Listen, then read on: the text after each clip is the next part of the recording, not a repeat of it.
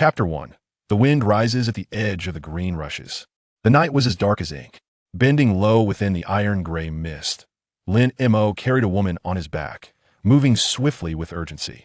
His garments were tattered, exposing his chest, and fresh wounds of varying depths marred his skin, stark against its iron-like firmness.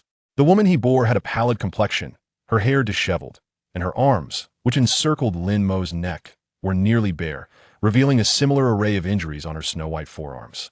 Blood flowed incessantly, cascading like strings of glistening pearls suspended in the dense gray fog. Occasionally, strips of cloth would drift away from the body, only to be shredded the instant they left, caught in the rushing currents of mist. Make your way down the mountain by yourself. As long as you survive to deliver the message, Zhang Qiushan will not dare to kill me. Her voice was faint, accompanied by rapid, labored breaths, her tone almost pleading. Yet Lin Mo remained silent, his teeth clenched. Don't you dare leave. With both hands pressing firmly against Lin Mo's back, she attempted to free herself, but coughed up a mouthful of blood, unable even to turn her head. The sticky warmth of blood splattered onto Lin Mo's neck, seeping into his collar and trickling down his back. He quickly realized the peril of their situation. The sword intent in the mist of Jianfeng was overwhelming. Forming a natural barrier, the faster one ran through the fog, the greater the disturbance to the sword intent, which would converge from all directions, creating a turbulent flow that could slice through flesh and severely harm one's internal organs with the invisible force of the heavens. As for why he could endure this, he himself did not comprehend. I cannot leave. A low voice came from behind, indicating that the speaker was within 5 paces, given Lin Mo's familiarity with the sword mist. Sword light pierced through the thick fog, a straight line of brilliance. Lin Mo, as if possessed of eyes on his back, leaned left and rolled onto the ground. The sword aura swept through the mist, slicing across the path they had taken moments before, sparks flying in a sharp, ear-piercing screech, leaving a fine, 3's hang-long trail of fire on the ground. There was no possibility of taking Su Yu away now. Lin Mo's mind was remarkably clear unless he dealt with the threat. Su Shiji's chances of survival were negligible. As for killing the legitimate heir of the Zhang family from Donglin, the repercussions brought by the prodigies of his sect, he had no time to ponder and did not wish to overthink it. With a formidable enemy before him, hesitations would only serve as shackles, binding him and leaving him vulnerable to slaughter. It was decided. He halted, turned, and set Su Yu down. You go, I will stay. His tone was resolute, leaving no room for argument. Su Yu could not fathom why this young man, who usually displayed such caution, would risk his life to save her. 3 years prior, it had been she who had intervened to chase away a group of bullies tormenting him. At that time, she had not perceived any remarkable qualities in the youth. Over the years, their encounters had been so few that she could count them on one hand. Their conversations had barely grazed the surface, let alone fostered any deep bond, much less one concerning life and death. Zhang Qiushan emerged from the mist, now mere feet away, and they could see every detail etched upon each other's faces. He recognized Lin Mo with a look of astonishment. It's you, the black dog from the south gate. Lin Mo was a notable figure. Among the 4 gates of the Shaoyang sword sect, the southern gate alone had over 14,000 members, and Lin Mo was but one of the many low-ranking disciples. His notoriety stemmed from having a father who was once a household name across the Weiyuan continent, a man with countless enemies. At least 30% of the elders in his sect had grievances with his father, another 30% disapproved of his father's conduct, and the final 30% were simply consumed by jealousy. The reason was simple. His father was too remarkable. For thousands of years, he was the only immortal who had not been guided by the heavens to achieve the golden core, untainted by the calamities that befell others. Such a towering figure had lived a life of great splendor, yet met his end in utter disgrace. No matter how formidable a person, once deceased, they become merely a memory. The once legendary figure, after a decade of rain and dust, is reduced to fragments of crumbling wall dust. In daily life, he was bullied by all, and the son of that infamous father naturally became an example used by the elders of the sect to teach their kin. Of course, it was a cautionary tale. Lin Mo fixed his gaze upon Zhang Qiushan, his eyes brimming with determination and murderous intent. Zhang Qiushan wore a look of disdain as the pride of the inner mountain disciples. He held little regard for those from the outer mountain, especially not for this laughingstock among them. He coldly remarked, "You cannot tread this murky water. Jianfeng is not a place for someone of your ilk." Lin Mo gritted his teeth, his fists clenching tightly, the veins on the backs of his hands standing out. Zhang Qiushan sneered, "However, I do not mind having another fool to die after you perish. I doubt many in the sect will remember you." Suyu did not leave. It was not that she did not wish to, but rather that she could not believe Lin Mo could hold out against such an opponent for long. Instead of fleeing, it would be better to join forces in a desperate gamble. Perhaps they could find a glimmer of hope. She pressed her hand against her chest and said, Zhang Qiushan, the enmity between our two families need not involve others. Let him go, and we can settle our scores. Zhang Qiushan laughed heartily. Release him? If there's a way to heaven, he won't take it. If there's no door to hell, he's barging in. None of you shall escape. Suyu gritted her teeth. Is it because I rejected your proposal for a partnership that you resort to murder? Zhang Qiushan narrowed his eyes, a mocking smile playing on his lips as he slowly replied. The Zhang family isn't that trivial. It's merely a matter of convenience. Whether or not to form a union is inconsequential. Suyu pressed. I just want to know the reason. Zhang Qiushan replied. The reason is simple. Your family's ancestors' prophecy from over a decade ago is the reason. Suyu frowned. You would risk everything for an ethereal prophecy? Zhang Qiushan smiled. The predictions of a Zhang ancestor are quite accurate. The chance of a practitioner encountering the heavenly guidance in their lifetime is exceedingly rare. With only a mere 60 years left in this 300-year cycle, the Zhang family will not permit any of the 13 families of Shiqian stand out, excluding the Zhang family, of course. Suyu subtly tugged at the hem of Lin Mo's garment. Lin Mo displayed no reaction, standing tall and resolute like a spear, blocking her path. Suyu asserted, Your reasons are far-fetched and utterly unconvincing. Zhang Qiushan sighed. Why inquire so thoroughly? In the end, after your death, even your soul will leave no trace. Do you hope to use the soul lamp technique to retain your memories for rebirth? Suyu's expression turned grave as she articulated each word. I had known the Zhang family had a formidable command over soul techniques. Yet when one is on the brink of death, one wishes for clarity, does one not? Zhang Qiushan laughed again, dripping with derision. If you think you could delay time, you are merely dreaming today.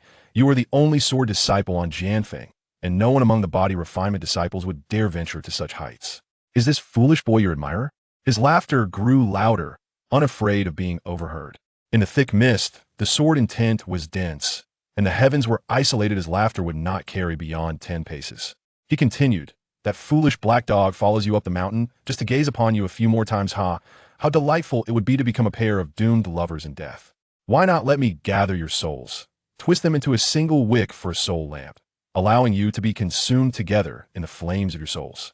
The Jianfeng was eerily quiet, the gray mist repelling even the night's embrace, and the wind dared not intrude. Yet Lin Mo's garments billowed. Sword energy. The sword energy emanating from Zhang Qiushan's blade lifted the edges of his clothes. 3 beams of light approached from different directions, illuminating Lin Mo's face and his dark, piercing eyes. Zhang Qiushan's sword was swift, evidently a master of physical techniques. On this mountain, magical techniques and treasures could not wield their power. The forces of the heavens would not yield even to the foundational cultivators, let alone those of the qi refining stage. To gain the upper hand here, one could only rely on physical prowess and divine abilities, rather than the elemental techniques resonant with the world. The only element present on Jianfeng was metal, and the sword in Zhang Qiushan's hand was not a spirit sword grown upon this peak. Thus, he could only combine his physical techniques with the sword's brilliance. As a prodigy of the inner mountain, at the 9th level of qi refining, he was but a step away from achieving the foundation and the path. In contrast, his opponent was merely at the 5th level of qi refining, still unapproved by the trial pavilion, lacking the qualification to bear the sword of Jianfeng, and the disparity in their realms was immense. With a single strike, he unleashed the most ferocious technique of the Hongjian Peak's swordplay, the Dragon Devourer. The mightiest sword move combined with physical prowess.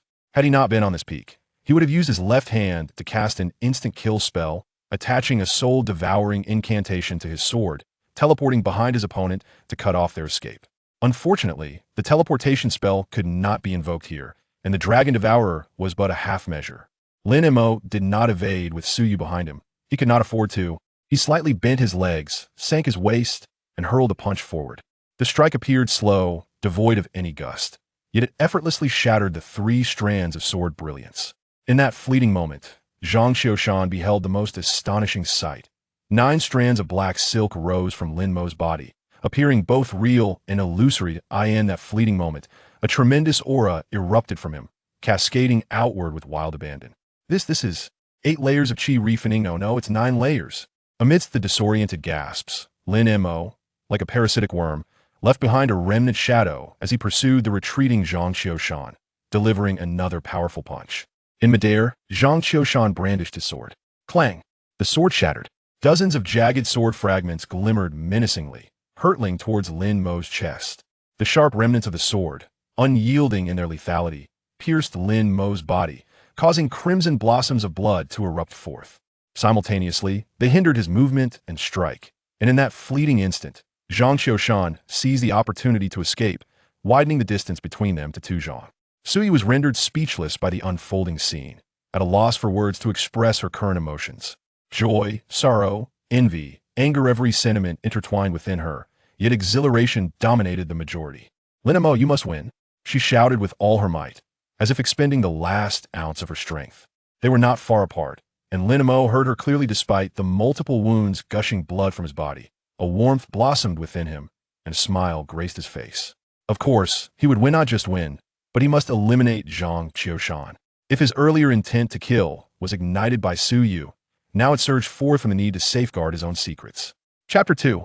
I have a sword. Zhang Qiushan had regained his composure entirely, facing an opponent of equal realm and layer. Fear and impulsiveness were grave taboos.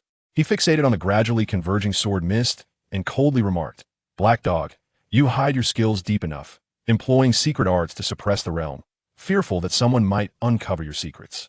Lin Mo remained silent, his gaze fixed intently on his adversary. His visage evoked images of the rocks upon the sword, refining peak, stubborn, resolute, and solitary. The glimmering light that emerged from his narrowed eyes resembled a cold, sharp blade. Zhang Qiushan carelessly discarded a fragment of a sword less than a foot long, and with his right hand forming a seal, he bellowed skyward, "Thunder refinement." The shout barely traveled far, continually absorbed and echoed by the thick mist, as a flicker of cold light pierced through the heavy night sky, and hundreds of feet of silvery electric threads cascaded downward like branches. Lightning descended from the heavens. The night shattered abruptly, the gray clouds rolled slightly, and a dazzling flying sword entwined with electric threads appeared beside Zhang Qiushan, spinning rapidly around him, the slender electric tendrils writhing like serpents, taking on myriad forms, occasionally striking the ground and colliding with the rocks, producing a harsh, grating sound. He laughed maniacally, exclaiming, "Spirit sword, thunder refinement, born of this peak, nurtured by this peak, inheriting the essence of heaven and earth, unbound by local constraints. Black Dog, what do you have to defeat me?" Every practitioner of the 9 peaks within the sect possesses such a spirit sword, all originating from the very mountain beneath their feet. As long as one reaches the 5th layer of chi refining, they may apply at the trial pavilion to receive a sword, meaning ascending the peak, communicating with the spirit sword through their consciousness, and undergoing the process of recognizing the sword as their own. Once they surpass the 5th layer of chi refining, the likelihood of the sword recognizing them decreases significantly the higher the realm, the less probable it becomes to successfully claim a sword. Spirit swords vary in quality, their acquisition is a matter of fortune, a divine gift granted only once in a lifetime. Zhang Qiushan was undoubtedly a winner in life. Born as the legitimate son of the Donglin Zhang family, an affiliated lineage of the Lesser Yang sword sect, possessing wealth and cultivation resources that others could only dream of amassing over several lifetimes, claiming the sword on the sword refining peak further extended his profound fortune, with thunder refinement being of high grade, carrying the innate thunderous powers. Lin Mo's expression remained placid. Everything unfolded as anticipated. Thunder refinement was indeed formidable, appearing invincible to outsiders, yet in his eyes, what was it truly? Thunder refinement swiftly formed a net of lightning, the dazzling electric light blinding, rendering it impossible to see. Lin Mo did not even furrow his brow, but charged forward. The blazing white light outlined the silhouette of a black figure, as countless living threads of lightning transformed into slender, withered branches reaching out towards the elusive shadow. The mist was once again disturbed, with numerous whirlpools of varying sizes swirling between the two combatants. Crack, crack, crack! A series of dense, yet subtle, sounds of collision rang out. Upon the electrified net of lightning, bursts of electric sparks flickered, extinguishing and being reborn almost simultaneously, with layers of thick mist separating them. So you could not perceive the battle between the two. The relentless waves of energy pushed her backward step by step, and no matter her efforts, she could not advance even an inch. "You must win," she shouted again, but this time Lin Mo did not hear her. The dense fog obscured his vision and muffled the sound. Zhang Qiushan laughed maniacally, bellowing, "What can a mere physical cultivator without a sword do to defeat me?" If his opponent possessed a sword, It should have been drawn by now. On the sword refining peak, having a spirit sword in hand drastically altered one's combat prowess. Lin Mo remained silent, his fists like the wind, relentlessly striking the electric net of lightning. Though his fists were not large, they were as hard as golden iron. Even so, his fists were already stained with blood, revealing bones in some places. His fist techniques lacked any discernible finesse, yet each punch struck precisely at the nearly invisible, rapidly woven threads of the flying sword, each blow generating colossal turbulence in Zhang Kaishen's core. The connection of spirit and wisdom, the unity of body and sword. Even if his fists did not land upon his opponent, the impact on the spirit sword inflicted considerable damage to his soul. What sort of fist was this? He had never heard of such a technique. That previous punch to his abdomen had revealed the peculiarity and strangeness of Lin Mo's strength. Sword intent, sword energy. How could fists give rise to sword intent unless his true essence had transformed into sword intent? He suddenly froze, his pupils constricting sharply. A slender gap had appeared in the tightly woven net of lightning created by the flying sword, resembling a faint branch of osmanthus on the bright moon, nearly imperceptible unless one was attuned to the sword spirit. In the very next instant, the gap suddenly tore open, revealing a hand, an arm, and a figure reflected in his pupils. Lin Mo appeared before him, merely 5 feet away. How did he get in? Had the flying sword shattered? Zhang Qiushan was incredulous at the sight before him. Yet, the truth remained undeniable. Lin Mo was indeed there, alive and well. Moreover, a sword was gripped firmly in his hand, a seemingly unremarkable blade, lacking a hilt, with only a root that was nearly as wide as the blade itself, measuring less than a foot in length. The blade was narrow, without a guard or edge, and could be more accurately described as an unfinished sword strip. Zhang Qiushan's gaze was not on the sword. It was consumed by his outstretched right arm and the mangled, bloodied hand. He could feel a chill creeping into his throat, a coldness that plunged him into an abyss, swiftly enveloping his entire being. In that moment, he comprehended a crucial truth. The opponent had possessed a sword for quite some time. The irony was that he had just moments ago boasted audaciously. Was this what death felt like? Countless images flashed before his eyes, and in the blink of an eye, his entire life was laid bare. Finally, he heard Lin Mo's voice. I have a sword, and I have had it for a long time, always at the peak. The peak, a place unreachable by those who wielded the sword.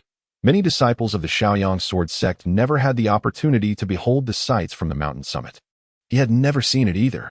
Zhang Qiushan fell, as if a decayed stump collapsing backward, one hand still reaching forward, claw-like, attempting to grasp something, yet seizing nothing.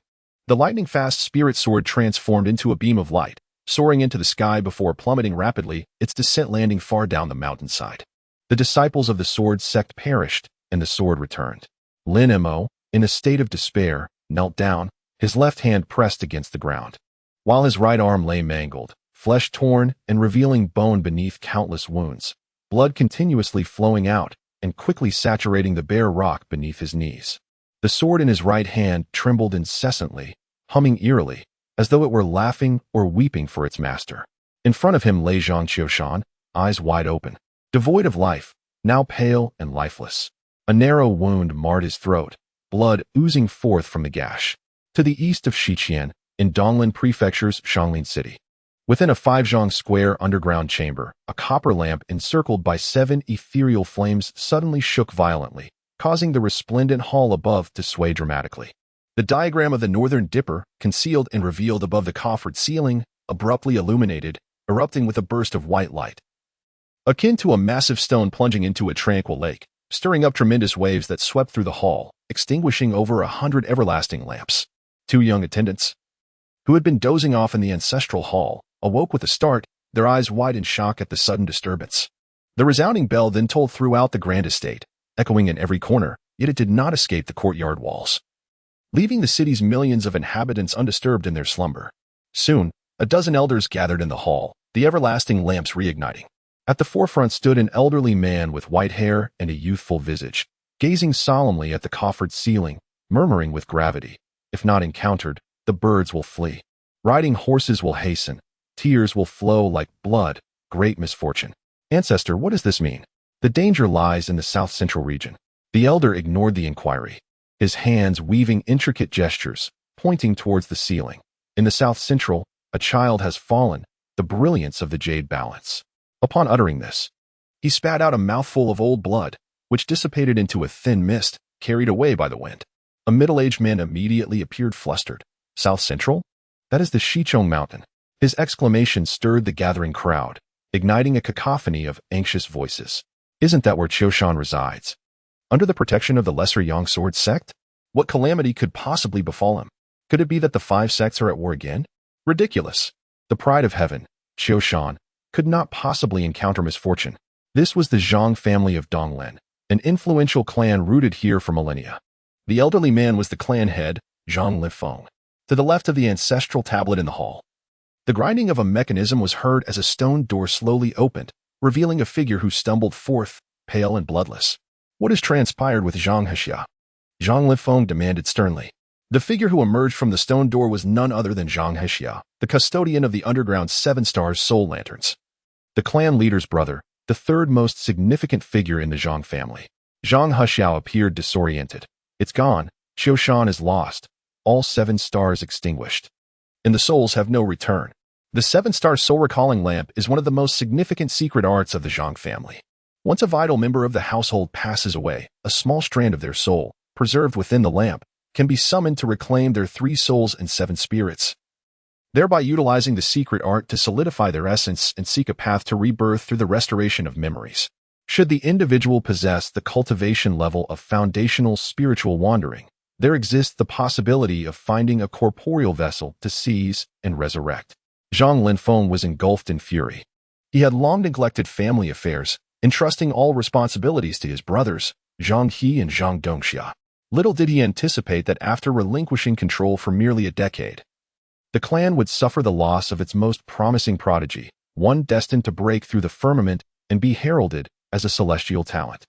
The significance of such an achievement for a cultivating family is immeasurable. For millennia, no family in the land of Shiqian has attained this honor.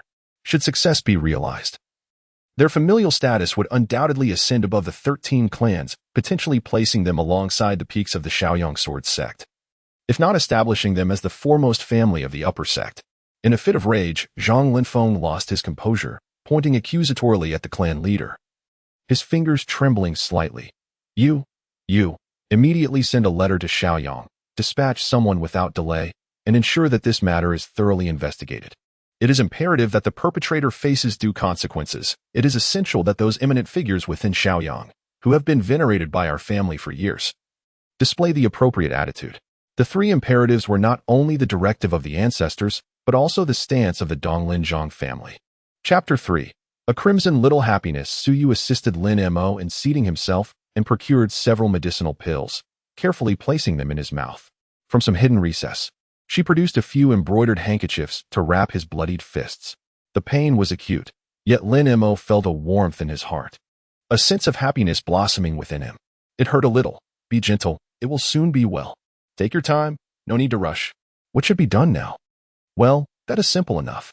Siyu's soft hair brushed against his nose, exuding a fragrance akin to orchids and musk. Occasionally, a strand would venture into his nostrils, causing a delightful tickle. He stifled the urge to sneeze, fearing that such a moment would abruptly end the bliss.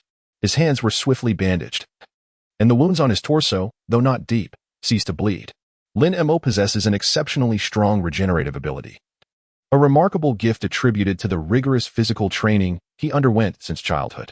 His capacity for recovery transcends the limits of ordinary human comprehension. Suyu harbored numerous inquiries, yet found herself unable to voice them.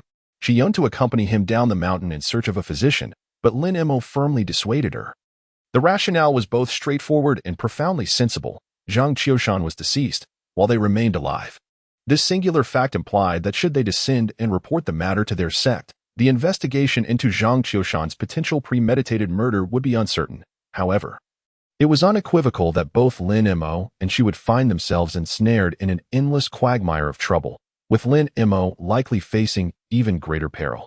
Most crucially, this was a predicament they both wished to avoid. Lin Mo said, "You continue to communicate with your spirit sword. I will attend to the body of Qiushan. Once I have dressed my wounds, I shall bring you 2 sets of clean garments, lest we attract suspicion when descending the mountain." Suyu smiled lightly, retrieving a leather pouch. With a flick of her hand, garments materialized above, and in the next moment, she was adorned in them. This was a treasure bag. Although Lin Mo held a lower status, his insight was far from ordinary. He had resided in the inner peak and had encountered countless magical artifacts. It was not surprising that the legitimate daughter of the Su family from Nanyang possessed such a magical instrument, especially considering that in the future, she would be able to exchange for similar spatial artifacts through her regular tasks upon entering the various peaks of the inner mountain. Suyu remarked, "It is a pity there are no men's garments." Her gaze swept over the body of Qiu Shan, reasoning that the legitimate son of the Zhang family should possess some. Lin Mo shook his head, cautioning, "Do not touch his belongings. They may be ensnared with restrictions, and any disturbance could attract unwanted attention." Suyu replied, "I heed your advice. After a brief respite, you shall attend to the remains, and we will deliberate on our next course of action." The pain was excruciating, causing cold sweat to bead upon Lin Mo's brow. Yet, within his heart, he felt an unexpected joy. However, the stark reality before him served as a sobering reminder that this was not an opportune moment for romantic musings. Above all, he wished to avoid following in his father's footsteps.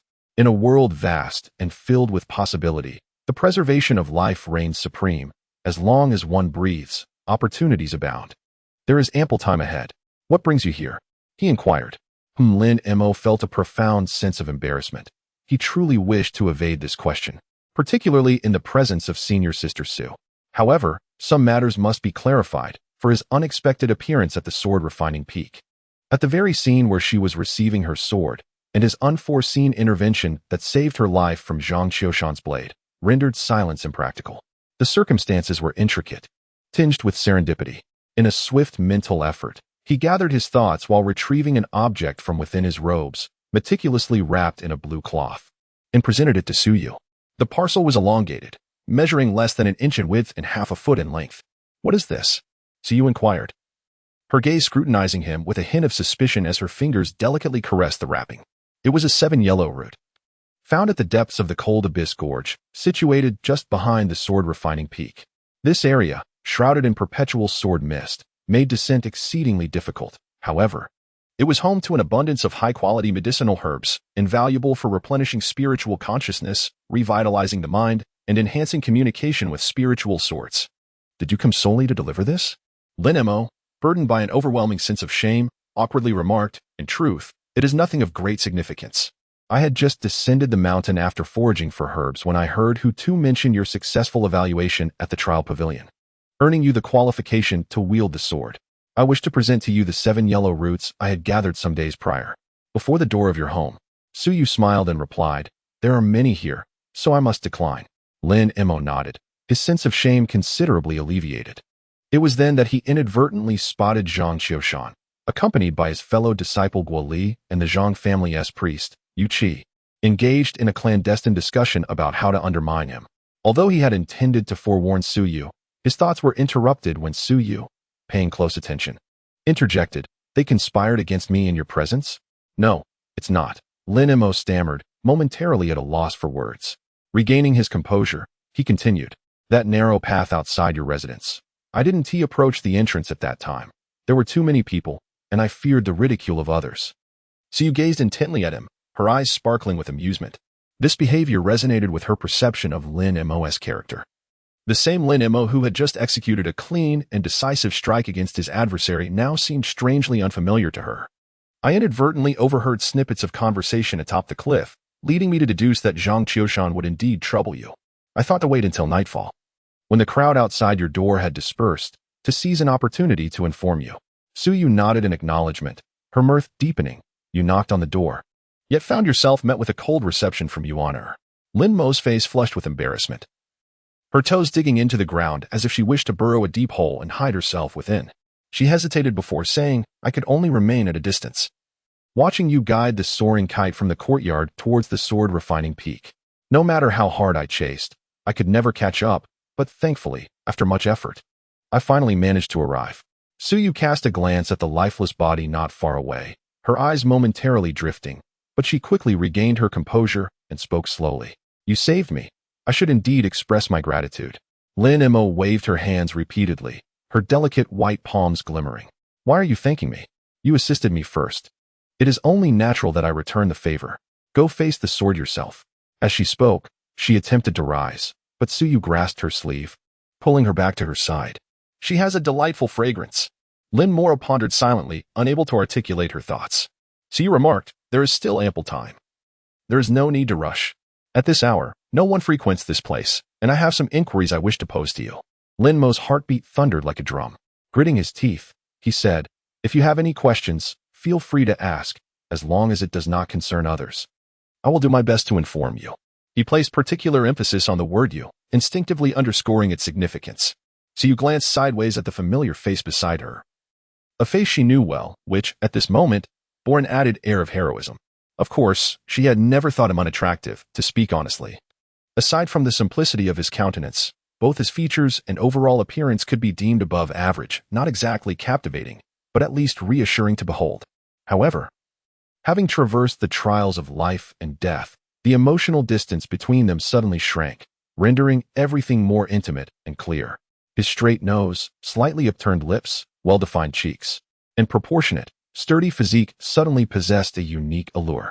She felt a sudden flush on her cheeks just as Lin Mo turned his profile towards her, prompting her to quickly avert her gaze and bite her lip, thinking, the question I wish to ask may not be one you wish to answer. Lin Mo repeated, I will not involve others. So you looked at him once more, her smile radiant as a blooming flower. You followed me here solely because I once assisted you. And you came to inform me merely to repay a favor? Is there truly no other reason? Lin Mo never anticipated that the question she posed would be of such nature. How to respond? At 17, his heart raced like a startled deer, pounding loudly in his ears, leaving him flushed and anxious that Siyu might overhear. He even trembled slightly. Some words were simply too difficult to utter. Siyu, seemingly unfazed, rephrased her inquiry with a more conventional approach. Since you possess a sword, why did you not utilize it from the outset? Perhaps her previous question had merely been a light-hearted jest. Lin Mo could only think this to console himself, yet internally he was howling and berating himself for his cowardice. He replied candidly, this sword, is rather peculiar. It seems less responsive when it is detached from the body. Since I specialize in physical techniques and have little affinity for magical arts, perhaps this is why it resonates with me. Therefore, I must identify the opponent's vulnerabilities in order to strike effectively. How long have you been practicing with the sword? 5 years. Siyu's eyes widened in astonishment as she stared at him. Lin Mo suddenly realized he had let something slip. His mouth agape, he hastened to clarify. 3 years ago. During the snowstorm, you saved me. Siyu narrowed her eyes, her tone growing icy. At that time, you were at least at the 5th level of chi refining. Were you not secretly laughing at me for meddling? No, absolutely not. Lin Mo fervently shook his head, disregarding the pain in his palm as he grasped her arm. Siyu showed no inclination to resist. He was not lying. His affection for her had begun on that very day, the moment a figure in a white dress, resembling an ethereal fairy, became etched in his mind, an image he could never erase. Listen to me, he implored. You know my father, in this West Chong mountain. Many watch from the shadows, some fear my growth, others worry I might follow in my father's footsteps. Yet, many observe with covetous eyes, eager to discover what legacy my father has left me. Had you not intervened and driven away those bullies from my sect, I would have had no choice but to flee at the first opportunity. It is precisely because of you that they have not troubled me since. I have always been grateful for your help and have never forgotten it. Otherwise, you would not have come to the sword refining peak to seek me out, nor would you have risked your life to save me. Siyu smiled softly. Her lips pursed as she helped him articulate the unspoken conclusion. Lin Mo remained silent. The thoughts of a girl are exceedingly difficult to fathom. Before her, there always lingers a sense of helplessness. You ought not to release your grip, but rather attend to the lifeless body first. Lin Mo blushed once more, hastily releasing his fingers. It was only at that moment that he suddenly yearned for the soft sensation at his fingertips, truly wishing to extend his hand once again. Rationality made him shrink back. There was no rush. There would be ample time in the future. Siyu remarked, focus on your own matters for now. Do not come here these days. The news of Qiu Shan's death will eventually spread. According to your words, that individual from the Zhang family, named Yu Qi, along with Guoli, will undoubtedly direct their ire towards me. The Qianren Peaks Criminal Hall will certainly be involved in the investigation. As a mere 5th-level Qi practitioner, no one will believe that I killed Zhang Qiushan. The Zhang family will unleash their wrath upon the Su family, and the sect will covertly investigate whether any disciples from various peaks, secretly supported by the Su family, took action. However, none of this will significantly affect me, nor will it draw attention to you. Her analysis was astute, and Lin Mo could only nod in agreement. All right, you may leave. I shall return to that place and continue my sword training. Lin Mo dared not argue and was reluctant to leave. The two exchanged silent glances. Chapter 4. The verdant mountains in the mist. The following day, Lin Mo awoke only when the sun reached its zenith, his body aching and weary. He reapplied the medicinal ointment to his hands, tearing clean cloth into strips to bind them. After consuming some self-prepared elixirs, he followed his usual routine and wandered around the pharmacy where he worked, but did not see the portly son of the head steward. His only friend, who resided near the south gate of Shaoyang, was someone he had hoped to recruit for a hunting expedition in the Longling Mountains to procure some pheasants and deer for nourishment. Most likely, the chubby lad was indulging in a deep slumber at home. It was, after all, Lin Mo's first experience with taking a life, and he had carried the body for quite some time, meticulously concealing the traces of his deed. Upon returning home, he had knelt by the stream outside his door, scrubbing away the blood, and lost count of how many times he had retched. Unease gnawed at him, and after much contemplation, he made his way to the sword-refining peak once more. However, upon reaching the archway at the mountain's foot, he encountered a notice affixed to the pillar. A number of disciples training their bodies were gathered around, and upon closer inspection, the notice was a proclamation from the Qianren Peak's Judicial Hall, reiterating the sect's regulations. During their sword training, no disciple was permitted to be disturbed for any reason. This announcement only deepened his apprehension. Had the incident come to light? He inquired among the disciples who were practicing at the foot of the mountain and learned from several who had been there that morning that an elder from Qianren Peak, accompanied by 2 direct disciples from Hengjian Peak, had arrived at that location. They had discovered a disciple from Hengjian Peak and conducted an on-site interrogation. The name of the interrogated brother was Guoli, who had reportedly come with a senior disciple of higher status. No one dared to approach closely, as Qianren Peak held a notorious reputation for enforcing the sect's laws, and neither the inner nor outer mountains bore a commendable reputation. No one wished to court trouble. Subsequently, Brother Guo was taken away by the elder from Qianren Peak, after which the peak dispatched someone to post the notice. Lin Mo was suddenly enlightened. It was evident that the news of Zhang Qiushan's demise had reached the various peaks of nation. Otherwise, how could Qianren Peak have allied with Hengjian Peak? As for how they became aware, though he had not witnessed it firsthand, his experience allowed him to deduce a few possibilities. The notice further indicated that the Su family had not been idle, reiterating the old laws of the sect, clearly with the intention of safeguarding Su Yu. In light of this, a heart that had been suspended in anxiety was partially set at ease. Everything aligned with Su Yu's assertions. Both the Zhang family and the Su family were on the move. On the return journey, passing through the southern gate of Jeshan Ridge, he intentionally hunted 2 pheasants and a roe deer in the mountains, returning bloodied and bruised, shouldering his burdens as he made his way back to his humble abode in the mountains. The treatment of outer mountain disciples was rather mediocre. They appeared splendid in the eyes of ordinary mortals outside the mountains, yet in reality, they were merely unnamed disciples of the sect. The teachings received upon entering were limited to basic cultivation methods. Any spells or techniques of a higher grade required exchange for merit tasks or spirit crystals. Spirit crystals, rich in the vital energy necessary for cultivation, were the most common means for practitioners to swiftly refine their true essence and restore it within their bodies, also serving as currency akin to copper coins and silver in the lower realms. Outer mountain disciples were required to construct their own places of cultivation, adhering to the regulations set forth by the sect. For those below the 5th level of qi refinement, their cultivation space could not exceed a radius of 5 zhang, necessitating approval from the administrative office to avoid conflicts with others. The specifications, of course, depended on the abundance of spirit crystals in one's possession. Siyu's cultivation space was grand and generous, complete with her own maidservant. In contrast, Lin Mo's modest dwelling was simply a small clearing carved out within the bamboo forest. Constructed with the barest of materials from the mountains, 2 rooms in total, one for cooking and the other serving as a bedroom and cultivation area. To put it poetically, it was an integration with nature, absorbing the spirit energy of the heavens and listening to the whispers of the natural world. Yet, to speak plainly, it was drafty and offered no sound insulation. This was still a collaborative effort with Hu, situated far from the concentrated area of disciples, in a location rich in spiritual energy. Just as he set down his prey, Lin Mo felt a slight tremor in his body, his instincts honed by danger alerting him to a formidable presence behind him. His muscles tensed instantaneously. He twisted his waist and turned, extending his hand as a wooden sword flew from within his abode, firmly grasped in his grip. An elder clad in a green robe emerged from the bamboo grove.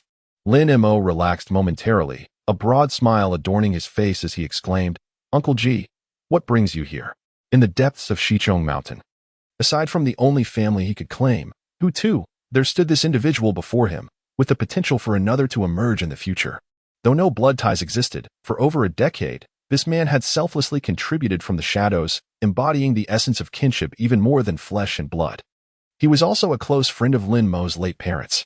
Uncle Ji, known as Ji Cha-ching, was the esteemed elder of Jishin Peak, which served as the ancestral summit of the Shaoyang sect. The Peak Master held the title of the sect leader, thus establishing Ji Cha-ching as the grand elder of the sect, on par with the masters of other peaks. Beyond his elevated status, he was also the head of the sect scripture repository, overseeing the various cultivation texts and arcane secrets of the sect. With a solemn expression, Ji Cha-ching approached and sternly inquired, "Where were you last night?" Within the piercing gaze of his elder, Lin Mo perceived a flicker of unease. In the presence of such authority, he transformed into a child accustomed to deceiving his guardians, widening his eyes in feigned innocence and opening his mouth in protest. "I didn't go anywhere. I was just cultivating." Uncle Ji fixed his gaze upon him, his eyes sharp as blades. "Last night, there was a disturbance with the sealing needles. You expelled them all from your body." With that single statement, he breached the psychological defenses Lin Mo had painstakingly erected. The peak of his chi refinement was entirely reliant on the 9 sealing needles within him, which he had forcibly suppressed. Had it not been for prior knowledge, even the highest-ranking members of the sect would have found it challenging to detect any anomalies. Thus, at the moment he expelled the sealing needles, an overwhelming surge of energy had led Zhang Qiushan to mistakenly believe he had reached the 9th level of chi refinement. This intricate combination of array techniques and magical artifacts was a creation of Ji Cha-ching himself, which allowed him to sense the disturbance of the sealing needles from a distance. Lin Mo bit his lip, remaining silent. A father knows his son best, although Ji Cha-ching was not his father. The years spent together in secret had forged a bond that made them feel like kin. Last night, Zhang Qiushan met his untimely demise, and before dawn, the message from the Zhang family of Donglin arrived at Jishin. The message revealed that Zhang Qiushan had died at the hour of the pig, and it was confirmed that he had ascended to the sword refining peak the previous night. The Grand Elder of Law, Ping Chen, uncovered that his visit to the peak was aimed at Su Yu, the legitimate daughter of the Su family from Nanyang.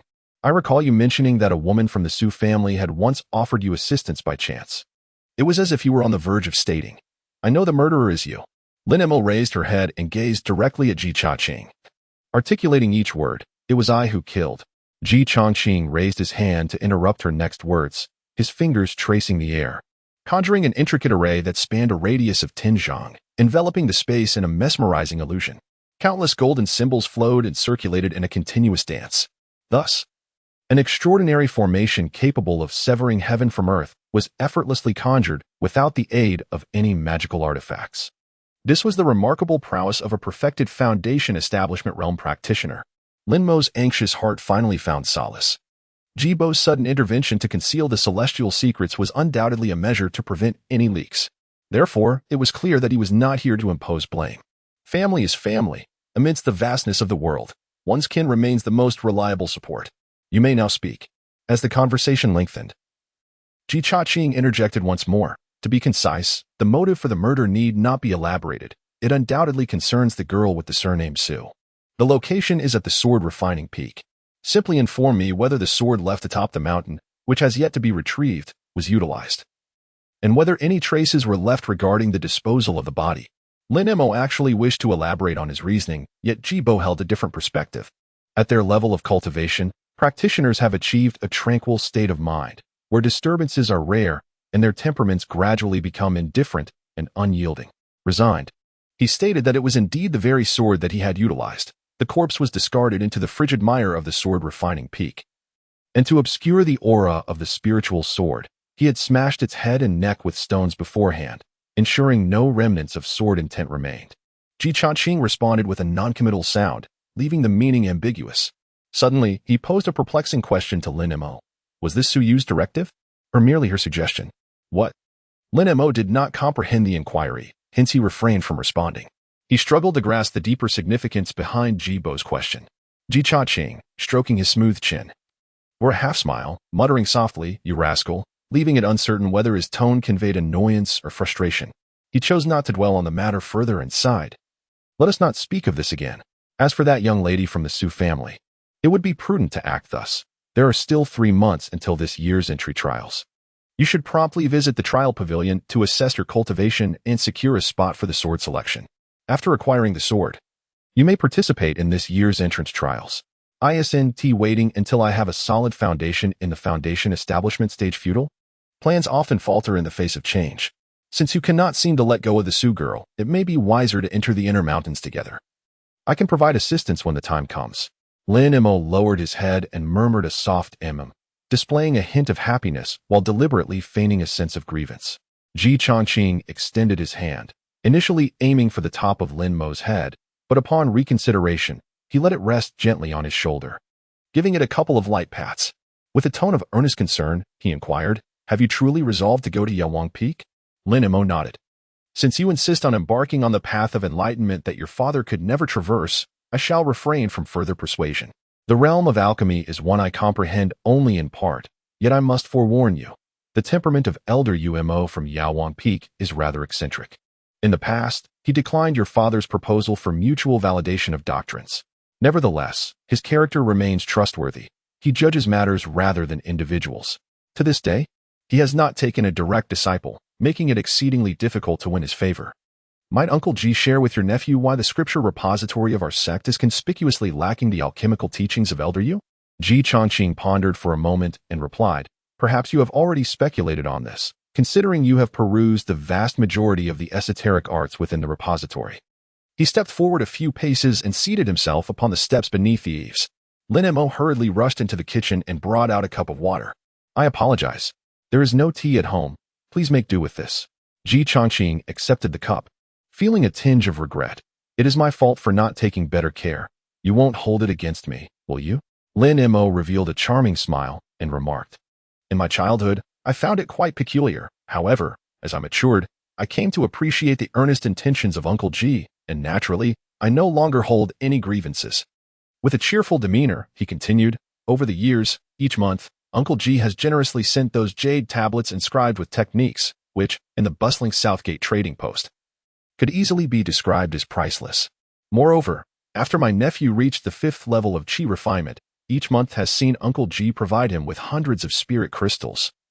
Without such support, reaching the pinnacle of the 8th level would have been unattainable." Ji Changqing gazed at this nephew he had watched grow since childhood. Upon entering the inner mountains, where spiritual energy is abundant, there would be no further need for spirit crystals to compensate for the deficiencies of external mountain energy. Each peak has its own formations, and I cannot frequently visit the Medicine King Peak. Thus, you must earn your own spirit crystals. Lin Mo chuckled and replied, "It matters not. Ji Bo is aware that my cultivation is solely focused on the pure path of swordsmanship. There is no need to squander money on those magical artifacts. I can concoct most elixirs myself, so my expenses are minimal." "Minimal, you say?" Ji Changqing remarked with a knowing smile. "There is nothing more costly than the pursuit of cultivation. As your mastery deepens, you will come to understand this truth. Otherwise, why would those lofty elders in the foundation establishment and spirit travel stages still busily serve the Zhang and Su families? It is imperative that you learn how to earn and spend wisely. Do not fixate solely on breaking through in your cultivation." "Understood," Lin Mo acknowledged. Lin Mo, though outwardly calm, harbored inner turmoil. "Yet, let us speak of Elder Yu, if only to prepare my nephew." Ji Changqing gazed into the distance, where the azure sky met the ever-shifting clouds. "Elder Yu is not a native practitioner of our sect." "Ah." The very first statement left Lin Mo astonished. He hailed from the verdant Qingmishan in the east, belonging to the Qingmu sect, one of the 5 sects, and was once regarded as a prodigious disciple with great promise. However, for reasons shrouded in mystery, he betrayed his sect and fled 2 centuries ago, subsequently joining our ranks. Thus, he stands as the only high-ranking member of our sect without a personal spirit sword. Ji Changqing chose not to delve further into the topic, declaring that there were matters you ought not to know, nor need to know. Simply remember this: Elder Yu is the master of the Medicine King Peak. Known for his eccentric temperament, yet he is by no means an adversary. If you possess talent, he will surely regard you with favor, but should you lack ability, no matter who within the sect advocates on your behalf, he will not accept you as his direct disciple. Lin Mo could only respond with a non-committal. Ji Chongqing conjured a translucent bracelet, casting it towards Lin Mo. The bracelet, reminiscent of jade yet not quite jade, initially appeared unadorned and immaculate. However, when illuminated, countless delicate threads could be discerned, intertwining and weaving in an endless cycle, inducing a sense of dizziness upon prolonged gaze. This bracelet, named Emotional Bond, was specifically bequeathed to you by your mother. In the past, she entrusted me to present it to you upon your ascent to the peak. Given your capabilities, even with the meridian sealing nails embedded within you, traversing 10 trials would be well within your grasp. Thus, I am passing it to you now, fulfilling a promise your mother entrusted to me. As Lin Mo donned the wristband, a surge of spiritual energy coursed through his entire being. In a single breath, he found himself seamlessly merging with the spiritual platform and the essence of wisdom. Reminiscent of the moment long ago on the sword-refining peak when a spiritual sword acknowledged its master. It was as if Ji Chongqing had said, it recognizes its master. You, having wielded it in your youth, have always been its rightful owner. The spatial treasure possesses vast dimensions. Lin Mo's consciousness suddenly plunged into the bracelet space, a realm of utter void. Over 200 spirit crystals were meticulously arranged, suspended in the emptiness.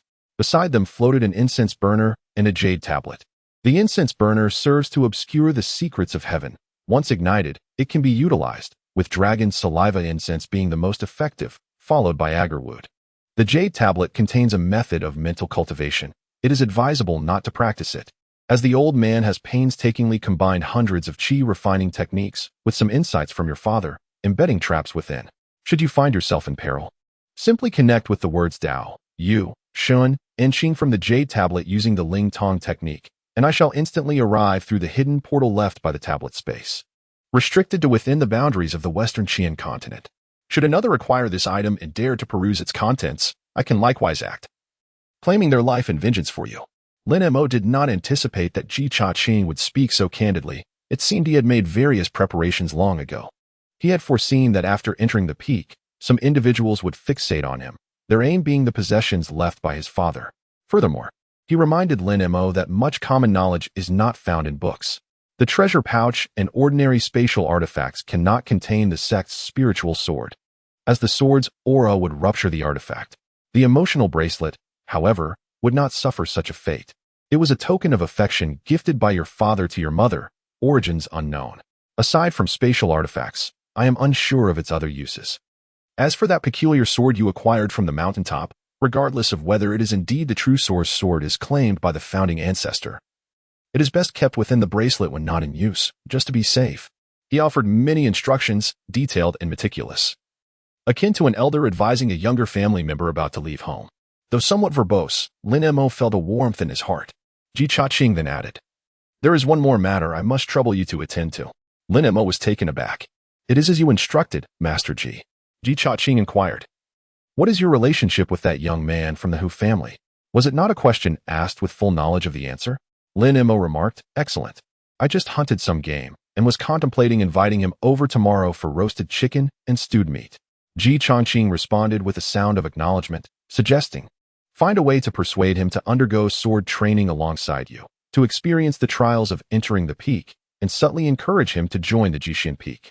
Lin Mo remarked that the celestial peak's steel of heavenly scriptures was beyond his capabilities to surpass within the 10 trials. Ji Chongqing responded, assuring that if he could overcome 3 trials, he would be granted entry into the 10th trial. Should he triumph in the sword duel there, the celestial peak would naturally select him, at which point he need only nod in agreement.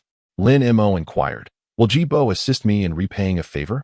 Ji Chongqing cast a sharp glance at him and replied slowly, there are certain matters that I will share with you without your inquiry, while for others, asking may yield no fruitful answers. Chapter 5. The unconfused confusion at the hour of Qin. The apothecary was bustling with activity. The sun had risen early, revealing its brilliance. The sky was pristine, and the sunlight, untainted by dust, pierced through the air, casting a glaring brightness upon the earth.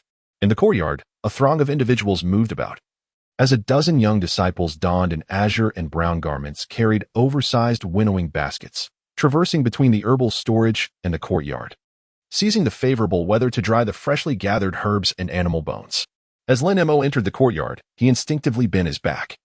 a smile illuminating his face as he continuously nodded and bowed in greeting. Greetings, Senior Brother Li. Greetings, Senior Brother Wu. And to you, Uncle Gua, who is personally lending a hand. Allow me to assist you.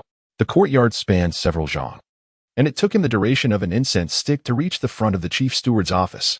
Everyone was calling for his assistance, and he felt it inappropriate to refuse. Accustomed to being summoned, even on this day when he intended to bid farewell to Chief Steward Hu, he could not shed his habitual demeanor.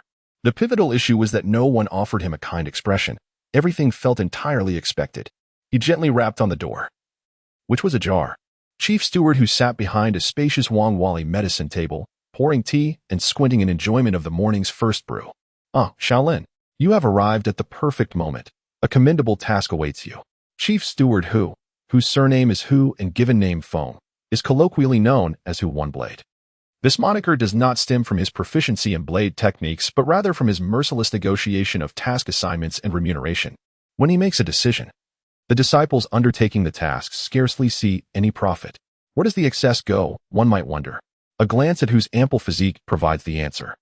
Lin Mo forced a smile and said, Uncle Hu, I shall not accept the task. Hu Feng's smile faded, his eyes widened in astonishment, and with an impassive expression. He replied, What purpose do you serve if you do not accept the task? With two heir absent, you should return to your duties. Lin Mo chuckled. I will greet Uncle Hu. I am about to head to the trial pavilion to test my eligibility for sword acceptance. If successful, I shall no longer frequent the apothecary. What? Sword acceptance? Hu Feng's eyes widened further, and the creases on his gaunt face softened into a semblance of a smile. His tone underwent a complete transformation. Indeed. Splendid. With your cultivation at the 5th level of Qi refinement, it is indeed time to attempt sword acceptance. Is Tuer at home? Why has he not mentioned this? Lin Mo remarked. I have just made the decision and was about to seek him out. Hu Feng nodded vigorously, as if pecking at grains, affirming, Yes, indeed. We must have a thorough discussion with him. This child is admirable in many aspects, yet he is excessively enamored with that piece of meat. We have urged him countless times, but he remains obstinate and refuses to participate in the selection trials at the 9 Peaks of Nation. He sighed deeply and continued with earnestness, You see, it is not easy for us as parents. Why must he be so stubborn? Lin Mo deliberately averted his gaze from the flirtatious glances cast by Hu Zongji. I shall head there now, if I am not favored by the 9 Peaks of Nation. I shall return to assist the Zongji. Without waiting for any further discourse, he dashed toward the courtyard's entrance. Numerous voices called out to him for assistance. Yet he feigned indifference, feeling an unprecedented lightness in his step after nearly a decade of pretense. Soon, it would surely astonish you all. The Hu family resided in the ethereal Yuga Terrace of Nanshan, a place renowned for its abundant spiritual energy. Favored by both the sect leader and the various house stewards as a prime location for their abodes, the sect leader and the stewards, in a strict sense, were registered disciples within the lineage of the 9 Peaks of Nation.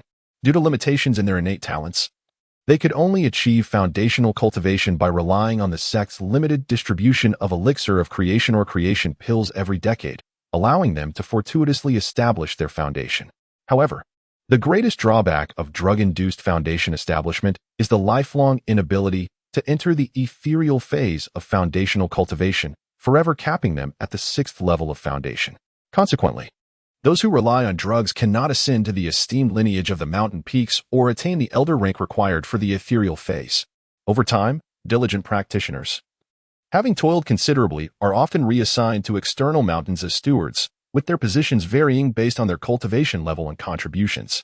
While external mountains lack the grandeur of the 9 Peaks, they do possess their own merits. For instance, Yuga Terrace is equipped with specially designed spirit-gathering formations, its spiritual energy rivaling that of the peaks, its towering celestial abodes, whether resplendent with gold or adorned with jade, are privileges that even the elders of the inner mountain may not enjoy. The Hu residence, devoid of opulence and celestial grandeur, features white walls and blue tiles, shaded by a large tree in front, nestled among other noble estates, exuding a touch of elegance. The household was attended by numerous maidservants, all purchased by Hu Zongji from the town of Yushan outside the southern gate. Hu Tu's mother, a mere mortal, had passed away from illness years ago, and his father had not sought a stepmother for him, though there were many aunts. The path of cultivation is arduous. At certain bleak junctures, one cannot help but yearn for the pleasures of worldly splendor.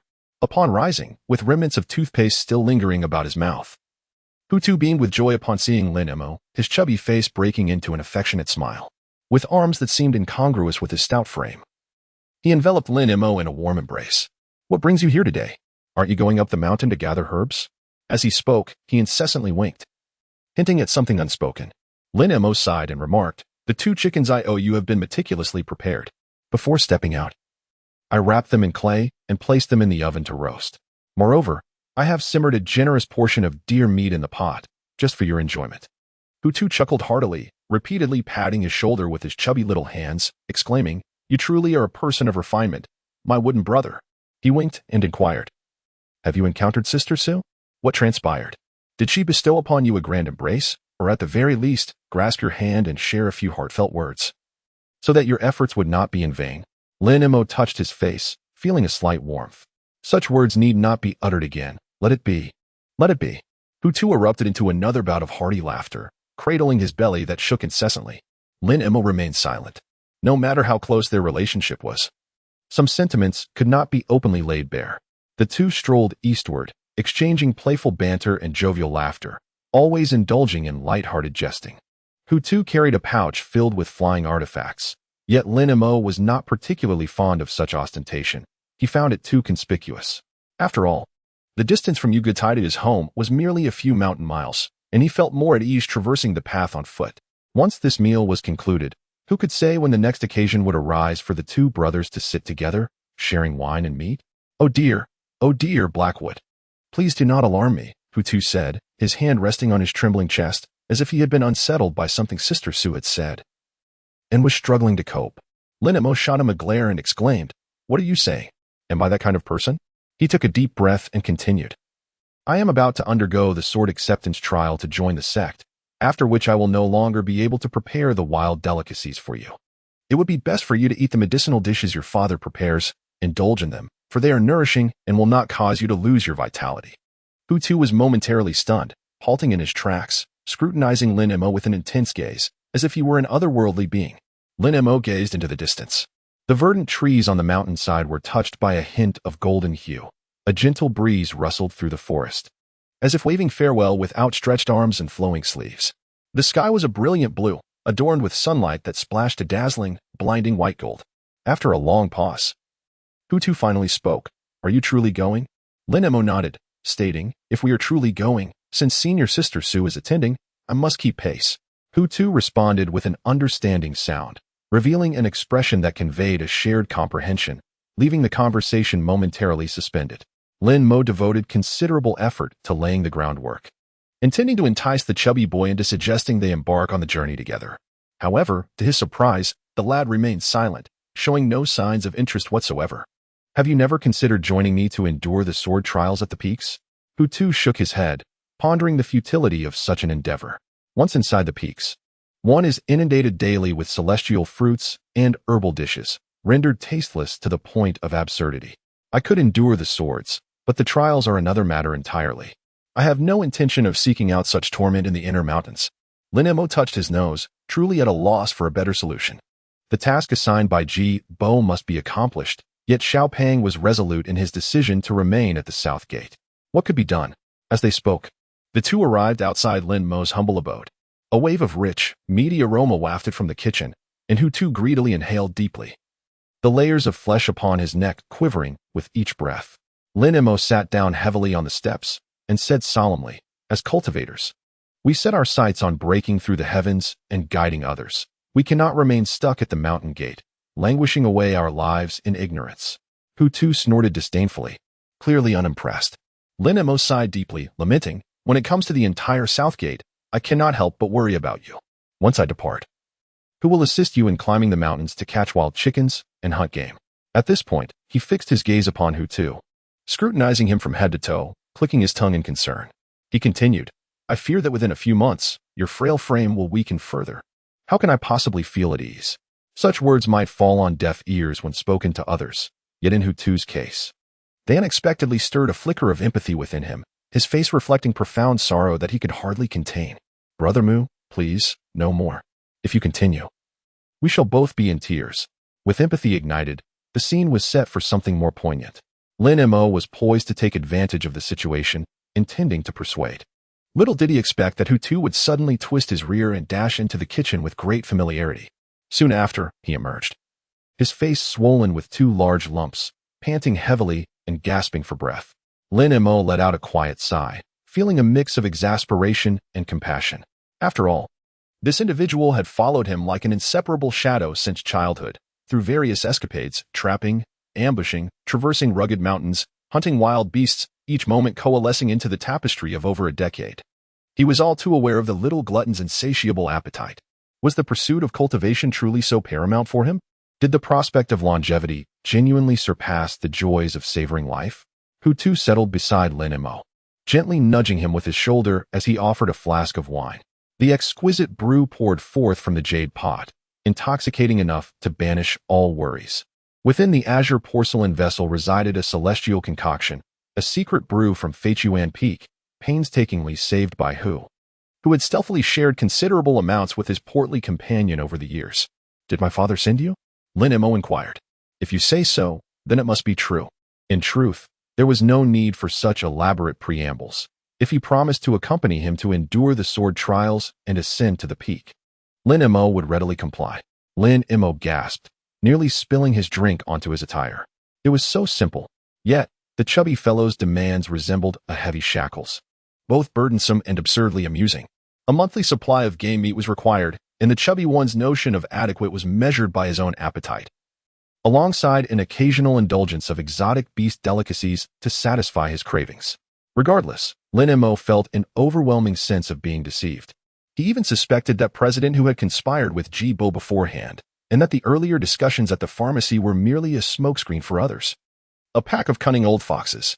Chapter 6. Practitioners and the stench of money. The chubby fellow had reached the 5th level of Qi refinement a year ago, long qualifying for the sword acceptance, yet he had been procrastinating. The sword acceptance test was merely a formality. It was exceedingly straightforward. An elder guarding the trial pavilion would use their spiritual awareness to confirm whether the applicant had attained the 5th level of Qi refinement. Subsequently, they would receive a jade slip resembling a certification, indicating their eligibility to ascend the mountain for sword acceptance. During this period, regardless of any past grievances or troubles, outsiders were prohibited from interference, a rule reflecting the sect's emphasis on the trial. Once the sword acceptance qualification was obtained, the subsequent process was quite simple: ascend the mountain for the sword. The sword refining peak was shrouded in mist, with sect formations surrounding it, and the sword intent was profoundly overwhelming. On the mountain, there existed only 2 types of entities. One was stone, as hard as gold or iron, comprising the entire mountain with its metallic hue, where the ground was devoid of dust, marked only by jagged, uneven stone edges. The other was sword strips, rough, devoid of blade, sheath, or hilt. These sword strips naturally emerged from the fissures scattered throughout the mountain, existing as they were. Each sword acceptance disciple would communicate with the spiritual sword through their spiritual awareness, forging a lifelong bond, with fate determining their quality, subsequently polished through experience and trials, never to be severed. Typically, the higher one ascended the mountain, the greater the quality of the spiritual swords, with the sword intent in the mist becoming increasingly fierce and formidable. Furthermore, as one climbed higher, the fissures became scarcer, thus reducing the chances of forming a spiritual bond.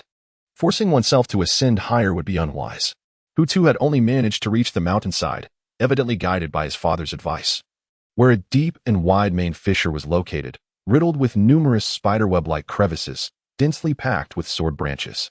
The tallest ones pierced the gray clouds, obscured from view, while the tiniest resembled daggers, measuring 4 to 5 inches in length.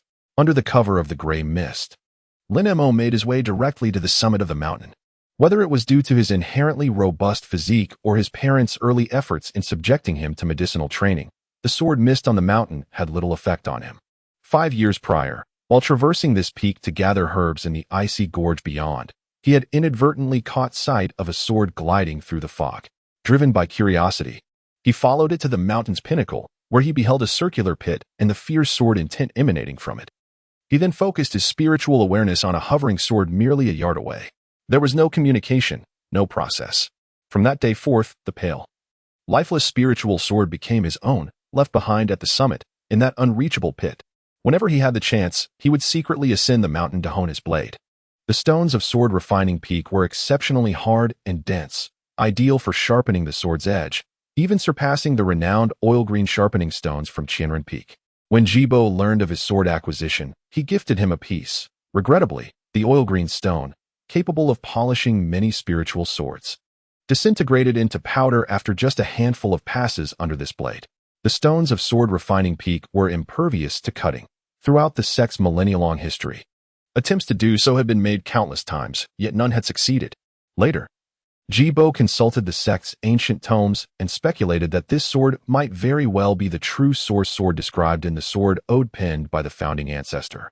Over 5 years, the blade had merely sharpened less than half an inch on either side of the tip. Fortunately, that half inch was sufficiently sharp.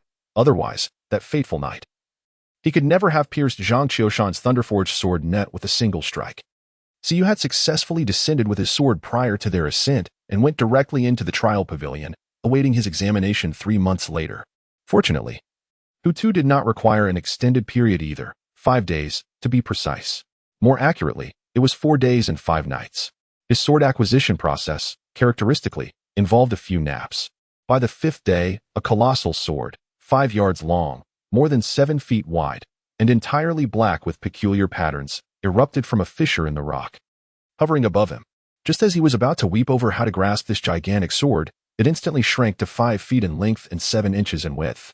It grew and shrank at will, responding to his thoughts. Hu Tu promptly assigned numerous names to the grand sword, Rui, giant tree, and so forth. Following the customary practice of many sword-receiving disciples, he proudly invited Lin Mo to ascend the giant sword with him, slicing through the sword mist and descending into the trial pavilion. At that moment, he decided to name it Sword Boat. The sword boat was both wide and long. Even if the portly Hu Xiaopeng reclined upon it, neither end would dangle in the air, allowing for comfortable meditation or striking poses while standing. The name Sword Boat was indeed fitting. In the trial pavilion's records, it was appraised by Elder Lin Yuan as a sword of exceptional quality. With a remarkable commentary, one of the ancestral swords of sword refining peak, none have successfully harmonized with it across generations. If this youth possesses it, it is a great fortune for the sect and a significant blessing for him. Lin Mo's sword was registered under the name Zhanxian. In truth, he had designated it another name, a single character, G. In contrast to Mo, Elder Lin Yuan merely assigned it a mid-low rating. Commenting, the sword is not yet fully matured, it possesses resilience but lacks sharpness, and currently shows no divine phenomena. With careful nurturing, it may develop into something significant. Both Hu Tu and Lin Mo were quite satisfied. In the serene mountains, fragrant flowers and chirping birds accompanied the gentle flow of the stream. Following the completion of their sword trials, the two were ushered into a secluded realm by Elder Lin Yuan. This place was not the verdant mountain behind the trial pavilion, but rather a hidden paradise, entirely distinct from the outside world, sealed by an intricate formation. The skies were vast, the spiritual energy abundant, and the scenery breathtaking. As they walked along the slick stone path, the fresh, moist air invigorated their spirits, providing immense comfort. Towering trees surrounded them, and amidst the foliage, several quaint white-walled, blue-tiled cottages were scattered. In one small room, with 3 walls and no door or wall at the front, a wooden table held an inkstone and a purple clay teapot. A man in a blue shirt sat behind the table, his feet resting upon its surface, idly using a file to groom his nails. Lin Mo approached, and the individual lowered his foot, straightened his collar, and courteously gestured towards the paper on the table, saying, "May I inquire where you both are from? Please fill in the information as per the requirements indicated above." Lin Mo picked up the paper, which was printed with a grid and ink. The first row listed registration details such as name, age, origin, the sect or family affiliation, and the residence at the trial peak. Residence at the trial peak? He inquired with suspicion. The other person replied, "You will choose after completing the registration." Lin Mo picked up his pen and began to write. After completing his section, he turned to invite Hu Tu over, who vehemently shook his head and said, "Just write it for me." The man scrutinized the large black sword slung over Hu Tu's shoulder, his eyes filled with curiosity. Pointing at the sword, he exclaimed in astonishment, "This sword cannot possibly be the ancestral sword from the mountainside, can it? It is now called the sword vessel." As he spoke, Hu Tu's expression radiated pride. The man, still full of doubt, clasped his fists in greeting and introduced himself. "My surname is Wu. My given name is Jiu Zhan. You may call me Senior Brother Wu.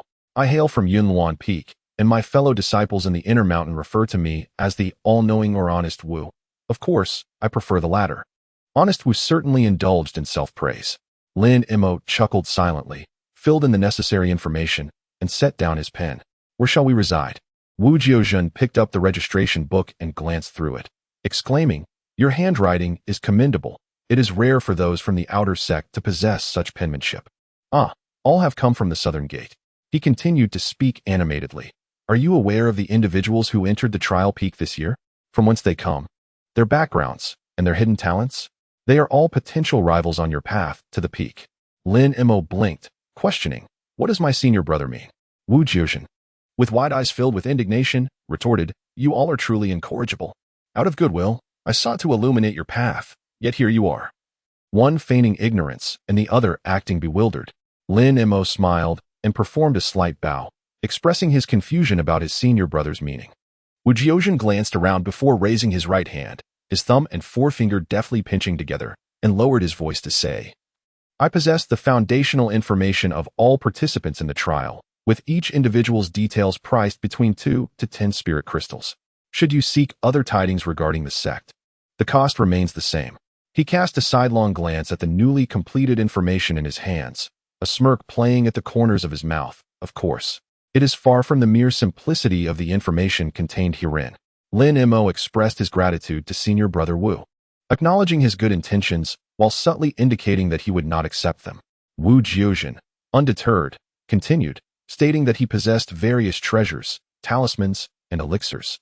Inquiring if Lin Imo wished to take a look, he assured that even if nothing caught Lin Mo's interest, he could articulate his requirements, and guaranteed that the treasures would be delivered within 3 months. This senior brother seemed less like a disciple from the inner sect and more akin to a merchant specialized in promoting wares from a cultivation family. Lin Imo harbored a disdain for conversing with strangers, while Hu Tu, in his lethargy, refrained from uttering a word. With his hands resting on his sword and his chin propped upon his palm, he appeared on the verge of slumber, his posture almost comical. Meanwhile, Wu Jiu, oblivious to the indifference around him, continued to prattle on. "As your senior brother, I have always engaged in trade with utmost integrity, ensuring fair prices.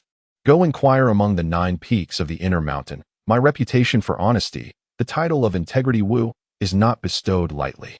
Lin Imo smiled and asked, "Senior brother, could you possibly grant us the key to the trial cave?" Wu Jiuzhen, seeing that the two were unyielding, sighed in resignation and said, "Lu Shi, Shui Feng Ping, or Dai Chui Ao, which one do you prefer? Could you elaborate on the merits of each location?"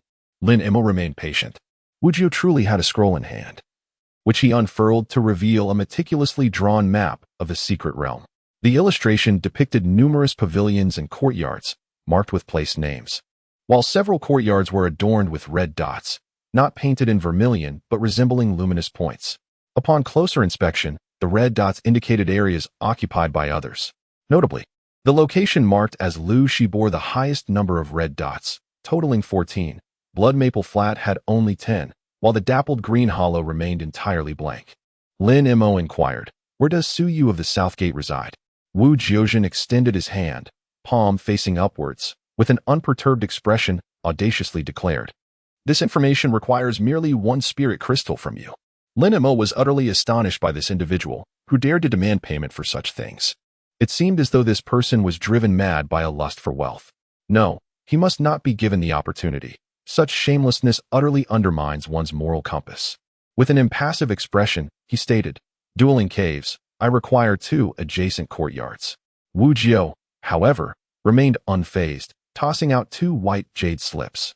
"This place is Liushi, where, starting from the hour of the snake each day, a designated disciple from the various peaks delivers lectures at the precipice before us. To the north lies Dueling Caves, and one can see the white walls and azure-tiled courtyards nestled in the valley from 10 miles away while riding a sword. There is a map above. Infuse it with true essence to examine it with spiritual awareness." Before the two departed, he added, "Should you require any magical artifacts, elixirs, or any information in the future, feel free to seek me here. I assure you, you will not suffer losses or be deceived." Lin Imo led Hu Tu towards the small courtyard, directing their steps to a specific area. Chapter 7. What lies within the mountains. At the end of a stone-paved path stood a vast, flat cliff, precariously hovering above a swiftly flowing stream. A dozen young individuals, some perched upon stones and others seated upon the ground, formed a semicircle, intently listening to a young man in a blue shirt who was imparting knowledge. As he spoke, he gestured with his hands. The left sleeve adorned with embroidery of a silver furnace, while the right displayed golden leaves. 5 silver lines traversed the furnace, whereas only 2 veins were depicted on the golden leaves. He was lecturing on the knowledge of medicinal stones, his voice neither too loud nor too soft, yet possessing a remarkable penetrating quality that was undeterred by the thunderous roar of the flowing water. The approach of unfamiliar faces stirred a slight commotion. Suyu, among the audience, naturally felt her attention drawn to them. Upon spotting Lin Mo, her face instantly illuminated with surprise and joy. Cautiously, she rose and took a few steps back before hastening towards the two. "What brings you here?" she exclaimed, her tone brimming with delight. Hutu interjected. "What brings us here? Naturally, we can come after receiving the sword." Lin Mo discreetly extended his hand and firmly pinched the soft flesh at the back of this fellow's waist, smiling as he remarked, "Since we are destined to come, whether early or late makes little difference." For reasons unknown, Suyu's face flushed a delicate pink, exuding an air of shyness and allure. Why not take a seat and listen to the lecture? The instructor was none other than Brother Yin, a direct disciple of Yao Wang Peak, renowned as the most esteemed alchemist among the younger generation. It was a privilege for an alchemist to expound upon the medicinal texts. Such knowledge was not to be squandered. Lin Mo silently grumbled but dared not show a hint of disdain in front of Suyu, replying solemnly, "Then let us take a seat." The 3 of them made their way to the precipice platform and chose a naturally formed stone ledge to sit upon. Seated beside Suyu, Lin Mo immediately attracted numerous hostile glances. In contrast, Hutu's appearance and demeanor were easily overlooked. Among those casting unfriendly glances, 2 or 3 stood out distinctly. Lin Mo was also discreetly observing, memorizing the faces of these individuals. Each one was at the 6th level of qi refinement, exuding an air of confidence. Their eyes turned skyward, disregarding others. Suyu whispered, "Those few from the East Gate and West Gate, they are numerous and clustered together. We must be cautious of them." Lin Mo lowered his voice and inquired, "How many people are at the South Gate?" Suyu replied, "There are just the 3 of us. Do you see those 2 senior sisters over there? They came from the North Gate, making a total of 7. We can look out for one another." Lin Mo had never contemplated the necessity of forming alliances for the peak trial. In truth, he had never regarded it as significant. The trials occur annually, primarily assessing each disciple's myriad abilities through the challenges presented by the various peaks. The first 9 stages emphasize different aspects. For instance, the Medicine King peak typically tests pharmacology and the properties of medicinal substances. The other 8 peaks exhibit slight variations each year, yet they remain fundamentally consistent, focusing on formations, talismans, sword techniques, and artifact refinement, essentially aligning with the specialties of the 9 peaks. As for the techniques and doctrines in which the peaks excel, the foundational knowledge can all be acquired through task rewards at the trading halls within their sections. The 10th stage of the trial is rather straightforward, an elimination round, wherein whether through direct confrontations or chaotic brawls, the elimination of a single participant suffices to pass the stage. Those eliminated are not necessarily devoid of merit. Their chances of being favored by the peaks are merely lower than those who advance. Where do you reside? Make certain to avoid Blood Maple Flat. Why? Blood Maple Flat is occupied by disciples of the Shaman sect. Several inexperienced individuals from the past have been driven back by them. Within Shaman this year, there is a disciple named Hui Ming, who is rumored to have acquired a sword several years ago but only participates in the trial this year. He is said to be exceptionally formidable, having never attended lectures at Lu Shi, and no one knows the extent of his cultivation. Lin Mo etched this individual into his memory. In fact, there were many participants in the trial this year, and judging by their attire, the 2 disciples from the East Gate, who harbored considerable animosity towards Lin Mo, likely fell into the same category. As the lesson approached its conclusion, the stern senior brother, adorned with silver embroidery of a small alchemical furnace and golden leaves on his sleeves, patiently addressed the inquiries of the disciples, tirelessly responding to a myriad of questions. Ziyu quietly lamented that they should not have chosen the location of Daichui Ao, as it was rather distant, making it exceedingly inconvenient to attend class there every day at the hour of the snake. Hutu grinned and remarked, "Sister Su, do you find it inconvenient for us to come, or is it you who finds it troublesome to arrive?" Lin Momo stood silently. Suyu, feeling embarrassed and indignant, lifted her foot and kicked Hu-Tu in the waist. The fellow let out a yelp and dramatically fell over, clearly putting on a show. The crowd turned their attention at the sound, and the stern senior brother Yin coughed twice. His gaze swept over Lin Momo and Hu-Tu, who dared not meet each other's eyes, instead lowering their heads and exchanging discreet smiles. After addressing all inquiries, the lecture for the day was declared concluded. Senior brother Yin approached the trio directly and, with a respectful gesture, inquired, "Are these two newcomers?"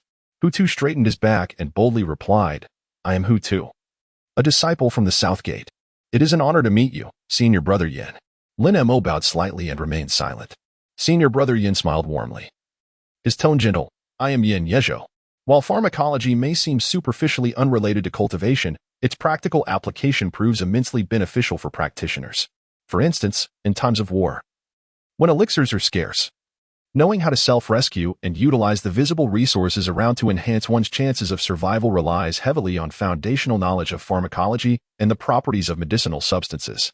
So you respectfully performed a bow and explained, "They have just arrived, and it was merely a moment of joy for the young lady upon seeing a friend, which led to the disruption of the class.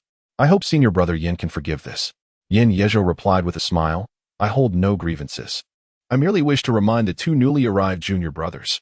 Lin Mo feared that Hu-Tu might act foolishly, for after all, his father, Master Hu, also hailed from the Medicine King Peak. In terms of status within the Inner Peak, he truly could not compare to this esteemed disciple from the summit. Both of us originated from the Southern Gate Pharmacy and naturally understood the earnest intentions of Senior brother Yin. The pharmacy? Yin Yezhou was rather taken aback. Master Hu indeed came from this very peak. Are the two of you well versed in the pharmacist's classics? Lin Mo remarked, not far from the mark. This was not mere boasting. He could recite the pharmacist canon and even the more extensive pharmacist king canon from memory, having diligently prepared for his ascent to the peak of the pharmacist king for quite some time. Naturally, Hu-Tu could hardly recite much, as his focus lay elsewhere. Yin Yezhou did not delve into the matter further, simply stating, "Being close enough is not acceptable. A practitioner's memory far surpasses that of an ordinary person, and the changes in pharmacology and drug properties are manifold. Even the slightest error cannot be tolerated." After saying this, he offered a slight bow, turned, and soared into the sky on his sword, his robes billowing gracefully as he pierced through the air. A wave of astonished gasps erupted from the crowd, quickly transforming into a buzz of excited chatter, reminiscent of a swarm of flies flapping their wings. Senior Yin is so handsome. He possesses such a gentle demeanor. Among the descendants of the 9 peaks, his words are the most melodious. I aspire to marry such an outstanding peak descendant in the future. Although the number of female disciples present was not predominant, their voices resounded louder than the dissenting opinions of their male counterparts. Lin Mo inquired, "Is this eager to teach fellow truly that popular?" Siyu smiled gently and replied, "Senior brother Yin is a genuinely good person." Hu-Tu scoffed, "What of it? Even Master Yu has not accepted him as a direct disciple, merely acknowledging him as a nominal disciple. He is the only direct disciple on the mountaintop without a true master." Lin Mo, intrigued by the mention of Master Yu, had not anticipated encountering a disciple of his on his very first day. The chubby boy's words could not be mistaken. Even Ji Bo had remarked that Mo had never favored anyone enough to take them as a direct disciple, yet he had not mentioned any nominal disciples. The mere status of a nominal disciple allows one to embroider golden leaves and silver furnaces, distinguished by the dividing lines above, indicating a second-grade apothecary and a fifth-grade alchemist. Such individuals are exceedingly rare on the Apothecary King Peak. Regrettably, the chubby boy seemed to know only this and had not divulged any further information. 2 female disciples approached, one on each side of Suyu. The taller of the two was named Wang Yi, while the slightly shorter and more demure one was called Liang Pei'er. Hailing from the North Gate, Wang Yi, assertive and spirited, rolled her eyes at the two, clearly having considered herself Suyu's close confidant after spending these days together. Lin Mo, Hu-Tu, the 2 female disciples frowned, perhaps having heard of someone with such names before. It was evident that further private conversation with Suyu was unlikely, prompting Lin Mo to sensibly pull Hu-Tu away, bidding farewell.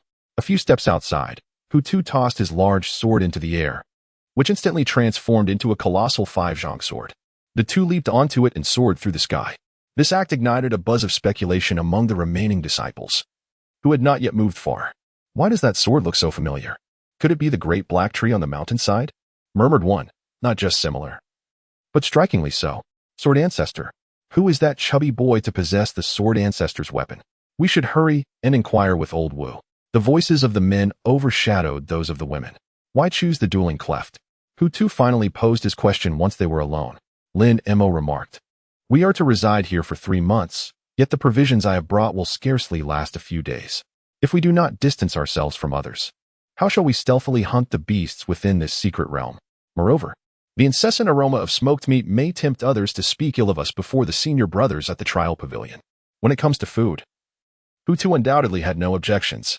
True to form, he immediately brightened, repeatedly murmuring, "We must exercise caution.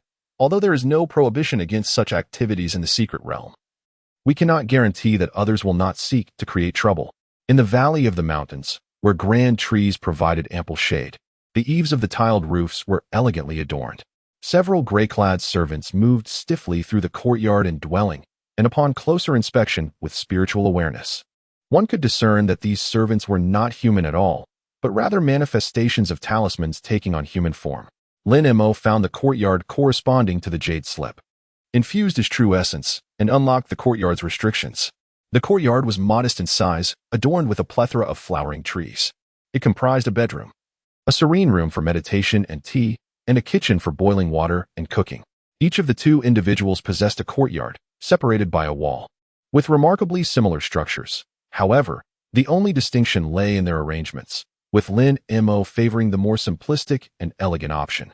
The servants primarily undertook simple tasks such as cleaning and delivering food, which consisted of modest offerings, daily, a few plates of celestial fruits to replenish energy and enhance vitality.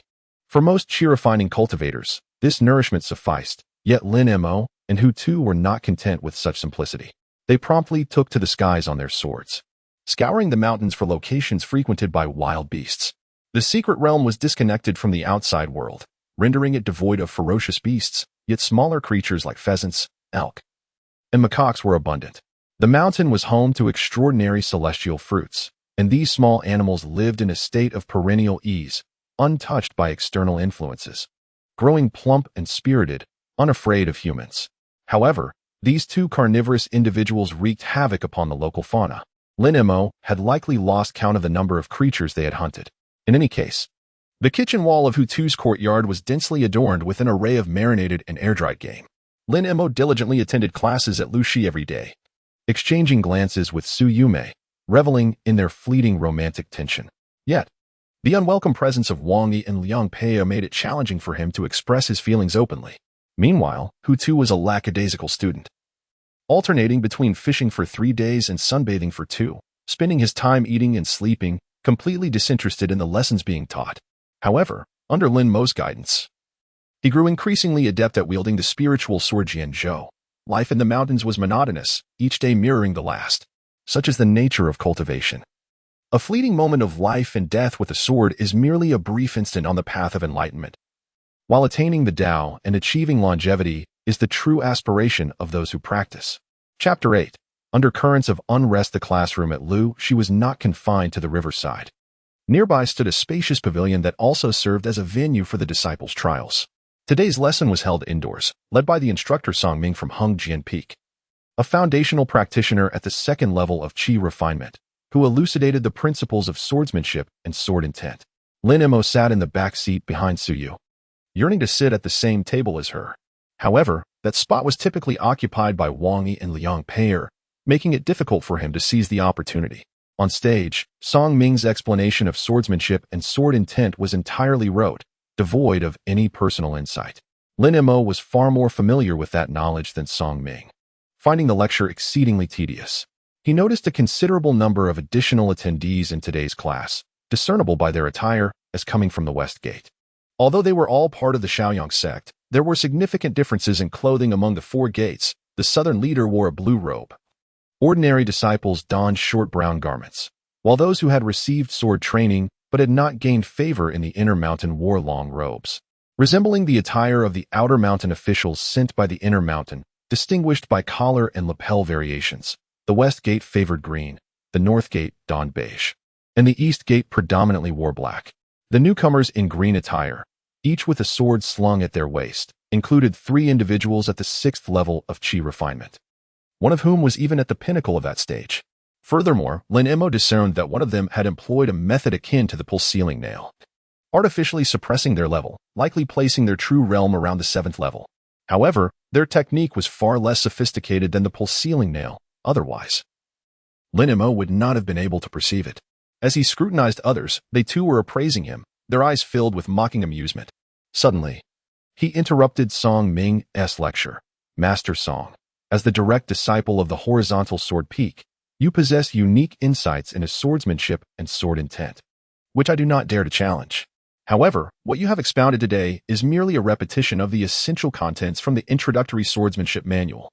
Since you are reciting it verbatim, the trial disciples might as well return home and read the book themselves rather than endure this redundancy.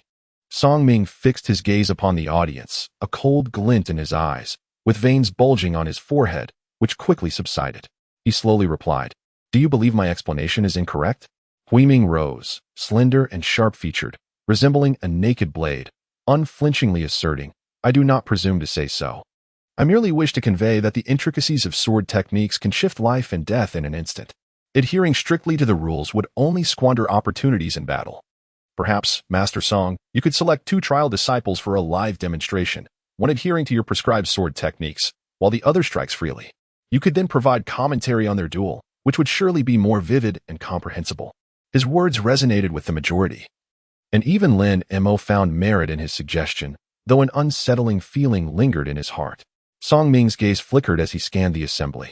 Hui Ming continued, "Since this is an exchange, Master Song need not worry. The sword combat in the trial arena is precisely an opportunity for us newcomers to engage in practical exercises.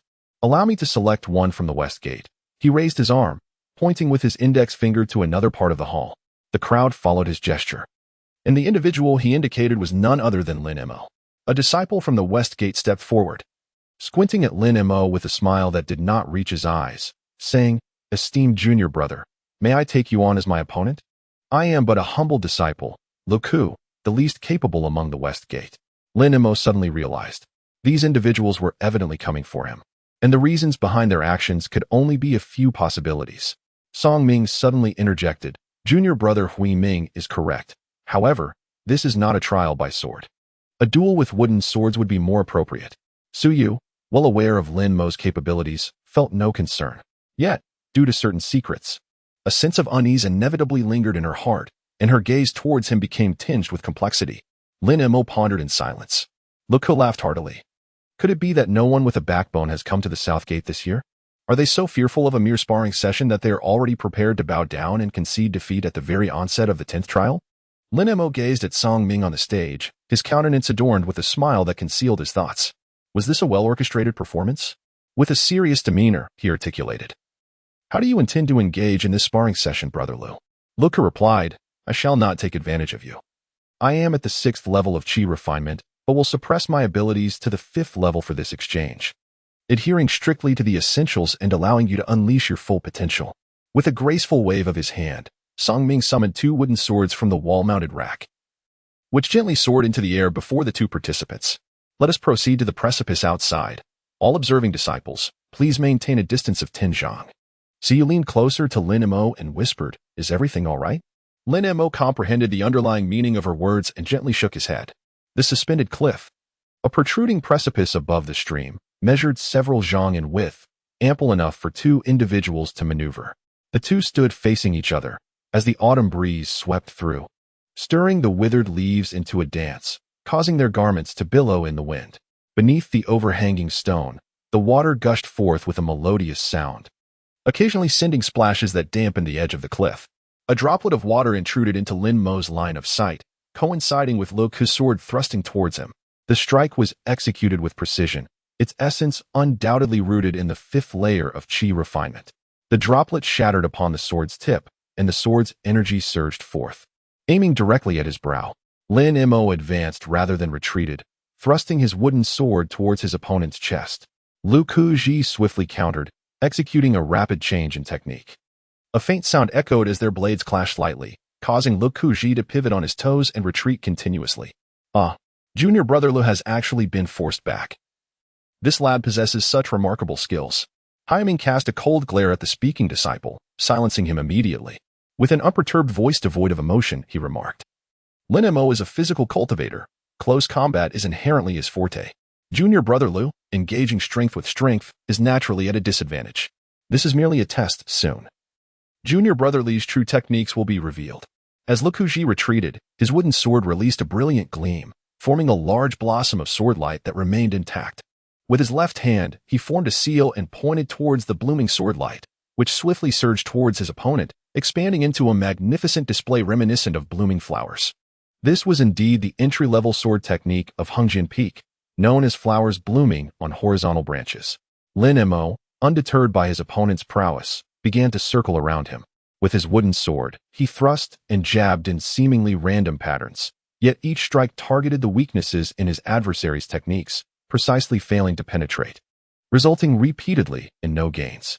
Song Ming stroked his chin, his expression focused, lost in contemplation. Hui Ming, half closing his eyes, refrained from further commentary, judged solely on swordsmanship. Lu Kuji had long since lost, relying merely on his superior realm to deflect most of his opponent's attacks with his chi refinement at the 6th level. Quite intriguing indeed. For Lin Mo of the Southern Gate had mastered an eclectic array of techniques, having thoroughly learned the foundational swordsmanship of the 9 peaks. With a tone laced with sarcasm, Wu Huaishan of the Eastern Gate, the foremost among the 6 trial entrants of the Eastern Gate, remarked, evidently implying something.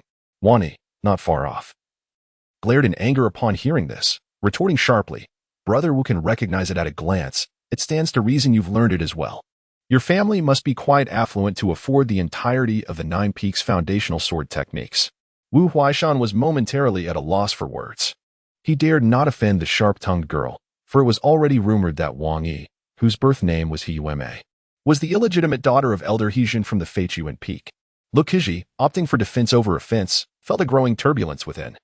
It was not that he lacked the desire to strike. Rather, his opponent's movements were too swift, too rapid for him to keep up with the intricate hand seals required for his techniques.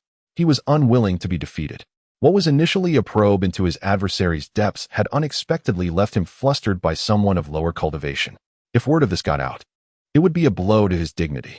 As the sword light dimmed, the myriad floral shadows in the air dissipated. Lu Kuji's wooden sword emanated a layer of azure brilliance, dazzling and blinding. With his left hand, he tapped the spine of the sword and began to chant, Behold! Like sunlight, the sword strikes forth. The wooden sword transformed into a flying blade, soaring through the air, morphing into a streak of azure rainbow. Sword transformation into rainbow, exclaimed several disciples present. This technique was undoubtedly among the highest tier of sword arts accessible to outer disciples, typically reserved for those who, having been rejected by the inner 9 peaks, remained in the outer sect to serve. It would seldom be witnessed in places like the trading market, though there was no explicit prohibition against lower-tier disciples learning it. The azure rainbow, swift as lightning, surged towards Lin Mo's back, the blade aglow with sword radiance. Upon striking, it would be as piercing as a true sword, surely passing through completely. Lin Mo twisted her waist and turned around, gripping her sword with both hands. A sharp sound echoed, though not loud. It was piercing. The azure rainbow faded, and the wooden sword lost control, tumbling down the stone cliff before ultimately succumbing to gravity and plummeting into the ravine.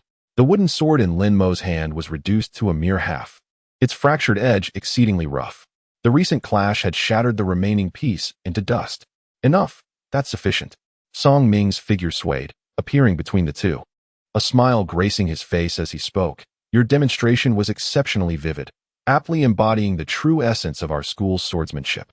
Due to time constraints, I shall refrain from further commentary in this session. We shall delve into a thorough critique of the merits and shortcomings of this sword technique in our next class.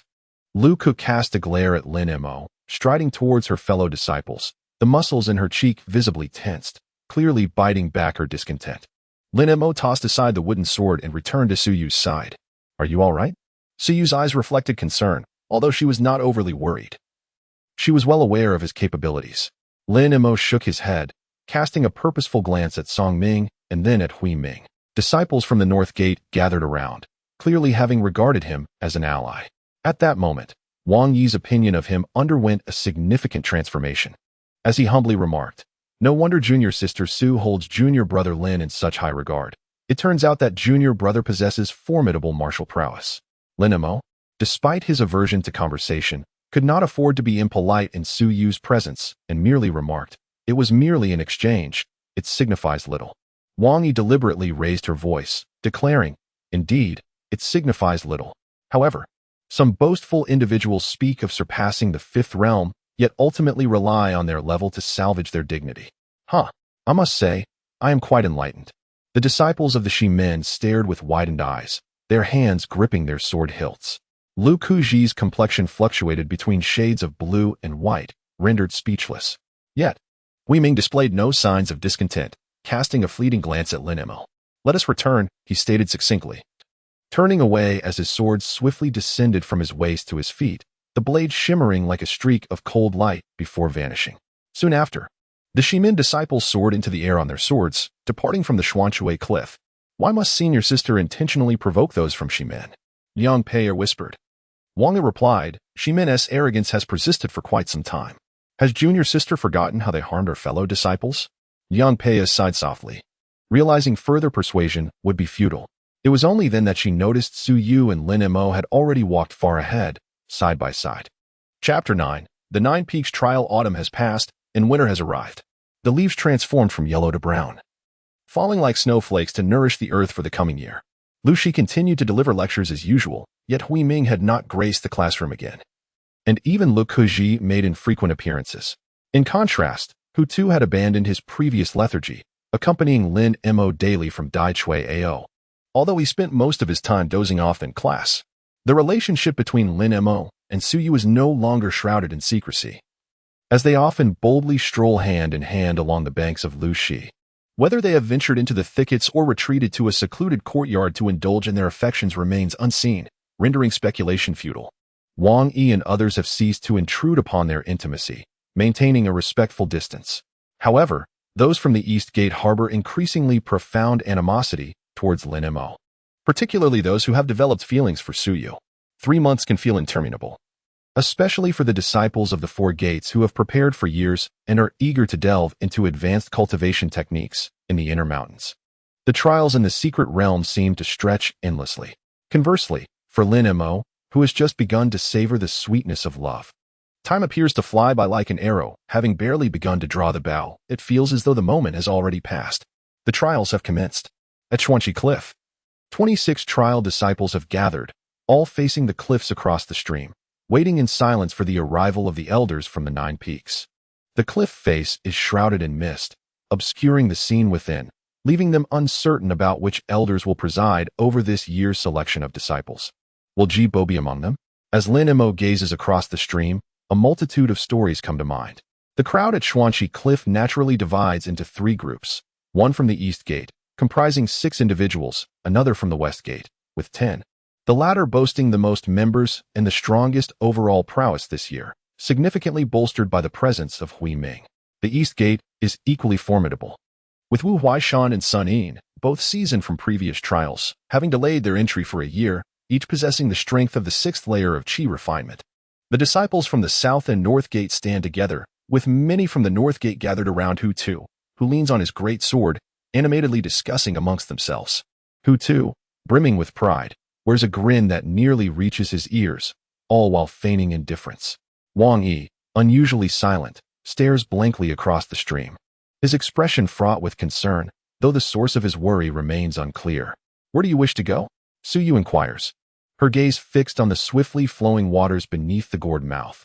The selection of peaks is a dual-directional choice, leaving no one capable of determining their fate. Lin Mo remarked, "What about you, Yawang Peak?" Su Yu replied with a smile, "Of course, I yearn to visit Jixin Peak, for it is the abode of our ancestors and the pinnacle among the 9 peaks. Yet, it remains but a fleeting thought, for the selection criteria of Jixin Peak are exceedingly stringent. How could they possibly extend an invitation to a disciple such as myself? If I could journey to Qinglu Peak, that would also be quite splendid, as it is primarily inhabited by female cultivators." Lin Mo remarked, "One should neither indulge in unwarranted self-importance nor unjustly belittle oneself. You possess great merit. Failing to choose you would be a loss for others." Su Yu smiled subtly and replied, "Do you think you were the elder of the celestial peak?" Lin Mo smiled. The thick fog across the river had dissipated somewhat, revealing 10 indistinct figures. The first to emerge from the mist was Elder Lin Yuan, the guardian of the trial pavilion, who began to announce the rules of the trial. The peak trial serves solely to assess the disciples' various strengths and characteristics, allowing the peaks to select the most exceptional candidates. There are a total of 10 stages, with the first 9 comprising the Heavenly Book sect, the 10,000 Medicinal Codex, Sword Shadows and Flying Sands, and the River Blockade. Spanning 5 days. During the trial, there is no distinction between day and night. Every 12 hours, a meteor will streak across the sky as a prompt. The trial disciples may choose the order of the stages based on their own capabilities. Those who successfully pass 3 stages within 5 days will qualify for the final sword duel stage. However, if a participant fails to pass 3 stages or is injured and deemed unable to continue by the Elders' emergency meeting, their qualification for this trial will be revoked. The 10th stage, the sword duel, will assess the practical combat abilities of the trial disciples, regardless of the method of combat. The elimination of any participant will be considered a successful pass, and both the eliminated and the eliminator will immediately exit the trial arena. Once he finished his announcement, the gray mist behind him had completely vanished, revealing 9 elders from the various peaks, among whom stood a tall, slender figure with black hair and an elegant demeanor. Appearing to be no older than 40, none other than Ji Cha-ching. Lin Mo was genuinely surprised by his presence. Typically, such trivial matters of selecting disciples rarely attract the attention of the esteemed Grand Elder. To bring Hu Tu into the ranks of Jishin Peak, the venerable Grand Elder seemed to disregard his own dignity. Internally, he harbored resentment, yet wore a smile on his face. The inner mountain elders seldom ventured to the outer mountain's 4 gates, and most outer disciples were unfamiliar to them. However, the sect had stringent requirements regarding attire, especially during ceremonies, and recognizing the hierarchy of clothing colors was essential knowledge for newcomers. A fervent buzz of discussion arose among the crowd. The Grand Elders had indeed arrived. And not just one. Look at that figure adorned with a mountain pattern, surely from Qianren Peak. Another Grand Elder. Could it be that someone is particularly noteworthy this year? All eyes turned to the solitary figure of Hui Ming amidst the throng. If anyone stood out this year, it was undoubtedly him. Ji Changqing stepped forward from the ranks, waving his hand as his robe billowed, creating a massive vortex before the precipice of Xuanxi. I hereby declare the trial to commence. 6 sword rainbows surged from the crowd, plunging into the vortex. Those were the 6 from the east gate. The west gate was not to be outdone, with 10 individuals soaring on their swords, entering in succession. Wang Yi remarked, "Sister Su, we shall convene inside," and followed his companions into the vortex. Hu Tu turned to glance at the 2, and Lin Mo chuckled. "What are we waiting for? Mount your swords, let us go." Only Hu Tu wielded a sword, but the sword boat was ample enough to comfortably accommodate all 3. The trial realm appeared as a secret within a secret, extending endlessly before the eyes. It featured mountains and waters, yet only the sound of the wind could be heard, devoid of any other noise. Lin Mo observed for a considerable time, yet he discerned no bird in the sky, while a wild beast roamed the ground. This was a mirrored world. Hu Tu, in response, propped his chin with his left thumb and index finger, adopting an air of feigned wisdom. I concur with that sentiment. However, a swift slap landed on the back of his head. You think you know better? I warned you against falling for Wu Jiu's tricks. But you refused to heed my advice, purchasing a plethora of worthless information. How is that of any use? Hu Tu, indignant, retorted, it's not useless at all. At least they clearly outline each person's cultivation level and their proficiency in techniques, which is far more beneficial than stumbling about in ignorance. Su smiled, pursing her lips. Don't just blame Hu Tu. I possess a copy as well. Lin Mo was taken aback, touching his face, which felt slightly warm. Did you also go to buy it? He inquired. Su replied, I didn't spend any money. He offered it voluntarily. However, the contact person for the Su family stationed in the mountains must have provided him with some benefits. Hu Tu complained, I knew it. Everyone is like you. Previously timid as a maiden, in front of senior sister Su, you had to, but was swiftly silenced by Lin Mo, who muffled his words into indistinct sounds. Fortunately, Su did not seem to mind. Lin Mo asked hesitantly, which challenge shall we tackle first? Su glanced at Hu Tu and proposed, how about we head to the Heavenly Book Gate? The Heavenly Book Gate is part of the trials at the gathering Immortals Peak, which is renowned for its expertise in the art of talismans. Naturally, the assessment primarily revolves around talismanic skills, and the rules are relatively transparent. One must inscribe the talisman derived from the uninscribed stone tablet in front of the gate onto its surface. Once the inscription is successfully completed, the gate will open. This trial chiefly evaluates individual capability, allowing only one person to pass at a time, even if others enter through the grand entrance. The internal restrictions will only acknowledge the individual who inscribed the talisman. Moreover, each person perceives a unique talismanic pattern, and one is afforded but a single opportunity. Should one choose to bestow their understanding of the talisman upon another to facilitate their passage, they will no longer have the means to acquire new talismanic insights. The imposing, jet-black door stood amidst a sea of verdant greenery. Viewed from the side, it revealed a sheer cliff behind it, shrouded in mist, plunging into unfathomable depths. Outside, a stone tablet, half the height of a person, was erected, a wordless heavenly book tablet.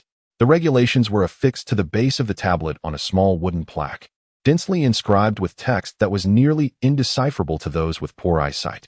Suyu settled into a cross-legged position, eyes wide open, intently gazing at the wordless tablet, while simultaneously immersing his consciousness into the stone. Lin Mo sat beside her, paying no mind to Hu Tuesday, that fellow's father. As the chief steward of the Southern Gate Apothecary, was exceptionally skilled in the art of making money, adept at filling his own coffers. Furthermore, being a disciple of the Medicine King Peak, he had undoubtedly provided his son with a wealth of cultivation texts. However, given Hu Tu's disposition, it would indeed be a rarity for him to exhibit any patience in his studies. Even when attempting to draw talismans based on the symbols, he might find himself at a loss. And as for the wordless stele, it relied solely on comprehension, making it exceedingly difficult without a solid foundation. True to form, the Rotundu soon felt his eyelids grow heavy after a mere glance, and before long, he leaned against a stone and drifted off to the land of dreams, quickly succumbing to a thunderous snore that resonated like a lion's roar. Lin Mo did not linger for long. His index finger flickered slightly, conjuring an ambiguous figure in the air. He had mastered this symbol, known as Tianjing Lan, at the tender age of 9. It is employed to ensnare an opponent's magical artifacts, and while it is not particularly profound, it cannot be deemed simplistic either. Turning his gaze toward Hu Tu, he casually picked up a small stone and hurled it at his quivering, rotund face. Hu Tu exclaimed loudly, his reflexes surprisingly sharp as he grasped his sword, squinting his eyes and scanning the surroundings. Suyu's delicate form trembled lightly, clearly interrupted from her contemplative state, yet she did not express any discontent. Instead, she continued to observe intently. Lin Mo approached the chubby boy and inscribed the talisman on the ground with his finger. Hu Tu immediately grasped the meaning, but was left in a state of confusion, asking, "Why don't you draw it directly? What purpose does this serve for me?" Lin Mo remarked, "Did I not inform you earlier that atop Jishin Peak exists a profound technique known as the Sleeping Dragon Heart Method? It is most suitable for you, as it allows one to cultivate while at rest. Jishin Peak is undoubtedly your destined abode. Do you really believe they would choose me? Whether chosen or not is a matter for later deliberation.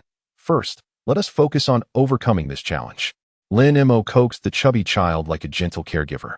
This fellow was commendable in many respects, yet his stubbornness seemed inherited from either his mother or father. Hu Tu remarked, "If I were to visit Jishin Peak, you must not renege on your promise." Lin Mo rubbed his nose, feeling quite helpless. In order to persuade him to take the sword examination together, he had promised the chubby boy that henceforth, he must hunt a certain quantity of game each month to deliver to him. It was nothing short of coercion. The crux of the matter was that he could not refuse, as he was bound by Jibo's entrustment. Well, he understood. Understanding was not enough.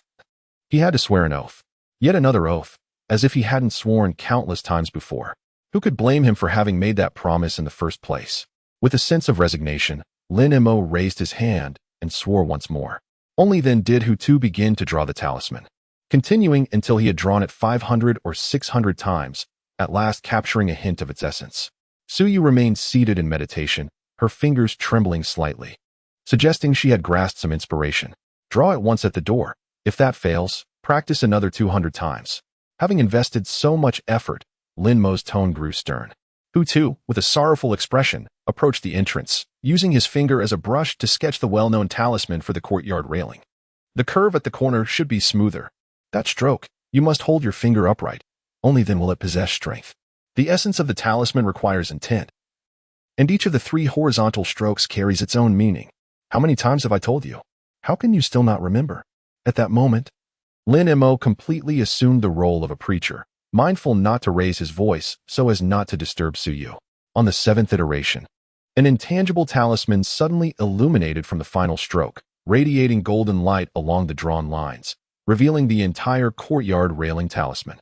The heavy door creaked open of its own accord, revealing a thick mist behind it, through which golden light occasionally pierced. Hu-Tu stepped through the doorway. Amid the creaking sounds, the door closed behind him. In the next moment, Hu-Tu stood before the nameless steel, a look of confusion on his face. Yet a golden talisman had appeared on the back of his hand. Chapter 10. Cheating. We're just showing off. Sitting atop the sword vessel, Lin Mo sighed repeatedly. Hu-Tu, chewing on jerky, incessantly chattered, I say, you really ought to, in the future, become Dao partners with senior sister Su. It would be truly bizarre if your ears were not attuned to her. Usually, you can't even muster a peep, dodging everyone who bullies you. Now, what is the matter? You're showing off in front of senior sister Su. She hails from a cultivation family. What kind of talent hasn't she encountered? After the chubby boy passed the examination, Su Yu sent them away, not exactly a dismissal, but rather a heartfelt urging. Lin Mo was still contemplating the prospect of triumphantly facing challenges side by side with her. Yet, just as the dream began to unfold, it abruptly came to a halt. Which level should she venture to next? Having barely passed the previous level through underhanded means, Hu Xiaoping was brimming with confidence. Lin Mo retorted with irritation. Go to the compendium of 10,000 medicines. I cannot possibly master it. Speaking of which, in just 5 days. How could I possibly memorize hundreds of thousands of medicinal herbs? Meanwhile, Hu-Tu complained incoherently while stuffing his mouth with food. Lin Mo found the situation both infuriating and amusing. It's not you, it's me. You've passed one hurdle. Surely I must overcome one as well. Hu-Tu cast a sidelong glance at him and remarked, There's no need to insist on going to the Wan Yao Su. What is so special about Yaowang Peak? It reeks of medicinal herbs. After spending over a decade in the pharmacy, haven't you had your fill? Lin Mo remarked, What is enough to hear? I originally intended to pursue the path of alchemy. Otherwise, I would be wasting my days in the apothecary, merely assisting those esteemed elders. Many matters must remain buried within my heart. Even if the relationship is close, I dare not reveal a single word. As for Su Yu, I shall address that later. There is ample time ahead. The 10,000 Medicinal Codex is the most fixed trial among the 9 challenges, having remained unchanged for centuries. A stone cave has been chiseled into the mountain wall, shallow in depth, with a barrier at the entrance allowing passage for only one person. Sunlight filters through the cracks at the cave's apex, rendering the stone chamber shrouded in a hazy gloom, while the incessant sound of dripping water fills the entire space. Upon entering, a myriad of illusory herbs materializes before Lin Mo, with countless characters floating in the air, inducing a dizzying sensation.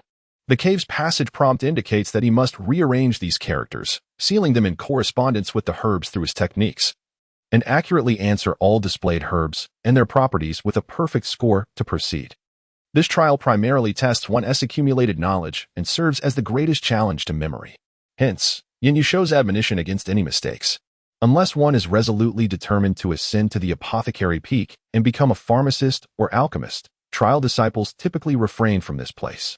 What others find troublesome, Lin Mo has long desired. He has memorized the pharmacist's tome, which catalogs over 300,000 types of herbs, their properties, pharmacology, and prescriptions since the age of 12.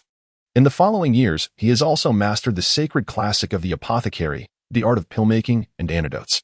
If the secret texts given to him by Ji Bo were merely tools for deciphering the insights left behind by his father, the study of alchemy is the true discipline he diligently delves into. His goal has remained singular from the outset, to become the direct disciple of the venerable Umo of the apothecary peak. Learning the legendary truths of refining the body into a furnace and cooking elixirs with true essence. This was his father's unfulfilled wish, and he is determined to make amends. The path to enlightenment ascends through oneself and one's heart. Cultivating oneself is akin to climbing a mountain. As long as each step is taken with steadiness and one does not fall into the abyss, the ascent continues. In the fullness of time, there will come a day to behold the scenery from the summit. However, the cultivation of the heart varies among individuals, nebulous and elusive. The so-called 3,000 paths to the Great Way all lead to the heavens, each appearing to offer endless possibilities. Yet each path is fraught with thorns and peril, with no one daring to claim absolute correctness. Only with a steadfast heart, that unwavering dedication and persistence, might one ascend to the heavens and witness the beauty of the world. His hands moved swiftly. capturing characters and sealing them onto the ever-appearing herbs with remarkable skill and speed, almost instinctively. However, even after losing count of how many times he had repeated this, the illusory herbs continued to flash before him, line after line. Was this a never-ending trial from the apothecary peak? Muttering incoherently, he continued to busy himself with his hands, oblivious to the countless times he had extracted invigorating elixirs from his emotional entanglements, stuffing them into his mouth. He was equally unaware of how many strips of jerky he had consumed to assuage his empty stomach. Outside the cave, Hutu leaned against the cliff wall, using the enormous sword as a pillow, indulging in 3 long slumbers. Each time he awoke, he would retrieve a heap of jerky from his treasure bag to satisfy his hunger, losing track of how much time had elapsed. He had never even noticed the shooting stars streaking across the sky, just as he finished a substantial portion of meat and prepared to drift into his 4th nap. A thunderous noise erupted from the cave, shaking the very ground beneath him, and a disheveled figure emerged from the cavern. "What on earth happened to you?" Hutu stammered, struggling to articulate his thoughts, as the person before him, Lin Mo, appeared utterly transformed. His eyes were deeply sunken, his complexion pallid, and his cheekbones protruded sharply as if he had been starved. Lin Mo muttered a few indistinct curses and inquired, "How long has it been? Do we still have enough time to clear the obstacles?" Hutu scratched his scalp, wearing a look of bewilderment. "I have no idea. After sleeping twice, I haven't even glanced at how many rounds the meteors have traversed in the sky." Lin Mo hurriedly said, "Quickly check the jade slip to see which pass is nearby. We must ensure we clear 3 passes." Hutu took out the jade slip and glanced at it. "There are sword shadows and flying sand nearby. It is likely the checkpoint of the horizontal sword peak. Then let us not delay. There's no need for a break, considering your state." "No need." Lin Mo stuffed a revitalizing pill into his mouth, crunching it audibly. Outside the grand entrance, 6 disciples from the East Gate trial were engaged in earnest discussion. Upon raising their heads, they noticed a striking sword vessel soaring through the air, causing a palpable tension among them as they grasped their swords. They swiftly formed a semicircular formation, shielding the entrance behind them. The sword vessel hovered at a short distance. Hutu, with arms crossed over his chest and chin held high, proclaimed loudly, "Friends from the East Gate, I hope this message finds you well." Lin Mo was taken aback to hear the chubby boy utter the phrase safe and sound, likely a consequence of the influence from the intriguing comic books procured from Yushan Town outside the South Gate.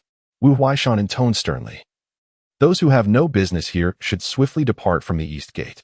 Who, known for his single-mindedness and generally disinclined towards social interaction, did not possess a temper that could be easily categorized as mild. Everyone in the South Gate was well aware that if one provoked the seemingly simple-minded yet formidable Hu, they would inevitably find themselves ensnared in a sack and subjected to a midnight beating within 2 days.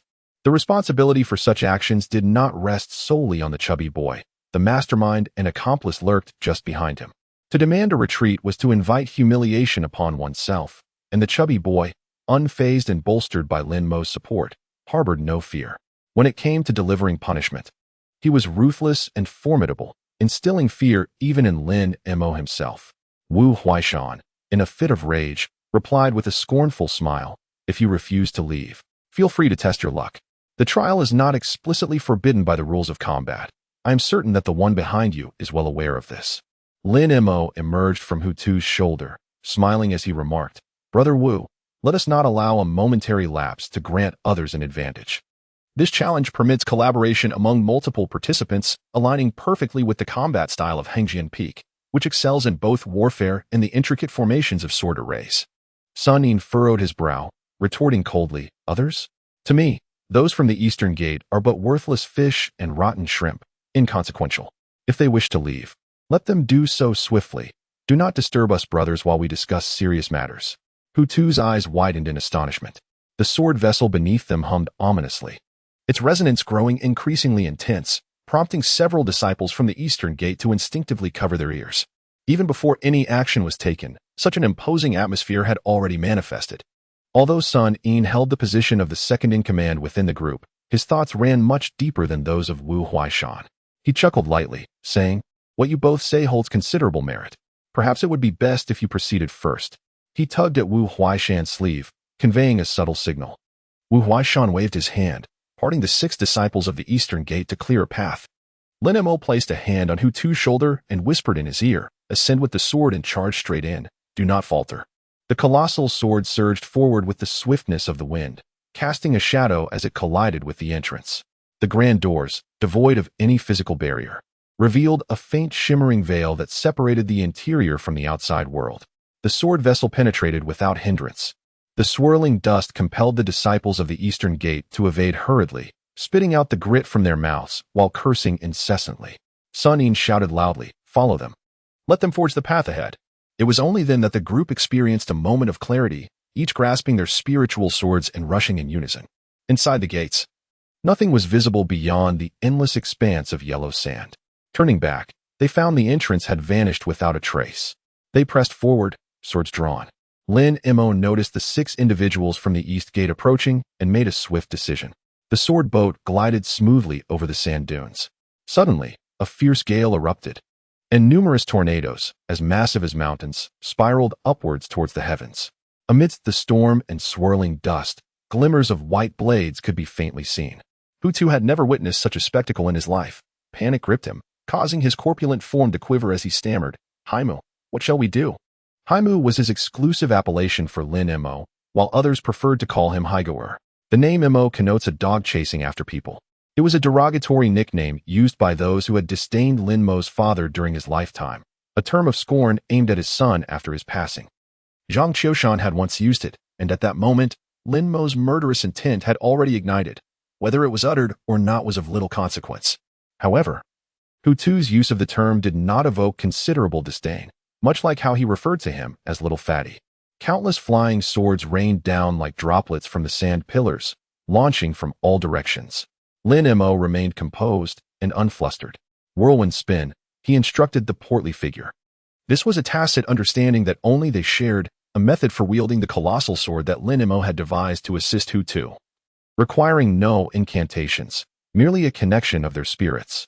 In the realm of cultivation, such techniques that do not necessitate the resonance of heaven and earth are collectively referred to as divine powers. The sword vessel began to rotate thunderously, despite its considerable width. Its speed did not need to be swift to obscure the sky and earth, resembling an incessantly spiraling siege crossbow bolt, fiercely launching into the towering pillar of sand. Clang, clang, clang, the countless flying swords clashed with shadows, shattering and ricocheting, filling the sky with sparks akin to fireflies. The sword vessel trembled violently, pressing onward relentlessly. The 6 sons of Dongmen gazed in astonishment, initially able to keep pace with the vessel's speed, drawing near to the tornado column as the rain of swords intensified. However, as the vessel indiscriminately shattered debris that flew in all directions, the net of swords formed by the 6 sons could no longer withstand the onslaught.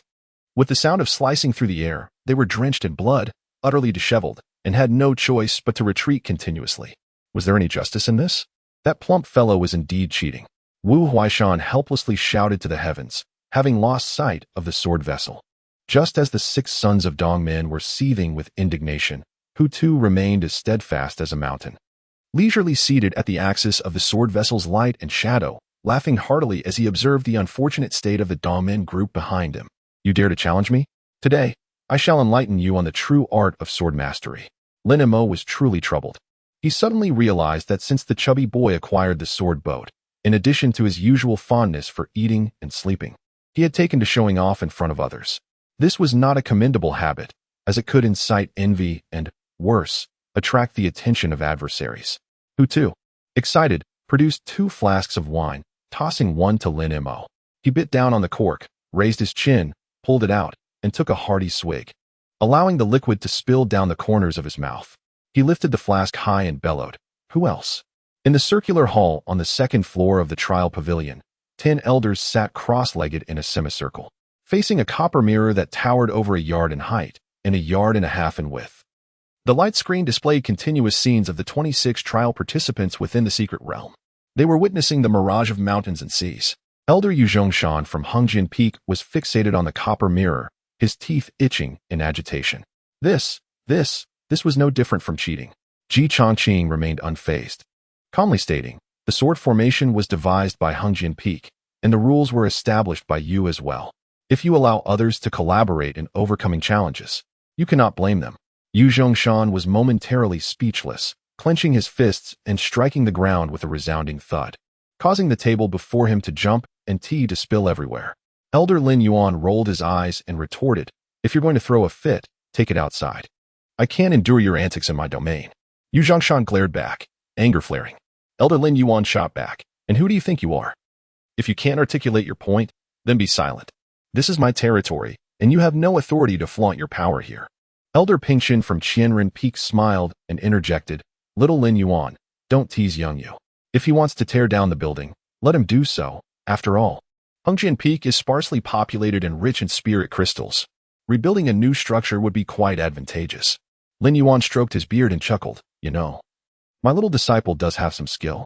That sword of his truly brings forth its potential." He turned to Elder Ming Sun of Yaowang Peak. "What say you, junior brother?" The two shared a master but belonged to different peaks. Lin Yuan hailed from Jixian Peak, where his master was an elder who later became engrossed in alchemy, spending decades mastering the craft, and willingly lowered his status to become the head of Yaowang Peak's alchemy pavilion, eventually taking in Ming Sun as a disciple.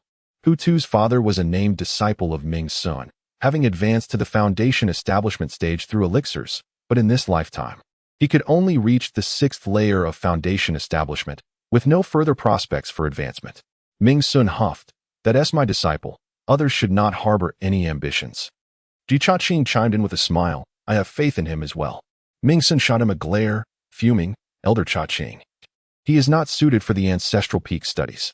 Even if he passed through the heavenly book gate, any discerning person can see the truth." Ji Chaqing replied nonchalantly, "Did you not see that little fellow took a nap before the 10,000 medicines register without even stepping inside?" Ming Sun remained silent, his demeanor unsettled. Chapter 11. The consequence of temptation is death. The sword boat glided steadily forward, heading straight for the impregnable fortress that permitted alliances to breach its gates. "Would it?" The young master mused. "Was I not quite impressive just now?" Hu Tu's enthusiasm lingered. Lin Mo smiled and remarked, "At first. Did you not express disdain for the size of the sword?" "It was never about that. I merely worried it would be unwieldy." Hu Tu resolutely denied ever having expressed any aversion to the sword boat, even in the absence of others. The two exchanged light-hearted banter, still resonating with the thrill of excitement. Suddenly, a radiant sword light appeared gracefully. A figure, accompanied by a sword, obstructed the path of the colossal sword boat. It was Hui Ming. Hu Tu emitted a low, rumbling growl from his throat. Ever since the encounter at Xuanqi Cliff, where Lu Ku had tested his skills, this individual had not reappeared in the Lu Shi classroom. Hu Tu had not even laid eyes on him. Recognizing him at a glance was only possible thanks to the information he had purchased from Wu Jiuzhan, which contained an engraved portrait of this person. Lin Mo remained silent, his gaze fixed upon the individual before him. The appearance of this person was anticipated. However, at this moment on the 2nd floor of the trial pavilion, discontent was being vociferously expressed. What was he to do? Ming Sun shouted angrily, directing his attention towards Ji Changqing and Daoist Pingchen. Among the 10 present, Ji Changqing held the highest status, while Pingchen wielded the greatest authority. The former was the Grand Elder of the Ancestor Peak, the guardian of the sect's secret texts, and the latter was the Grand Elder of the Qianren Peak, the head of the sect's penal hall. Ji Changqing appeared disinterested, his eyelids drooping, seemingly oblivious. Yet internally, he was more anxious than Ming Sun. As the worries that had plagued him before the trial finally erupted, Daoist Pingchen stated nonchalantly, "As long as there are no prohibitions against it, one may act freely. Provided that no lives are lost, there is little I can do." The sword boat hovered, and the once audacious Hu Tu now concealed his rotund form behind Lin Mo. The disparity in their sizes was too great. He was desperately curling up, murmuring under his breath, "What to do? What to do, Blackwood? Think of a solution quickly." "That person is Hui Ming, the one who acquired the sword 3 years ago." His voice was so faint that only he could hear it. Lin Mo gradually straightened his posture, clasping his fists and bowing slightly. "May I inquire what guidance senior brother Hui Ming has to offer?" Hui Ming, half closing his eyes and gazing in another direction, replied coldly, "I have just heard that you two effortlessly traversed the sword shadow and flying sand. I have come to seek your insights." Such a tone hardly suggested a quest for knowledge. It resembled the challenge of a life and death duel. Having emerged from the sword shadow and flying sand barely within the time it takes for an incense stick to burn, the Eastgate Six are likely still struggling within the formation. How could this news have reached his ears? Does he possess the ability to see 1,000 miles away and hear the faintest whispers on the wind? Lin Mo suspected that this individual was approaching him directly. He never anticipated that news could travel so swiftly even within the secret realm of Brother Huiming. With a double entendre, the implication was clear. Huiming replied coolly, "Many have come. Our people are everywhere, keeping watch. The talismanic scripts can convey messages in no time." Lin Emo suggested, "Why not make a pact with Brother Huiming? Let us become rivals at the 10th challenge, shall we?" He merely proposed this, as he did not wish to reveal his true capabilities in front of the crowd. Huiming shook his head and replied, "In swordplay, there are always adversaries.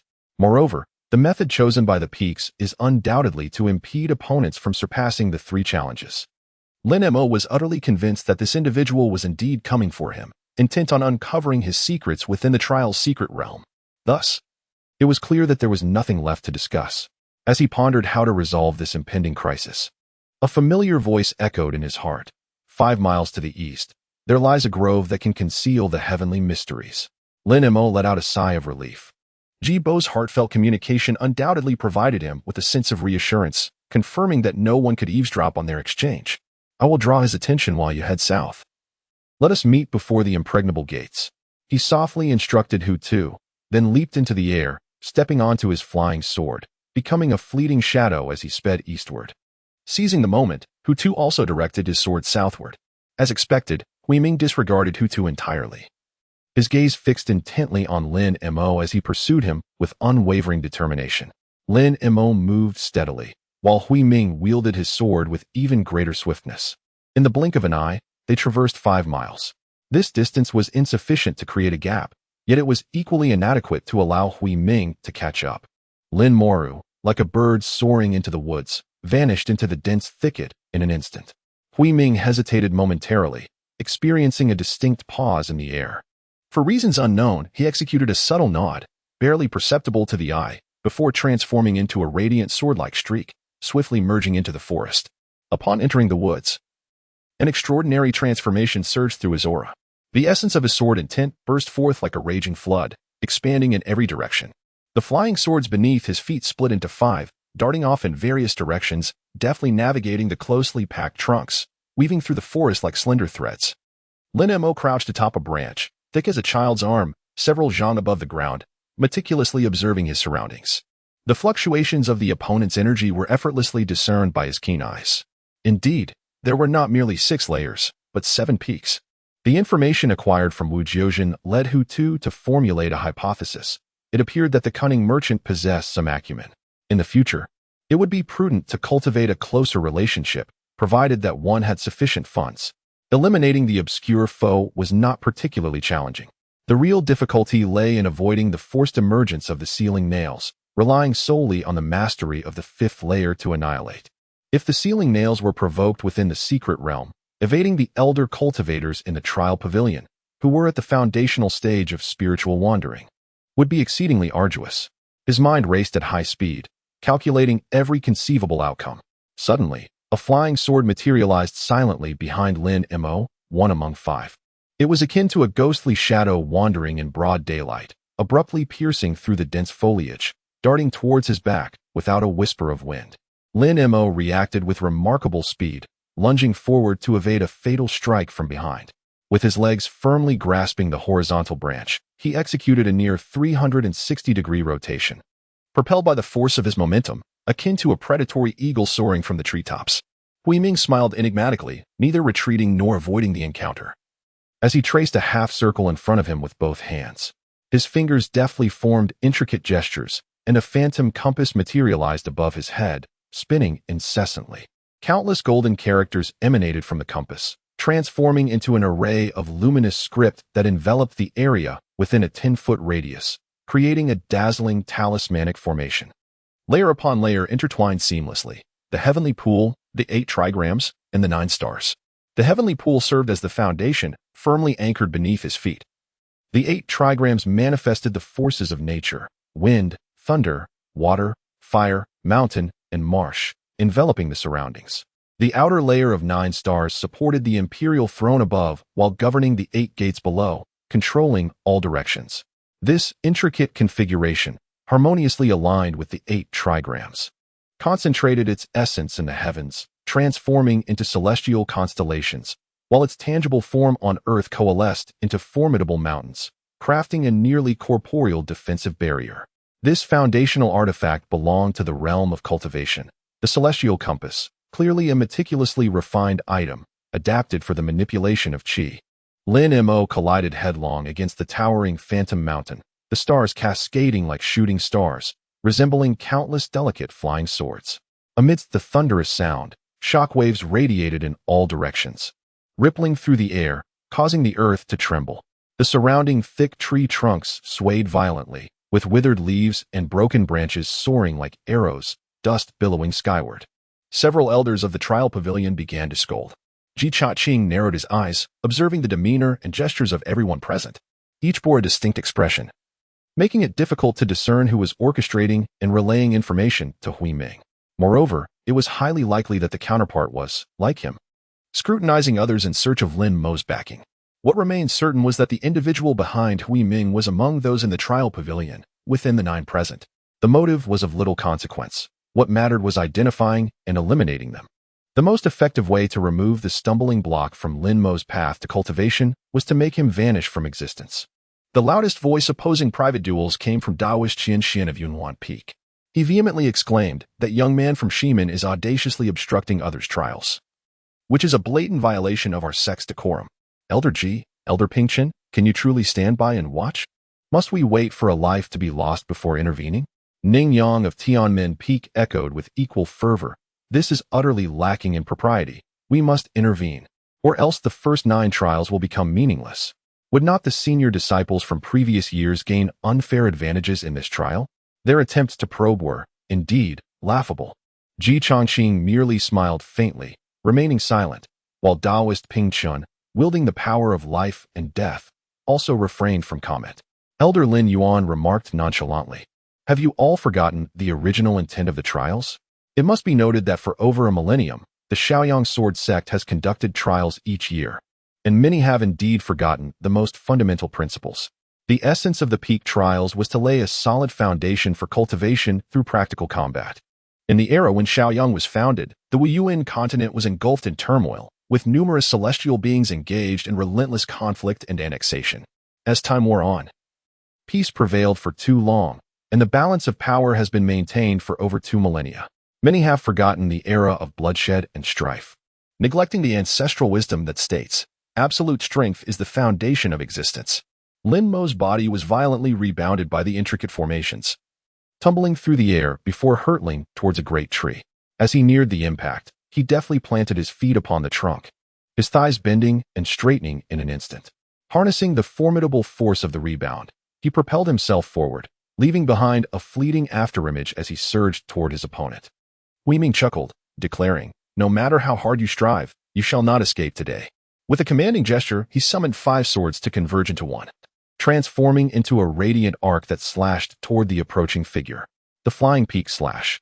Lin Mo recognized the swordsmanship at a glance. This strike surpassed the capabilities of outer disciples, belonging instead to the secret sword technique known as the Huaiweju, passed down from the Qianren peak of the inner sect. According to the sect's testing regulations, any disciple participating in the trials is prohibited from practicing the secret techniques of various peaks. Violators shall have their qualifications for the trial revoked on the spot. This rule serves as one of the measures to ensure fairness during the trials. Lin Mo had indeed studied the natural sciences, guided by Ji Bo, who oversaw the sect's secret scriptures. However, he had not truly devoted himself to mastering them. All the techniques and secrets were merely tools for him to deconstruct and analyze, clarifying their principles and validating the flaws in his own swordsmanship. He aspired to forge a path distinct from those trodden by his predecessors, seeking uniqueness in order to reach a new shore. And what is that shore? It is the embodiment of dreams. Lin Mo's aspirations are more untainted than those of the majority. He seeks to attain the pinnacle of lethality. For only through absolute power can he cleanse the shame of his parents and ensure that his adversaries receive their just recompense. Yet, his foes reside not in this realm, nor even in the world as most perceive it. Suddenly, he comes to a halt, akin to a powerful crossbow that has been unleashed, momentarily suspended in time. With a fierce motion, he brandishes his sword, gripping it with both hands and delivering a forceful downward strike. A resounding clash echoes as a cascade of sparks erupts, dazzling and bright. The 2 ethereal swords collide, sending glimmers of silver shooting outward, accompanied by the simultaneous sound of sharp blades penetrating wood from all directions. With a cry of anguish, Hui Ming spits blood and stumbles backward. The sword shatters, specifically, the exquisite spirit sword known as shadow carving.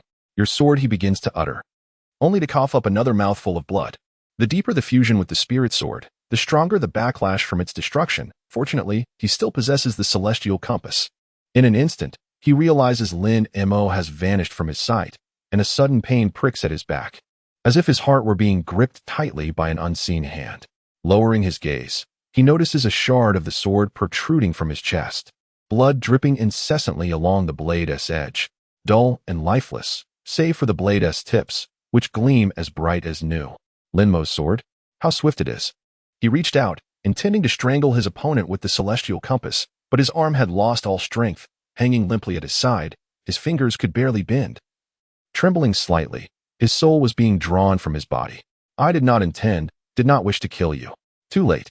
In his ears echoed Lin Mo's voice. "Do not think I am oblivious. Your sword can leave a fragment of the soul upon another's primordial spirit without their awareness, perceiving what others see and sensing what others think." Hui Ming's mouth was filled with blood, a bitter smile gracing his lips, a smile more grotesque than tears. You are not even at the 5th level of chi refining." Lin Mo whispered. "Allow me to share a secret with you. I have long attained the 8th level of chi refinement, so your demise is not in vain. I hope your master is pleased with your sacrifice." Whether Hui Ming fully comprehended this utterance remains uncertain. However, such details are inconsequential, for as the sword withdrew from his body, he had already collapsed, his eyes wide open and unblinking, succumbing to eternal slumber. The blade's tip continued to drip with crimson blood. Lin Mo gazed intently at the lifeless body on the ground, his stomach churning violently. The last time he had taken a life, that of Zhang Qiushan, Siyu had been by his side, diverting much of his attention. This time, however, the repulsion following the act of murder was overwhelmingly intense. He swiftly turned and dashed to a nearby tree, gripping its trunk as he doubled over and retched violently. It was unclear how long he had vomited, but he had nearly expelled everything from his stomach. Only when the nausea began to abate did he return to the corpse, where he discovered a multi-treasure bag. Undeterred by any potential restrictions, he probed with his spiritual sense and found it quietly suspended within, containing 400 to 500 spirit crystals and a small jade slip. He picked up the compass that had fallen to the ground, determining from its design that it originated from the refining hall of Yunwan Peak, level 9. Although it was a treasure belonging to the Foundation establishment stage, it was not restricted from being purchased by Qi refinement stage cultivators. Outer sect disciples often relied on inner sect disciples to procure such high-priced treasures, making it difficult to ascertain the source. Nevertheless, its value was considerable, around 1,000 spirit crystals, combined with the 400 to 500 spirit crystals. The total worth exceeded 1,500. Among outer sect disciples, this could be deemed quite affluent, though it paled in comparison to those like Hu Tu and Suyu, who had powerful backing. The jade slip contained a set of cultivation techniques, specifically the Qianren Peak's Huaweju.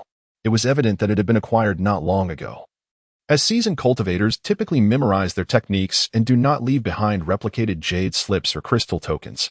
This practice serves as a precaution against others obtaining their methods, thereby avoiding the potential exposure of their vulnerabilities. Lin Mo cast the compass into the treasure pouch, then brandished his sword, ruthlessly stabbing the corpse multiple times, particularly focusing on the fatal wound, rendering it utterly mangled.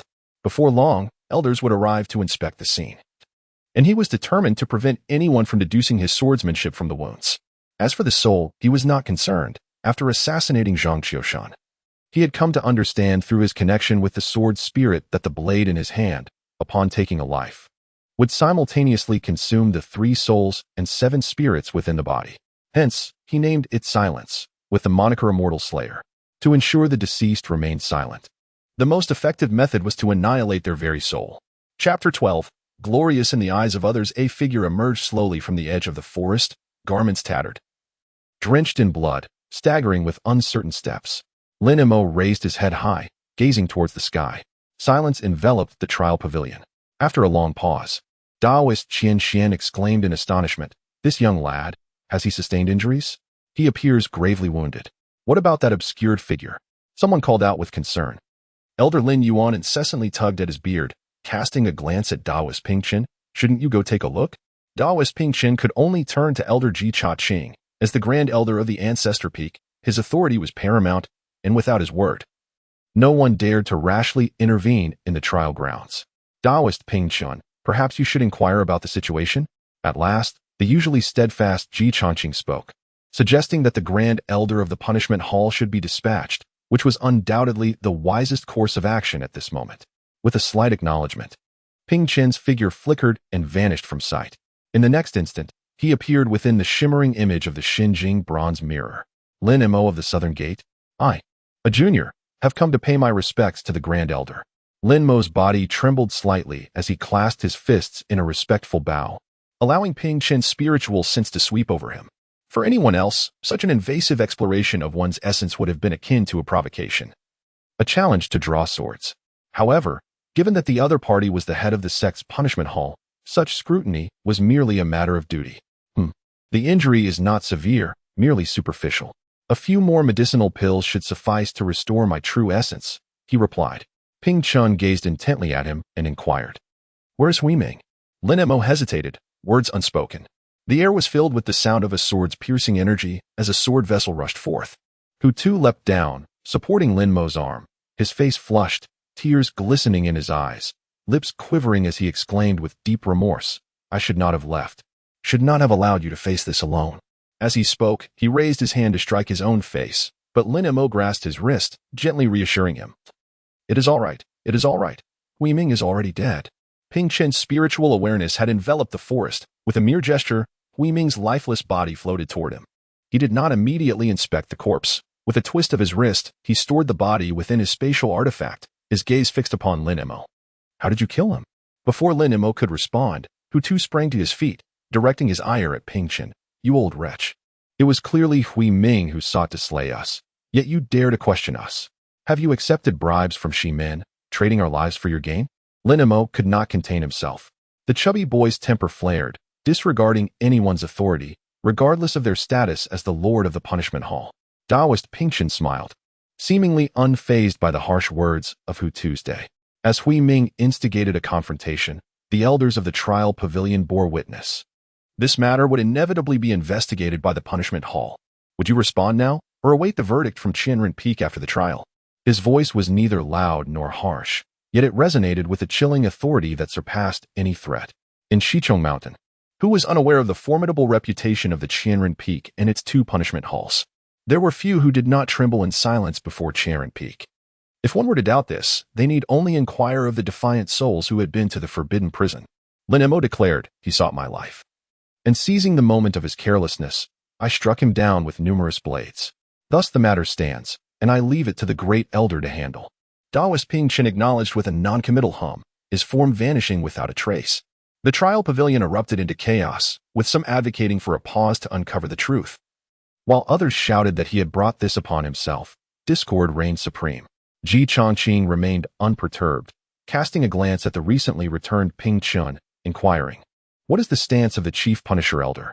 Without elaboration, Ping Chen replied, "The trial shall proceed. Let events unfold as they will." Unmoved by emotion, he remained stoic. With the Hall of Punishment silent, further disputes yielded no resolution, and the clamor gradually subsided, leaving an air of contemplation among all, shrouded in an eerie atmosphere. Lin Mo boarded the sword boat, a few medicinal pills, all aimed at fortifying his essence and restoring his true energy, nestled within his mouth, though he appeared disheveled. The injuries he bore were merely superficial, resulting from his breakthrough through the Luojing formation.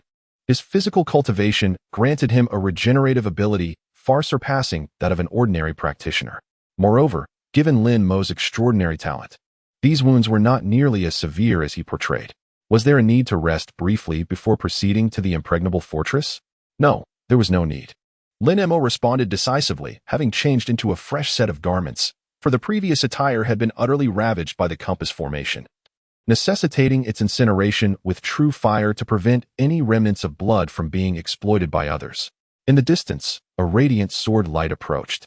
"Sister Su," Hu Tu exclaimed excitedly, waving his hand in greeting. Siu's spirit sword was named Moonlight, receiving commendable reviews in the trial pavilion. She gracefully descended onto the sword boat, which sheathed itself automatically. During her studies in the trial secret realm, She had entrusted a certain elder from Yunwan Peak, renowned for his skills in weapon forging, to create a scabbard adorned with the 8 phases of the moon and cloud patterns, embellished with colorful gemstones set in silver. How did you acquire so many wounds on your face? The last time Lin Mo was seen with injuries was during the sword duel with Zhang Qiushan. Lin Mo squinted and smiled, saying, "It's nothing. I just eliminated Hui Ming." His tone remarkably relaxed. Su Yu's eyes widened in astonishment. She was not particularly concerned about his injuries, as she was well aware of his capabilities. Instead, her apprehension lay in the potential repercussions from the sect afterward. The Grand Elder of Qianren Peak had already visited, and it was Hui Ming who initiated the pursuit. Lin Mo hastily offered an explanation. "How many challenges have you overcome?" Su Yu inquired, clasping his hand. "Only 2, Lin Mo replied. "And what about senior sister Su?" Who too, unwilling to be overlooked, made an effort to assert his presence. 3 challenges: the Heavenly Script Gate, the Unraveling of Threads, and the Severing of Rivers, all individual trials. We are preparing to fortify our defenses. And senior sister Su shall join us." Lin Mo gently grasped the delicate hand, sealing his lips tightly, somewhat vexed by the loquacious little chubby boy. Before the impenetrable gate, 2 factions stood poised, swords drawn. One group, comprising 7 disciples of the North Gate, faced off against another group of disciples from the West Gate, who appeared unaware of the demise of Hui Ming. With eyes raised defiantly and swords at the ready, they leveraged their numbers to obstruct the North Gate disciples from entering. Liang Pei'er proclaimed loudly, "We have come to break the formation. What business do you have in impeding our progress? Your deliberate obstruction is unwarranted." Though the young lady was incensed, she maintained a semblance of decorum, refraining from uttering foul language. Lukishi chuckled. "We arrived first, naturally. We must finish our challenge before you are permitted to enter. Do you comprehend the concept of first come, first served? If not, I would be delighted to instruct you personally." Liang Pei'er, ill-suited for quarrels, was momentarily silenced by his retort, tears welling in her eyes as she realized the disparity in their strengths. The North Gate's 7 found it challenging to contend with their rivals. Among the West Gate disciples, 3 female cultivators shared a similar disposition, one of whom, named Yu Mingjia, laughed shrilly. "Lu Shixiang, have you taken a liking to this junior sister? If so, we should bring her along." The group erupted in laughter, their agreement echoing through the air. Wang Yi rose on tiptoe, peering out from behind 2 senior brothers, and declared sternly, "Look, Haji, if you possess any real skill, do not rely on Hui Ming's support to flaunt your authority." Who was it that was left with egg on their face on the cliff? At the mention of that incident, Lu Kaji's fury ignited. He retorted, "Do not use others as a crutch. If the North Gate can send forth a champion, let them defeat me, and I shall allow you to enter first. We shall not shy away from a confrontation." A male cultivator brandished his long sword, its blade vibrating ominously. From the West Gate, another individual stepped forward, his sword ringing like a distant chime. "Then I, Gu Cha Tong, shall entertain you." Gu Cha Tong, a distinguished 6-layer Qi refinement cultivator from the West Gate, was renowned, second only to Hui Ming and Lukishi. At that moment, dark clouds swept across the sky, and 3 figures descended in unison. The disciples from the North and South Gates, bound by a pact, exchanged warm greetings upon their encounter. Wang Yi took the initiative, addressing Su Shimi. "Your arrival is timely. Please adjudicate this matter. These Westgate ruffians exhibit a complete disregard for propriety." Had it not been for Su Yu's presence on the sword boat, Lin Mo would have been forced to retreat. Having just vanquished Hui Ming, he was reluctant to forge an irreparable enmity with the West Gate. Gaining favor among the peaks might potentially lead to a future where they could be brothers on the same mountain. Thus, sowing discord was certainly not the wisest course of action. Sia naturally stood alongside her 2 close friends. Lin Mo discreetly nudged Hu from behind, propelling him to the front row, and whispered, "Did you not wish to teach someone a lesson? The moment to showcase your prowess has arrived." Although the chubby boy's capabilities might not rival those of Shimin Luku and his ilk, with the sword boat empowering him, he effortlessly triumphed over his opponent. Moreover, wielding the sword boat rendered him impervious to group assaults. Without the obscuring fog, even a combined effort from Shimin and his companions would struggle to inflict harm upon him. With a mighty swing of his great sword, Hu planted it firmly into the ground, resting his right hand upon the blade while pointing at Shimin's group with his left. "Who among you wished for a one-on-one duel? Why not come and face your uncle Hu instead?" Cheers erupted from the northern faction, and even Liang Pei'er, who typically berated the chubby boy for dozing off in class, cast him an admiring glance, which sent Hu into a frenzy of excitement. as restless as a dog in heat. Meanwhile, Le Cougy seethed with rage, gripping the hilt of his sword tightly. The battle atop the cliff of suspended streams had severely tarnished his reputation. Not only did the perception of others shift, but even his fellow disciples from Shimen regarded him with newfound disdain. This was the most intolerable aspect of all. The dignity lost in battle must be reclaimed through combat. Lin Mo likely bears the secret teachings of his father, making his inability to prevail understandable. Although it may not be appropriate to explain this to his junior brothers, at least he can reconcile himself with this fact. What is Hu Tu? Merely a fortunate and corpulent individual, favored by a spiritual sword and possessing only a 5th level of qi refinement. What right does he have to boast? His sword has been unsheathed, and the brilliance of the blade unfurls like a curtain, its aura akin to a forest. With a swift motion, he executes the falling moon slash, far surpassing the sword techniques he had previously employed on the cliffs of Xuanqi. It was not that he withheld his full power. To wield this sword, one must harmonize with their spiritual blade. It is a matter of success or, at best, minimal failure. Yet, he is confronted by the unreasonable Hu Tu. There are no incantations or sword techniques. The colossal sword stands before Hu Tu like an indestructible fortress. The clash reverberates as countless swords converge into one, striking against the giant blade. The sharp sound resonates, and Le Cougy's sword bends like a bow before suddenly snapping straight, propelling him backward. At that moment, Hu Tu sprang into action. Charging forward with both body and sword, the giant blade stirring a thunderous wind, akin to a dark shroud enveloping his opponent. Few have witnessed Hu Tu's prowess, and many cannot fathom how his enormous and heavy frame can move with the agility of a cat. Leaping forth in a single bound to catch up with Le Cougy's retreating figure, the other disciples of Shimen, unable to draw their swords in time, are forced to shield their faces as the violent wind whirls up dust from the ground.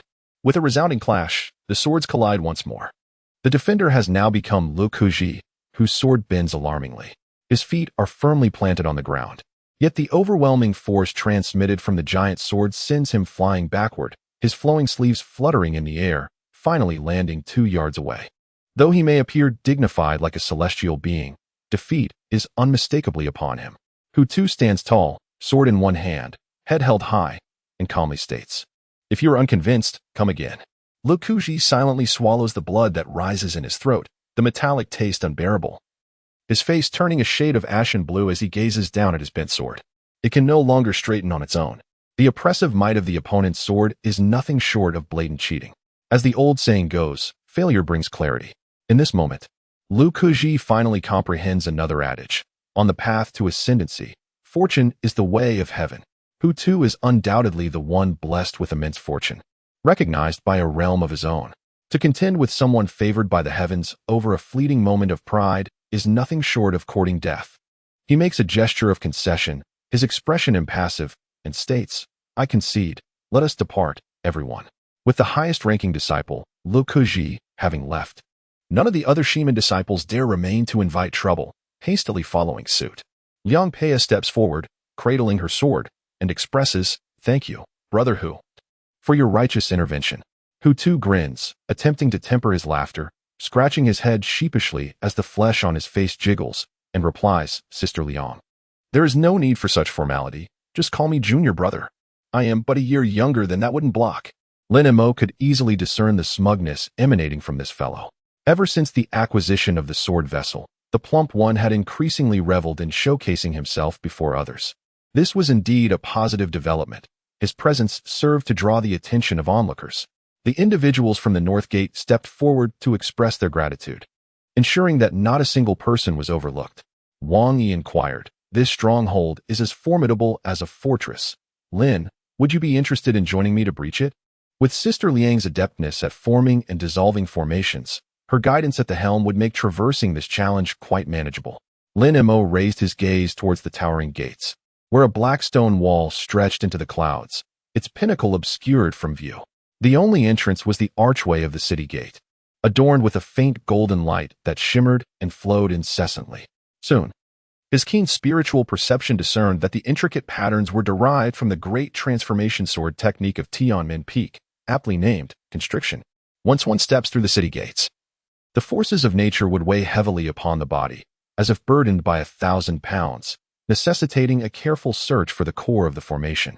which must be dismantled from the inside out. Disentangling the formation was not particularly challenging, as it was merely a fundamental array, subtly aligned with the principles of the 5 elements: mutual generation and restraint. However, the process was rather laborious, and without a day or so, it would be arduous to unravel it completely. What a remarkable blend of swordsmanship and formation. He withdrew his gaze and declared, "Then let us venture forth together." Wang Yi was about to signal Liang Pei'er to enter the formation first when Lin Mo called out, "Little fatty, it is your turn to take the stage once more."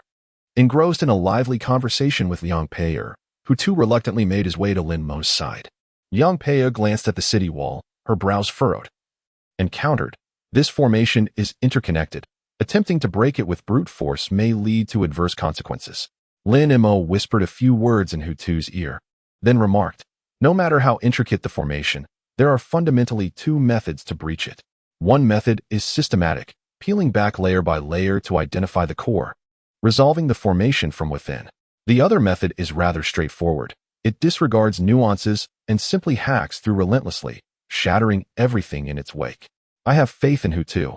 He possesses the capability." Hu Tu straightened his back, casting a casual glance at Liang Pei'er, and with purposeful intent, stepped forth, arriving at the base of the city wall.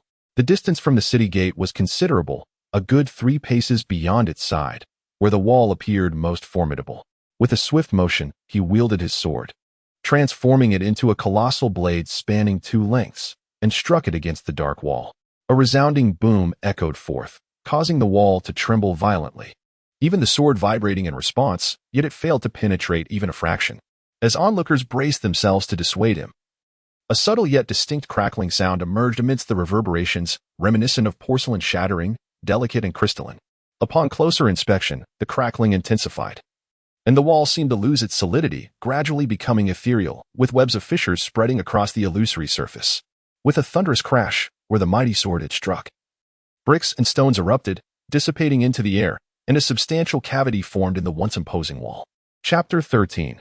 A melodic retelling of yesteryears. Everyone ventured through the breach in the wall, delving into the heart of the formation. Lin Mo followed closely behind Hu Tu's robust figure, discreetly directing him as he swung his sword with precision, striking left and right.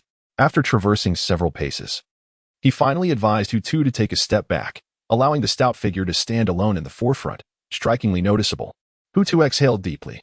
Gripping his sword with both hands, he retreated a couple of steps, bent his knees, and with a swift extension of his legs, he ascended into the air, his corpulent form eclipsing the sky.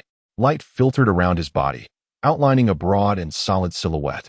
The dark sword, coupled with the shadowy figure, loomed high above, obscuring both sunlight and the heavens. In that fleeting moment, he appeared to have shed a significant amount of bulk, with sharply defined lines that rendered his physique both beautifully elegant and primal. Lin Mo smiled, gazing directly at Suyu. Wang Yi stood agape, astonished, unable to close his mouth for a long while. Liang Pei'er, with her eyes unblinking, fixated on the expansive arms in the sky, her gaze revealing a sense of admiration. The great sword descended like an ink dragon from the heavens, distorting the air and slicing through the skies before plunging downward. Such an occurrence elicited a chorus of gasps within the trial pavilion. Mingsun laughed heartily, continuously stroking his chin, in a state of extreme delight. As a legitimate junior of his own lineage, how could he not feel joy? He wished fervently to rush out of the trial pavilion and proclaim it to the world. The steadfast gate of the heavenly gate peak, Elder Ningyang, was naturally unconvinced, protesting loudly, "Is this what we call breaking the formation?" The true intention of this trial is to assess the disciples' foundational understanding of formations and their ability to dismantle them, not to simply smash through. Ji Cha-ching cast a glance at this elder, who was several decades his senior and perpetually stuck at the 7th level of foundation establishment. Calmly replied, "Is it the case that when the 5 sects engage in battle in the future, Tianmen Peak will need to erect a sign at the front lines, forbidding violent breaches?" The other elders from various peaks exchanged knowing smiles. Ningyang was rendered speechless. Had it not been the Grand Elder Ji Changqing speaking, someone else would have likely faced his fiery temper without mercy. The Grand Elder's words held weight, despite his usual silence. Should anyone truly provoke him, they might find their heads in a precarious situation before they even understood what had transpired.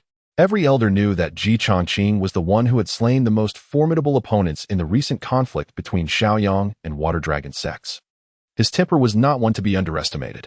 Elder Yu Zhongshan from Hengjian Peak leisurely remarked, "Isn't that lad's sword shadow akin to flying sand? Why must you concern yourself? Brother Ningyang, just refrain from speaking when the time comes. It is hardly a matter of great significance." Mingsun nodded in agreement. "Indeed, it is for the best. He is my disciple after all. Let us all not dwell on it." The formation was not merely broken. It had completely collapsed. The entire array shattered from within, affecting not just the structure, but also causing significant damage to the surrounding embedded formation artifacts. Originally, the setup of the trial was such that once individuals breached the formation, a new configuration would emerge to facilitate the dismantling by other teams. However, Hutu's reckless dismantling generated excessive residual force, damaging the artifacts and preventing restoration. Fortunately, the certification symbols of the trial pavilion remained intact, with all participants bearing a golden token on the backs of their hands. Had it not been for this, Hutu would have considered fleeing. Yang Peo approached Hutu once more, clasping her hands in gratitude. Lin Mo intended to seize a moment to interject, gently tugging Suyu's sleeve to draw her aside. To his astonishment, the innocent and carefree Hu Xiaoping, who only loved to sleep and indulge in food, found himself blushing in the presence of a girl. "What a thick skin you have." "Not at all. When I first met you, I was stuttering, wasn't I?" he recalled, a sense of deep embarrassment washing over him. "Stuttering? I don't recall that at all," Suyu said, batting her eyelashes and casting a furtive glance at him. "By heaven's conscience."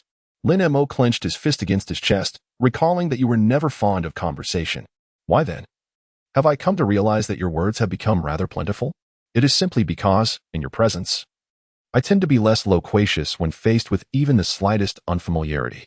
Among the 7 who ventured through the North Gate, only 2 managed to pass the 3 trials.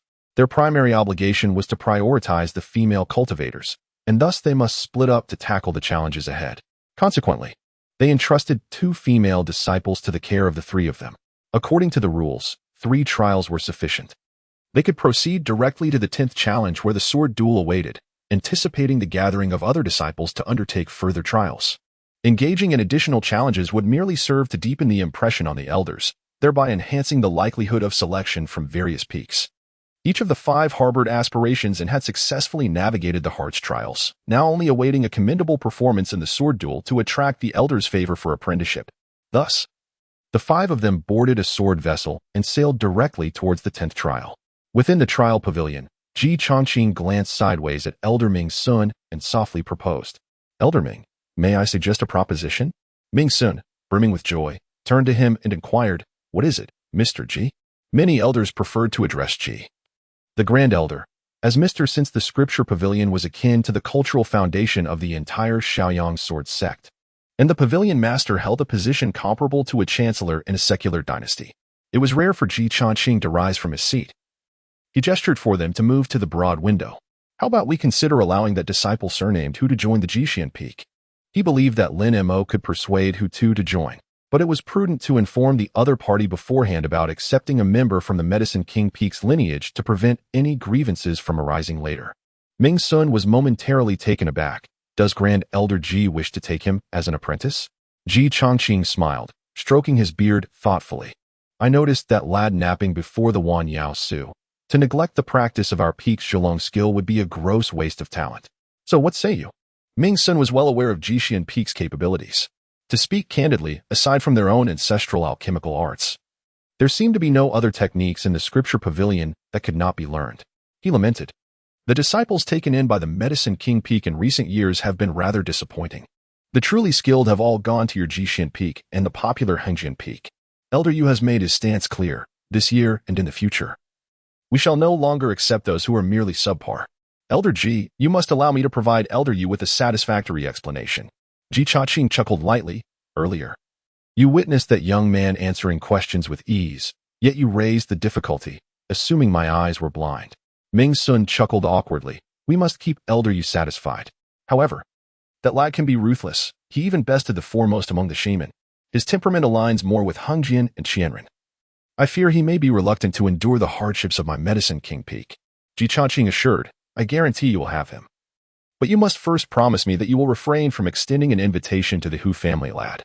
Ming Sun did not inquire about his methods. Many matters were understood tacitly among them. Numerous trial disciples had pre-arranged meetings with various peaks, for instance. The two from the East Gate were clearly pawns set in motion by the Ingong Peak, and the entire East Gate could be deemed an appendage of Ingong Peak. His only concern lingered around Lin Mo's origins, among the elders of the Shaoyang Sword sect, who was not aware of the long-standing discord between the ancestor of Yaowang Peak and the former Sex Minor ancestor. It was once rumored that the ancestor had refused to accept Lin's father as a disciple, forbidding him from stepping foot on the peak. A drunken old tale now turned into a historical anecdote. The individual has passed, and the drunken words have evolved into mere echoes of the past. In life, he was resplendent. In death, he left behind a tarnished reputation. Reflecting on this, Ming Sun could not help but feel a twinge of melancholy. Ji Chongqing discerned his thoughts and remarked calmly, "Do not worry. Elder Yu judges matters, not individuals." The events of that time were simply a divergence of paths, not a rivalry of temperaments. The lad from the Lin family is merely an uncut gem. Whoever possesses him will surely refine him. Perhaps your elder Yu will even be pleased, for the long-awaited opportunity to achieve enlightenment and ascend is now resting right beneath his nose. Ming Sun stroked his chin, his eyes brightening with a smile. "Are you implying that?" Ji Chongqing smiled, gesturing between himself and Ming Sun, leaving the compliment unspoken, yet understood. "Though Elder Yu may have an eccentric temperament, I trust his character." Their conversation was inaudible to others. High-level practitioners possessed means to shield their discussions from eavesdroppers, who too lounged upon the sword's spine, busily wiping here and there. The three female cultivators sat at the rear of the sword boat, sharing whispered confidences, leaving him and Lin Mo to their own devices. The 10th trial was not close at hand. Even flying on the sword boat would require 1 or 2 hours. The two of them, each with a flask of wine, sat cross-legged, indulging in self-reflection and drink to pass the time. As several sips of wine warmed their spirits, they began to chat merrily, singing a little tune popular in the southern Chongshan region. At first sight, dressed in white, soft hair swirling like 1,000 strands. In that moment, brows like the moon, a bridal gown more radiant than the sun's embrace. "Marry me." My heart turns pale, alas, the yellow flower clings to an unlovely face. Originally a lament of a woman's sorrowful life, when sung by the two, it bore no trace of melancholy or intricate emotions. Rather, it sounded like a playful rogue serenading virtuous maidens as they strolled past.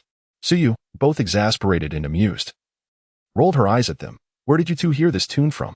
The Nanyang gentry, basking in the splendor of Shangyang City. How could they be unaware of the brothel's existence? When discussing the mundane world, she held more authority than these two younger brothers who had grown up on their fairy mountain.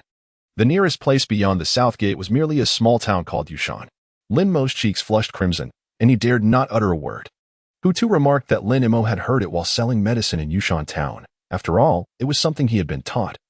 Though the source of the information remained a mystery, Lin Mo truly wished to kick the chubby fellow off the flying sword. This guy was being deliberately irritating. However, there was one truth in the chubby one's words. The melody was indeed one he had heard and sung before, with the opening lines. "At first sight, garments like snow, soft hair swirling in myriad ways." This reflected his initial impression of Su Yu, which is why he had etched the tune into his memory. Su Yu widened her eyes, questioning whether he had not taken a moment to sit in those buildings.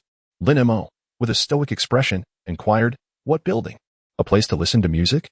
Su Yu pouted, clearly unconvinced. Hu Tu immediately chimed in. "Haimu, I recall you mentioning that the Chuanfang Pavilion in Yushan town is renowned for its vibrant splendor. And there's a floral theme, something about a ballad selection, if I'm not mistaken. Did you not claim to have visited? Why do you deny it now?" Lin Mo's expression shifted, and with a swift motion, she pivoted on her hips, executing a graceful 180-degree turn, delivering a kick to the rotund backside of the chubby boy. His flesh quivered momentarily, yet he stood steadfast as a mountain. Suyu covered her mouth with a light laugh, fully aware that the two were merely jesting.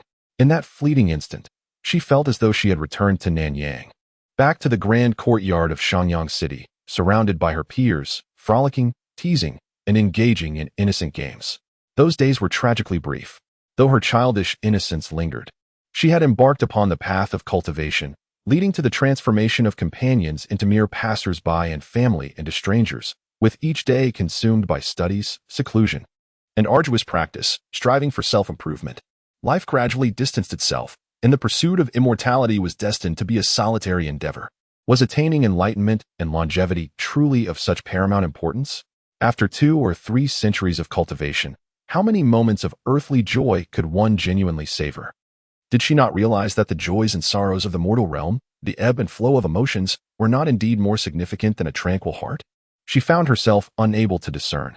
All she could do was lament the brevity of childhood, difficult to reclaim. She also pondered why witnessing the playful antics of Lin Mo, and who too stirred such sentiments within her. After more than a decade of cultivating her heart and spirit, it was rare for external matters to tarnish her resolve. Chapter 14. Setting a Trap Beneath the Thin Clouds. Towering green mountains loomed like boundaries at the edge of the heavens. At the foot of the mountain, the white jade plaza behind the vermilion archway resembled a mirror, reflecting the sky's gray clouds in a riot of colors. At the 10th trial, the sword-fighting arena awaited. Several disciples from the testing pavilion had already gathered on the white jade plaza. Among them was Wu Jiuzhen. Upon seeing the 5 individuals, Wu Jiuzhen greeted them with a beaming smile, stepping forward to clasp his fists in salute. Congratulations to you 5 for overcoming the 3 trials. I wonder if you require any supplementary elixirs or talismans. I, Wu, possess an abundance of items, be it restorative chi-boosting pills or various talismans for sword combat. Whatever you desire, there is nothing that I cannot provide. Lin Mo was utterly in awe of this individual. Had he not been in the trial grounds, he might have doubted whether he had ventured into the correct realm. Brother Wu truly excels in this enterprise. Indeed, Wu Jiu did not conceal his satisfaction, speaking with an air of nonchalance. In the pursuit of cultivation, while innate talent is undoubtedly significant, to advance one's skills without distraction, one must rely on resources for support.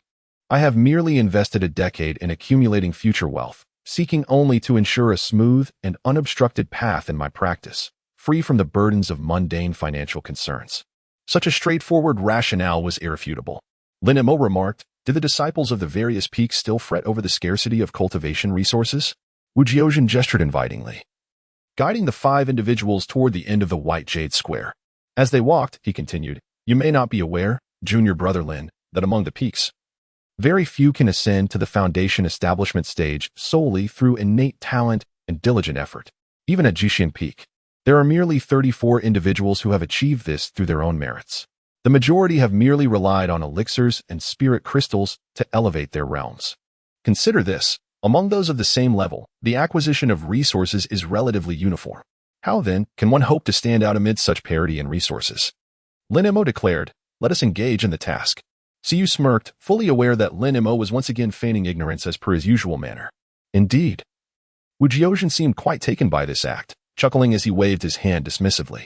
The tasks at Zhufeng appear to be quite lucrative. Yet they are predominantly time-consuming and labor-intensive. If we were to rely solely on these tasks for income, when would we find the time for seclusion and cultivation? Furthermore, the truly profitable tasks are fraught with peril. Some are akin to a dance with death. Many senior brothers have met their demise in pursuit of greater resources, and I, Wu Jiuzhen, would never be foolish enough to follow in their footsteps. Lin Mo bowed respectfully and clasped his fists, saying, Senior brother Wu, your insights are profound. I have learned much from you. Wu Jiuzhen, having spent considerable time in this realm, knew that his words were not directed at Lin Mo alone. He was well aware of where the true buyers resided. With 5 days yet to pass, the 5 could still venture forth and face additional challenges. Once they embarked upon the mountain, unless one was eliminated or they chose to dismiss a companion, they could not leave. I felt it necessary to forewarn you all, to prevent future regrets. Hu too inquired, what exactly does elimination entail? The rules are rather ambiguous. I would appreciate it if Senior Brother Wu could clarify. Wu Jiuzhen covered his mouth with a fist, cleared his throat, and straightened his posture, responding, I am here to elucidate the rules for you all, so young junior brother. Do not be so impatient. All this talk serves merely as a pretext for conducting business. Lin Mo silently contemplated, awaiting further words. Wu Jiu remarked, the rules of the sword fighting arena dictate that regardless of the opponent or the faction, once you defeat someone, inflicting injuries that render them incapable of counterattacking, or if the elders perceive you to be in an overwhelming position, or if the defeated party concedes verbally, the head elder will promptly extricate both the victor and the vanquished from the battlefield to prevent excessive harm that could jeopardize their fundamental cultivation. With his hands clasped behind his back, he turned to survey the 5 individuals and continued, therefore, it is imperative to remember, when you find yourself unable to withstand further blows, do not hesitate to concede. lest you recklessly forfeit your life, Lin Mo inquired. In the event of being besieged and subsequently defeated, who ultimately bears the blame? Wu Jiuzhen responded with a slight smile. Naturally, the responsibility rests upon the shoulders of the last practitioner to employ their technique. However, do bear in mind that the trial imposes certain restrictions on the methods employed. His words carried a cautionary tone, implying that many from the outer sect had previously received guidance from various peaks. Should they become overly enthusiastic, they might inadvertently reveal celestial techniques that do not rightfully belong to disciples of the outer sect. Lin Mo inquired, do magical artifacts count? I possess a 9-layered celestial disc obtained from the realm of obscurity. Yet my cultivation in the chi refinement stage constrains me to utilize only 4 layers of its divine powers. Wu Jiuzhen replied, magical artifacts and talismans are not subject to such restrictions, regardless of how stringent our sect's rules may be. They do not prohibit others from employing wealth to achieve their ends. At last, it seems this fellow has finally commenced the main discussion. Lin Mohan smiled silently. If one were to refrain from restricting the magical artifacts, there would be an abundance of opportunities for the challengers to exploit. Setting aside other considerations, let us focus on the compass in the hands of Huiming, which hails from the refining pavilion. Once unfurled, it becomes exceedingly difficult for the majority of those at the 5th level of chi refinement to breach the tightly woven formations of the compass. If they cannot penetrate its defenses, how could they hope to claim victory? Ultimately, in battles of the same caliber, it boils down to financial resources. Hu Tu quickly inquired, Haimu, should we procure some items for our protection? Lin Mo had a fundamental understanding of the magical artifacts that Hu Tu possessed. It was evident that the treasures prepared by President Hu for his son were indeed numerous, most of which originated from the Inner Mountains artifact refinement and the 2 pavilions of treasure crafting, all of considerable value and high grade. After a moment's contemplation, he spoke. If Brother Wu happens to have any yellow seal talisman paper and elixir clay, it would be wise to procure some. Wu Jiuzhen's face brightened with joy as he was about to reach for his belongings. However, Suyu's calm voice interrupted, I have some. Wu Jiuzhen's eyes suddenly turned vacant, staring blankly at Suyu, his disappointment unmistakable. Lin Mo beamed with joy, gently patting his arm, and whispered, in business, integrity prevails. Brother Wu, do not hold back. If there are any crucial matters to discuss, please share them openly. Wu Jiuzhen waved his hand dismissively. Nothing more, nothing more. Just be cautious not to let others exchange tokens. With a swift motion, he produced 5 jade tokens, their brilliance shimmering as he declared, each person shall receive 1. Remember, do not part with it. Should you lose it, the elders will determine you have withdrawn from the sword duel. As they ascended the jade steps, the grand plaza behind them vanished without a trace, as if they had entered an entirely different realm. The 2 women at the north gate felt a surge of anxiety. Having never experienced a life-or-death confrontation, the impending face-to-face battle left them restless. What should we do? Shall we wait for our fellow disciples to arrive before we deliberate? Wang Yi appeared spirited and decisive, though deep down, she retained the essence of a girl yearning for support. Hu Tu glanced at Liang Pei'er, flashing a grin that suggested he was calm and collected. In truth, he had no clear plan either. But he understood that Lin Mo's early arrival indicated he must have his own strategies in mind. Lin Mo proposed, why don't we take a leisurely flight with our swords? Everyone was in agreement, for the task of flying with swords fell naturally to Hu Tu's day. The sword vessel was summoned once more, transforming into a colossal 5-zhang sword, carrying 5 individuals as they glided gracefully through the low skies. In the presence of Suyu, Lin Mo abandoned his usual reticent demeanor. In a mere one-on-one sword duel, each would rely solely on their own prowess. However, the rules dictated otherwise. Thus, it was imperative for us to prepare in advance, anticipating a potential alliance between the eastern and western factions to eliminate the northern and southern schools first, and then allow the final 2 factions to contend for victory. Wang Yi remarked, yet, the rule states that once a participant is eliminated, the victor is also pulled away from the duel by the elders. This means that the strong opponents and our own formidable members may similarly withdraw from the battle early. How should we coordinate our efforts? Lin Mo smiled and said, did not Wu Jiuzhen mention that the elders determine victory and defeat based on the comparison of strength between the 2 parties? Moreover, if one party voluntarily concedes, one must be prepared and avoid these 2 points. He intentionally left a hint of mystery, for the alliance between the southern and northern sects was merely verbal. Should the situation spiral out of control, there was no guarantee that allies would refrain from treachery behind the scenes. Certain intentions were best kept concealed.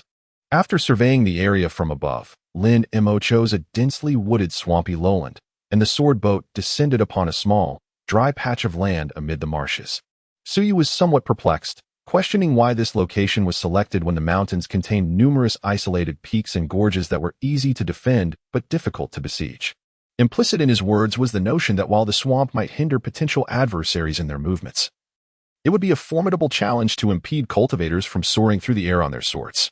Lin Mo said, I possess a downgraded celestial compass along with some talismans, which can be utilized to arrange an 8 trigrams and 9 palaces celestial formation amidst the marshy thickets.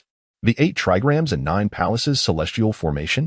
Suyu, lacking expertise in formation techniques, had certainly never encountered such a term.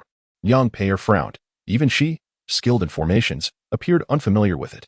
Hu cast a quizzical glance at Lin Mo. Lin Mo remarked, the name was chosen by me.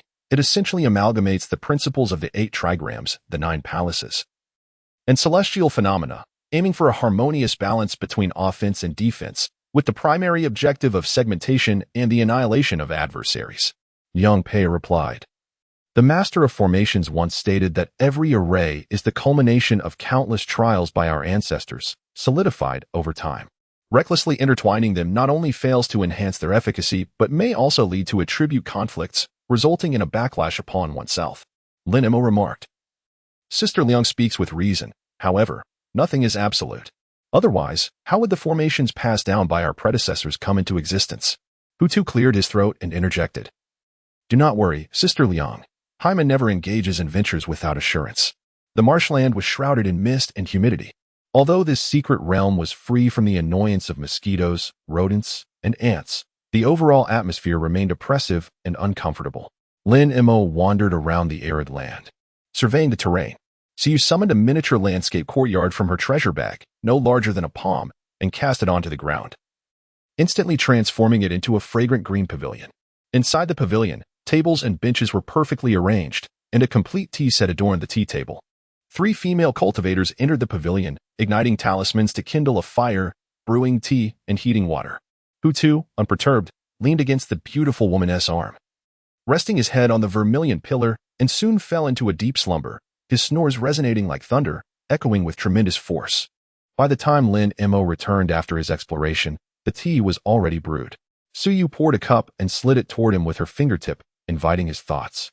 Lin Mo nodded, lifting the teacup to take a delicate sip, and said, We require 10 talismans each of wind, thunder, water, and fire. 3 talismans of mountain and marsh spirit summoning, along with 20 mist concealment talismans. To ensure thoroughness, it is prudent to prepare additional quantities of each. Without a moment's hesitation, Suyu conjured forth a substantial stack of yellow seal talisman paper, a genuine talisman brush produced by the Cloud Peak Artifact Refining Pavilion, and a box of talisman clay. Are there any specific requirements for the wind and water talismans, or shall I assist you? Lin Mo cradled the teacup in his hands, reluctant to set it down. For this was the first occasion he had savored the tea she had brewed. He pondered for a moment, and said, We require the wind and thunder talisman, as well as the cloud and water dragon talisman. They are merely low-tier incantations, as long as the fundamentals of talisman crafting are solid. The success rate of inscription should not be too low. Suyu did not reach for the pen she had initially brought out, but instead summoned a resplendent jade brush. She opened the talisman clay box, dipped the tip of the brush into a small amount of vermilion talisman clay, and, channeling her true essence, began to inscribe the symbols. She was remarkably focused on her work, her entire visage taut with concentration, revealing the intensity of her effort. Young Pei remarked, I am proficient in the spirit summoning talisman and the mist concealment talisman. I wonder if I might be of assistance. Lin Mo nodded gently. It is customary for array masters to possess extensive knowledge, and it is hardly surprising that Liang Pei'er is adept in the art of talismans, especially considering her ability to wield the talisman brush, cinnabar, and talisman paper with such finesse, which attests to her profound understanding of this craft. Conversely, Lin Mo, who had proposed the idea, possessed nothing of the sort. He delicately set down his teacup and picked up the talisman brush from the table, beginning to write with fervor. The fragrant talisman clay wafted through the air, reminiscent of orchids rather than musk. It is worth noting that this talisman clay is exorbitantly priced. A mere ounce could rival the cost of constructing a celestial abode. Ordinary low-tier talisman masters typically utilize a box of cinnabar costing 2 spirit crystals to create their charms, making such opulence seem unattainable. Nanyang is one of the sources of this talisman clay, and the Su family's trade includes the sale of this fragrant clay. This particular talisman clay should ideally be employed for crafting golden thread talisman papers at higher foundational realms. Using it here would indeed be a waste. Suyu, however, could not hear his thoughts. For her, the concept of extravagance had never existed. She had lived this way since childhood, spending money as a matter of course. Her family had never imparted such notions to her, nor had she ever inquired. Lin Mo originally intended to inscribe some ordinary talismans, however. Inspired by the exquisite fragrance mud and the superior yellow seal talisman, he momentarily altered his plans. Instead, he created the more powerful and versatile 5 Thunderlight Sword Talisman and the Vermilion Bird Sun Talisman. These 2 talismans are considered top tier within the realm of external trading and talismanic arts, requiring 5,000 spirit crystals for exchange. Common talisman paper and mud cannot bear the essence of the talisman. Even if successfully inscribed, once ignited, the entire talisman would swiftly turn to ashes, rendering its significance utterly lost. In contrast, high-quality yellow seal talisman paper and fragrant mud do not present such concerns. In one fluid motion, he produced over 30 talismans. And aside from the Thunder Fire talismans, the Cloud Zay Spirit Summoning talisman was soon laid out upon the table. Meanwhile, Su Yu and Liang Pei'er had only managed to produce half as many, with a considerable pile of crumpled paper at their feet, indicating their numerous failures. Su Yu paused, blushing as she gazed at him, as if he were a curious creature. The art of talisman crafting is not solely dependent on one's level. It bears little relation to the success rate. Even a master talismanist may struggle to ensure that each piece is a success. Nevertheless, Lin Mo's ability to create over 30 talismans in one go, even at the beginner level, with a remarkable success rate of 100%, is indeed astonishing. In the presence of the 2 female cultivators at the North Gate, she refrained from inquiring further. Wang Yi stared with wide eyes. Astonished, I did not expect your talent in talisman crafting to be so extraordinary. It seems that joining the ancestral peak is a certainty now. Lin Mo was utterly perplexed. This young lady hailed from a coastal region in the south, often uttering phrases from her hometown that left others bewildered. Liang Pei'er laughed and said, She said it's all right. Lin Mo smiled silently. Su Yu pushed the remaining talisman papers toward him, her expression devoid of emotion, stating, Here, you draw. The thoughts of a girl are always as capricious as the weather in June, changing in an instant. Lin Mo, feeling helpless, smiled as he took up his brush once more to complete the remaining talisman as instructed by Su Yu. With more than half of the talisman papers still available, he remarked, as per Brother Wu's regulations, the opponent may employ the strategy of sacrificing pieces to eliminate the stronger members first. They could easily abandon a piece. As soon as our adept techniques falter, they would concede immediately. This would effectively exclude the core of our team from the chaos of battle. While the 3 of us are not particularly fearful of such sacrifices, it is prudent to remain vigilant. He turned to Su Yu, who, much like Hu Tu, had resigned himself to the situation with a sense of indifference. Lin Mo cautiously remarked, Let us craft a few binding prohibition talismans. Once they tread into our trap, regardless of their tactics, we shall seize a few of them. We will render them speechless and immobile, each marked with a spell. Whether they retreat or advance, we shall possess the initiative. Su Yu, with an impassive expression, sipped his water and let out a non-committal grunt through his nostrils. Lin Mo once again crafted 10 binding prohibition talismans, distributing 2 to each person to prevent any mishap should one fail to take effect. With ample time at hand, he suggested that the remaining talisman paper be utilized to create offensive and defensive talismans. The requirements were modest. The highest standard permissible for the Qi refinement realm would suffice. There was no need to concern himself with the consumption of talisman paper and talisman clay, as he had a considerable supply. If he felt the quantity was insufficient, he could always procure more. In deference to senior sister Su's request, Lin Mo begrudgingly devoted himself to drawing an array of over 30 talismans. These 30 talismans were formidable offensive instruments, designed for the pinnacle of the Qi refinement realm, and consumed an enormous amount of spiritual essence. Reluctantly, he even ingested a substantial quantity of the restorative pills given to him by the rotund boy. Wang and Liang, on the other hand, merely chuckled from the sidelines, choosing not to interfere in the flirtatious banter between the 2. After completing the talismans, Lin Mo trudged off to set up the formation. Crafting talismans consumed true essence and spiritual energy, which, in essence, required mental effort rather than physical exertion. Conversely, arranging the formation demanded both concentration and physical stamina, necessitating careful control of his movements to avoid becoming ensnared in a mire. As two meteors streaked across the sky, yet another day passed. Fortunately, the secret realm was devoid of birds and beasts, as well as other edible provisions beyond those they had brought with them. Otherwise, he would have had to cater to the culinary whims of a young master and 3 young ladies. Lin Mo increasingly felt despondent. Life was profoundly unjust. It was only at this moment that he truly comprehended the irony of the phrase "the capable bear more burdens," which left one feeling utterly helpless. Chapter 15, A Comprehensive Capture. Several sword-like rainbows streaked across the sky, drawing nearer, emanating a celestial azure light. Hu Tu suddenly awakened from his slumber, instinctively reaching for his great sword, poised and ready for battle. Lin Mo clenched his fists, the compass firmly held in his grasp, ready to activate the formation at any moment. Wang Yi raised his head, shielding his eyes with his hand, and spoke. "It is my senior brother." Lin Mo intended to utter something, yet as he parted his lips, not a sound escaped. Hu Tu furrowed his brow, casting a sidelong glance at Liang Pei'er, swallowing certain words that lingered on the tip of his tongue. Once adorned with the token bestowed by Wu Jiuzhen, the trial participants radiated a brilliant azure light, a deliberate measure by the trial pavilion to deter certain aspirants from evading combat and prolonging the contest. In previous trials, there were indeed individuals who would hide away, waiting for others to engage in battle, only to emerge at the last moment to reap the rewards. While such behavior could be understood, it often led to humorous outcomes, with some hiding so deeply that they failed to eliminate anyone, only to be eventually extricated by an elder at the conclusion of the trial. With the jade token in hand, even retreating into a cave would not suffice to conceal their presence. They could see others, and others could see them. The group from the north gate swiftly approached, with Xue Qinglin leading the way, halting abruptly a few paces away from the 5. Suspending himself in midair and clasping his fists. "Esteemed comrades, the eastern and western gates have joined forces. Let us." Hu Tu, however, nonchalantly picked his nose and turned his back, choosing to disregard the overture. Lin Mo, with no other choice, turned his gaze towards Su Yu.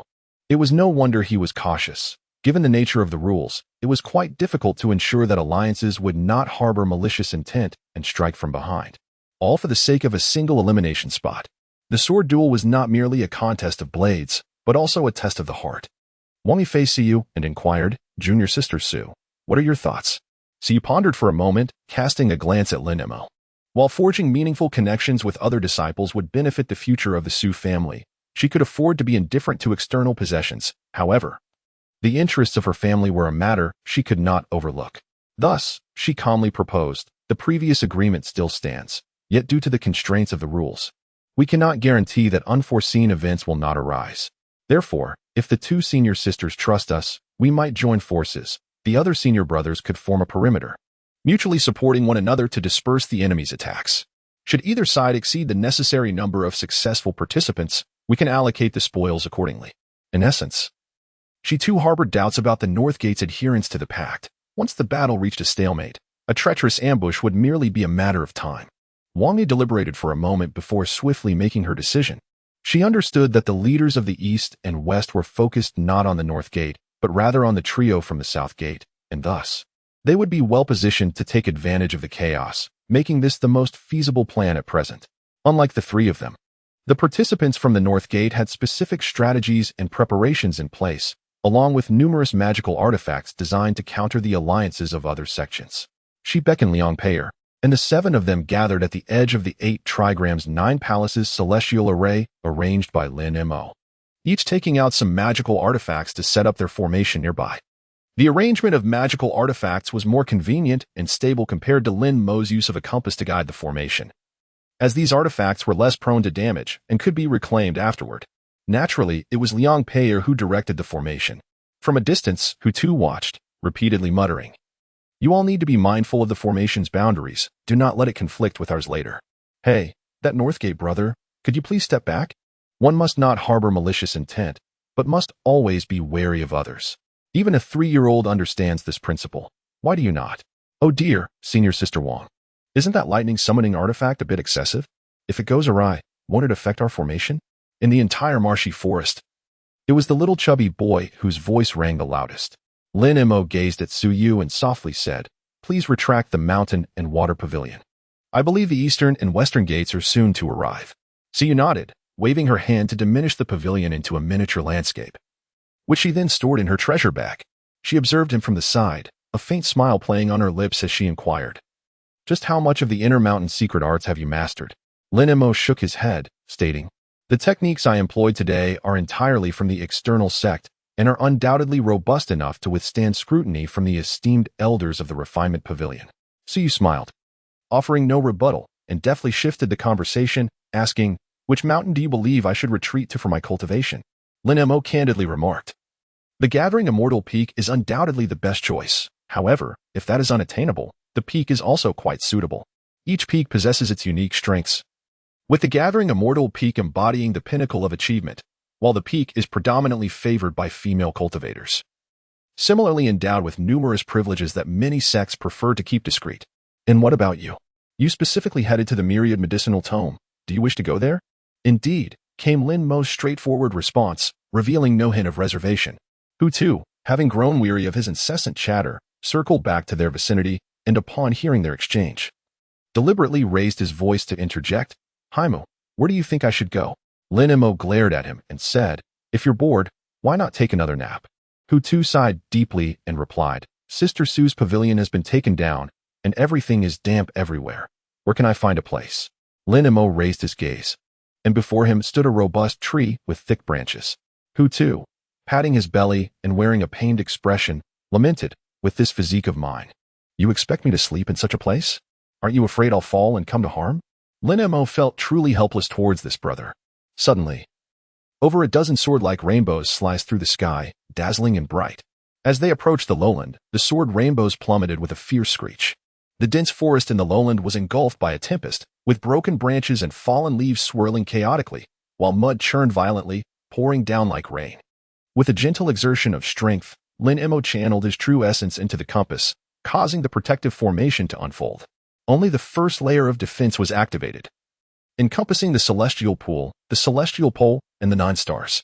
An ethereal projection of the compass materialized above his head, with countless golden characters swirling around within a 3-zhang radius, while illusory mountain silhouettes enveloped the trio within their midst. 15 disciples from both the eastern and western gates encircled them, ignoring the disciples from the northern gate, who were merely 10 zhang away. The encirclement was positioned over 10 zhang out, indicating a considerable level of caution among these individuals. Lu Ku pointed an accusatory finger at Lin Mo and bellowed, "That is senior brother Huaming's treasure. If you wish to escape with your life, surrender senior brother's precious bag, and I, Lu, shall grant you a chance to live." It appeared that they had already received word from Huiming, explaining their ease in allying with the eastern gate. Lin Mo was disinclined to engage and never indulged in idle chatter during a fight. Hu too, however, was quite different. He fought while not losing his tongue, boldly exclaiming, "If you desire your deceased brother's treasured pouch, come and strike me. If you win, I shall bestow upon you several more." As he spoke, he continuously stuck out his tongue, and, feeling rather mischievous, turned his back to his opponent, raising his ample posterior and swaying back and forth. Practitioners were not mere worldly fighters. Even those of lower realms possessed their own serene minds and would not be easily provoked. Lu Kuji raised his arm, pointing towards the disciples of the North Gate, coldly stating, "First eliminate those clowns from the North Gate, then we shall deal with you." 15 beams of sword light surged towards the formation of the North Gate disciples. Bang, bang, bang. The defensive array formed by the North Gate disciples erupted into flames, as dozens of spells were unleashed, creating a sea of fire. The transparent array trembled violently, and the figures of the 7 from the North Gate began to blur. Su Yu gripped the moonlight sword, her fingers trembling slightly on the hilt. In her lifetime, apart from being pursued by Zhang Qiushan on the sword refining peak, she had never truly engaged in a formal battle. Facing the overwhelming pressure from the trial disciples of both factions, she found it hard to breathe, her stomach clenched, nearly inducing nausea. She suddenly admired Lin Mo, pondering how he managed to maintain his composure when confronting Zhang Qiushan. She resolved to seek his counsel when the opportunity arose. Had she known that Lin Mo had spent half a day afterward retching alone to regain his composure, she would not have entertained such thoughts. Just as Suyu was consumed by anxiety over the impending battle, Lin Mo was discreetly counting on his fingers, estimating how long the North Gate Disciples formation could hold.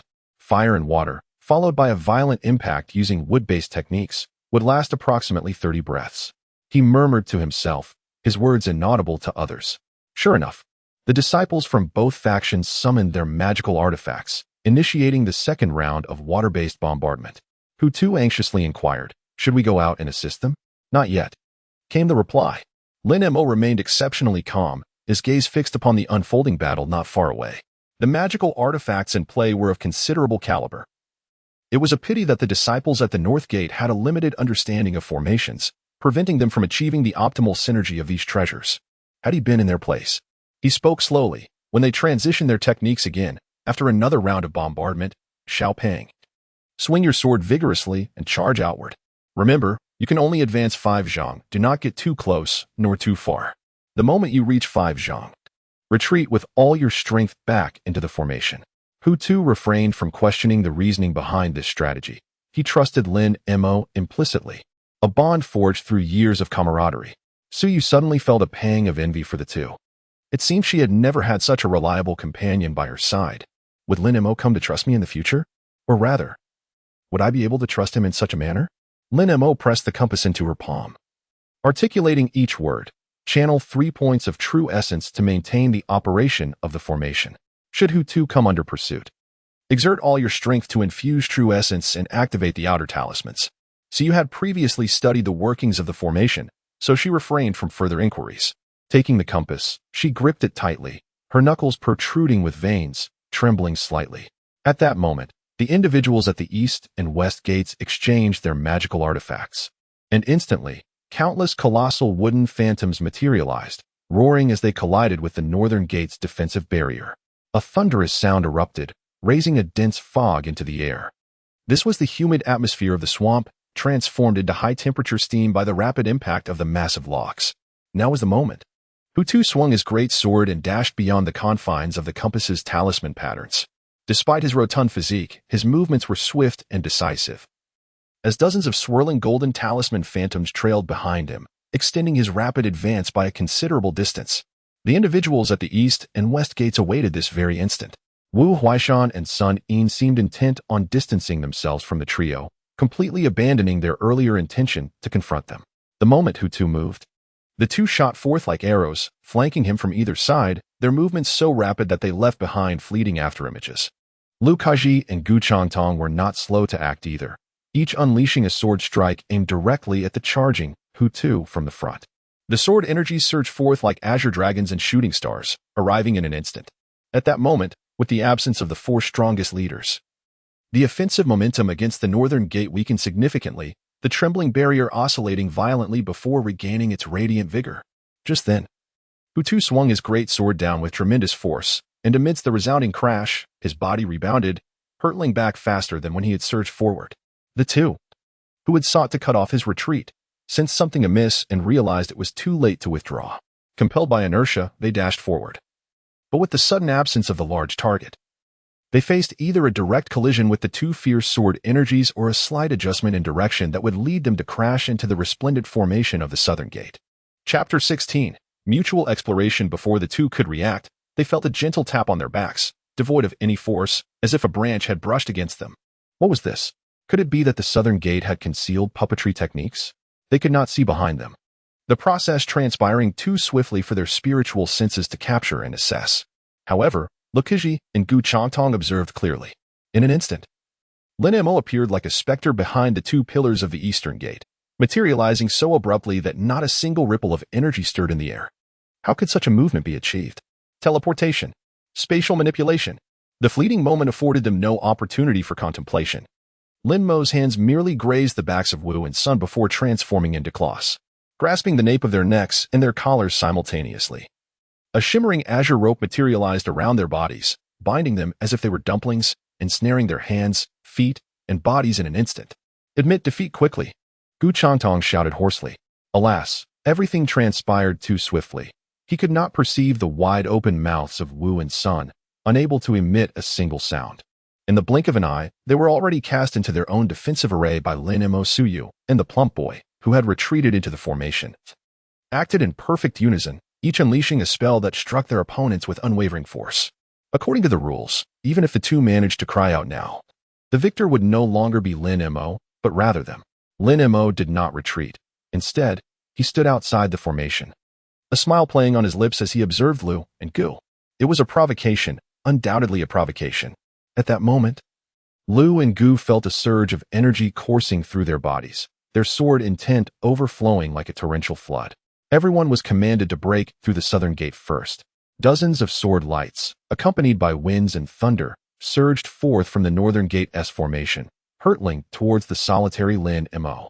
If anyone stood beside him with sufficiently keen ears, they would undoubtedly hear him murmuring numbers to himself. 1, 2, 3. With a thunderous shout, Lin Mo unleashed his attack. Suyu seized the moment, channeling all his true essence into the compass. Boom, boom, boom. A series of explosive sounds echoed. As flames erupted, misty dragons swirled.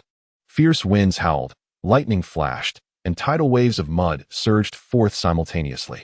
Some were struck by fiery flames that engulfed them. Others were devoured by the white misty dragon, their cries of anguish piercing the air. Still, others were caught in the fierce winds, tumbling helplessly through the air. The most unfortunate were struck directly by a lightning-infused sword light, leaving them charred and lifeless. 6 individuals were isolated by the towering walls of mud, separated from the formation. Among them Lu and Gu, one ablaze, the other struck by lightning. It was not that they did not wish to evade. Had they engaged in face-to-face combat, they could have certainly dodged. However, the incident unfolded too swiftly, and the proximity left them no time to react. At that moment, Lin Mo made his move, casting a simple binding spell upon Gu Chantong's chest. His legs were not idle either, delivering a series of swift kicks that propelled the remaining 5 towards the northern defensive circle. The number of heads was already sufficient. These extra ones were better off sent out as favors. Lin Mo's aversion to conversing with strangers does not imply a lack of social acumen. In fact, he possesses a remarkable ability to adeptly utilize all available resources at his disposal. The siblings from the North Gate have delivered these gifts to you. No sooner had the words left his lips than the trio from the South Gate, along with Gu, Wu, and Sun, simultaneously vanished from sight. The fiery vermilion bird continued to soar through the skies, while the mist dragon circled behind the muddy ramparts. The gale transformed into a gentle breeze, teasing the emerald foliage. As dark clouds enveloped the heavens for 10 miles around, intermittently illuminated by flashes of lightning that lit up the marshy ground. The 5 from the North Gate, comprising 2 women and 3 men, successfully received the gifts that Lin Mo had kicked over. The 2 women were the first to cast binding spells, lowering their heads to inquire if the others were willing to concede. Meanwhile, the remaining 3 from the North Gate, seasoned in their craft, swiftly silenced their adversaries, ensnared them, and then activated the array. A dozen magical treasures, fueled by rage, hurtled toward the startled disciples of the 2 gates outside the formation. Lin Mo's body hung suspended in midair, his left hand clenched in a grasping motion, while his legs remained poised as if to deliver a kick. Suddenly, the celestial bodies shifted, and the scene transformed entirely. Before he could retract his limbs, his true essence was unexpectedly compelled back into his body in an instant, leaving him bereft of the support provided by his true essence and body techniques. With a thud, he fell to the ground. The surface was soft and dry. A cushion mat laid across the wooden floor. Out of the corner of his eye, he caught a glimpse of Suyu, who stood silently smiling, while a group of 10 individuals, varying in age and gender, formed a semicircle around them, scrutinizing the trio with diverse expressions. Behind him, a large bronze mirror floated in the air, its surface constantly shifting with various images. He did not hasten to rise. Instead, he propped himself up with one arm, lying sideways to face those observing them. The Grand Elder and the other elders were present. He remained seated, and Hu too refrained from making any unnecessary movements, striving to widen his gaze at the elders. Siyu, however, took a step back and respectfully bowed, saying, "Disciple humbly greets the esteemed Grand Elders and Elders." In terms of familial hierarchy, referring to himself as a disciple was appropriate, and it would not be out of place to call himself an apprentice either. In the realm of cultivation, aside from the clearly defined master-disciple relationship, the hierarchy was often ambiguous, making it difficult to establish precise lineage even among those of the same clan or sect. Lin Mo then rose to his feet, standing alongside Hu Tu, performing a respectful bow without uttering a word. The former was beyond nomenclature. His father, though not old by the standards of the immortal cultivators, had only just surpassed the age of 60 when he passed away, yet the sect revered him as an ancestor, his status surpassing even that of the Grand Elder. Addressing him as Sherbua left half of those present at a loss for words. The latter, being a genuine junior disciple, remained silent in response to Lin Mo's reticence. It was unclear where the defeated participants of the sword duel had vanished. The duel was not a knockout format, and the outcomes were independent of one another. Had the rules perhaps been altered? Ji Chongqing interjected, "Do not be alarmed. The elders have summoned you directly due to some inquiries regarding your formations, suggesting they exceed the scope of what is typically taught to the disciples of our sect." Thus, the situation was clarified. Lin Mo's heart was as steadfast as a rock. He had anticipated this moment long ago. Daoist Qian Xian of Yunwan Peak cleared his throat and said, "I have just carefully examined the talismans you employed." Indeed, each one has appeared in the external trading post and is a technique permitted for study by the outer disciples. Thus, it does not contravene any regulations. The astrolabe belongs to our Peak's forging pavilion, a foundational artifact that has been artificially modified. A ninth-layer astrolabe can harness a maximum of 5 layers of space, and the sword trial does not impose restrictions on artifacts, so it is not considered a violation. However, I must inquire about the final moment when you simultaneously invoke the forces of wind, fire, water, and thunder. From where did you acquire such knowledge? And how did you master it? His tone was not harsh, sounding straightforward, yet the underlying implication was palpable, concealing a tremendous threat. So you initially contemplated stepping forward. Her status as a member of the Su family would make explanation straightforward, and the worst outcome would merely be disqualification. Yet she felt lost, as she had no understanding of the nature of this technique. Lin Mo silenced her with a glance, his smile unwavering. He clasped his fists and bowed again, speaking eloquently. In response to the elder's inquiry, "This technique is inspired by my humble study of the art of manipulation." I pondered whether it might be possible to activate talismans from a distance. Subsequently, I inadvertently encountered a remarkable artifact that sparked my understanding, allowing me to draw parallels and develop this method. Thus, I whimsically named it Distant Talisman Activation. I am aware that my knowledge is limited, and I recognize that this name may appear somewhat frivolous. Hence, I hesitate to showcase it, lest I become the subject of ridicule. The Daoist Qian Xian furrowed his brow, remarking, "Distant Talisman Activation? Are you certain it is not the sect's manipulation spell?" Lin Mo's eyes widened in astonishment, and after a prolonged silence, he exclaimed, "Could it be that by sheer chance, I have grasped the techniques devised by the ancients?" Ji Chongqing couldn't help but chuckle inwardly. He knew this young man all too well. Whenever such an expression crossed his face, it meant he was about to spout absurdities with an air of utmost seriousness. Nevertheless, Ji felt a sense of reassurance. This fellow never adhered to conventional methods when employing techniques, making it nearly impossible for others to find fault. Even if they did discern any discrepancies, with Ji present, no matter how many arguments were presented, he could effortlessly suppress them. "Utter nonsense," Qian Xian retorted, his gaze sharp as he fixed his eyes on Su Yu, extending his hand and demanding, "Hand it over. I shall verify it personally." To activate the compass and simultaneously illuminate dozens of talismans, one must inscribe incantations upon the compass beforehand, even if those inscriptions were later erased. With his foundational cultivation at the 8th level, he could easily uncover any traces left behind. Ji Chongqing replied with a smile, "Please proceed, Daoist Pingchen, with your examination." His voice, although soft, resonated with authority. As the Grand Elder of Qianren Peak and the head of the Punishment Hall, his involvement in the verification left no room for dissent. It would be unreasonable for anyone who raised objections to undertake the verification themselves. Daoist Pingchen chuckled lightly. Gesturing with his hand, the compass in Su Yu's grasp flew forth, hovering before him and spinning ceaselessly, radiating a brilliant light. Before long, with a flick of his sleeve, the compass sailed back toward Qian Xian, who scrutinized it closely, remarking, "I see no connection to the Qi manipulation technique," with the Grand Elder having examined it. Qian Xian had no further words and, disinterested, waved his sleeve, sending the compass back to Lin Mo. If the Grand Elder could not discern anything, he felt no inclination to embarrass himself further. Lin Mo grasped the compass tightly in his hand, giving his wrist a slight flick before tossing it into the treasure bag, deliberately shaking the bag a couple of times. The treasure bag was derived from the depths of the enigmatic realm. He was also observing these individuals, seeking to uncover the mastermind behind them. The person who could timely inform the enigmatic realm to intercept him must be present within the trial pavilion, possessing the opportunity to observe the trial grounds through the mirage of mountains and seas, while also shrouding the heavenly secrets to evade the notice of other elders within the chamber. However, aside from Daoist Qianxian, whose expression appeared rather grim, the others displayed no discernible signs. A group of cunning old foxes, including his dear Uncle Ji, who feigned complete unfamiliarity with him, all adept at donning masks to navigate through life. Only Hu Tu, in his befuddlement, was not lacking in intelligence, but rather exhibited a laziness to think or observe.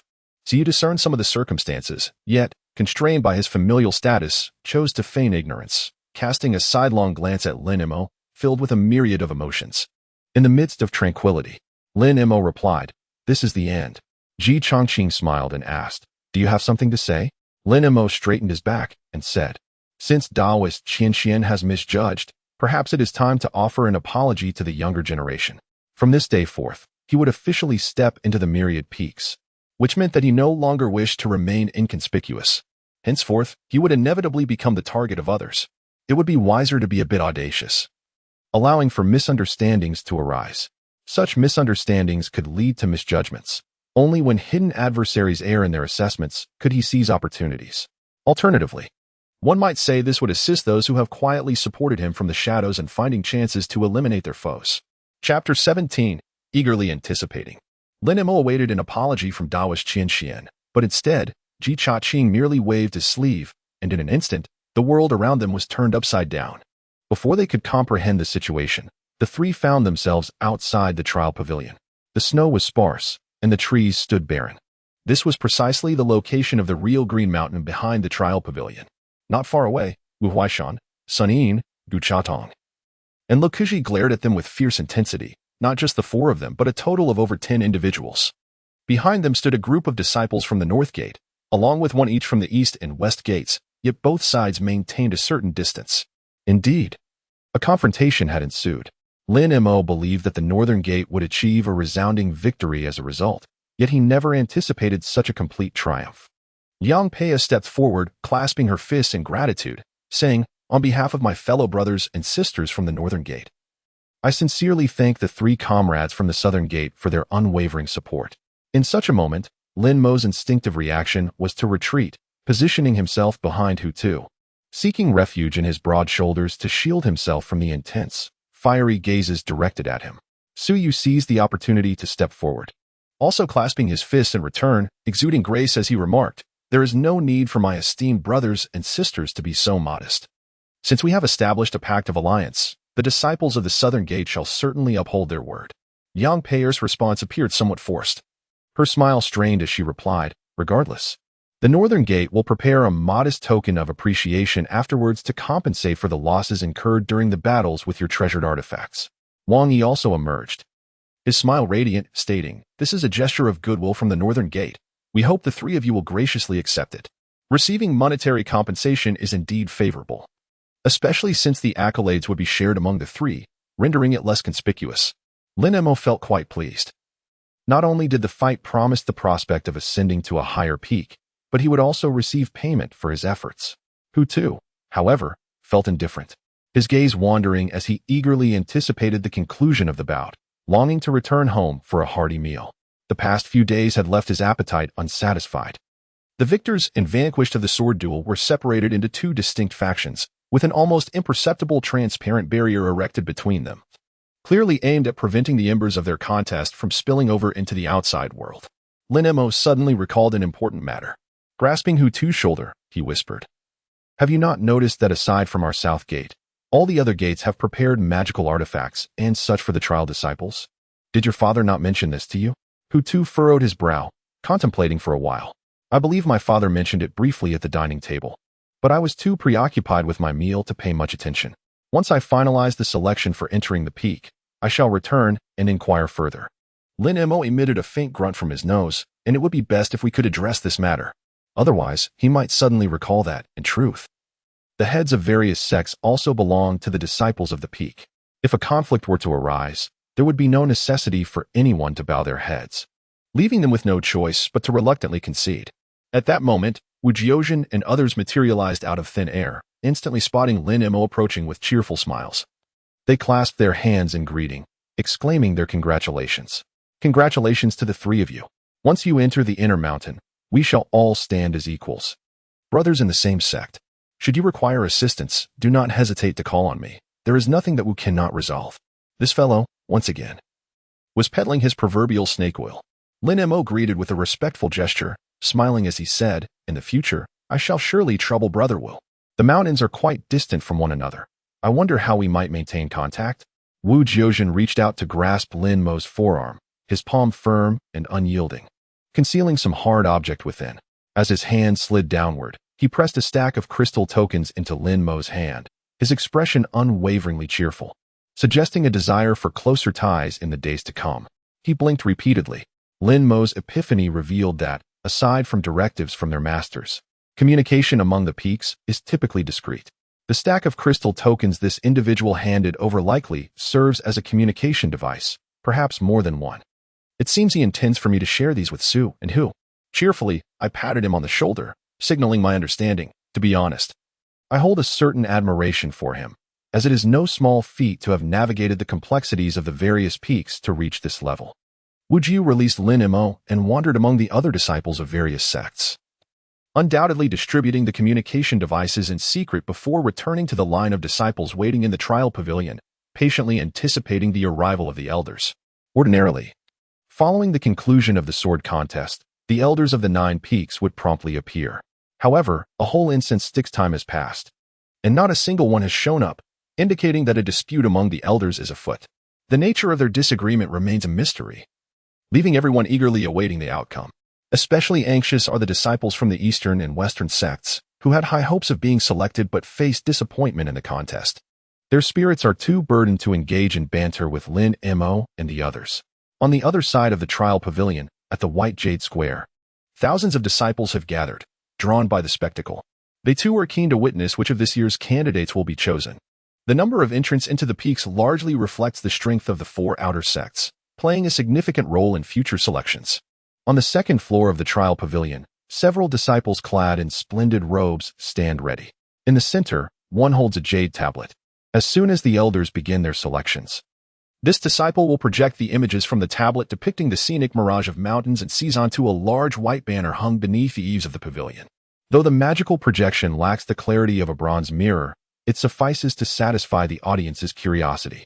The square is teeming with people, including numerous vendors hawking an array of snacks commonly found in secular towns, such as sunflower seeds, peanuts, wontons, and pancakes. These vendors are family members of the outer sect. According to the customs of Shaoyang, as long as a family member remains in the sect for cultivation, relatives may reside within a designated area. The vicinity of the trial pavilion naturally evolved into a small town where practitioners and ordinary people coexist. As people munch on their snacks, they enthusiastically discuss this year's candidates for selection, the aroma of scallion bone soup wafting through the air. In the northeast corner of the square, a canopy has been erected, furnished with several long tables. Behind the tables, 4 to 5 young disciples from the eastern sect are seated, while many others in similar attire linger nearby, enticing onlookers to purchase gambling tickets. With the results about to be revealed, the stakes are rising, and the odds are becoming increasingly tempting. The betting options are diverse, encompassing wagers on the outcomes of the sword contests, the probability of certain individuals being chosen by the peaks, and even high-stakes bets on which peak will select a particular candidate, an endless array of possibilities. Prominently displayed on the canopy's posts, a red paper lists the odds for each contest. The name Hui Ming remains at the top with the lowest odds, paying 3 to 1, while the 3 representatives from the southern sect languish at the bottom of the odds chart, with Lin Mo's odds soaring to a staggering 50 to 1. For many, the annual selection trials are a jubilant celebration. Atop a 3-story tea house directly facing the square, on a terrace with a sweeping view, 4 individuals are seated around a tea table. These 4, each with a unique status, harbor particular hopes regarding the trial's outcome. The 4 masters of the outer sections. Brother Du, one of them spoke. This year, the southern sect has only 3 participants in the trials. I wonder how many will make it through to the peaks. The speaker is Master L.V. Young of the West Gate, known by the down name of Fuchin, a cultivator at the mid-foundation stage, renowned for his formidable presence among the 4 gates. The brother Du he mentioned refers to Master Du Shaogang of the South Gate, who was often regarded as the weakest among them. Du Xiaogang, visibly embarrassed, could only sip his tea to mask his helplessness, awkwardly stating, "The three participants in this year's trial were not intentionally arranged. Old Hu from the pharmacy only came to notify me afterward. Had it not been for that, I would have remained in the dark." LV Yang chuckled. "I must say, Old Du, you spend your days neglecting your duties. You cannot even manage your own disciples. If this continues, I fear the elders of the Inner Mountain will have some words for you." His tone, though seemingly earnest, was laced with mockery and sarcasm. Master Mo Yijuan of the North Gate coldly retorted, "Not everyone can be like you, LV Fuchun. Your late master gave you that name to help you cast aside worldly concerns and focus on your path. Yet, you have brought your mundane ways to the mountain. And this year's selection has turned your West Gate into a chaotic mess. The elders have been lenient, but if it were anyone else," LV Young interrupted with a disdainful snort, "if it were you. Alas, old Mo, you are but a decrepit relic, and your life is as it is. How could you comprehend honor and glory?" Du Xiaogang cleared his throat and interjected, "Master LV, do not be so aggressive. Your disciple, Hui Ming, is a talent. That is a blessing for your West Gate. Each gate has its own circumstances. In matters of entering the peaks, we must rely on fate and accept our destinies. What is there to dispute?" Mo Yijuan, irate, exclaimed, "Old Du, how naive you are.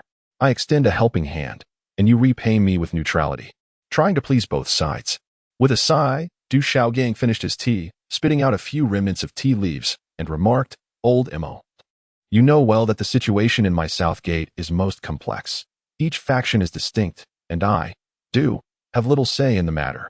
As for this year's three disciples, one from Old Hu's family is quite obvious. The Yawang Peak will protect their own. As for that lad surnamed Lin, you are unaware of the intricacies involved, and the girl from the Su family needs no mention, as arrangements have long been made. I am but a guardian image hanging in the council hall, hardly comparable to the likes of you all. Alas, no more of this. Too much discussion only brings tears." LV Yang's gaze flickered, and he inquired, perhaps intentionally, "Who do you refer to when you speak of intricacies?"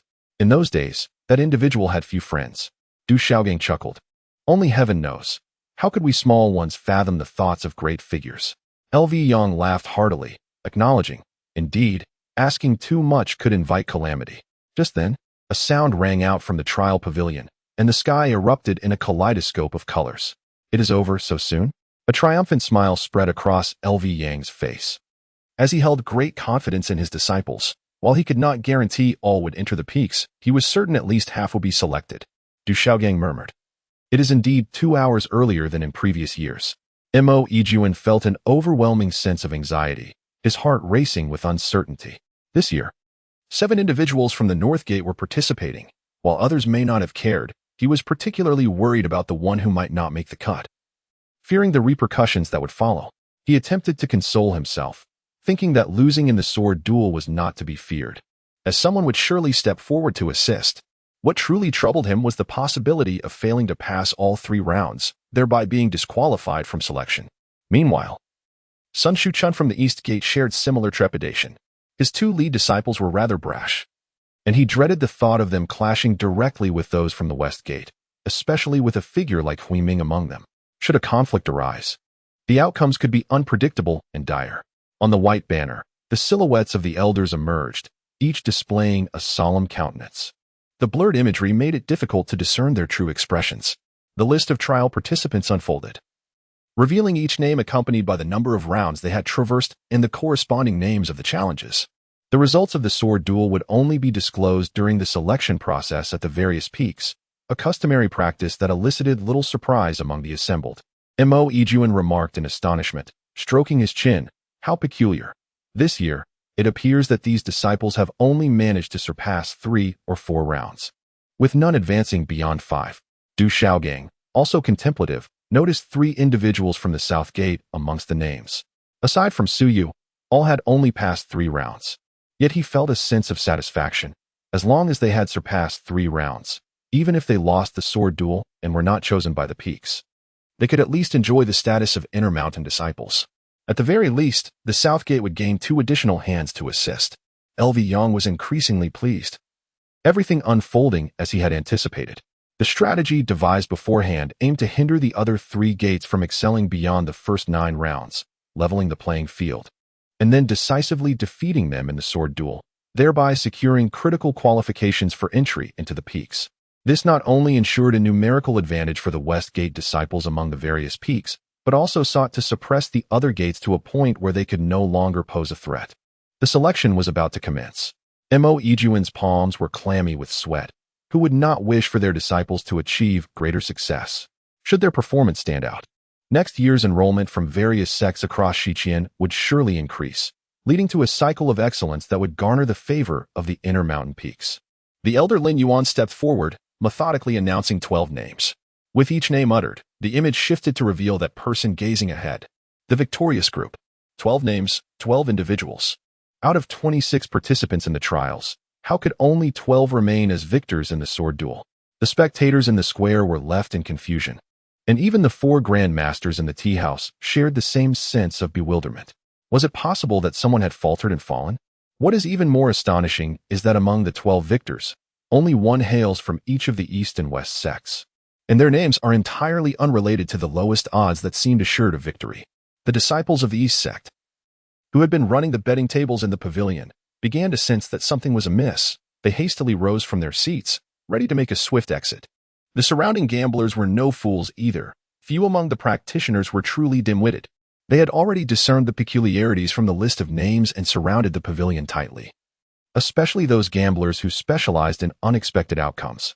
Several of them, having purchased tickets with high odds, rallied their fellow disciples, brandishing stacks of tickets as they cast predatory glances at everyone inside the pavilion. The square erupted in a cacophony of astonishment and uproar. At the observation deck of the tea house, the leaders of the East and West sects sat in stunned silence, completely taken aback. Ejuan's face blossomed with a radiant smile as he excitedly shook hands with Du Xiaogang, unable to articulate his exhilaration. They were the greatest victors, with all their disciples triumphing in the duels, a feat that could only be described as unprecedented in the history of their sections. However, Liu Yang's furious shout interrupted their congratulations. Wait, where is my disciple Huiming? Why is Huiming not present?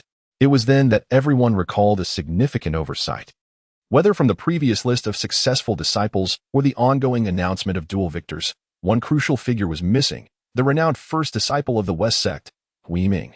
Sun Shuchun had initially intended to mock the situation, but upon reflecting on the duel's outcome, he realized that not only his elder brother, but even his second brother shared a similar fate, so he refrained from speaking. No. What on earth is happening in the trial pavilion? Liu Yang's voice echoed from the high pavilion. Chapter 18. A wish fulfilled at this moment. The square was filled with exclamations of shock. Lin Yuan had evidently anticipated this scene and deliberately relaxed certain restrictions, allowing the sounds from outside to permeate the area. He surveyed the disciples below with an impassive expression and announced, "The selection of disciples from each peak begins now, starting with the victors group." From the West sect, disciple Shi Mingtai has passed the 3 trials and eliminated fellow disciple Guizhu in the duel. Which peak do you wish to join? Shi Mingtai's face bore a look of shame as he covertly glanced at the eliminated fellow disciple, recalling how he had stealthily struck from behind during the moment when all disciples from the North sect had departed, narrowly securing his victory. His heart was filled with guilt. However, in the pursuit of the great Tao, such guilt was limited. His expression grew tense as he replied, "I humbly request the peaks to choose. I do not dare to harbor extravagant hopes." As he spoke, he consistently kept his head bowed, unable to meet the gaze of the esteemed elders on the high platform. Yet his heart brimmed with hope. The upper floor enveloped in silence. Time ebbed away, and the stillness grew palpably awkward. Instances of a victor in the sword duel being chosen by the esteemed elders were not unheard of, yet such occurrences were exceedingly rare. Particularly, Guizhu, who had been eliminated by him, wore a look of schadenfreude upon his face. Fortunately, Ningyang of Tianmen Peak broke the silence, as he had anticipated that most of the candidates would end up in the loser S group.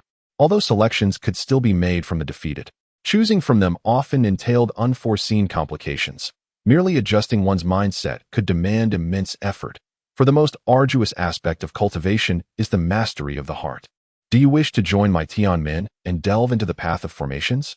Shi Mingtai quietly exhaled, tears of joy welling in his eyes, and clasped his fists in response. "I am willing." With a wave of his hand, Ningyang lifted him from the crowd, casting him behind. One by one, Dongmin Dumia was selected by Ingong Peak, while 5 male disciples from the North Gate were respectively chosen by Fei Chuan, Tianmin, Yunwan, and Qianren Peaks. Penjian Peak made no selections, and Jixian Peak remained silent. Chenglu Peak exclusively selected female cultivators, as it was widely acknowledged that no male disciple wished to spend their days among a throng of fairies. Subsequently, to everyone's surprise, Wang Yi was accepted into Chenglu Peak rather than the anticipated Feichuan Peak. Liang Pei'er also chose Tianmin Peak, demonstrating her considerable talent in formations, making it a wise choice apart from Chenglu Peak. When it came time for Su Yu's name to be called, astonishingly, 7 of the 9 peaks extended their goodwill in accepting disciples. Unbeknownst to Lin Mo, the Su family, being a prominent clan in Nanyang. Accepting Su Yu into their ranks signifies an opportunity to engage with the Su lineage, presenting immense potential benefits for the development of various peaks. Conversely, the lack of interest from Ingyang Peak in recruiting disciples was quite unexpected, while Yaowang Peak has always maintained its solitary nature, choosing not to accept a disciple without 1,000 medicinal tomes, which hardly raises eyebrows. The results of disciple selection simultaneously appeared on another screen, and with each successful admission to a peak, the silhouette of the most distinguished contender from the trial battles emerged. When Su Yu announced her choice of Jixian Peak, her silhouette materialized at the moment she opened the door to the heavenly book gate with the talismans she had acquired. Gaining the favor of Jixian Peak is a coveted honor, an aspiration that thousands of disciples in the square can only gaze upon with longing. The disciples of the ancestral peaks are inherently superior, a well-known yet unspoken secret among the 9 inner peaks. Hu Tu, grinning cheerfully, stepped forward, though it was not much of a departure, as only he and Lin Mo remained in the victors group. Lin Mo looked at the jovial figure and said with a smile, "Hu Tu, what a rare simplicity you possess. Which peak do you wish to join?" Hu Tu boisterously replied, "Shouldn't the peaks be the ones to choose me? With my outstanding performance, how could the elders possibly overlook me?" Ji Chongqing smiled and said, "Since you are so confident, I shall grant you this one chance. Are you willing to accompany me to Jixian Peak? Our peak possesses a technique known as the Zhulong Heart Method, which is most suitable for your cultivation." "What is this Zhulong Heart Method?" Hu Tu blinked, genuinely perplexed. As Lin Mo had mentioned this technique to him before, Ji Chongqing could only sigh and explain. The Zhulong Heart Method is also referred to as sleeping technique, which implies cultivating through sleep. Hu Tu's eyes widened more than ever. Without waiting for other elders to speak, he hurriedly said, "Elder, you must keep your word." "Of course," Ji Chongqing responded, choosing not to inquire further, fearing that this foolish lad might utter something bizarre. With a wave of his hand, he summoned Hu Tu to his side. Sensing Hu Tu's impending chatter, he swiftly formed a gesture to silence him. Thus, Hu Tu stood behind the elder, arms crossed over his neck, tongue lolling out, mouth agape yet producing no sound. Fortunately, Su Yu was beside him, holding onto him to prevent him from recklessly drawing a giant sword to confront the elder. Outside, a banner appeared displaying Hu Tu and the name Jixian Peak, followed by a colossal silhouette dominating the screen, with only a sliver of light escaping its surroundings. As the scene shifted, a sword, as thick as an ink dragon, descended, shattering the formidable golden shield and dispersing into the swirling sands. The sword light, akin to a forest, rotated like arrows, swiftly shooting forward, while the broad figure sat like a deity, wine pouring forth in a cascading torrent, his round face tilting back in joyous laughter as he caught the wine in his mouth. The crowd gasped, and with a collective exclamation, the square erupted in lively commotion. Above the tea pavilion, Mo Ijuan began to speak with a hint of envy. "Master Du has hidden his depths well among the 3 trial contenders. 2 belong to Jixian Peak. This year truly marks a bountiful harvest for the Southern Gate." Du Xiaogang could hardly contain his amusement, chuckling, "And there is still one more. Could it be that we will achieve a clean sweep?" The other 3 leaders had cursed countless times in their hearts. Unbeknownst to them, Du Xiaogang felt even more apprehensive than they did. Prior to the trio's entrance into the trial pavilion, he had already received word of their arrival. Since they had not communicated in advance, he had chosen to remain aloof, adhering to the sect's customs. Typically, when disciples undergo trials, the sect bestows upon them a valuable magical artifact and offers necessary support. This time, however, the Southern Gate did nothing, resulting in this unfortunate incident. Regret gnawed at him, his mind racing with thoughts, hoping that Hu Feng would expedite the delivery of the promised artifact. Otherwise, if all 3 were to enter Jixian Peak, the consequences with the sect leader would be dire. As the scene shifted, Lin Mo's name appeared, revealing that the place of entry was the Medicine King Peak. Du Xiaogang was taken aback, but soon a smile graced his face. Although the Medicine King Peak was relatively weaker in combat prowess among the 9 peaks, its unique and indispensable supportive role dictated its status. The majority of the alchemical resources within the Shaoyang sect originated from this peak, with capable individuals residing within the mountain. It seemed the future of the Southern Gate rested upon these 3. Why did that lad choose the Medicine King Peak? Is he perhaps destined to engage with herbs and alchemical furnaces for a lifetime? Elyang rarely displayed surprise. He had assumed that since Lin Mo had secured victory in the sword duel, he must have inherited his late father's legacy. Under such circumstances, entering Jixian Peak would have seemed only natural, but choosing the Medicine King Peak, which sought no quarrel with the world, cast a shadow of doubt upon his intentions. Did he wish to avoid his father's path and lead a low-profile life? The banner displayed Lin Mo concealed beneath the sword shadows of Hu Tu, charging through clouds of sword energy, followed by scenes of him traversing the formidable defenses behind Hu Tu. Ultimately culminating in the moment he emerged from the entrance of the Myriad Medicines Tome. The scene of the sword duel had been chaotic, filled with thunder and fire, making it impossible for even Lin Yu to fully capture the essence. Subsequently, the choices of the failed candidates unfolded without incident. Apart from Gu Chatong, who was selected by the Hengjian Peak, the others were all dismissed by the various peaks. The trial pavilion customarily offered alternative options. One could either become a registered disciple, relegated to menial tasks within the outer sect, with superficial access to cultivation resources that were, in reality, vastly inferior, devoid of opportunities to participate in the tasks of the peaks, nor would they have the guidance from the disciples of the peaks. Or one could retain their qualification for the next trial, with a chance to redeem themselves the following year, albeit with restrictions, spending the year merely performing menial tasks within the trial pavilion, without new cultivation resources or additional time for practice. Among all, only Wu Huaishan, Sun Yin, and Luca chose the latter. Chapter 19. Infinite glory on dangerous peaks mist shrouded the summit, while the sun traversed the mountainside. The mountains loomed high, adorned with flora at their bases, a gentle breeze carrying a fragrant aroma. Waterfalls cascaded through the clouds, their shadows casting coolness upon the green moss below. Steep cliffs housed ancient pines, their gnarled forms piercing the white clouds above. At the foot of the mountain lay a vast expanse, crisscrossed with paths, a tapestry of colors, offering a breathtaking view from above. Lin Mo leaned over the railing of the flying vessel, gazing into the distance at the solitary mountain on the plain, his thoughts drifting far and wide. The 9 peaks of the inner mountain were far grander than he had ever imagined. From the periphery, the entire expanse of the Shichong Mountains appeared to be merely 1,000 miles of towering heights, shrouded in seasonal clouds and mist, evoking a sense of lament as one struggled to perceive their true visage amidst the haze.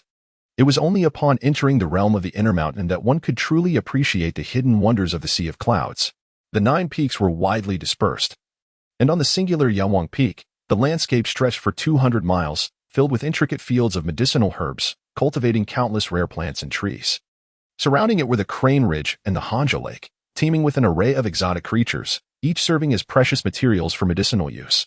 The farmers predominantly hailed from neighboring nations, engaging in a yearly cycle of rotation, with some families treating this as a primary source of income, passed down through generations. Over the course of millennia, this practice had fostered an exceptional cycle of prosperity, ensuring the utmost quality and quantity of the herbal fields.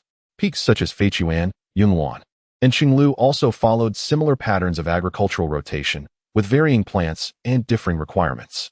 Otherwise, how could the multitude of over 10,000 cultivators on the 9 peaks procure their daily celestial fruits and grains? Might the elders take this opportunity to impart the rules of entering the peaks to the disciples? Lin Mo has always been generous with his words when it comes to seeking advice, and he possesses a keen ability to observe others. At this moment, Ming Sun appears to be in remarkably high spirits. He laughed heartily and said, "Are you afraid that after reaching the summit, you will still have to return to the foothills to cultivate herbs until the fields?" Lin Mo chose not to refute, for many of the internal regulations had already been discussed among the stewards during his time at the Southgate Pharmacy. His current conversation with Ming Sun about the rules was merely an attempt to foster a closer relationship before gaining the approval of the summit. The challenges faced by those with and without backing were vastly different. To attain recognition from the summit, the fundamental requirement was to establish one's own foundation. Only upon successfully laying this foundation could one earn the acknowledgement of the elders at the summit and be accepted as a direct disciple. Interestingly, many alchemists with insufficient experience have been assigned to manage the herb fields. Ming Sun stroked his chin thoughtfully and remarked, based on your performance in the Wan Yao Su, you should not have fallen to such depths. Lin Mo suddenly understood. No wonder the Wan Yao Su took 2 days and nights.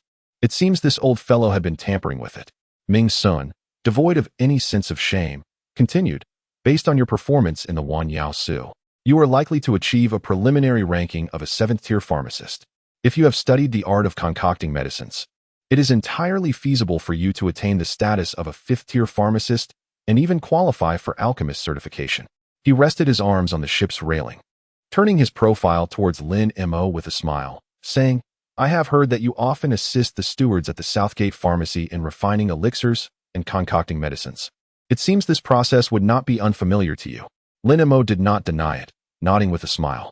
He inquired whether one understood how the ranks of pharmacists were categorized and how alchemists were classified.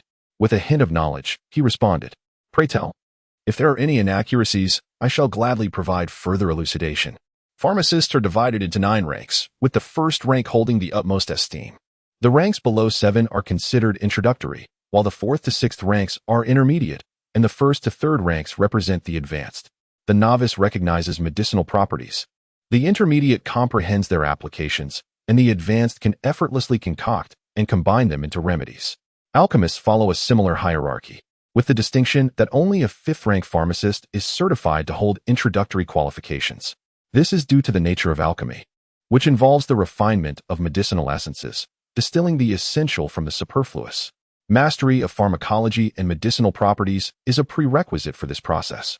Ming Sun, increasingly pleased, almost contorted his chin in delight, exclaiming, This youth is indeed worthy of guidance. Alas, my proficiency in the art of alchemy is not sufficient. Otherwise, I would genuinely consider taking you as my sole disciple. Please, do not. It would be better to leave such opportunities for others. Lin Mo silently pondered, relieved that the final remark served as a cushion. Otherwise, he truly feared that the elder, in a moment of whimsy, might refuse him, leaving him with a rather precarious choice that would be difficult to navigate. Ming Sun spoke with a weighty implication. When you go to the apothecary tower to assess the quality of the elixirs, I shall certainly make time to oversee the evaluation. Lin Mo, left in a haze of uncertainty, felt a flicker of doubt within, but found himself unable to voice his inquiries. As they conversed, the flying vessel glided through the mist, revealing 2 towering pavilions that loomed majestically at the edge of a colossal cliff, adorned with sweeping eaves, glistening golden tiles, and crimson pillars that soared towards the heavens. Lin Mo stared in astonishment, his expression one of disbelief. Ming Sun smiled silently. It was a common reaction for those visiting Yaowang Peak for the first time to be awestruck by the 2 towering pavilions. In front of the pavilions lay an expansive plaza, several dozen yards wide, where groups of people gathered, most clad in green robes with white collars, their sleeves adorned with 2 distinct embroidered patterns. Although the crowd was substantial, numbering at least in the hundreds, the vastness of the plaza made them appear sparse. A flying vessel docked beside the left pavilion, where a middle-aged man promptly approached. From a distance, he embraced himself with both arms, forming the yin-yang seal, bowing deeply until his upper body nearly grazed the ground. Disciple Zhou Manquan respectfully acknowledged his ancestor, Ming Sun. Lin Mo scrutinized the individual before him, noting the bronze cauldron and silver leaf adorning his left cuff, indicative of a mid-tier apothecary and a novice alchemist. The 9 black dots on the bronze cauldron signified a primary rank, while the 5 veins of the silver leaf denoted a 5th-tier classification. Ming Sun cast a fleeting glance and inquired, Are you the steward of internal affairs? Zhou Manquan maintained his bowing posture, extending his arms in a respectful manner, and replied, Indeed, I am a disciple under the esteemed Master Changxun. Changxun was one of Ming Sun's personal disciples, an apothecary of the 1st rank and an alchemist of the 6th tier. The lineage of their teachings warranted Zhou Manquan's respectful address of his grandmaster, devoid of any flattery. Ming Sun acknowledged with a sound of approval, gesturing towards Lin Mo. This is Lin Mo, newly selected to the peak. Please escort him to his temporary residence. As for his cave dwelling, we shall discuss it once his rank is confirmed. Do remember to look after him closely. Zhou Manquan acquiesced with a bow, fully understanding the significance of the master's instructions, particularly the last remark, which was clearly of utmost importance. Only after Ming Sun departed did Zhou Monquin straighten his posture. Casting a sidelong glance at Lin Mo, then realized that this elder Zhou was exceptionally tall and robust, towering over him by at least half a head, exuding an air of superiority. "You are the only one this year," he remarked, his tone remaining relatively gentle. Lin Mo adorned a smile, attributing his fortune to Master Ming Sun, as he had been the sole recipient of acceptance this year. "Master," Zhou Monquin was on the verge of displaying discontent. Yet upon observing Lin Mo's composed demeanor, an unsettling feeling gripped his heart. Although the hierarchy among the practitioners on the mountain was somewhat ambiguous, the admonitions from their ancestral master and the respectful address from Lin Mo indicated an underlying significance that he dared not dismiss lightly. Practitioners from the inner mountain typically paid little heed to the trivial gossip of the outer sect. Thus it was not common for individuals like Zhang Qiushan to recognize Lin Mo. After all, Zhang Qiushan hailed from a lineage of cultivators, having entered the peak only 5 years prior, and was burdened with family responsibilities, making his attention to the sect's affairs entirely reasonable. With a smile, he said, "Given the arrangements made by our ancestral master, allow me to escort you to the new disciples' quarters for temporary accommodation. Once we complete the verification, we shall assign you a cave dwelling according to your rank." Lin Mo remarked, "I am grateful for your assistance, senior brother." Zhou Monquin responded with a couple of murmurs and said, "In a moment, I shall present you with a jade token representing the identity of our peak. Within it, you will find the engraved teachings for cultivating at the 5th level of Qi refinement, along with the essentials of the enlightening sword technique from Yangwang Peak, the pharmacist canon, and the sacred canon of the medicine king. In the future, once you have accumulated sufficient tasks, you may exchange this jade token at the sword pavilion for additional cultivation techniques. Furthermore, it contains a one-time exploration order, valid for 10 days. Which can only be utilized once. Should you step beyond the inner mountain, the countdown will commence. Even if you return within a day, the order will remain void. If the 10 days elapse, you must proceed to Qianren Peak to face the consequences." He chuckled softly and continued, "For a first violation of the mountain exit decree, a fine of 20 spirit crystals is typically imposed." Qianren Peak is indeed quite formidable. Lin Mo harbored no regrets regarding his choices. He ventured into the mountains primarily for the pursuit of alchemical knowledge, eschewing the allure of power, yet could not entirely suppress a tinge of envy. Zhou Monquin gestured toward 2 towering pavilions, the left, the alchemy pavilion, the right, the apothecary tower. Each month, there were 2 lectures held at each location. On the 1st and 15th days, the alchemy pavilion would host its sessions. On the 7th and 22nd, it would be the turn of the apothecary tower. The path of cultivation required one to visit the sword pavilion on the 3rd and 38th days of the month. The identities of the speakers were announced 3 days in advance at the entrances of each pavilion, allowing individuals to decide whether to attend. The 2 of them walked along a winding stone path shaded by trees, the terrain undulating as pavilions and towers stood in a picturesque array, some shrouded in dappled shadows. Others perched precariously upon sheer cliffs. From their vantage point, they gazed upon the expansive plains below, a breathtaking and majestic vista. For sustenance and resources for cultivation, one could visit the service pavilion to collect provisions, available every 10 days, with the choice of collection dates left to the individual. Newcomers were allocated 500 spiritual crystals for their first year, coinciding perfectly with the Lunar New Year, allowing for a full year's worth of resources to be claimed. New entrants faced no mandatory tasks, which meant that most would not rush to the apothecary tower for assessment. Typically, they would delay for up to 6 months. Following assessment, monthly tasks would be required. Those at the 7th rank or below would need to submit a set quantity of medicinal materials, though they were not expected to gather them personally. Instead, fresh herbs cultivated at the foot of the mountain would be prepared for various uses. Tasks could be acquired at the service pavilion, with assignments varying in nature. Mid-level apothecaries would engage in medicine making, with materials dispensed alongside tasks. As for the higher ranks, the tasks were not fixed. Any necessary items would be directly arranged by the elders atop the mountain. Alchemists faced a similar structure. Essentially, it was all quite standard. Lin Mo inquired, if one were to possess dual identities as both a medicinal alchemist and a pharmacist, akin to Elder Zhou, would that imply undertaking 2 separate responsibilities? Zhou Monquin chuckled heartily, shaking the sleeve of his left arm. In this peak, the population approaches 1,000. Among the pharmacists, there are 7 of the 1st rank, 25 of the 2nd rank, and the total of high-ranking individuals scarcely exceeds 50, while the intermediate ranks number over 400. As for the alchemists, the total of the beginner ranks is fewer than 100, with merely 20 or so in the intermediate ranks, and only 5 surpassing the third rank. Pray tell, given this context, where do you think the emphasis of task assignments would lie? Lin Mo nodded in agreement. Zhou Manquan remarked, however, there are indeed disciples who have just entered the peak and immediately assess their abilities. After all, with each advancement in rank, a pharmacist can earn an additional 50 in fixed annual salary. Ultimately, the choice of how to weigh these factors rests entirely upon one's own discretion. Lin Mo inquired, how can one procure the necessary herbs for the daily concoction of medicines and elixirs by the apothecary and alchemist? Zhou Manquan glanced back at him, the corners of his mouth twitching slightly. Apart from tasks, you can purchase them at the medicine hall using spirit crystals. Do you think the sect will provide everything for you? The two turned into a narrow path, entering a courtyard nestled within the woods. After navigating a series of twists and turns, they arrived at a modest courtyard in the east wing. Zhou Manquan pulled out 2 sets of azure robes, complete with boots and socks, along with a jade pendant from his treasure bag, handing them to Lin Mo. He said, everything is here. Remember what I just mentioned. Once you finish tidying up the house, head to the Reverence Pavilion to collect the necessary items. Oh. The Internal Affairs Hall is one of the 3 halls of the Reverence Pavilion, where all matters pertaining to bedding and other necessities are to be gathered.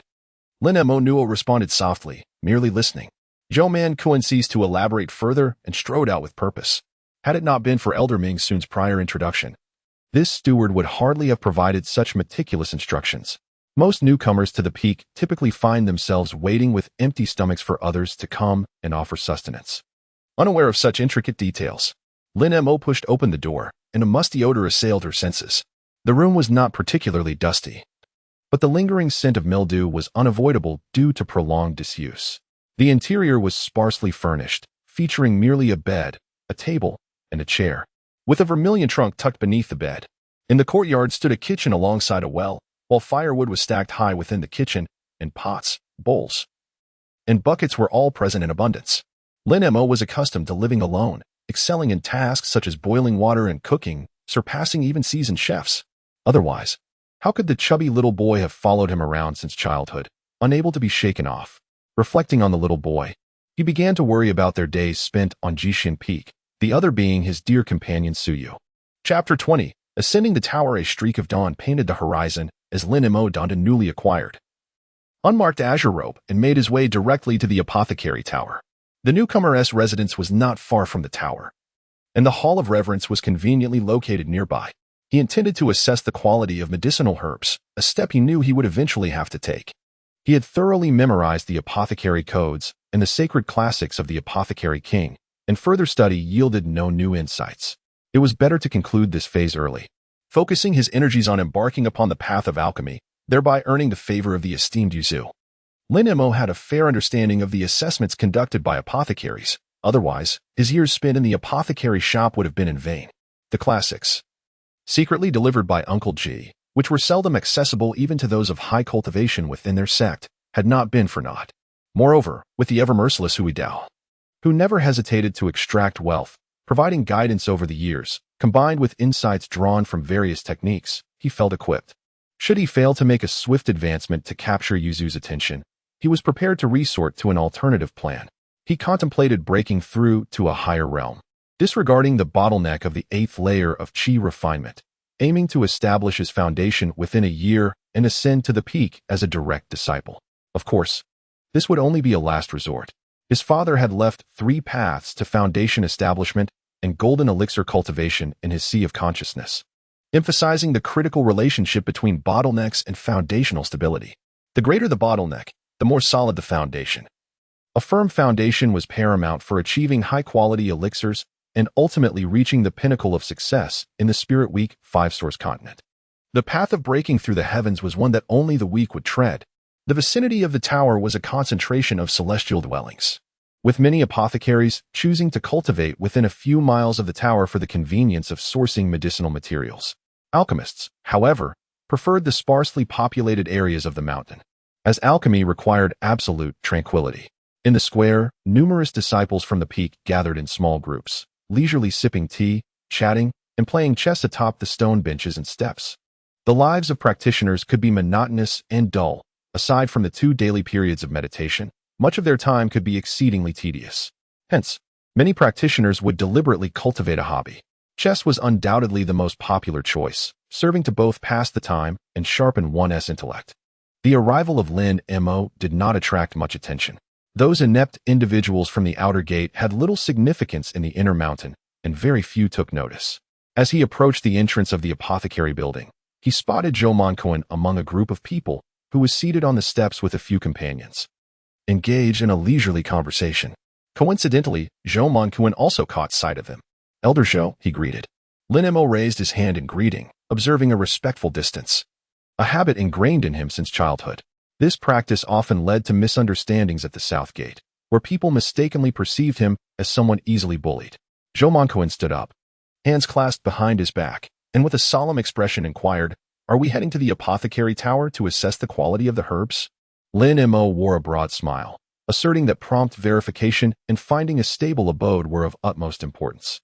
The individuals seated beside Zhou Manquin regarded the newcomers with peculiar glances. Among practitioners, there were many with impatient dispositions, yet the essence of cultivating one's heart lies not in superficiality but in purity. However, it was rare to encounter those so eager that they rushed to ascertain their ranks before even settling in or becoming familiar with their surroundings. A phenomenon seldom witnessed in their generation. Such rarity inevitably breeds suspicion. Zhou Manquin cast a glance towards the direction of the apothecary pavilion and remarked, "Typically, disciples entering the peak do not display such haste. After all, the apothecary's compendium contains hundreds of thousands of medicinal entries, along with thousands of prescriptions. For those with a foundational knowledge, mastering a substantial portion within a month is feasible. For those lacking such a foundation, even 6 months may not suffice. The allowance of up to 6 months for the initial rank assessment is not without reason. The abundant spiritual energy within the inner mountains makes it sensible to dedicate this time to acclimatization and overcoming barriers, rather than rushing for immediate results." Lin Mo humbly forced a smile and said, "Thank you for the reminder. When I was at the South Gate, it was indeed brought out by Master Hufeng." "Oh," Zhou Manquin's eyes brightened, and the seriousness on his face relaxed slightly. "Brought out by Master Hu?" He pondered, finding it curious, and inquired, "Why do you refer to Master Mingxuan as Master Uncle?" Lin Mo revealed a smile, saying, "It's a long story. I shall find Deacon Zhou to discuss it when I have the time. Probing too deeply is a major taboo in the mountains." Zhou Manquin laughed heartily, repeatedly patting Lin Mo's shoulder. "Why didn't you mention it earlier? No wonder the master ancestor and you seem to share such camaraderie. In that case, you should first ascertain the details. It would be best not to bring embarrassment to Uncle Hu. If the assessment turns out to be below the 8th rank, then do refrain from mentioning it to me, old Zhou, in the future." Lin Mo nodded in response and hurried towards the entrance of the medicine tower. Once he had distanced himself, a senior with a horse-like face spoke up. "I've heard of this fellow before. Others refer to him as Black Dog, the kind that everyone bullies." Huh. Is this your trial so effortless? Even someone like him can gain entry." His voice was not discreet, seemingly intended for Lin Mo to overhear. Another individual chimed in. "In recent years, the disciples entering the peak have been of increasingly lower quality. It might be wise to suggest to the sect that the annual selection be changed to a triennial one." Lin Mo gently shook his head, choosing not to dwell on such trivial matters. Internally, he scoffed, "You are hardly in a superior position, having struggled for days on the mountain just to barely achieve the rank of a 5th-grade pharmacist. How dare you criticize others?" He strode confidently over the high threshold of the apothecary building. This establishment not only certifies the ranks of pharmacists but also serves as a marketplace for medicinal herbs. The grand hall within was expansive, spanning a considerable 30 to 40 feet, apart from the central open space of about 5 feet. The remaining area was densely filled with tall cabinets, each towering to the height of a person. A glance revealed drawers packed closely together, adorned with vibrant labels that stood out prominently. The first floor housed the immense pharmacy. Lin Mo glanced around, relishing the rare and breathtaking scene outside. Before he could fully recover from his astonishment, a handsome senior brother approached him, scrutinizing him with a gentle inquiry. "Are you a newcomer, junior brother? Have you come to purchase medicine or seek a prescription?" The pharmacist's canon and the sacred text of the Medicine King contain a comprehensive array of foundational prescriptions, meticulously categorized from basic to advanced. However, in practical application, Even the most extensive apothecary cannot guarantee the availability of all necessary ingredients. Thus, alternative prescriptions have emerged, each crafted from the pharmacist's profound understanding of pharmacology and the invaluable insights gleaned from countless trials and errors. Consequently, obtaining these alternatives often requires a certain sacrifice. Lin Mo smiled and said, "I just arrived yesterday and wish to ascertain my grade." The senior brother was momentarily taken aback, but soon regained his smile and replied, "It seems that you possess a solid foundation. The approval of grades takes place on the second floor, and the first attempt is complimentary. Should you be unsuccessful, the second attempt will require 50 spirit crystals, with subsequent attempts escalating in cost, multiplying according to the grade." Lin Mo was taken aback, exclaiming that acquiring nuclear products required expenditure. The senior brother replied, "According to the elders, that many years ago, no payment was necessary. However, due to the careless actions of numerous individuals who, without preparation, sought nuclear products for trivial matters, wasteful consumption of medicinal materials ensued, hindering the elders' cultivation. Thus, this rule was established." He laughed heartily, adding that the prices at the adjacent Dan Pavilion were even steeper, being double those here. Lin Mo, initially brimming with enthusiasm, felt as though a bucket of cold water had been poured over him, gasping in surprise. The gentle voice of that senior brother seemed to have inserted an entire block of ice into the collar of Lin Mo's garment, chilling him thoroughly from the back to the front. The first-grade elixir from the Dan Pavilion costs no less than 20 to 30,000. While the assertion is not incorrect, those who can attain the first grade do not concern themselves with such a trivial amount of spiritual crystals. As long as one can reach the middle tier, it becomes exceedingly difficult not to profit. The 13 illustrious families of Shiqian, the 3 grand dynasties, and the 4 great nations, along with nearly 100 sects on the mountains, all hold vast quantities of spiritual crystals, eagerly seeking to invite alchemists to refine elixirs. Most middle-tier alchemists regard such trivial gains with disdain. They merely need to refine a couple of batches, toss them into the auction, and profits soaring into the hundreds or thousands of times can be effortlessly reaped.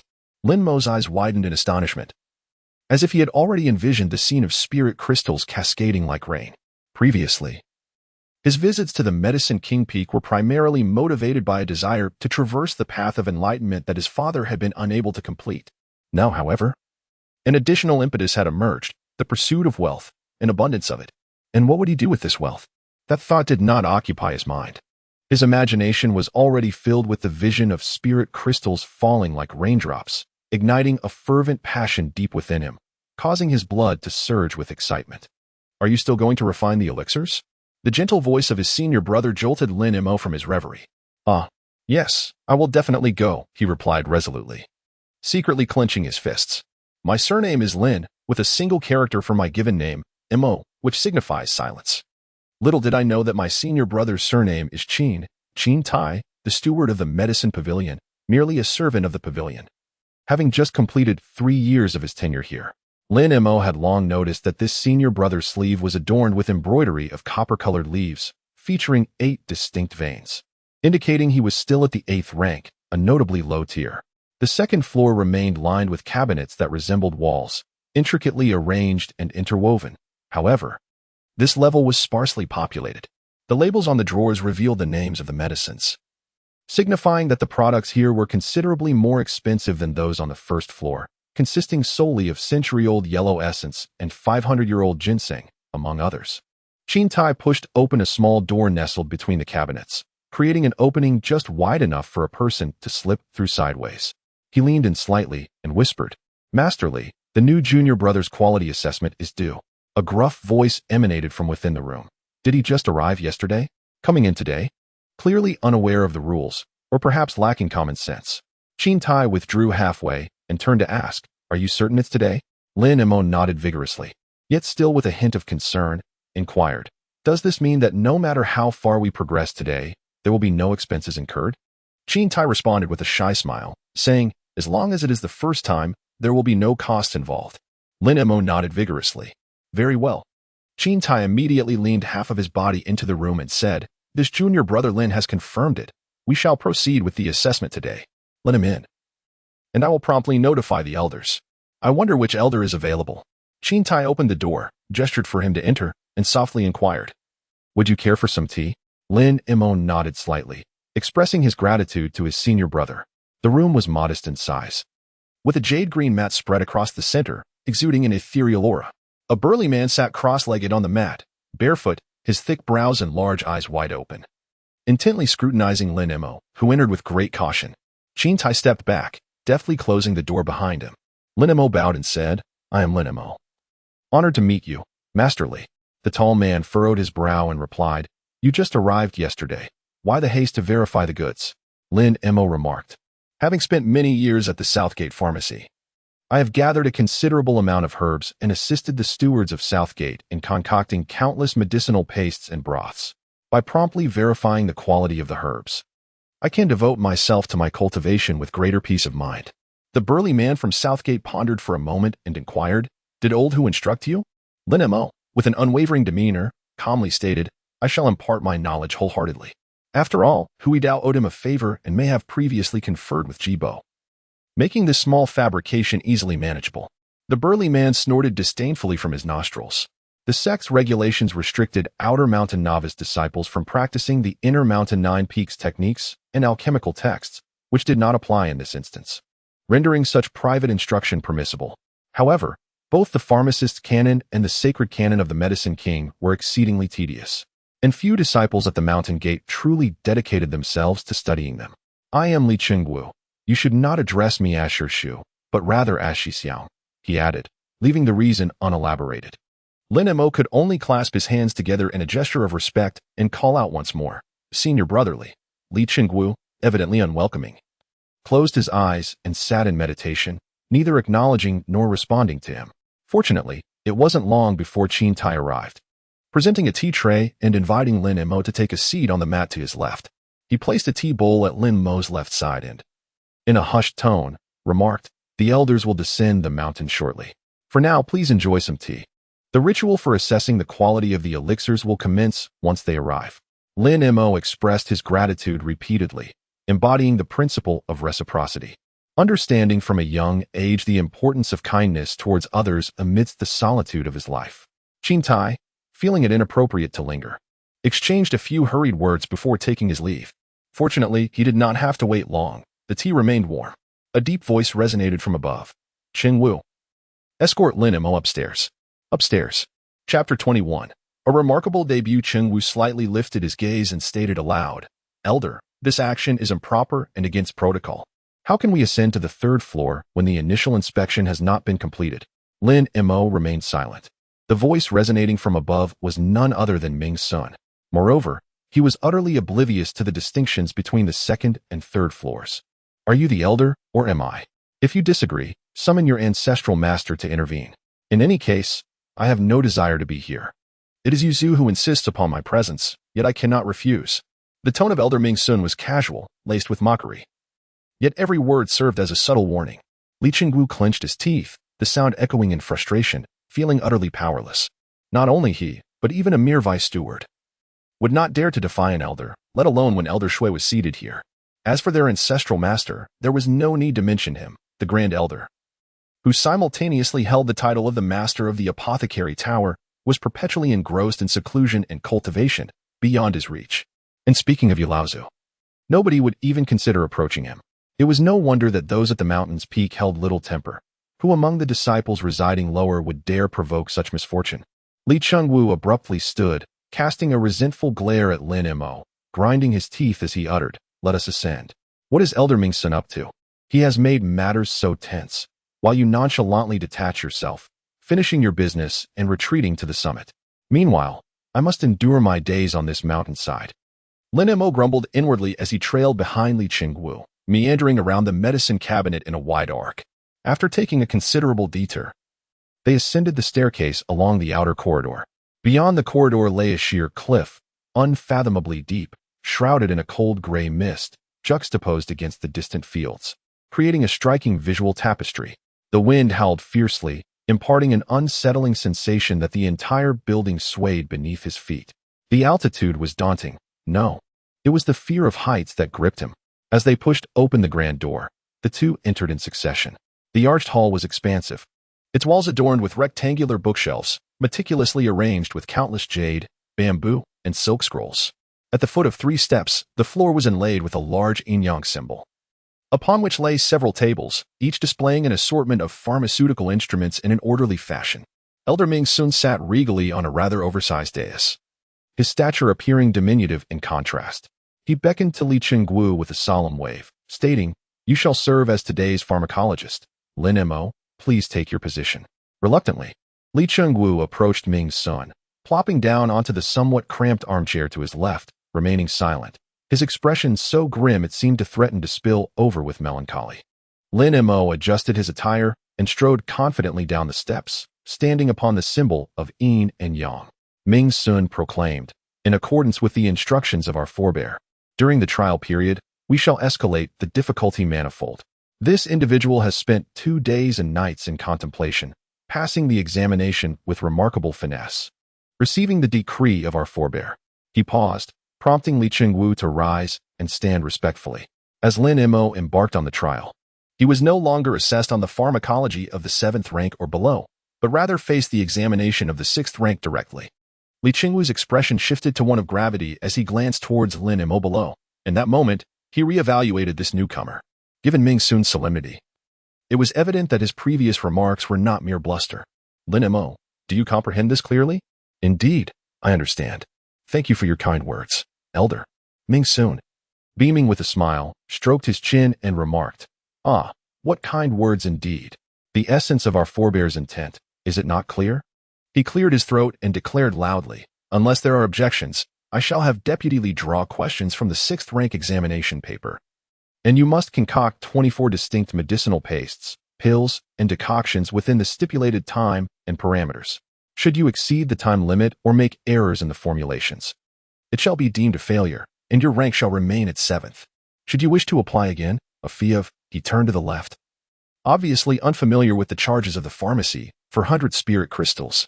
Li Chengguo whispered a reminder. "Ah, 400 spirit crystals. This is no trifling sum for one newly arrived at the peak.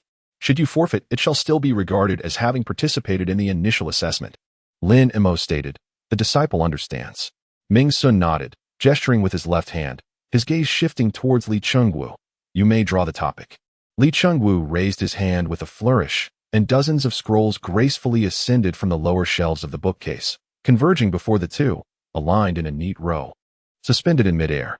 After a brief count, a glimmer of amusement flickered in his eyes as he announced with a clear voice, "There are a total of 24 scrolls, all from the intermediate level, in accordance with the 6th grade assessment regulations." Ming Sun responded, "Select the topic." Li Chengguo gestured in the air, unfurling one scroll, "Vitality-enhancing and life-replenishing elixir, a spirit medicine for refining qi, detailed in the Pharmacist's Canon, Chapter 731, Section 6.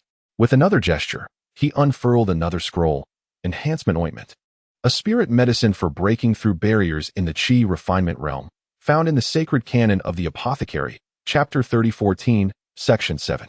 He recited all 24 types of medicine in one breath, yet refrained from mentioning the formulas, dosages, or preparation methods, nor did he grant the opportunity to peruse the pharmacopoeia.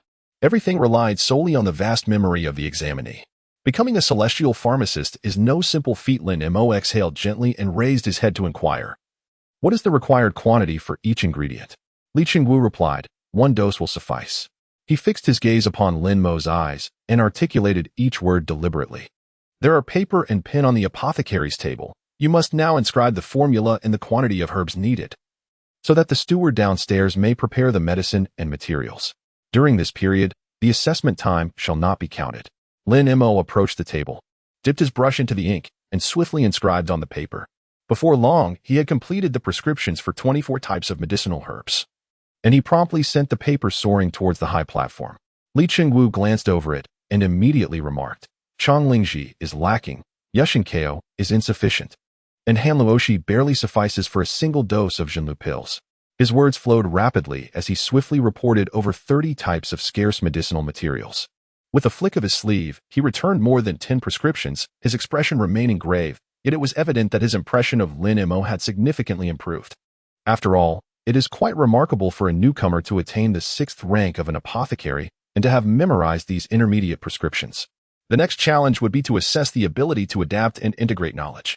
Lin Mo, adhering to the prior guidance, struck out the missing herbs and devised alternative remedies. Having learned from previous lessons, this time he endeavored to select materials that were both simple and readily available. The true merit of a mid-level pharmacist lies in their profound understanding of the properties and principles of over 1 million medicinal substances recorded in the 2 great pharmacopoeias, enabling them to adapt and innovate with ease in the face of changing circumstances. In the second iteration of the prescription, for herbs remained absent.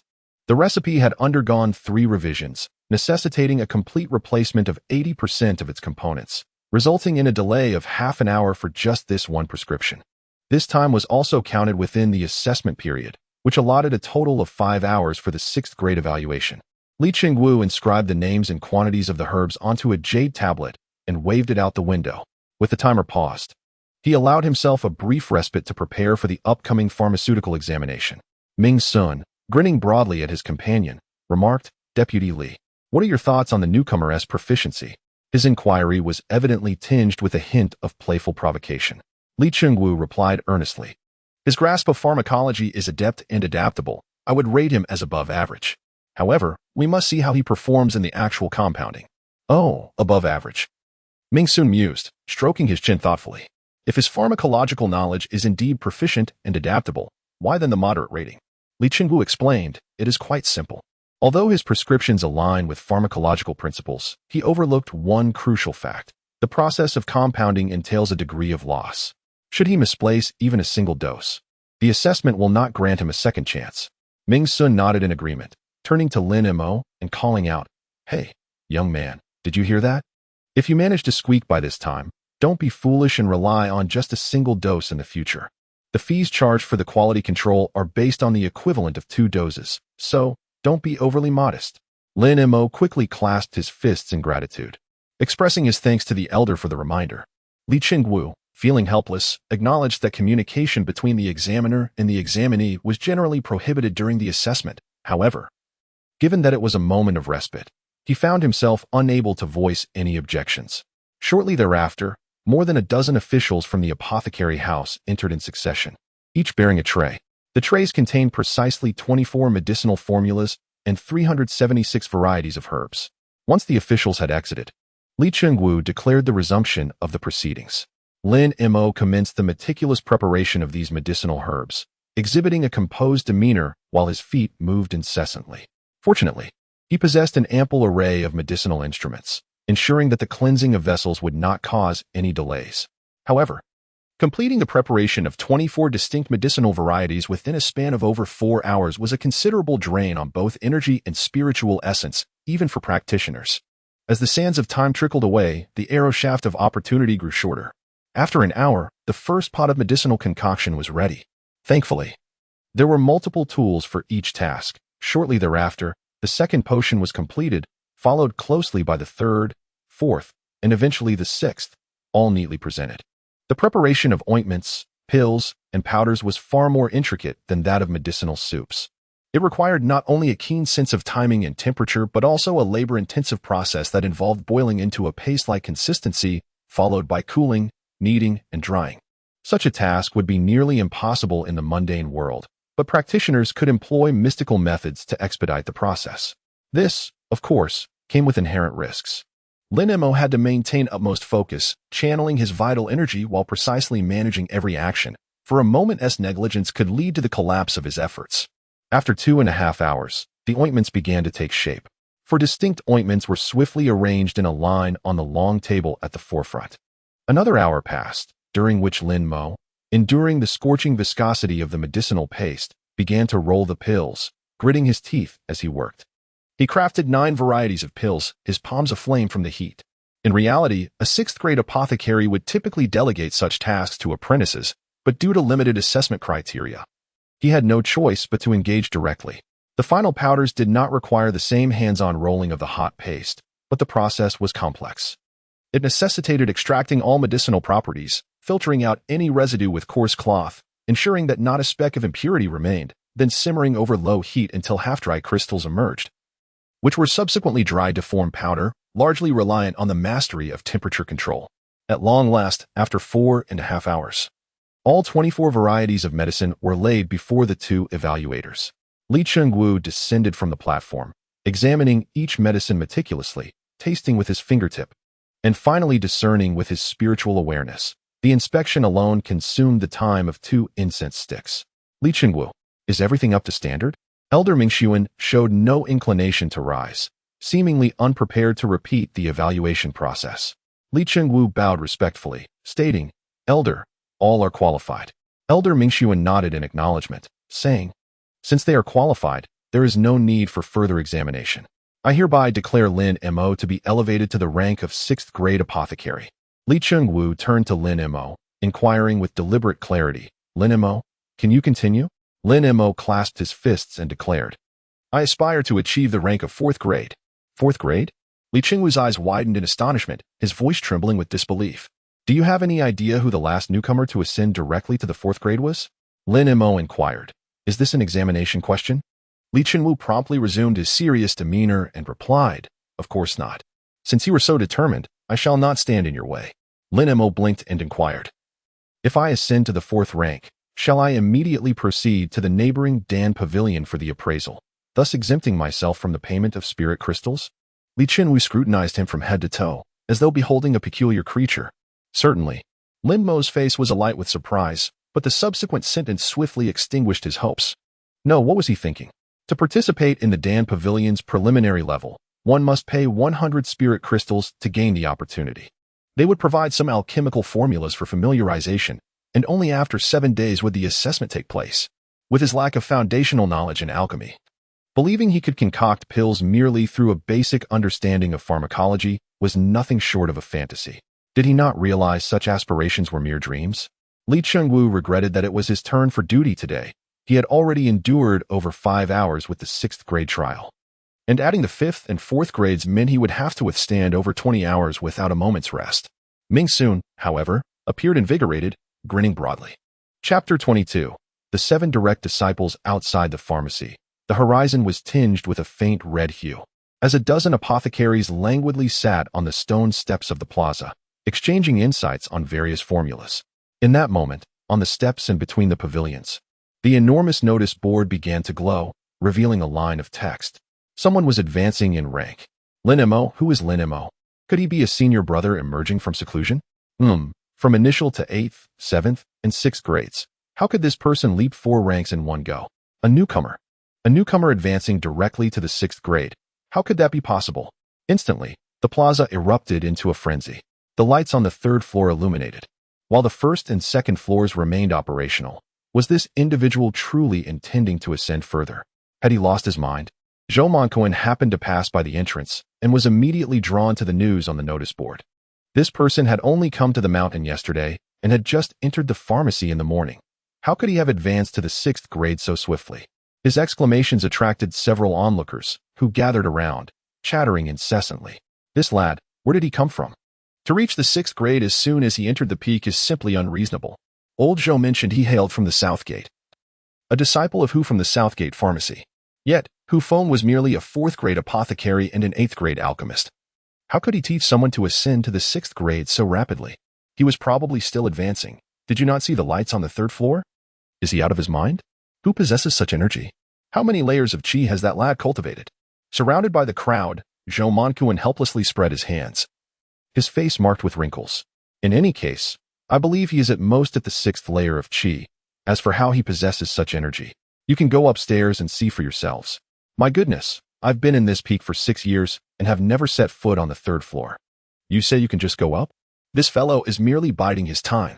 Never having been on the 3rd floor implies he is still a low-level 7th grade apothecary. Zhou Moncuan recognized this individual and inquired, Luo Daring, why are you back instead of guarding the medicinal fields? This is my cave abode. Must I report my return to you? That is not what I meant, Zhou Moncuan replied. Luo Daring laughed heartily, tugging at Zhou Moncuan's sleeve, speaking in a conspiratorial whisper. I have something intriguing. If Brother Zhou desires it, let us find a place to discuss it shortly.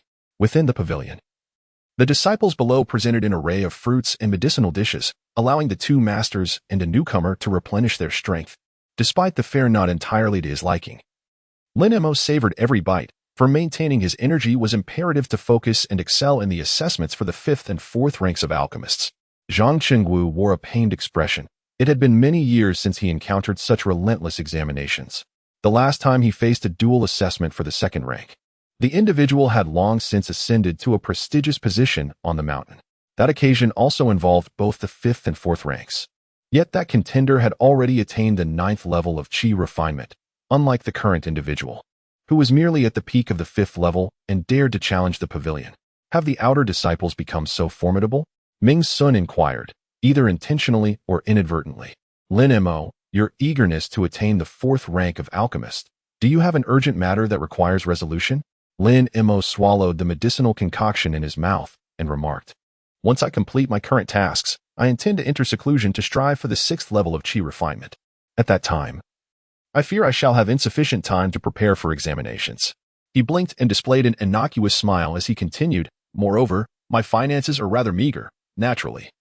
I wish to seize the opportunity to take several examinations for free.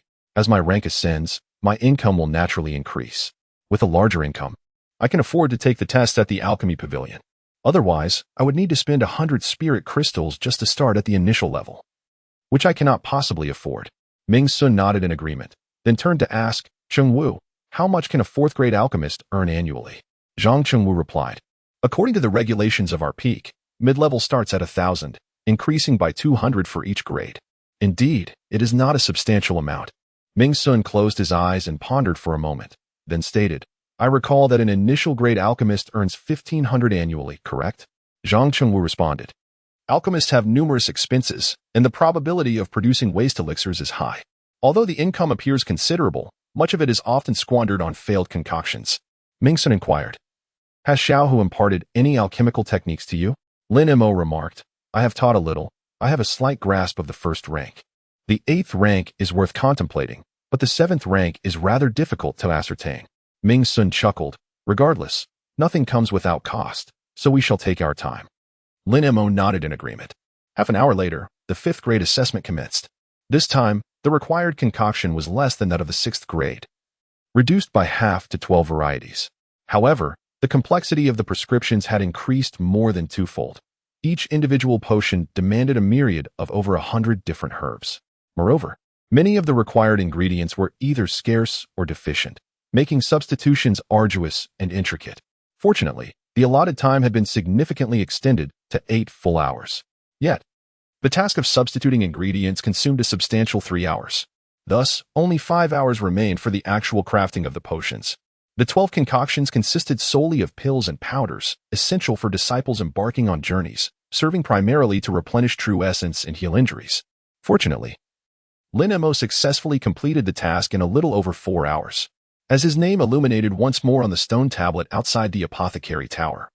The sun rose high in the sky, and a considerable number of disciples from the sect gathered in the square outside, eager to witness the spectacle.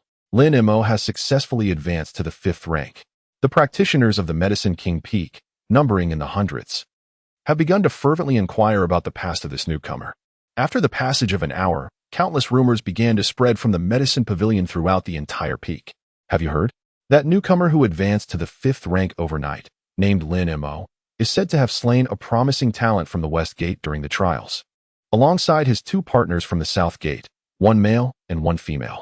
The slain was known as Hui Ming, a pride of the West Gate. What a pity. But do you know who Lin Mo is? Probably not. He is the son of the most renowned junior from our sect over a decade ago.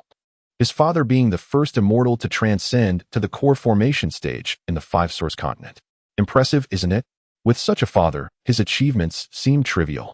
Indeed, I've heard that his father is a great sinner of our sect, and the people from the South Gate look down upon this lad. A great sinner could still leave his son within the sect. It's merely a ruse by the prominent figures. Look, they have pushed him out, deliberately creating this spectacle to allow him to shine. That makes sense. After all, how could a newcomer leap to the 5th rank so swiftly? It is said he is still facing challenges. Could it be that those backing him intend to elevate him directly to the 1st rank? What is impossible?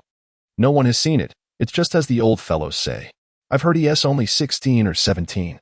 They're not afraid of the winds at such heights. Winds? What do they matter when someone shields you from them? As the rumors spread further from the truth, fewer and fewer people cared about how far Lin Mo could advance. Instead, they speculated about how high the influential figures behind him would push him. Some even initiated betting pools over this. as the gossip grew more outrageous. Even 6 or 7 direct disciples who were not in seclusion on the mountain peak were drawn to the medicine pavilion. The status of these direct disciples is exceedingly high. Aside from lacking the power of an elder, their treatment is not much different from that of elders. Thus, they ascended to the 3rd floor to observe Lin Mo's 4th-rank advancement assessment. Their status even surpassed that of the deputy of the medicine pavilion, Li Chengwu, so naturally, no one dared to stop them. However, rules must still be observed. They could watch but not speak, and since there were no seats available, they could only sit on the steps of the hall to enjoy the spectacle. The direct disciples of the Medicine King Peak differ from those of other peaks. Not only must they be assessed on their cultivation but also on their proficiency in medicinal and alchemical arts. Among the 12 direct disciples, the least accomplished is at the 4th rank in medicinal arts and initial rank in alchemy. The most formidable among them is currently in seclusion, striving to break through to the 6th layer of foundation establishment. He holds a 2nd rank in medicinal arts and a 7th rank in alchemy, but due to alchemical shortcomings, he has not garnered the attention of Elder Yu and has not been taken under the wing of the Grand Elder, a master of medicinal arts.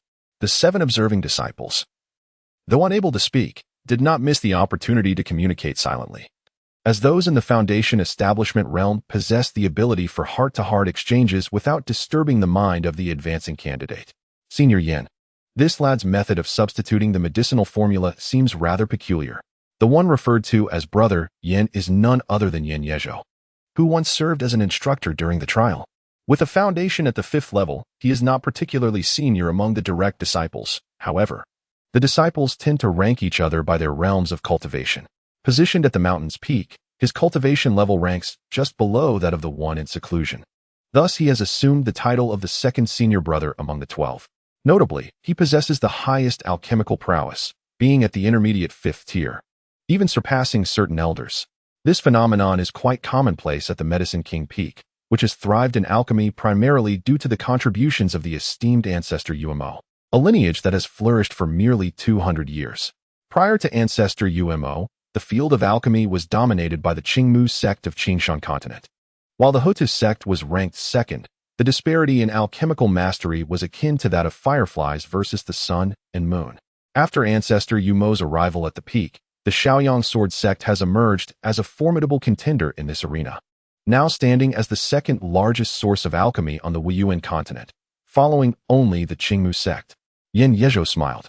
This individual, who has dabbled in alchemy, may not have delved deeply, yet he comprehends the methods of purifying fundamental medicinal materials. Consequently, he employed 7 different herbs to substitute for the singular Mu Xian root, with the crucial task of extracting the components originally contained within the Mu Xian root from these 7 herbs. The success of this endeavor hinges on his ability to precisely separate the medicinal properties. Among the 12 disciples at the mountain's peak, the 2nd senior brother is noted for his exceptional patience and willingness to assist others in resolving their queries. Recently, he was dispatched to instruct in the trial's secret realm, a decision rooted in his distinctive qualities. To extract the medicinal properties of the Mu Xian root from these 7 herbs using a cauldron is not particularly challenging. Mastering the appropriate heat and the compatibility of the medicinal stones suffices. However, the question arises, how can he achieve this without a cauldron? The voice in his mind posed this inquiry, originating from the 7th junior sister, Zhou Yizhu, who is widely recognized as one of the 4 celestial maidens of the West Chongshan and is cherished like a moon among the stars of the Medicine King Peak. Yin Yezhou responded mentally. The true essence sword intent will thoroughly pulverize the herbs, after which spiritual awareness will guide the precise extraction. This method of extraction demands a high level of spiritual awareness and meticulous control over true essence, and it is one that cannot be easily replicated by others. Sister, it suffices for you to understand this. If I were to undertake it, it would be manageable. But that particular junior brother is merely at the 5th level of chi refinement. Employing such techniques would deplete his true essence significantly, unless what?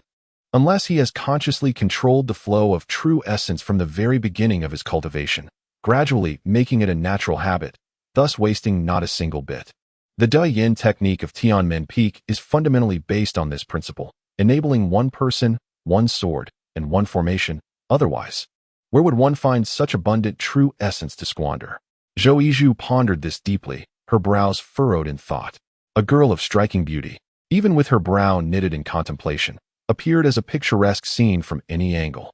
Many admired this scene, including Zhang Qingwu, who was captivated from the high platform. "What is my junior sister contemplating?" Yin Yezhou inquired mentally. "I am considering whether applying this method prior to alchemy would yield greater efficiency. The first lesson my master taught me was precisely this. I even specifically utilized my task rewards to acquire a reference for the De Yin technique from Jishin Peak. Would my senior brother be able to offer guidance on this matter in the future?" The junior sister expressed her desire to learn, and naturally, Yin did not dare to withhold knowledge. However, applying it to the realms of pharmaceutical and alchemical practices proved exceedingly challenging, beyond the capacity of mere mortals. A brief foray into the subject would not be detrimental. At the very least, it would enhance her control over the alchemical furnace. The elder brother was indeed thoughtful. The two communicated their thoughts at an astonishing speed, leaving the nearby brothers with only a faint sense of the ripples in their minds.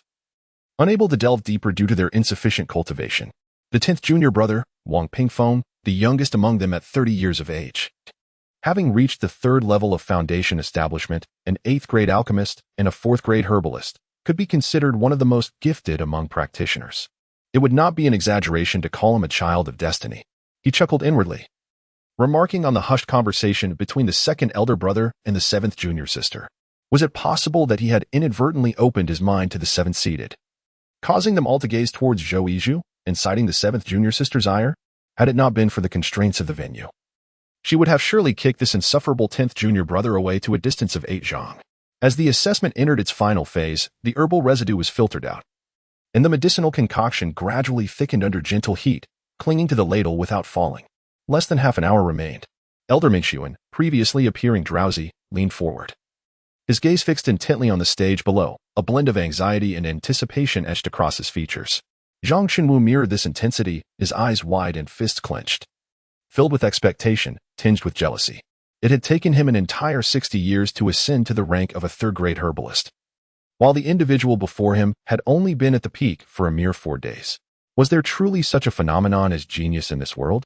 The observing 7 disciples each harbored their own thoughts, holding their breath as they awaited the final moment. As the cauldron was removed from the fire, Lin Mo enveloped his hands in a layer of azure energy. His fingers twitched slightly, causing the viscous substance within the cauldron to rise gradually, spinning rapidly under the guidance of his true essence. White mist separated from the substance, dissipating into the air as it began to cool, the rotation slowly becoming sluggish. Before the substance could completely cool and harden, Lin Mo extended his hands, gesturing with his fingers in a fluid motion, then brought his palms together, rubbing them back and forth. In a matter of moments, a substantial mass of black paste divided into 7 or 8 portions, which were then compressed and kneaded by his true essence, transforming into pill-sized orbs resembling longan fruit. At this point, the color had shifted from a deep black to an extraordinary purple-blue sheen. Lin Mo's lips curled into a smile as he deftly flicked his fingers, sending 8 pills soaring through the air, landing neatly on a long table draped with a white velvet cloth. He then took a step back, clasped his fists, and addressed the 2 masters with deliberate clarity. 1 dose of mid-grade creation foundation pill, comprised of 8 portions, is complete.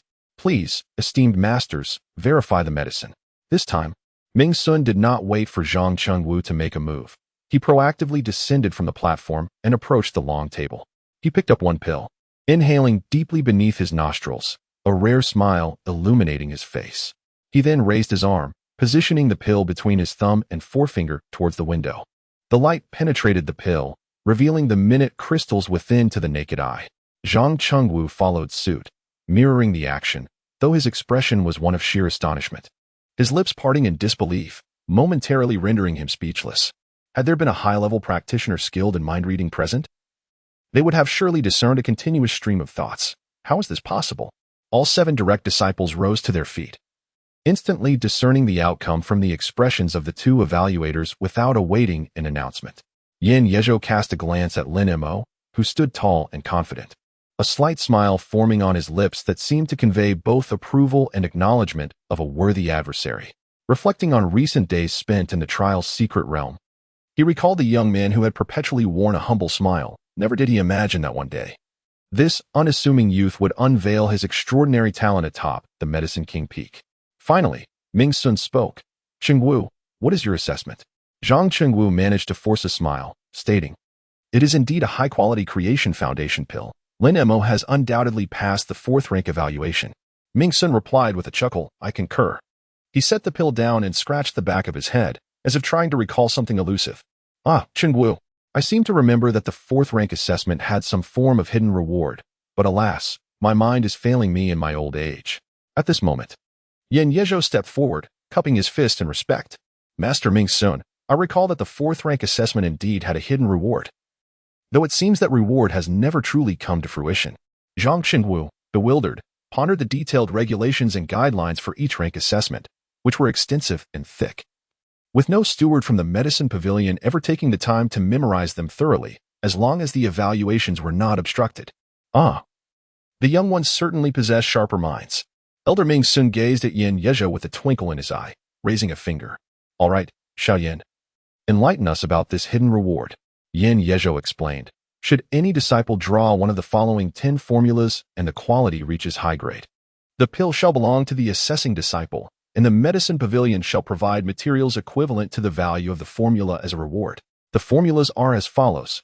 Gui Ling Pill, Wu Liang San, Creation Foundation Pill. Ming Sun let out a hearty laugh and pointed at Zhang Chengwu, inquiring, should we look into the rules? Zhang Chengwu gritted his teeth. Despite his aversion towards Lin Mo, he held firm belief in the words of Elder Ben Feng and the direct disciples at the mountaintop, acknowledging that the rules indeed concealed numerous hidden rewards. Each level of examination presented varying degrees of difficulty, with certain questions becoming the nightmares of the assessed disciples. For instance, he had deliberately drawn the question regarding the creation of the foundation elixir, which required over 700 medicinal ingredients, several of which were simply unavailable at the apothecary pavilion. To substitute the recipe, the examinee would need to attain a profound understanding of pharmacology and possess exceptional extraction abilities to succeed. He had intentionally selected this challenging question, fully aware of the location of such difficult formulas as a steward of the apothecary pavilion. There was no need to worry. Once Lin Mo completed the assessment, he would request the pavilion master to bestow all the rewards.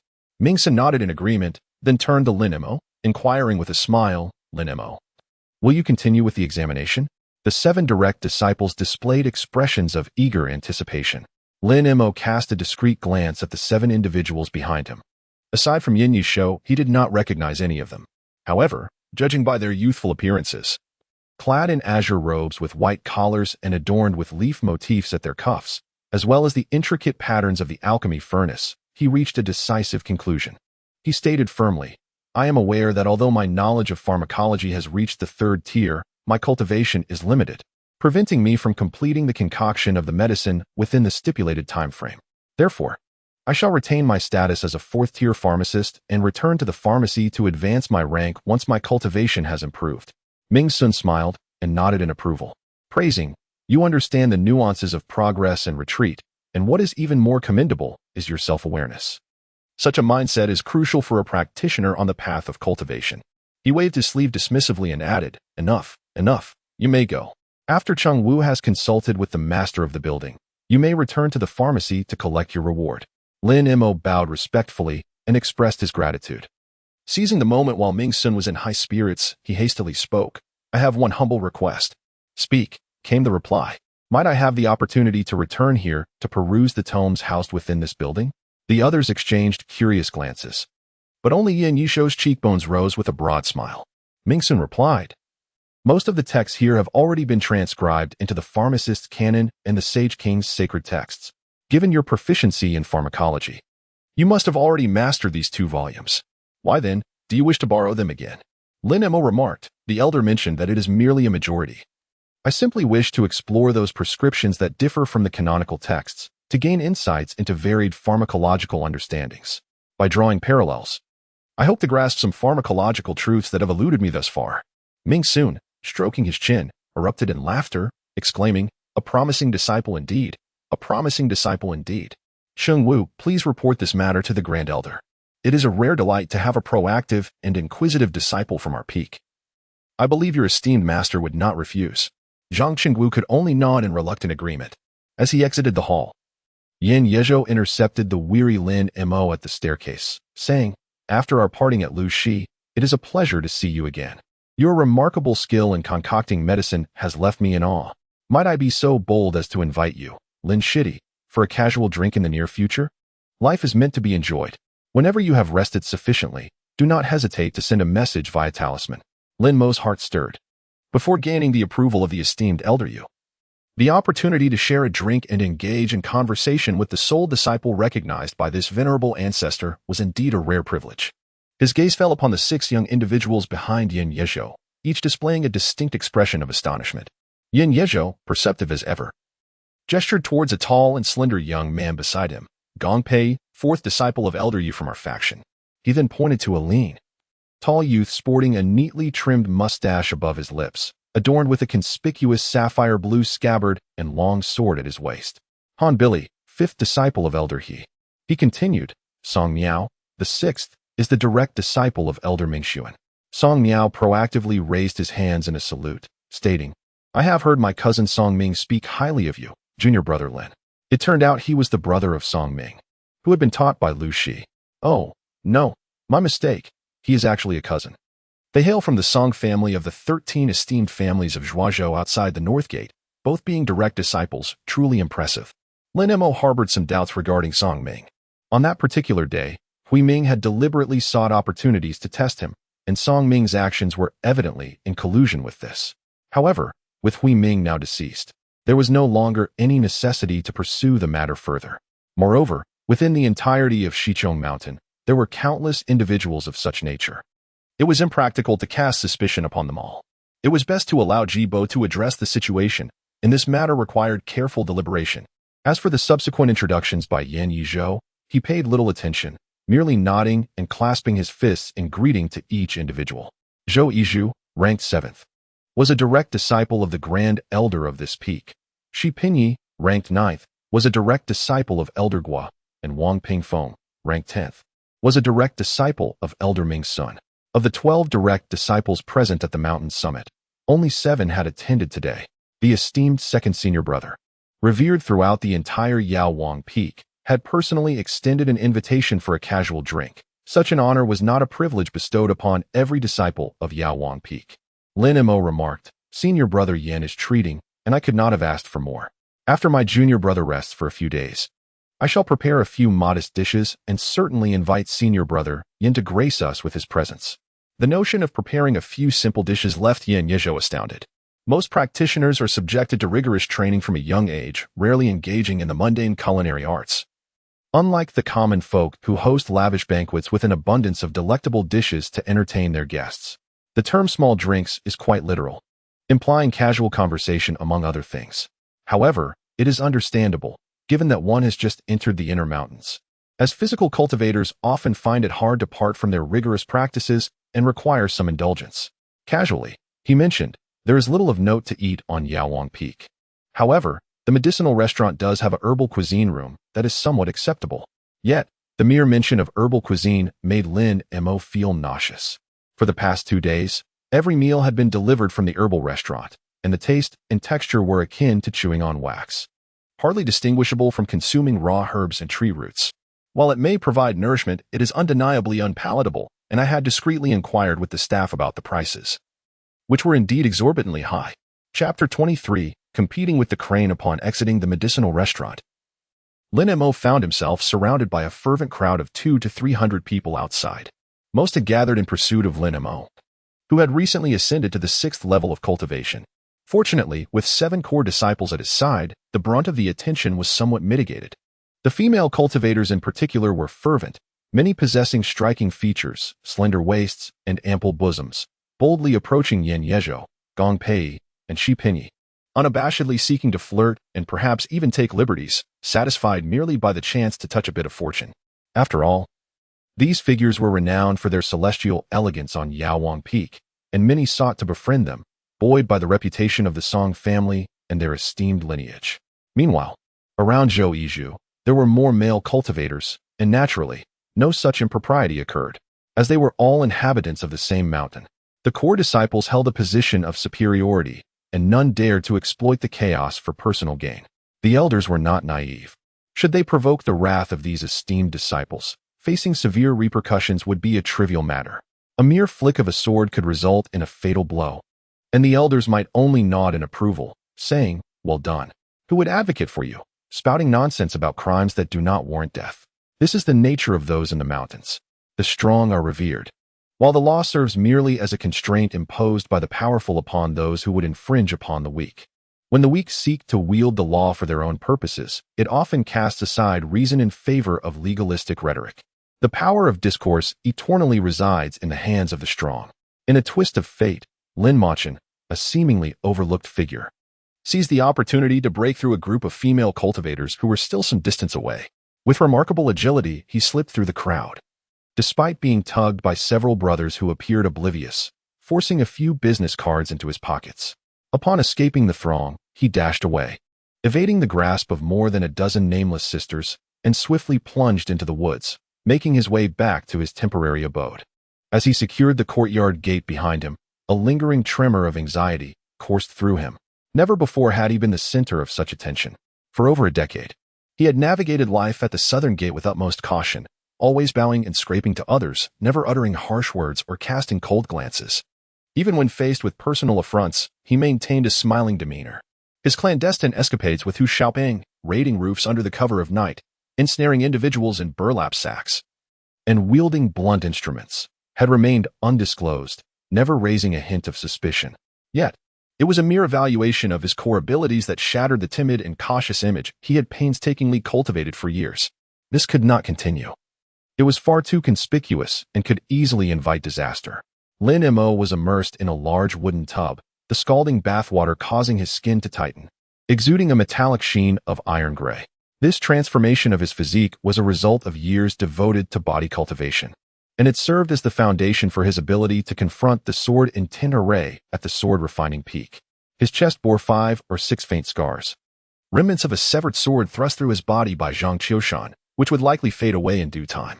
Yet, would the shadows that had loomed over him for more than a decade truly dissipate? What methods would he employ next?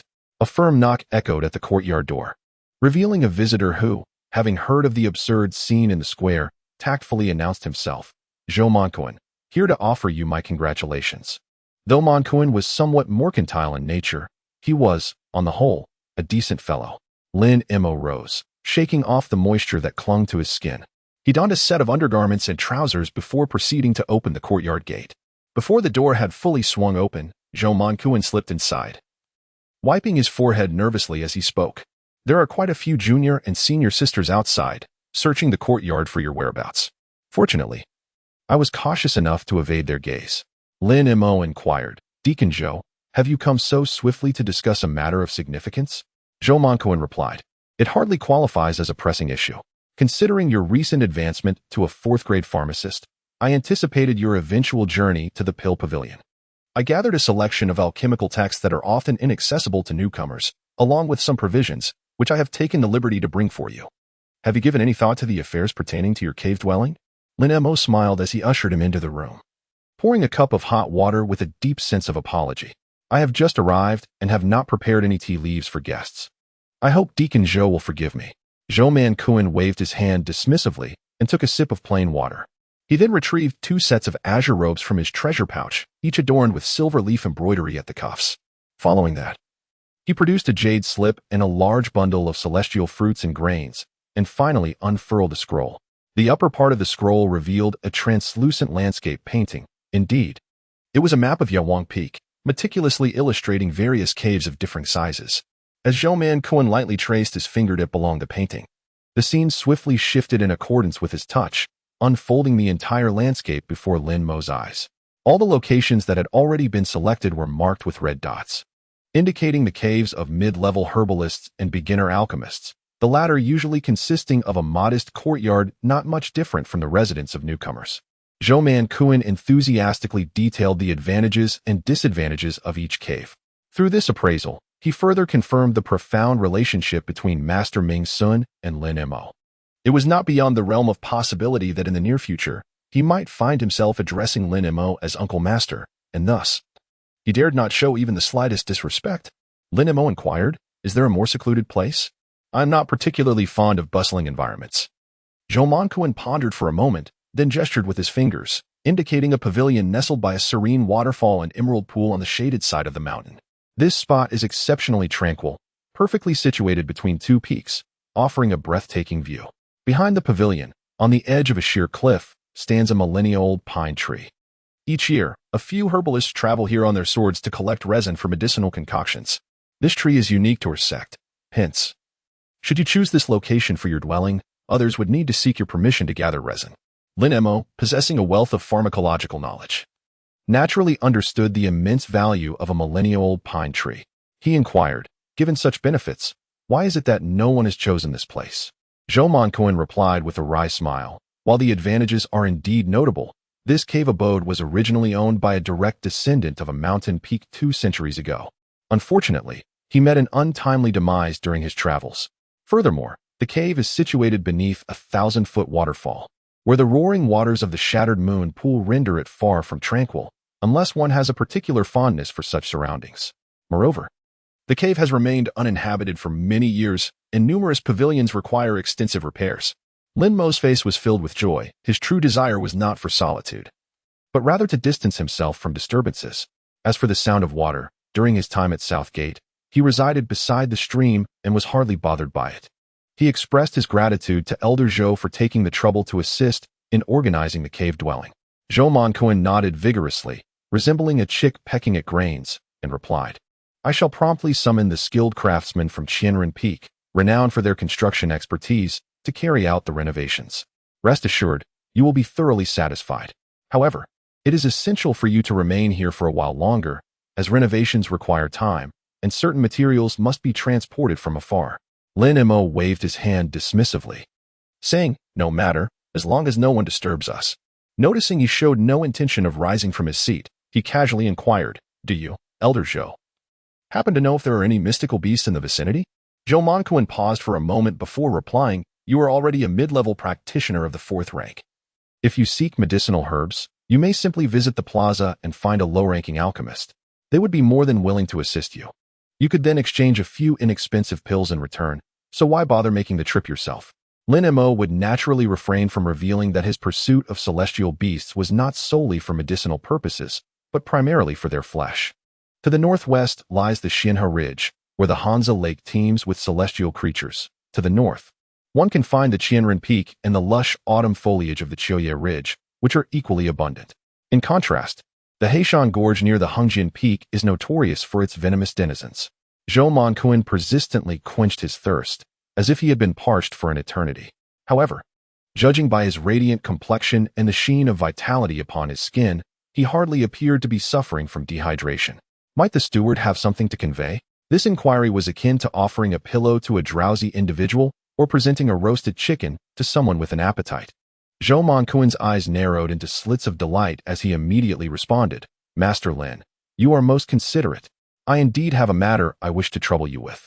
Such an exalted title, indeed. Lin Mo felt a sense of unease, his heart racing. In the future, Elder Zhou could simply address him as Junior Brother or Xiao Lin. There was no need for such formality. Zhou Moncoin cleared his throat and remarked, I have heard that Master Lin has concocted a superior-grade Bali Zao Washingji pill, and that the pharmacy will bestow this pill as a prize. Lin Mo's heart suddenly understood the situation. Steadying his mind, he replied, Is that so? Zhou Moncoin leaned in closer and whispered, Might Master Lin consider selling this pill to me? The price is negotiable, and I assure you it will exceed the buyback rate offered by the apothecary. Surely, it would not be to your detriment. Lin Mo could not help but chuckle softly. A single dose of the foundational elixir can enhance the probability of establishing a foundation by 30%, while a superior grade can elevate it to 50%. Perpetually in high demand. The number of practitioners is vast. On Huafeng alone, there are over 1,000 individuals, and collectively across the 9 peaks. They number in the tens of thousands. Yet, how many among them can truly establish a foundation? Among practitioners, only 1 in 1,000 can succeed, while among the masses, the odds dwindle to 1 in 10,000. The majority require the aid of medicinal substances to improve their chances of success. Although the side effects are considerable, most notably the severance from the path of divine transcendence after reaching the 6th layer of foundation, there remains the tantalizing prospect of longevity exceeding 3 cycles of 60 years upon successful foundation establishment. One must ponder, for those who lack hope for personal advancement, who would not desire such an opportunity. The celestial elixir may be crafted, yet the materials are exceedingly rare. Individuals like Lin Mo, who can successfully substitute 5 nearly extinct ingredients with dozens of others, are exceedingly few. This is precisely why Ming Sun places such great importance on this matter. The underlying reasons are, of course, well understood by all. Seeing Lin Mo's silence, Zhou Manquin quickly added, "If Lin Shi has already promised this to someone else, I humbly request your assistance in crafting another dose for me. I will provide all the necessary materials, and upon success, I can offer 2,000 spirit crystals for a mid-grade elixir, or 4,000 for a superior one. What do you say?" Lin Mo found it difficult to refuse and nodded in agreement, promptly writing out a prescription that was identical to the one he had provided earlier. He was acutely aware that even if others obtained this prescription, replicating it would prove exceedingly challenging. The true complexity lay not in the medicinal ingredients but in his unique method of refinement. Ascending to the apothecary king peak, the opportunity to earn his first income presented itself effortlessly. The journey ahead was still long. He motivated himself with such thoughts, harboring aspirations as he began to contemplate his path toward becoming a Dan Master. Advancing to the rank of Dan Master was no trivial endeavor. First and foremost, one required a Dan furnace, and he intended to experiment by refining several batches of Dan using his previous methods. Following that, he would apply the techniques he had borrowed from the medicinal path to distill the essence, crafting a few batches of truly personal Dan. Only then would he feel confident enough to shine as brilliantly atop the Dan Pavilion as he did in the apothecary tower. Making a remarkable debut was the most effective strategy he could conceive to impress Yuzu. Thus, he picked up the jade slip presented by Zhou Manquin and began to delve into the alchemical texts inscribed upon it. Most of the content was familiar to him, as he had previously encountered it, particularly the insights gleaned from the Sutra repository, which included additional reflections from earlier sages. What, then, was the most arduous aspect of solitary cultivation within the inner mountains? Most responses to this inquiry merely served to pass the time. For Lin Mo, and Hu too, the most arduous challenge lies in the realm of sustenance. The practitioner's frugal diet can drive one to madness. Thus, Lin Mo, unable to endure 2 days of idleness, took to the skies on the 3rd day, soaring towards the distant Xinhe Ridge. The inner mountain, sustained by the vast Shaoyang sword array, experiences an indistinct passage of seasons. While the outer mountain is already blanketed in winter-esque snow, the inner mountain basks in the refreshing ambience of spring and autumn. Vast fields of colorful medicinal herbs swept beneath him, and a gentle breeze caressed his cheeks, intoxicating him with the crisp air of the azure sky. Alas, the silence beneath his feet was too narrow. Otherwise, akin to the chubby youth's sword boat, he could have reclined upon it, taking a brief respite in the gentle wind, a delightful pleasure not to be missed in life. At this moment, he found himself reminiscing about the chubby youth. His mind flooded with images of Suyu. Once he procured some meat, he would certainly visit them at Jishin Peak. He wondered whether Suyu had made significant progress in her cultivation and if the chubby youth had lost weight in these past few days. Contemplating these thoughts, he broke into a foolish grin. How silly it was. They had only been apart for a few days. Progress in cultivation cannot be so swift. Even if the chubby youth were to starve for 10 days, he would only lose a pound or 2 at most. With his stature, even losing 50 pounds would still leave him a robust figure. Unbeknownst to him, the towering and verdant mountains had already come into view. Hunting was an endeavor Lin Mo was well versed in. He swiftly selected a secluded valley, rich in dense forests and clear waters, and descended. Even within the inner mountain, the beasts were not solely of the celestial variety. The so-called celestial species are merely a colloquial term among the mountain dwellers for certain spirit beasts that have developed a modicum of intelligence, capable of being guided by humans. Their offspring are collectively referred to as celestial species beasts, which possess a slightly higher chance of awakening intelligence than ordinary wild animals and tend to have longer lifespans. Hence, their bones, blood, and certain special parts are often utilized as medicinal materials by the immortals. It is rare for the mountain inhabitants to hunt for meat. Moreover, the Shaoyang sword sect is renowned for its swordsmanship, and the arts of taming and controlling beasts are generally regarded as lesser, unworthy pursuits in the eyes of the higher realms of the mountain. Few venture to tame the exotic beasts. Only a handful of elders, when boredom strikes, may seek out 1 or 2 as pets or mounts. He soon fixed his gaze upon a group of celestial cranes dancing and frolicking by the mountain stream. While not far off, a cheetah lay concealed in the underbrush, silently observing. Crane meat is known to invigorate energy, bolster strength, dispel wind, and nourish the lungs. It is particularly beneficial for the weak. The celestial cranes possess even greater efficacy. He planned to hunt one or two, perfect for making soup to replenish the vital energy he had lost in recent days. The fatigue brought on by successive advancements had not been entirely restored by 2 days of meditation and introspection, standing in meditation to strengthen his bones. Embracing the essence of the universe, sitting in stillness to calm the mind and nurture vitality, cultivation is a gradual endeavor, requiring time to slowly mend and replenish. Moreover, much of his true essence, sealed within, had solidified like a tranquil winter lake, unless he were to erupt and unseal it. As he did in the duel against Zhang Qiushan atop the sword-refining peak, it would be nearly impossible to summon it in ordinary circumstances. Before heading to the Dan Pavilion, he must first unseal 2 sets of energy to elevate his realm to the pinnacle of the 6th layer. Otherwise, alchemy would further deplete his essence, and he feared he would not be able to persevere. Lin Mo bent low, stealthily maneuvering through the thickets and shrubs, skillfully concealing himself amidst the ancient trees that had stood for millennia. His footsteps were remarkably light. With each careful step, he moved as silently as a hunting civet. The power of his stride perfectly measured, the delicate twigs beneath his shoes making not a whisper. Approaching 10 paces, then 9. Suddenly, a crane, adorned in striking black and white plumage with a vivid splash of red atop its head, unfurled its wings, arching its slender neck upwards, and emitted a piercing cry that reverberated through the heavens. The celestial kind, a true celestial being.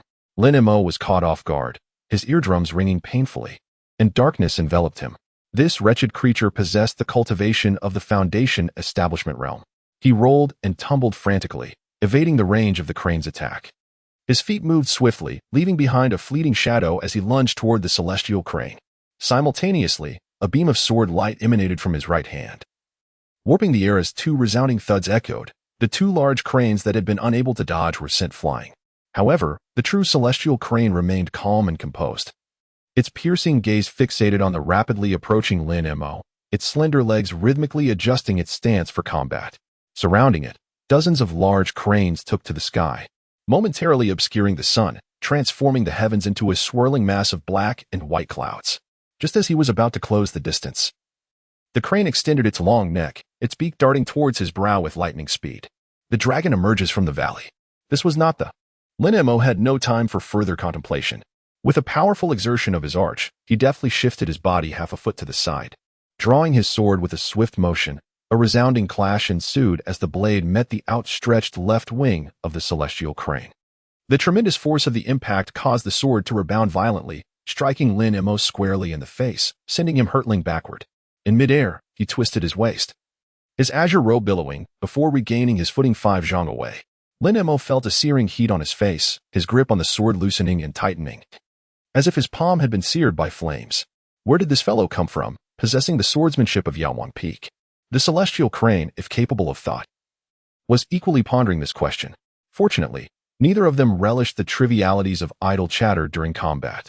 After a brief separation, Lin Mo swiftly closed the distance to the celestial crane's rear, his sword moving like a shadow. With a graceful bowing of his body and a powerful thrust of his arm, the blade shot forth like lightning, aiming for the crane's tail. The celestial crane seemed to anticipate his move, swinging its tail and spreading its wings. With a swift flick of its long neck, its sharp beak swept across the air. This time, the beak struck the spine of Lin Mo's sword, while the tips of its elongated wings grazed his abdomen, tearing through his clothing as if sliced by a keen blade, leaving a long gash. A line of blood instantly appeared on his belly. Had it not been for his robust physique and quick muscle contraction, this slash might have left him eviscerated. He had indeed suffered from the bluntness of his sword's edge. Had it been sharpened, a single strike would have broken one of the crane's long wings.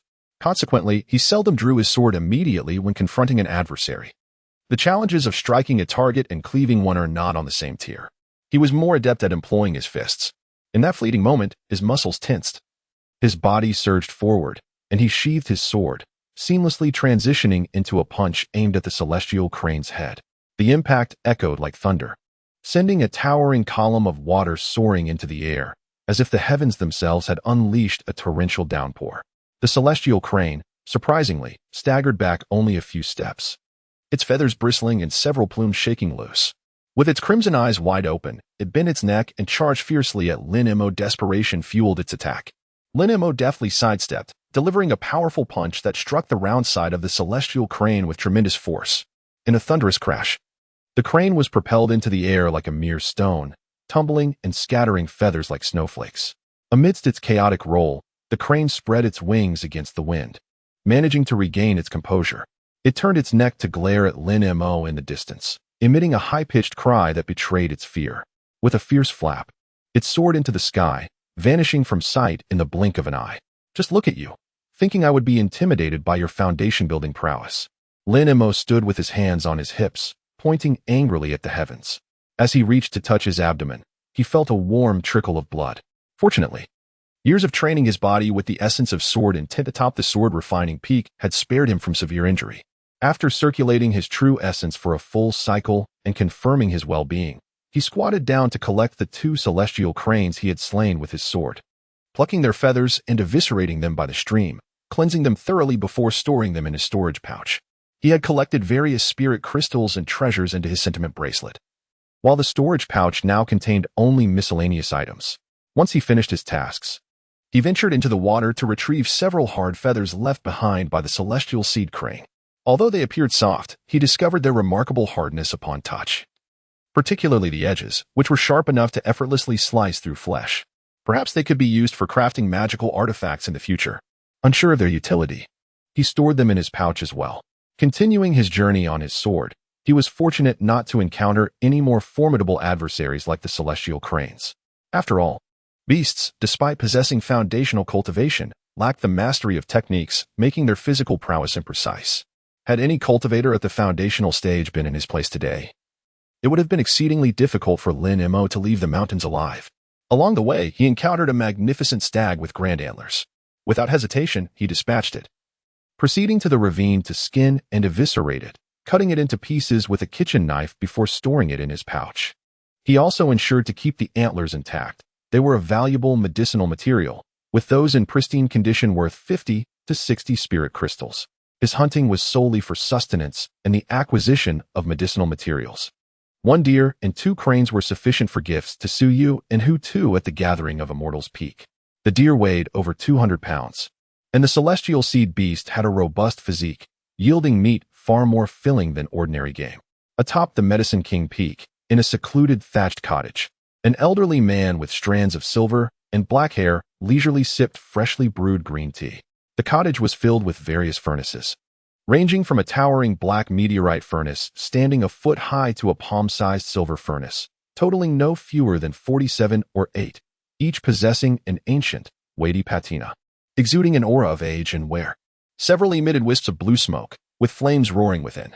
Suddenly, the mournful cry of a celestial crane echoed through the air. The old man looked up, his long sleeves fluttering, and the crane swooped down, entering the cottage. Its wings spread wide as its long claws grasped the railing by the cliff, flapping its wings incessantly while letting out sharp, piercing cries, each more resonant than the last. What is wrong? Have you fought with other celestial beasts outside? The crane, possessing a spirit of its own, kept shaking its head, its red eyes flickering as if shedding tears. The old man approached, gently stroking its feathers, and suddenly exclaimed, "Oh, what happened to your hard feathers? Is there a fiercer celestial beast out there?" It was then he noticed blood on the crane's wing. He extended his finger to dab it, bringing it to his nose to sniff, murmuring, "This is not beast blood, it is human. Have you harmed a person?" The tone suddenly turned stern. The celestial crane lowered its head, its intelligence beginning to awaken. It could not articulate its plight, nor could it convey that others desired its flesh, having been struck twice in the process. Thus, the man and the crane engaged in a rather disjointed conversation, becoming increasingly agitated, until, from outside the thatched cottage, a voice called softly, "Master, Master, your disciple has brought you medicine." Chapter 24.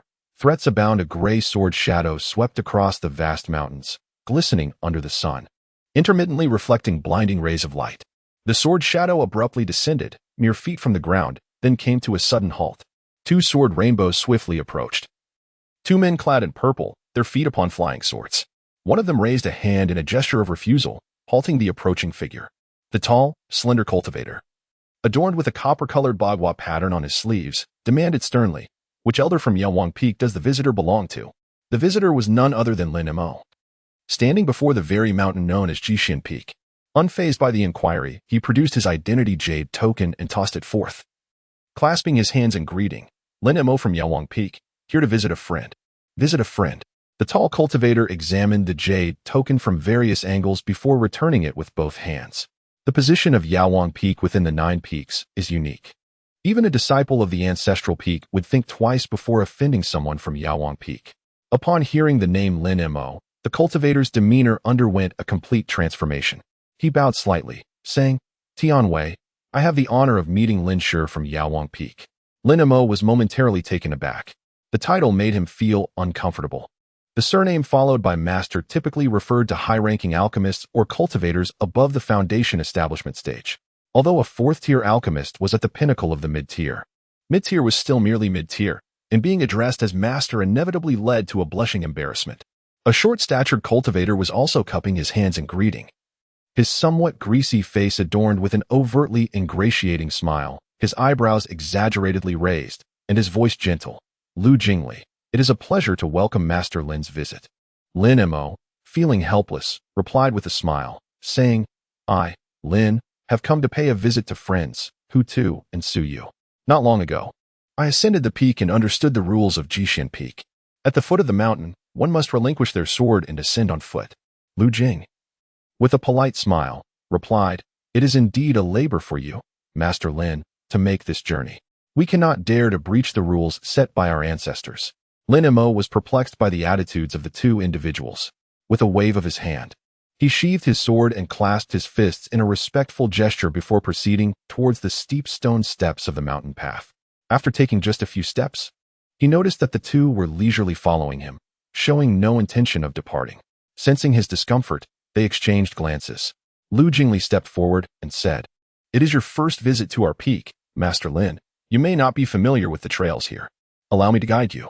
Tianwei chimed in, Indeed, indeed. The elders of Jishan Peak are numerous, and the customs are strict. It would be prudent for us to accompany you, Master Lin, to avoid any inconvenience. Lin Mo was quite certain that these 2 had matters to discuss with him. Are you familiar with my 2 companions from the South Gate? Asked Lu Jingli without a moment's hesitation. Yes, I know. Lin Mo felt as though he had been transported back to a sweltering summer afternoon, with the irritating cicada cries echoing from the trees outside. Tianwei, evidently more sincere, remained silent. Is your residence far from here? Not far. It's about 10 miles away. The newly arrived disciples' cave dwellings are located at Donglingping. Lu Jingli, with his perpetually greasy countenance, was always the one to continue the conversation, though they ascended the mountain steadily. Their pace was anything but slow, almost as if they were gliding. After exchanging a few idle remarks, Lu Jingli deftly shifted the topic. I have heard that Lin Shi, at such a young age, attained the rank of a 4th-grade pharmacist on his first ascent to the medicine tower for product assessment, and even produced the long-elusive high-quality Zhao Hua Shengji pill. From his lengthy and exaggerated praise, one could easily deduce that the focal point of his discourse was the high-quality Zhao Hua Shengji pill, which immediately conjured the notion that their humble demeanor stemmed from this very achievement. As expected, after a round of flattery, he ventured into the crux of the matter. I have an ungracious request, and I hope Lin Shi will not decline. Lin Mo feigned astonishment, remarking that as a mid-level apothecary, he was not adept at combat. Tianwei followed with a compliment, saying, Master Lin, you are too modest. Your remarkable exploits in the trial grounds have already spread throughout the 9 peaks. Today, who is not aware of your illustrious reputation? Given time, Master Lin is bound to. Lin Mo swiftly raised his hand to interject. While others might become ensnared by flattery, lost in its intoxicating allure, he was different. Since he became aware of the world, he had kept a taut string in his mind, wary of not being sufficiently humble. For others, fame is akin to honey. But for him, it resembles poison. Addressing the matter at hand, he preferred to hear less of the unfounded rumors and whispers that flit about. Lu Jingli cast a furtive glare at Tianwei, seemingly reproaching him for his lack of eloquence, and stated, We would like to request your assistance, Master Lin, in crafting a pill of creation and foundation. This revelation was hardly surprising. Lin Mo let out a silent sigh. A couple of days ago, he had specifically invited Yin Yisho to descend the mountain for a small gathering, yet only his 2nd senior brother had come. Lin Mo had taken the opportunity to showcase his culinary skills, preparing a modest selection of 3 dishes, stir-fried deer stomach, braised deer meat, and a clear stewed crane soup. The wine was a secret brew from Feichuan Peak, brought by his 2nd senior brother. After a few bowls of wine and bites of meat, The generous second senior brother quickly divulged a rather unspoken truth that had been circulating among the residents of Yaowang Peak in recent days. Lin Majin's modified prescription for the Zhao Hua Shengji Wan was transcribed by several esteemed pharmacists on the very same day and swiftly entered the realm of imitation. However, without exception, all attempts resulted in failure. Eventually, Yin Yuzhou was summoned by Yuzu to review this prescription, and it was a source of consolation that he managed to achieve a semblance of success, albeit begrudgingly termed so. The pills he produced were of inferior quality. In other words, while they exhibited some efficacy, the inherent risks far outweighed the benefits.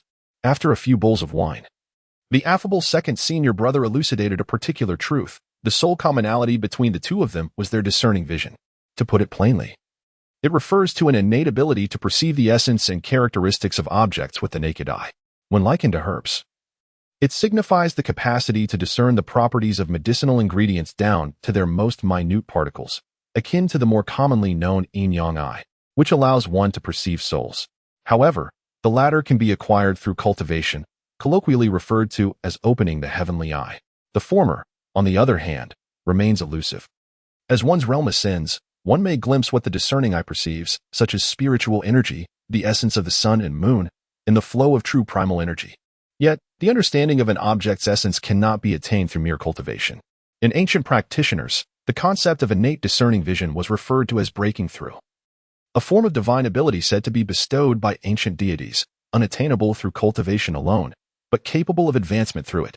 Due to the absence of precedents, specific descriptions are scarce, existing only in obscure texts and forgotten histories, known to few. The second senior brother happened to be a book lover, capable of immersing himself in literature. Coincidentally, Lin Emo shared this passion, marking their second commonality. Their conversation extended beyond mere pleasantries. Over a modest drink, these two individuals, originally of contrasting temperaments, engaged in candlelit discourse, exploring topics from the intricacies of life to the profound understanding of alchemy, conversing throughout the night. Lin Emo chuckled softly and replied, "The creation of the Foundation Establishment pill is no trivial matter. The cost of the medicinal ingredients is substantial, and the success rate hovers merely around 30 to 40%, making it an exceedingly time-consuming and labor-intensive endeavor." Lu Jingli responded, "Fear not, for I am willing to bear all expenses.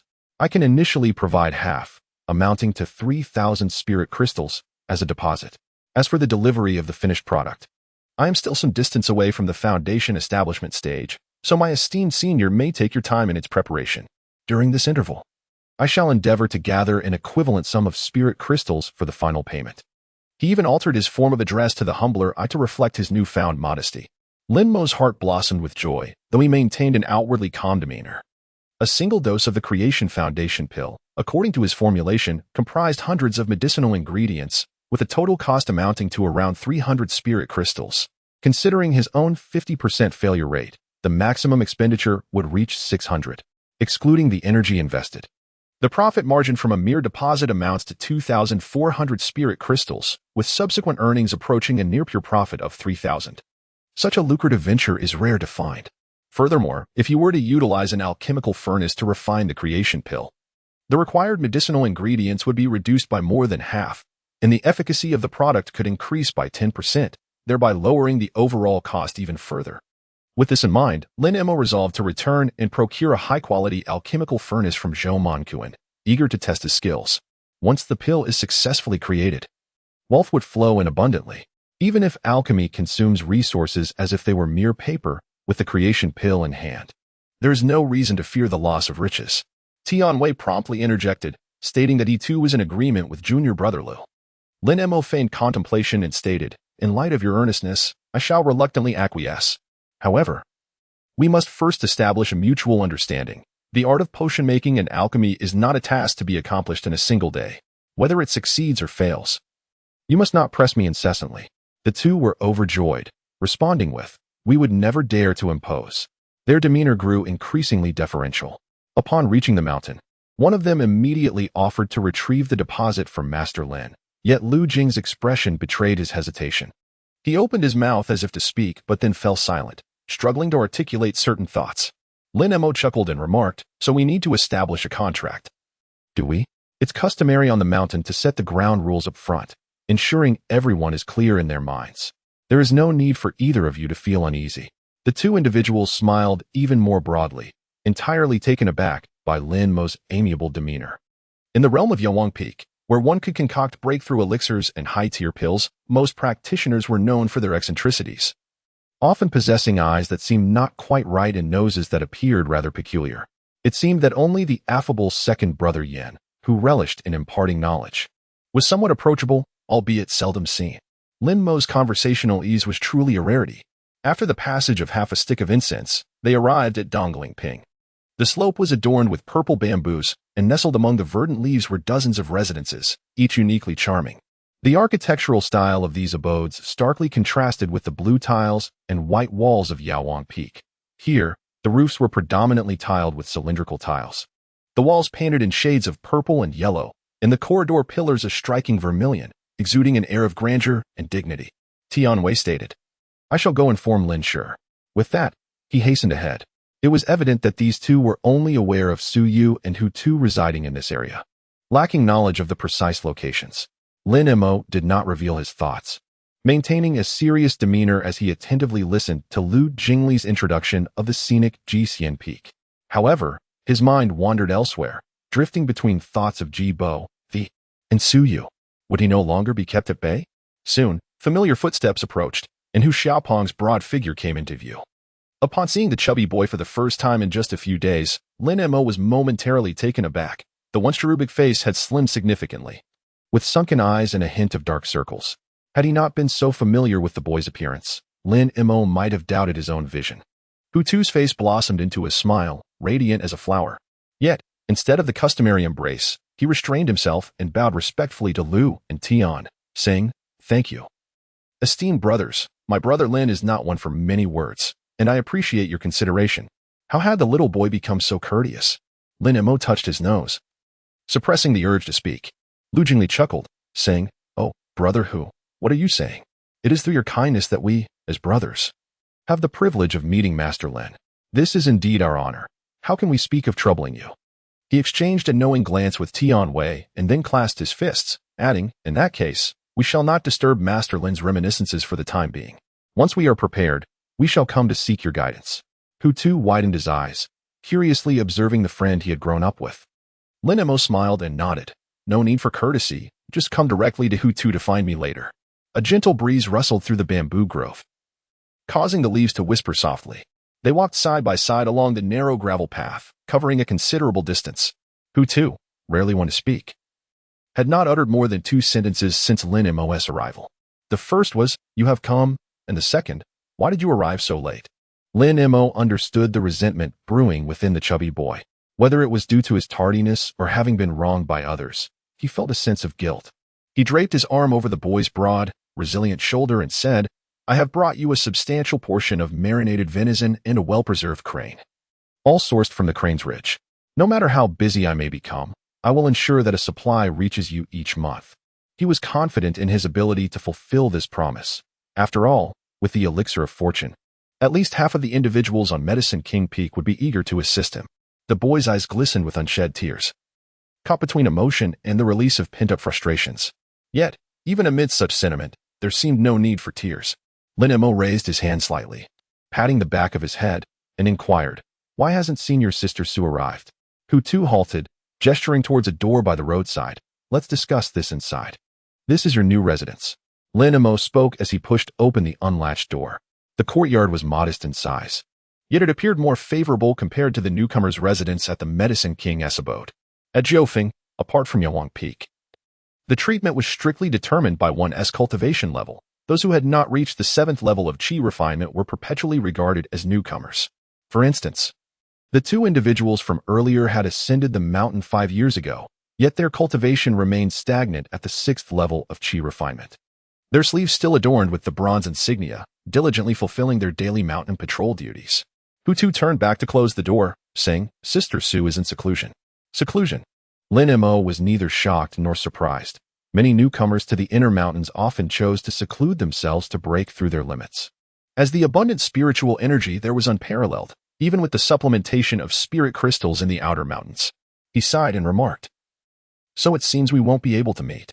Hu Tu walked into the room and softly said, Senior Sister Sue was forced into seclusion for other reasons. In the main hall, the two sat across from each other, while a woman with a curvaceous figure and a stiff expression poured tea for them. A spirit talisman maid. Hu Zongji had made ample preparations for his son, fearing that once they entered the inner peak, no one would be there to care for him. He had even arranged for a spirit talisman maid, which cost 3,000 spirit crystals, well in advance. Under normal circumstances, Lin Mo would have teased him about it. Perhaps joking about where the ill-gotten gains from Hui Dao had gone or inquiring about the beauty of the talisman maid and the sensations of sharing a bed. However, today, he lacked the heart for such banter. The expression on the chubby boy's face spoke volumes about the myriad of unspoken issues. Lin Mo took a sip of tea. Its richness almost bitter. What has happened? Hu Tu replied, it's nothing too serious. A few of the direct disciples from the mountain peaks have taken a fancy to Sister Sue and have been persistently pursuing her. Therefore, starting from yesterday, Sister Sue has entered seclusion and has even sought the assistance of Master Yi from the Sutra repository to set up a defensive array to prevent those disciples from incessantly disturbing her with talismans. Lin Mo pointed at his eyes and asked, is the bruise around your eyes also their doing? Hu Tu instinctively touched the area beneath his eye, stammering, no, that's not the case. It's... Lin Mo fixed his gaze upon his eyes and said, do not utter such nonsensical words as those about bumping into door frames. The methods of imposing a sack upon the summit and employing blunt force are ineffective here. I shall not be foolish enough to seek discomfort at Jishin Peak. Just remember these individuals. Their day of reckoning will inevitably arrive. Hu Tu smiled broadly, his eyes narrowing into a slit. Then let us await the day when we possess the power to speak of it, for that time shall come. Lin Mo did not dwell on this issue. He understood his companion well. When it came to revenge, the chubby boy was far more ruthless than his appearance suggested. Many at Southgate remained unaware of who had struck them down in the dead of night and cast them into the pond. Of course, he had a hand in it as well. This meant he would not be able to see Senior Sister Sue. Hu Tu remarked, even if you call out, she won't respond, and you cannot deliver the talisman. If you wish to see her, wait until you reach the mid-stage of Foundation establishment, and can break the formation set by Master Yi. In truth, one need not wait until mid-stage to shatter the formation, Lin Mo mused silently. Though he would not recklessly resort to violent means to breach the formation on Jishin Peak. You are the ones specifically summoned by Elder Chongqing. Do those at the mountain's peak not fear incurring the Elder's wrath? Hu Tu replied, yet they have done nothing truly wrong. The Elder is powerless. And were it not for his influence, Master Yi would hardly have lent his assistance to Senior Sister Sue in establishing the formation. Lin Mo responded with a soft utterance, inevitably harboring a tinge of resentment towards Jibo. Speaking of which, what is the matter with those two senior brothers? They seem to be overly courteous towards you. It's nothing. They merely wish for my assistance in concocting a couple of medicinal formulas. The expression on Hu Tu's face revealed that he had been blissfully ignorant of the happenings beyond the mountain, entirely unaware of Lin Mo's remarkable achievements at the Medicine Pavilion, where 1,000 apothecaries on Medicine King Peak would deign to curry favor with a mere newcomer. Lin Mo maintained an expression devoid of emotion, stating, they intend to create the Life Foundation pill. The Life Foundation pill. Hu Tu nearly choked on his breath. The notion of a concoction so intricate that even seasoned alchemists would struggle to produce it seemed utterly irrelevant to him. Upon hearing the familiar coarse language, a smile graced Lin Mo's face as the familiar chubby friend finally regained his composure and replied nonchalantly, I am now a 4th-rank alchemist. A successful concoction at this level would yield a superior Life Foundation pill. Hu Tu staggered slightly, nearly slipping off his seat, as if struck by a bolt of lightning. His eyes wide as he regarded his friend in astonishment for a prolonged moment. Lin Mo remarked, if you doubt it, I shall prepare 2 doses for you next time. However, you may need to wait a while, for what I deliver could very well be the Creation pill, rather than the Creation Foundation pill. You see, high-grade pills far surpass the efficacy of superior-grade elixirs.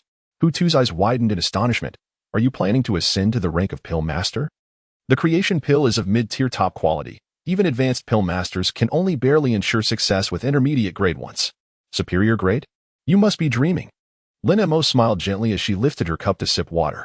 The art of alchemy indeed remains elusive, for in the alchemical chamber, concoctions are prepared strictly according to the directives of the steward, leaving little room for personal creativity. Hu Tu picked up a pile of marinated meat that Lin Mo had just placed on the table. I shall prepare the meal now. Soon, we must indulge in a couple of fine drinks. You are quite remarkable now. You must earnestly curry favor. In the future, should certain senior brothers from the Celestial Peak request my assistance in procuring a couple of elixirs, what will you do if you refuse to comply? Lin Mo, perched on one leg, the lid of the teacup clattering loudly, inquired, "Can you cook? Aren't you afraid those paper figures might catch fire? They cost 3,000 spirit crystals each. It would be a pity to lose them. I feel the pain for you." Hutu replied, "Fear not. These talismanic maidens are crafted with golden thread symbols, rendering them fireproof and waterproof. They are not 3,000, but rather 8,000. Lin Mo nearly choked on the tea. That scoundrel Hui Dao, how much has he greedily amassed over the years? I, tirelessly toiling to gather precious herbs from perilous cliffs, must have unwittingly contributed half of it to you." Still unconvinced, he followed to the kitchen. The stove was as immaculate as a bedroom. Aside from the slightly charred stove mouth, every corner was spotless, with not a speck of grease or grime on the pots and pans. No matter how expensive the maidservants and attendants were, they could only perform menial tasks. Cooking was clearly beyond the capabilities of mere puppets. It was evident that Hu Xiaoping had not indulged in the warmth of the kitchen for days. Thus, he took charge, filling half a pot with water, washing a piece of deer meat, and placing it aside to steam. The remaining meat was hung on the wall above the stove to air dry naturally. Next, he began to kindle the fire with firewood. Thankfully, there were individuals who specifically transported firewood up the mountain, as each peak primarily catered to the needs of practitioners for boiling water and brewing tea. While engaged in his tasks, he instructed Hutu on simple methods for marinating and steaming meats.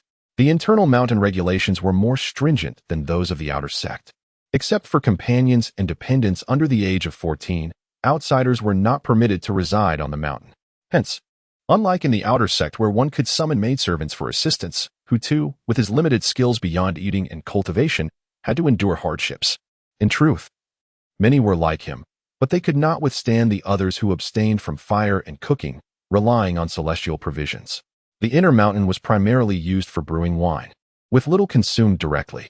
While partaking in his meal, Lu and Wang arrived together, each presenting a large bundle of spirit crystals and several boxes of celestial tea from Jishin Peak, followed by a contract inscribed with numerous clauses. The contract, written in yellow seal script, stipulated the price and terms for the creation of the transformation pill. Contracts on the mountain bore similarities to secular ones, with the sole distinction being that while secular contracts had designated offices to adjudicate breaches, mountain contracts were simpler, once forged.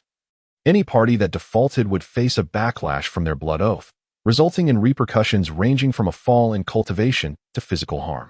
In essence, the defaulting party would invariably suffer losses proportional to the breach. Both parties pricked their fingers, sealing the contract with blood, having made the trip without encountering Suyu. Lin Mo felt a heavy heart.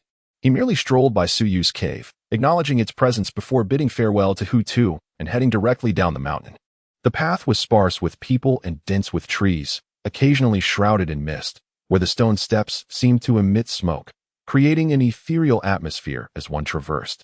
As if walking on clouds, each step entwined with the wind and mist, brimming with celestial energy. Yet, this enchanting ambience was soon disrupted. On the winding mountain path, two figures appeared, wholly obstructing the narrow passage. Both individuals were youthful, adorned in luxurious attire, with resplendent swords hanging from their waists. In the 9 peaks of the inner mountain, 2 types of individuals preferred not to wear uniforms. One was those of elder rank, who typically donned plain garments except for formal occasions. The other was the direct lineage from the mountain summit, who favored ornate clothing and sword adornments. The swords were particularly conspicuous. Aside from the benevolent second senior brother of Yaowang Peak, others were no different.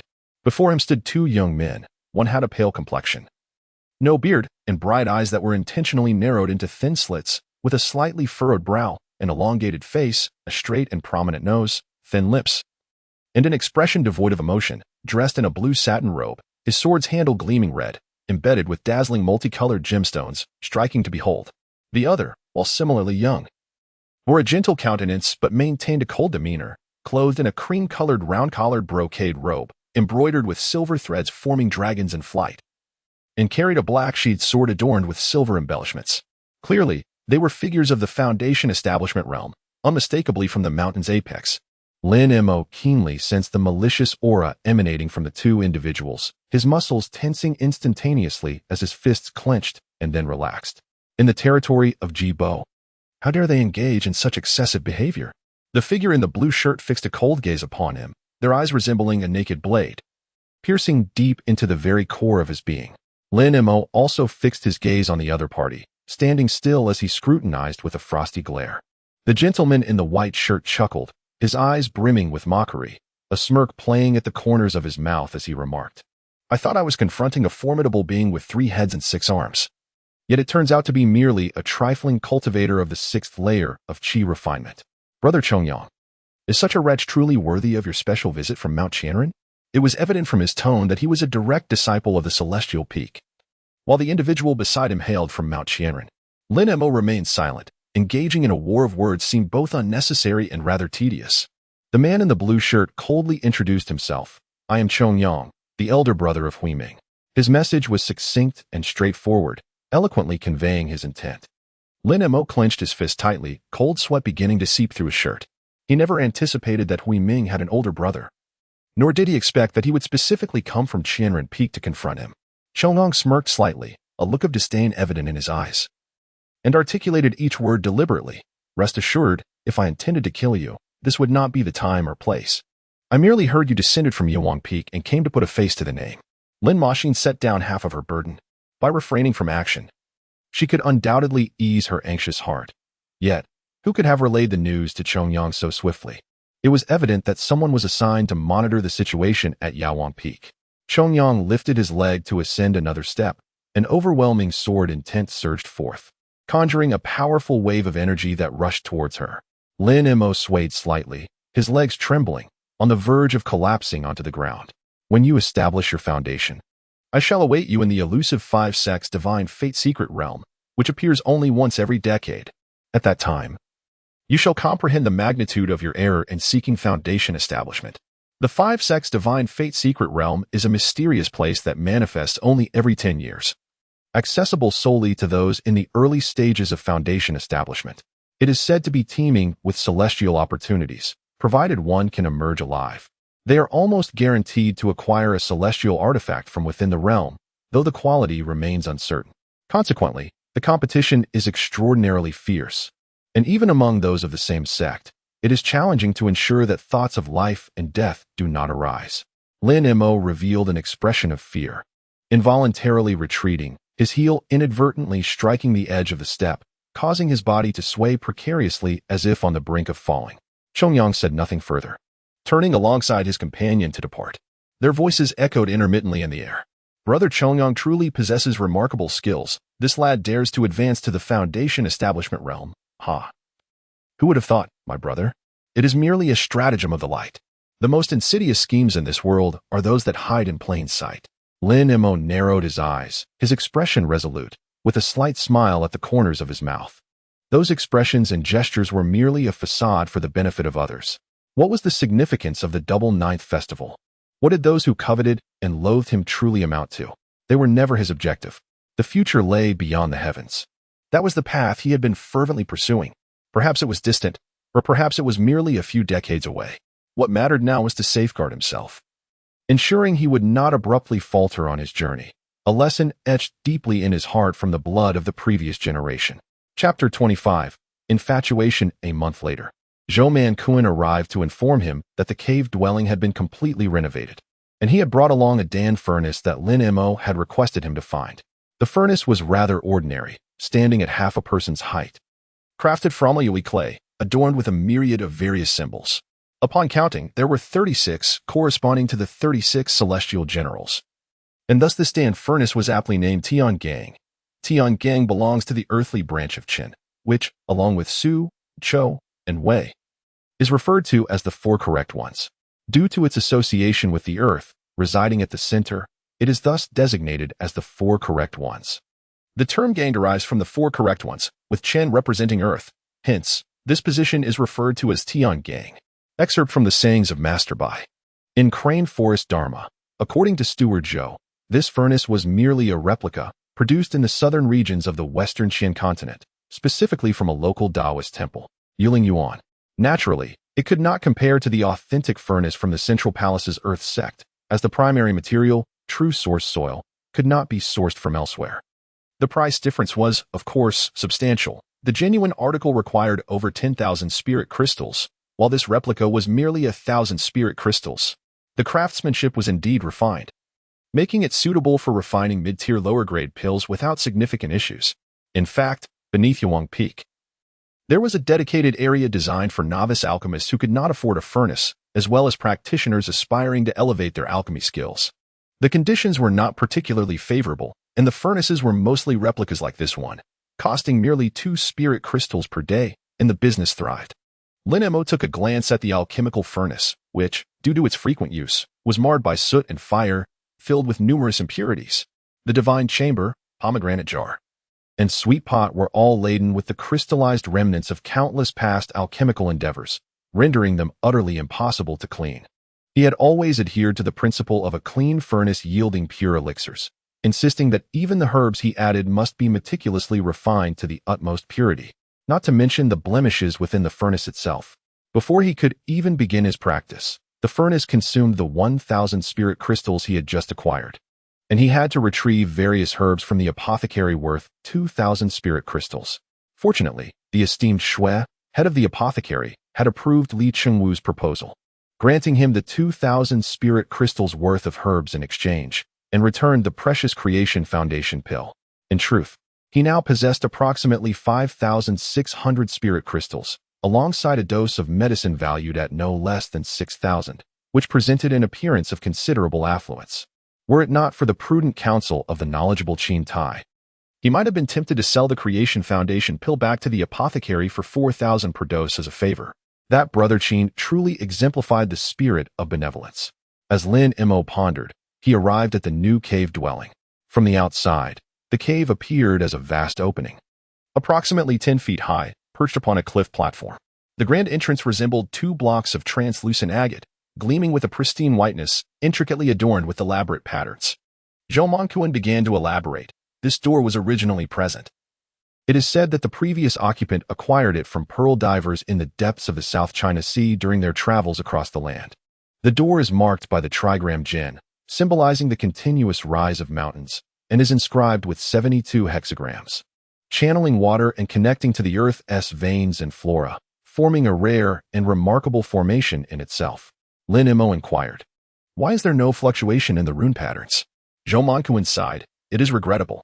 I am uncertain whether it is due to a senior brother's inadequate skill in inscribing the runes or the gradual dissipation of their essence over time.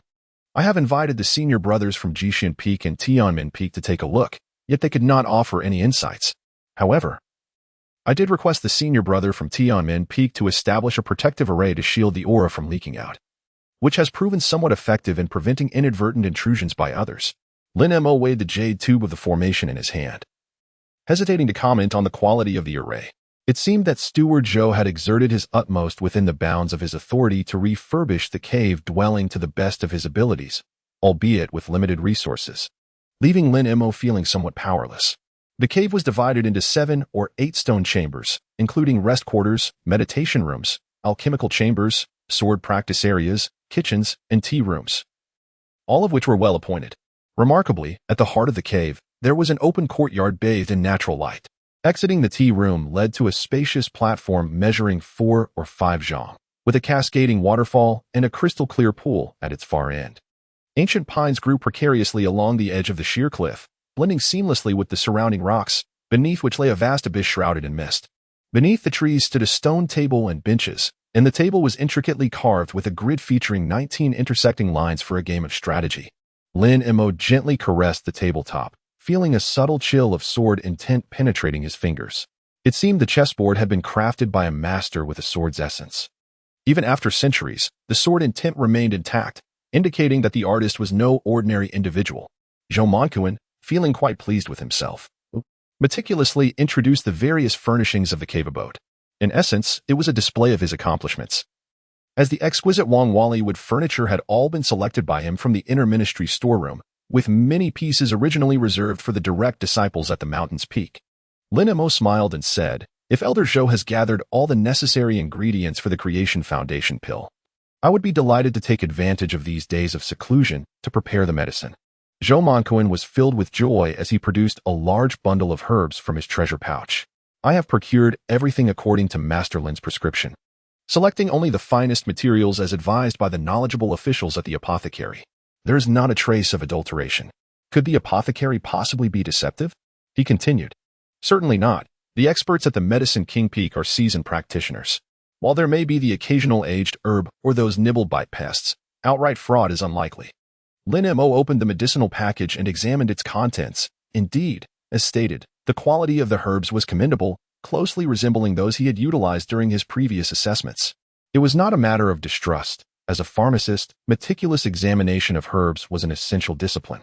Once Zhou Manquan departed, he invoked the incense burner gifted by Ji Bo from the bracelet, casting in a piece of dragon's saliva incense purchased from the apothecary, igniting it with true fire, and placing it upon the alchemical table. He then retrieved the divination compass he had seized, along with several freshly drawn 5 elements talismans, to meticulously set up a triggering trap. Only then did he take out the herbs for alchemy, seating himself cross-legged upon the meditation mat, focusing inward to cultivate tranquility and nurture his spirit. With a muffled grunt, a wisp of black light emanated from the Baitui point atop his head, hovering in the air, then descending to the Dazhong and Qihai points, expelling all 9 sealing nails. As the great circulation of true essence completed a full cycle, the frozen true essence within his major orifices began to thaw, and in an instant, the sword aura overflowed. To his astonishment, the spirit's sword silence, attuned to his essence, voluntarily soared from the bracelet, absorbing the surging sword aura. As Lin Mo reached out to grasp the hilt, wrapped in black cord, the sword aura surged back into his body, intensifying the aura with an added sense of lethal intent. He then relaxed his grip, allowing it to fly freely, darting about the cavern like a curious child, intrigued by every sight. Lin Mo waved his hand to carefully stow away the 9 pull sealing nails before turning his attention to the herbs laid out before him. Unlike others in the art of alchemy, he commenced by thoroughly pulverizing the herbs, employing his true essence sword energy in conjunction with his innate keen insight to meticulously extract the essence required for the crystallization of the elixir. He then categorized these components, skillfully formulating various prescriptions. All the formulas were derived from the ancient texts pilfered by Ji Bo from the scripture pavilion, as well as insights recorded by Zhou Manquan and discussions held with senior brother Yaner. Undoubtedly, the quality of the prescriptions was not particularly high, with the majority being of lower grade and only a few of middle grade. When procuring the herbs, he had already contemplated the necessary combinations for the various pills, adhering to the principle of minimizing waste. In his understanding, the occurrence of explosions or toxic reactions during alchemical processes stemmed from the overly complex composition of the ingredients. Alchemy is fundamentally a process of refinement, extraction, and integration. Thus, every aspect of heat application and compatibility hinges upon this principle. Only by leveraging his innate advantages and employing precise sword intent to eliminate impurities in advance could he significantly reduce the likelihood of unexpected occurrences during the subsequent refinement in the alchemical furnace. Of course, this was merely his preliminary endeavor. Even the slightest alteration in a formula necessitated comprehensive adjustments, leaving no room for carelessness. Soon, the first batch of pills was set to be refined. After 5 hours, the alchemical vessel was opened, revealing only a few charred remnants, half-formed and irregular in shape. Lin Mo remained undeterred. After all, this was the first furnace he had refined according to his own conception. It was only natural for it to be unsuccessful. If the initial attempt had succeeded effortlessly, it would have truly been a remarkable anomaly. He did not rush to try again. Instead, he poured the residue onto a pristine piece of medicinal paper, meticulously crushed it, and scrutinized it with his keen insight, analyzing each component of the medicinal potency to identify the underlying issues. Thus, a day passed. On the following day, at the hour of the rat, he commenced the second furnace, crafting the same type of elixir as before, the basic chi-enhancing pill. Its cost was modest, merely a few dozen spirit crystals, and the materials had been pre-extracted for efficiency, thereby reducing expenses further. Soon, 3 hours elapsed, and the second furnace met a similar fate as the first. However, this time, the failure was not as complete, yielding a result close to that of a low-grade pill. For Lin Mo, any elixir that was not of superior quality, produced through his unique alchemical methods, was deemed a failure. After another day of meticulous research, by the 3rd day at the hour of the rat, he initiated the 3rd furnace. This cycle continued until the 6th day, when the first superior-grade chi-enhancing pill finally emerged. Its color was pure white like crystal, exhibiting a semi-transparent quality, and the fragrance of the medicine wafted abundantly. Merely inhaling its aroma indicated the exceptional purity of its potency, far surpassing that of other chi-enhancing pills. Yet, he remained unsatisfied. as it still did not meet his relentless pursuit of perfection and immaculate purity, a trait to which he was quite devoted. Subsequently, he devoted another 2 days to grinding 4 chi-enhancing pills, each valued at 200, ultimately arriving at a conclusion. The alchemical techniques, timing, and the entire extraction process were flawless. The issue lay with the furnace itself. Its grade was too low. The array inscribed upon it and the material's inherent properties could not fully contain the medicinal energy. During the refining process, a portion of the potency dissipated due to excessive heat, resulting in the inability to produce a flawless elixir. Thus, he hurriedly bathed and changed his attire before departing his dwelling towards the internal affairs hall. Zhou Manquan was sipping tea in the hall, assigning tasks to 7 or 8 subordinates. Lin Mo barged in without knocking, startling Zhou, causing him to spill tea on his trousers. Having just brewed the tea, it scalded him, and he hopped around, clutching his lower body. Upon recognizing Lin Mo's visage, his initial anger morphed into a warm smile as he inquired gently, "Lin, you seem in a great hurry. Is there something you wish to discuss?" He waved his hand, ushering his subordinates to exit. Lin Mo did not beat around the bush and inquired directly, "Where can one procure a high-grade alchemical furnace?" Zhou Manquan retrieved a handkerchief to dab at the hem of his garment, contemplating for a moment before responding. Even if one were to place an order with merchants at this very moment, it would likely prove exceedingly difficult to acquire a high-grade furnace. The Tiangang and Xinquan variants from the Huta sect are merely considered upper-tier mid-grade, far from qualifying as high-grade. What we refer to as high-grade essentially stems from lineage and is classified as a treasured rarity, each commanding an exorbitant price. Money alone cannot secure one. As for the celestial grade, that is an even more elusive pursuit. Our sect has already communicated with the various auction houses across the western Qian continent, stipulating that should any celestial grade artifact surface, regardless of price or type, they must be delivered directly to our sect. Typically, these items are sold at a markup of several times over, and it may take a decade or more to procure even a single piece. After a prolonged silence, Lin Mo inquired, "Are there such furnaces on the mountain?" Zhou Manquan grinned and replied, "Indeed, they are entirely in the hands of the elders. There is one in the Dan Pavilion, which only high-ranking alchemists are permitted to touch. It is said that Master Yin possesses one, a gift from Ancestor Yu, known as the Fangsuan Qingquan Furnace, which is recorded in the catalog of the supreme treasures atop Yaowang Peak. Cultivators possess memories that far exceed those of ordinary individuals." And Lin Mo had faith that he would not err. He pressed further, asking, "Does Elder Mingxuan have any fine furnaces?" Zhou Manquan pondered for a moment before stating, "There exists a high-grade imitation of the Wujin Panlong furnace. However, due to our ancestral emphasis on the medicinal path, alchemy is not frequently practiced." Lin Mo pointed to the map of the cave dwellings on the wall. "Please indicate the locations of Second Senior Brother's cave and Elder Mingxuan's cave." Zhou Manquan hurriedly pointed to 2 spots on the scroll, both situated at the summit of Yaowang Peak, known as Xian Terrace. Lin Mo arrived in haste, and just as swiftly departed on his sword, prompting Zhou Manquan to shake his head repeatedly, muttering to himself, "Could this fellow be possessed? Is he perhaps preparing to charge once more towards the 4th rank?" He quickly dismissed this notion, asserting it to be impossible, absolutely impossible. The art of alchemy is not akin to pharmacology. It requires more than merely memorizing formulas, for one's fate also plays a significant role. Lin Mofeng, propelled by urgency, soared towards Xian Terrace with his sword in hand. So engrossed was he in his mission that he neglected to restore the sealing nails to their original state. Fortunately, after days of refining elixirs, his true essence was nearly depleted, making it difficult for others to discern the alterations in his realm, provided they were not particularly observant. As for Elder Mingxuan, he merely left a contingency plan, for he would need to consult his second senior brother first. After all, they had shared a candid conversation during a night of candlelight, which would facilitate communication. The layers of verdant peaks ascend to the heavens. The resplendent pavilions descend to the abyss. Xian Terrace remains perpetually shrouded in mist and clouds. Upon ascending, one discovers that the clouds and fog merely envelop the lower elevations, while the summit reveals a picturesque panorama. Yin Yezhou's cave dwelling is, more accurately, a collection of rooms perched on a solitary peak at the edge of a precipice, beside which lies a serene azure pool. A group of 4 or 5 individuals is gathered around a low table by the pool's edge, savoring the aroma of incense and the warmth of brewed tea. Lin Mo hovered in mid-air, finding no formations upon the cliff, save for the faint glimmers of array symbols emanating from a few blue-tiled houses. He paused at the edge of the precipice out of courtesy. Although his second senior brother had a tendency to assume a teaching role, his temperament was generally amiable. Lin Shidi, Yin Yezhou expressed mild surprise. Beside him sat Gong Pei, Song Miao, Zhou Yizhu, and Shi Pinyi, whose gazes towards Lin Mo were decidedly unfriendly.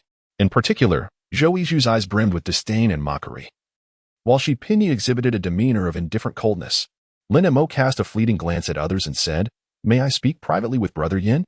Yin Yizhou smiled, rose gracefully, and gestured for him to follow, making his way toward one of the rooms, unperturbed by the bewildered gazes that lingered behind him. Now, could Lin Shidi finally speak? The intricate patterns within the room illuminated, sealing the space completely. Lin Mo inquired, "Might I borrow your celestial-grade alchemy furnace, senior brother?"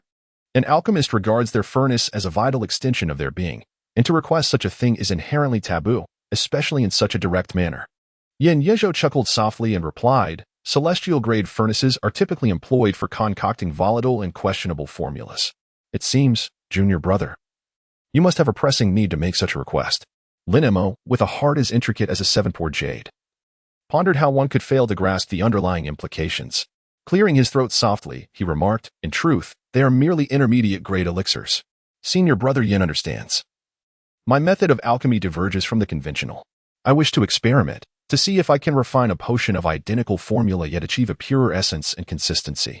Fearing that Yin Yizhou might doubt him, he produced the solitary remaining chi-boosting elixir he had crafted and presented it. "This is the chi-boosting elixir refined with a standard furnace. The flaw lies within the furnace itself." Yin Yizhou accepted the elixir, bringing it to his nose for a careful sniff before examining it under the light. Gradually, astonishment began to manifest on his face. "You have refined the medicinal materials?" Lin Mo nodded, acknowledging, "Senior Yin possesses a discerning eye." His words carried a double meaning. Yin Yezhou also nodded in agreement, stating, "Indeed. The potency of the medicine has somewhat dissipated. The furnace fails to preserve its complete medicinal properties, hindering thorough amalgamation." He returned the elixir and regarded Lin Mo, adding, "Utilizing a celestial-grade furnace is exceedingly cumbersome. It necessitates the constant maintenance of temperature through the 5 elemental fires, and the costs are exorbitantly high. To employ it for refining mid to low-grade elixirs would result in a disproportionate return, even if one were to succeed in producing a premium quality." Lin Mo inquired, "Where might one procure the 5 elements fire charcoal?" Yin Yizhou chuckled and replied, "The Dan Pavilion typically holds some, though they seldom part with it. However, the Qianren Peak annually refines gold, silver, and iron, which results in the production of precious gold charcoal. Furthermore, the alchemical process requires charcoal from the other 4 elements. Thus their stock is ample. I happen to have some on hand and can lend it to you." As he spoke, he gestured and retrieved a palm-sized azure alchemical furnace from his treasure pouch. The furnace was adorned with the intricate design of the yin-yang fish. Its patterns, surprisingly, were less elaborate than those of lower-tier furnaces. He recited a mantra, unlocking its seals, and in an instant, the furnace expanded to a length of an arm, shimmering with radiant colors that were quite enchanting. Afterward, he recited another incantation to re-enclose the furnace, returning it to its original palm-sized form. He handed the furnace to Lin Mo, cautioning, "Though the celestial-grade furnace is exceptional, its operational costs are quite steep. If it remains unused for a single day, it must be nourished with true essence. Otherwise, its spiritual light will gradually fade, rendering it an ordinary item. Of course, you may store it alongside spirit crystals, though it will consume 10 spirit crystals daily. Quite an expense." Lin Mo felt a sudden tightening in her chest, her mouth agape. Without a moment's hesitation, the second senior brother lent her the item, and feeling a twinge of regret was too embarrassing to consider, she steeled herself and accepted the stove. Stowing it away in her treasure pouch, she declared, "Once there are advancements, Lin Mo shall not forget the support of her second senior brother." Yin Yezhou watched Lin Mo depart before returning to the tea table. Zhou Yizhu, seething with indignation, remarked, "A mere 5th-level chi refiner, yet he carries himself with such arrogance, summoning his senior brother as if he were entitled. Has he received no teachings on proper etiquette in the outer sect?" Shi Pinyi smiled gently and replied, "If the second senior brother is unbothered, why should the senior sister take offense?" Yin Yezhou chuckled softly and said, "What I concern myself with is only the ambition to improve and the potential to contribute to the sect. The rest truly holds no significance for me." Song Miao idly toyed with the teacup in her hand, lost in contemplation. Lin Mo descended the mountain, specifically seeking out Zhou Manquan. Not for any other reason but to request his assistance in procuring some 5 elements charcoal from Chiaran Peak. As a result, for merely 10 portions of charcoal, he had to grit his teeth and part with 1,500 spirit crystals, a price that left him feeling quite pained. After painstakingly accumulating over 6,000 spirit crystals, within just a few days, 2,500 had slipped through his fingers, a sum he had not earned in over a decade at the Southern Gate. Reflecting on the time and effort consumed by alchemy, he also asked Zhou Manquan to find a senior brother to help occasionally hunt for game to be delivered. This task was not particularly troublesome, after all. Many lower-tier alchemists resided at the foot of the mountain managing medicinal fields and often had the leisure to travel to Xinhe Ridge and Hanja Lake, primarily to procure medicinal materials from the bodies of celestial beasts. The meat was considered superfluous to them, often discarded. And as long as one was willing to part with a few spirit crystals, even just 1 or 2, many would be eager to assist. Upon returning to his cave dwelling, it was only when he saw the neatly arranged pulse-sealing needles on the alchemical table that he realized he had committed a grave error. He had become so engrossed in the path of alchemy that he had completely overlooked the need to disguise his cultivation back to the 5th layer of chi refinement. Such a mistake was one he would never have made in the past, nor would he have foolishly assumed that others would overlook the depletion of his true essence. Consequently, he promptly contacted Jibo via Jade Slip to seek his counsel. Jibo was even more straightforward than he. He advocated for a direct approach. If someone intended to take action, then let them proceed. If someone wished to resort to underhanded means, it was simpler still, just eliminate the target. The method of handling the situation was to neither deny nor confirm anything, ideally leading others to misinterpret his relationship with the higher-ups of Yaowang Peak. Lin Mo found it quite easy to manage these 2 points. Once everything was in place, he once again immersed himself in the tense process of alchemy. He refrained from recklessly using the borrowed Foxuan Qiankuan furnace and instead utilized a common furnace in the alchemical chamber, meticulously refining the predetermined over 10 types of low-tier pills until he ensured that the quality of each batch reached the upper grade. He then reread the formulas for the 3 types of mid-tier superior pills repeatedly, mentally rehearsing them hundreds of times. For several consecutive days, Zhou Manquan delivered the 10 portions of 5 elements charcoal he had purchased, along with several types of purified meat from celestial beasts, filling a large bag, all for the mere cost of 3 spirit crystals. After marinating all the meat, he treated himself to a sumptuous meal, relishing the satisfaction of a full belly, followed by a cleansing bath. Dressed in a simple white inner garment, he formally commenced the alchemical process. This time, he employed the celestial-grade Qiankuan furnace. And the first pill he attempted to refine was the ice spirit pill. Half a day later, as the furnace cooled, he found that the entire batch had turned into a charred mess, utterly unrecognizable. Lin Mo remained undeterred, meticulously analyzing the reasons behind his previous attempts as he cleared the alchemical furnace. He clarified each step, refining the timing of the flames and the moments for adding medicinal ingredients, and he redrafted the procedures, ensuring their accuracy before commencing his second batch. Historically, success has always been born from perseverance. Days passed one after another, with the sun rising in the east and setting in the west as the heavy snow fell outside, contrasting sharply with the eternal spring of the inner mountains 2 worlds apart. Time, relentless and impartial, treated everyone equally. The only unfairness lay in the lifespan of practitioners who defied the heavens to seize opportunities. Having nearly exhausted the 10 portions of 5-element charcoal purchased and the 3 portions borrowed from Yen Yishou, Lin Mo was preparing to venture outside once more to procure supplies from Zhou Manquan. However, on the eve of his departure, the last 2 portions of charcoal finally yielded a batch of exquisite ice spirit pills and another batch of slightly flawed yet still remarkable blood essence pills, 7 from the former and 6 from the latter. These 13 pills, even if entrusted to the pill pavilion for sale, could fetch a price exceeding 10,000 spirit crystals. Typically, restorative pills do not command the same premium as those for ascension, and the cost of medicinal materials is naturally more reasonable. Lin Mo's purpose in refining elixirs was to make a stunning impression at the Dan Pavilion, thereby capturing the attention of Yuzu. He carefully considered the number of spirit crystals in his pocket and took a full 3 days to rest before departing from his cave abode to head towards the Dan Pavilion. Although there were not many people in front of the pavilion, Lin Mo's arrival nonetheless stirred a flurry of excitement. Soon, he found himself surrounded by a throng.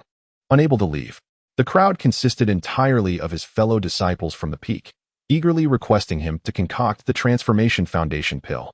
Each one was filled with enthusiasm, and some of the strikingly beautiful female disciples boldly leaped into his embrace, unabashed by the gazes of others. Lin Mo guarded his chest with both hands, pushing away one after another. Several times, his palms brushed against soft, elastic surfaces. Neither he nor the others felt any embarrassment. After all, despite his steadfast refusals, a throng of shameless individuals continued to press forward. His explanations were utterly futile, drowned out by the incessant chattering and lamentations surrounding him. The grand entrance of the Dan Pavilion was mere paces away, yet he found himself unable to advance.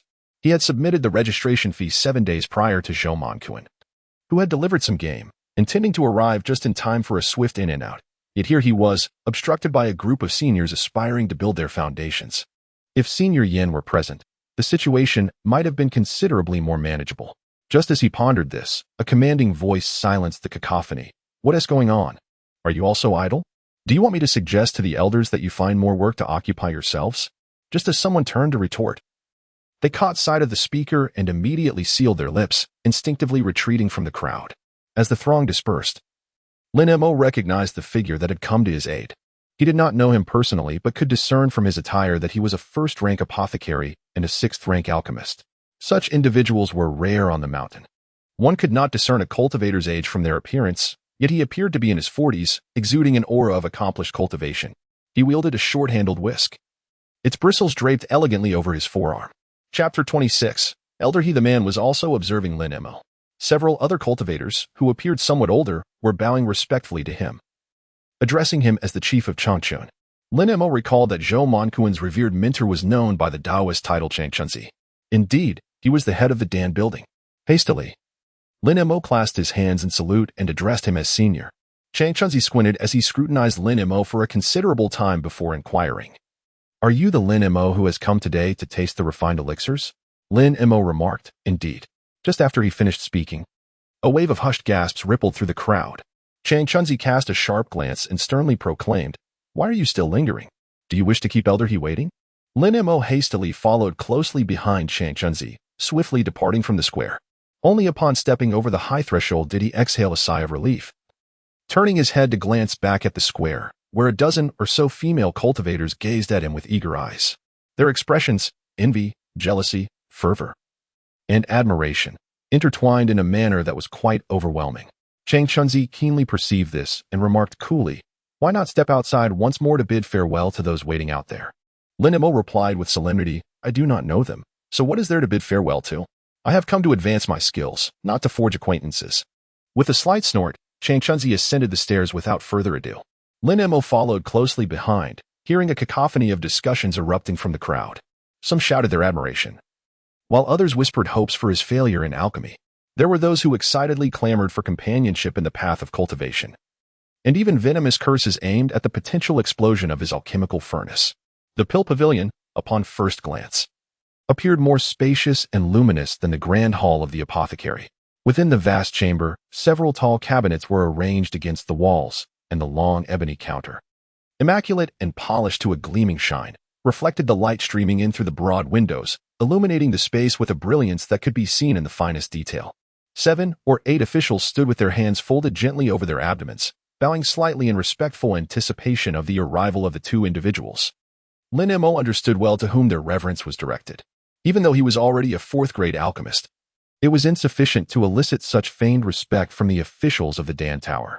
Ascending the gracefully curved staircase, the second floor revealed a circular corridor that connected several chambers, with a handrail offering a view of the grand hall below. Elder He was seated within one of the tea rooms. Before entering, Changchunzi briefly conveyed Elder He's circumstances, simple yet telling. His name was He Songsheng. Nearing 3 centuries in age, his spirit and body in decay.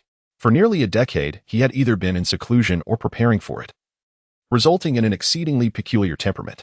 Han Billy was his last disciple, likely also his sole remaining apprentice. This served as a subtle reminder for Lin Mo to be cautious with his words. Elder He was dressed in a plain white robe, his appearance not betraying his age. He appeared to be in his 40s, seemingly younger than Changchunzi at first glance. A closer look revealed the yellowing of his sclera, the dimness of his pupils, and his slightly withered hair. Tea lay before him, yet he clutched a small gourd, occasionally taking a sip. The room was permeated with an intoxicating aroma of liquor. Lin Mo cupped his hands and performed a deep bow, greeting Elder He. Changchunzi, taking his place beside Elder He, gestured for him to sit in the left-hand chair, and spoke slowly. Today we shall assess the quality of the elixirs. Is Lin Mo well prepared? As Lin Mo's posterior barely touched the seat, he promptly rose again and declared, "Stop." Chang Chunzi cast a glance at Elder He and murmured, "Elder He, please pose the question." Only then did He Songxing put away his small gourd, lift his teacup, take a delicate sip, and lethargically remark, "It's merely the initial stage. Abundant in names yet minimal in utility. I can hardly muster the energy to sift through this thick tome." Chang Chunzi, with a forced smile, replied, "Just select anyone at random." He Songxing raised an eyebrow, questioning, "Random?" Chang Chunzi maintained his cheerful demeanor, asserting, "Indeed, random." Suddenly, He Songxing's eyes widened as if invigorated, and he declared, "Then let us discuss the longevity pill." The smile on Chang Chunzi's face seemed to freeze, gradually transforming into an awkward expression as he chuckled dryly and muttered, "That is a mid-tier elixir." He Songxing rolled his eyes, his countenance darkening, and coldly retorted, "You young rascal Chang Chunzi, fully aware of my poor memory. Are you intent on making me look foolish? Back when I became an elder, your master was still in short pants. You, who have yet to fully mature, do you wish for me to retract my words?"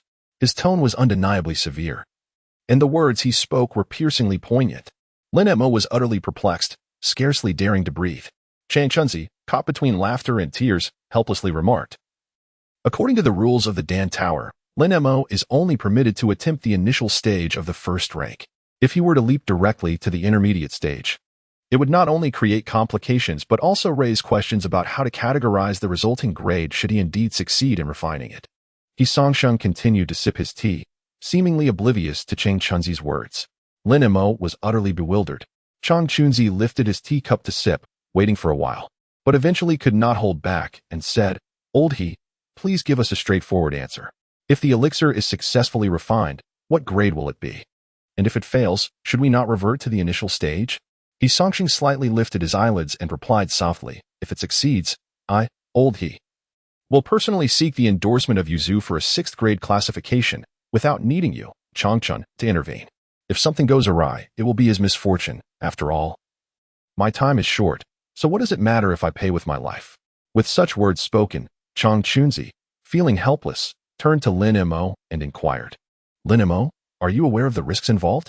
Having never encountered the longevity elixir, he couldn't help but feel anxious. However, having achieved success with top-tier elixirs in the middle stage on 2 occasions, he was not overly daunted. After a moment's contemplation, he asked, "If I were to refine this elixir, may I choose the immortal-grade alchemical furnace from the pavilion?" Chang Chunzi was taken aback. There was only one immortal-grade furnace in the pavilion, typically reserved for high-ranking alchemists due to its exorbitant cost, which was generally beyond the means of mid-tier alchemical endeavors. At that moment, He Songxing suddenly interjected, "Using the immortal-grade furnace is permissible, but if you produce anything below a top-grade elixir, it will be deemed a failure. Are you willing to take that gamble?" Lin Mo inquired, "What if one were to refine something of superior quality?" He Songxing replied, "I, Old He, shall risk my reputation and venture to seek a 5th-grade item from Yuzu." Lin Motten, filled with a sense of grandeur, lightly waved his fist and resolutely declared, "Then it is settled." Chang Chunzi was momentarily taken aback, sensing an underlying discord, yet unable to articulate it. The alchemical furnace was situated on the 8th level of the Dan Pavilion, 1 floor beneath the pinnacle. This level was less spacious than the several below it, containing only a single chamber, which housed a few medicinal tables alongside a crimson furnace towering to a person's height. The surface of the furnace was intricately adorned with a myriad of peculiar patterns. Lin Mo, adhering to the medicinal properties outlined by Chang Chunzi, made several modifications to the auxiliary herbs, incorporating materials such as 5-element charcoal to enhance the fire element. Everything required had been meticulously prepared and placed in the alchemical chamber prior to their ascent. The process of refining elixirs differs from that of a pharmacist. It is akin to an open-book examination. The Dan Pavilion provides foundational formulas, yet each alchemist possesses unique techniques, habits, and applications of true essence, leading to variations in the formulas.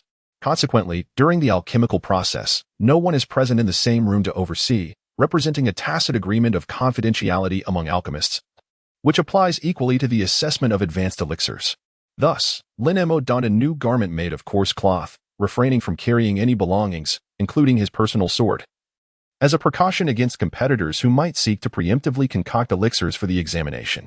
Chang Chunzi gestured towards the alchemical furnace and proclaimed, This furnace is known as the Vermilion Sand Celestial Cauldron, a relic of the first generation of the Medicine King Pika's ancestors. Should you cause it to suffer any damage, you need not worry about my authority taking action. The sect master will undoubtedly have you dismembered and fed to the eagles. Lin Emo recalled that the sect leader seemed to possess a majestic golden eagle steed. He wondered which elder's pet was the crane that had summoned the radiant sword of the 8-Dragon Cave on that fateful day at the Crane Peak. Surely it could not be Elder He. Chang Chunzi retreated through the door, deftly sealing it from the outside as he spoke. You have 18 hours. The medicinal materials within are sufficient for you to refine 10 elixirs. Whether you choose to do so in 2 batches or 1 is entirely up to you. However, I must caution you. If, after 18 hours, you have failed to produce a single superior longevity elixir, this will be deemed a failure in your advancement. And our sect shall seek restitution for the 700 spirit crystals lost. Lin Mo intended to retort, but ultimately chose to suppress his thoughts. He turned and approached the alchemical furnace, dedicating himself to its study for approximately half an hour before moving on to the medicinal materials. All required ingredients were meticulously arranged within a sizable medicinal box: 500-year-old Ganoderma, 500-year-old Hishowu, gold blood sand, melting spirit grass, and the shell of an immortal turtle. He carefully refined each component according to the essence of the longevity elixir, isolating them into essence, crystals, or dew, and transferring them into the exquisite jade vials on the medicinal table. Subsequently, he ignited the 5-element charcoal with his true essence, adjusting the furnace's temperature in accordance with the 5-element ratio.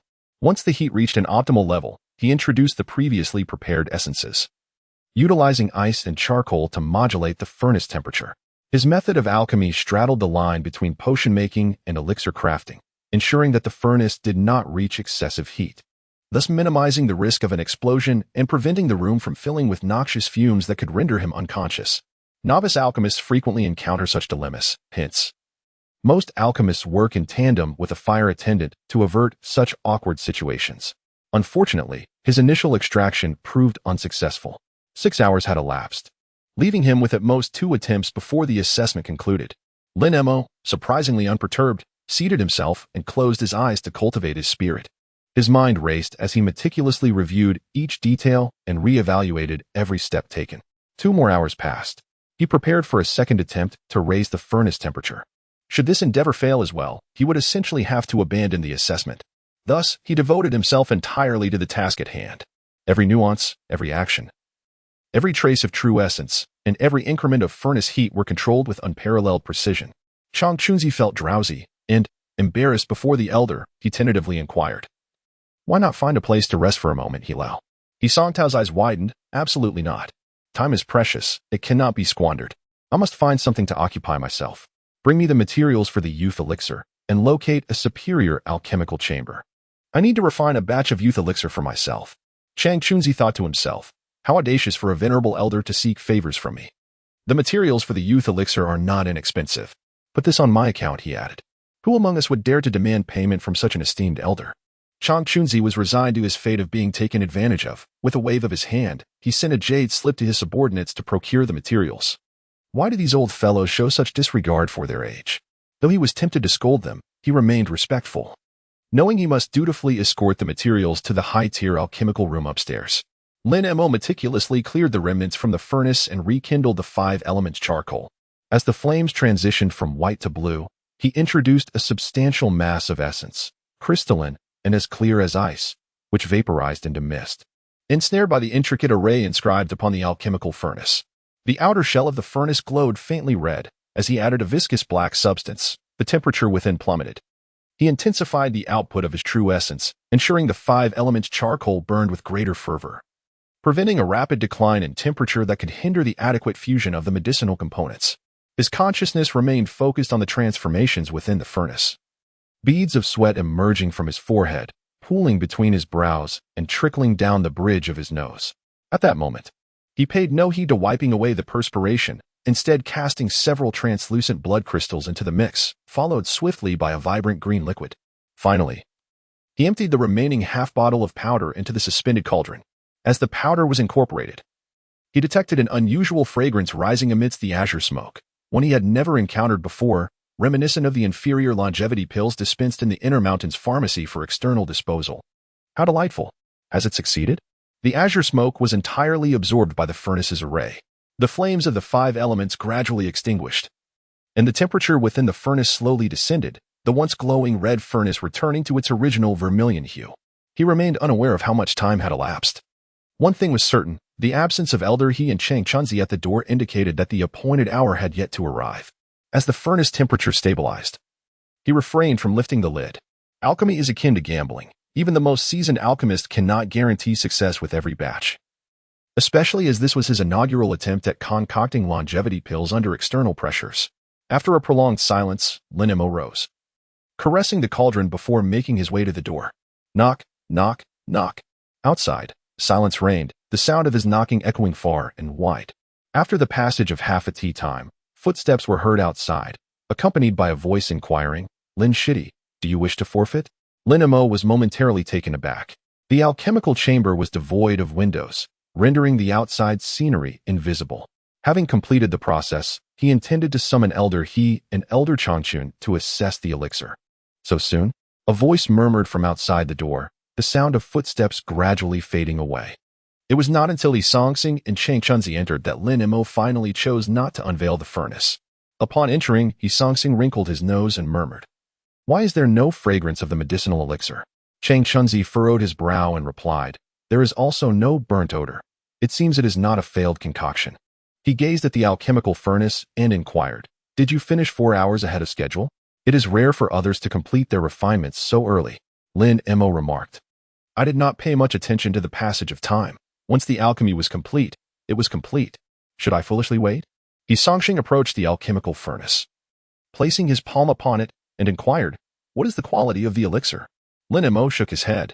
Li Songxing's lips curled into a smile as he praised, "Your self-restraint is commendable.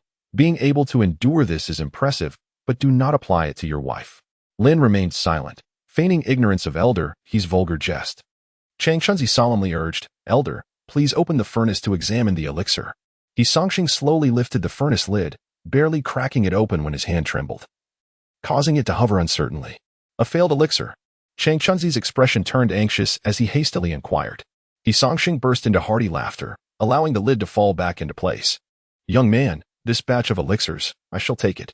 As for the price, 2 medium-grade transformation pills." The medium-grade transformation pill, a mid-tier elixir, holds an internal value of 6,000 spirit crystals at Yaowang Peak, exceeding even that of a superior-grade foundational elixir.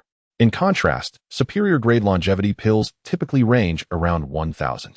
Even if one were to consider a full batch of 10, the value disparity is marginal. However, the demand varies significantly.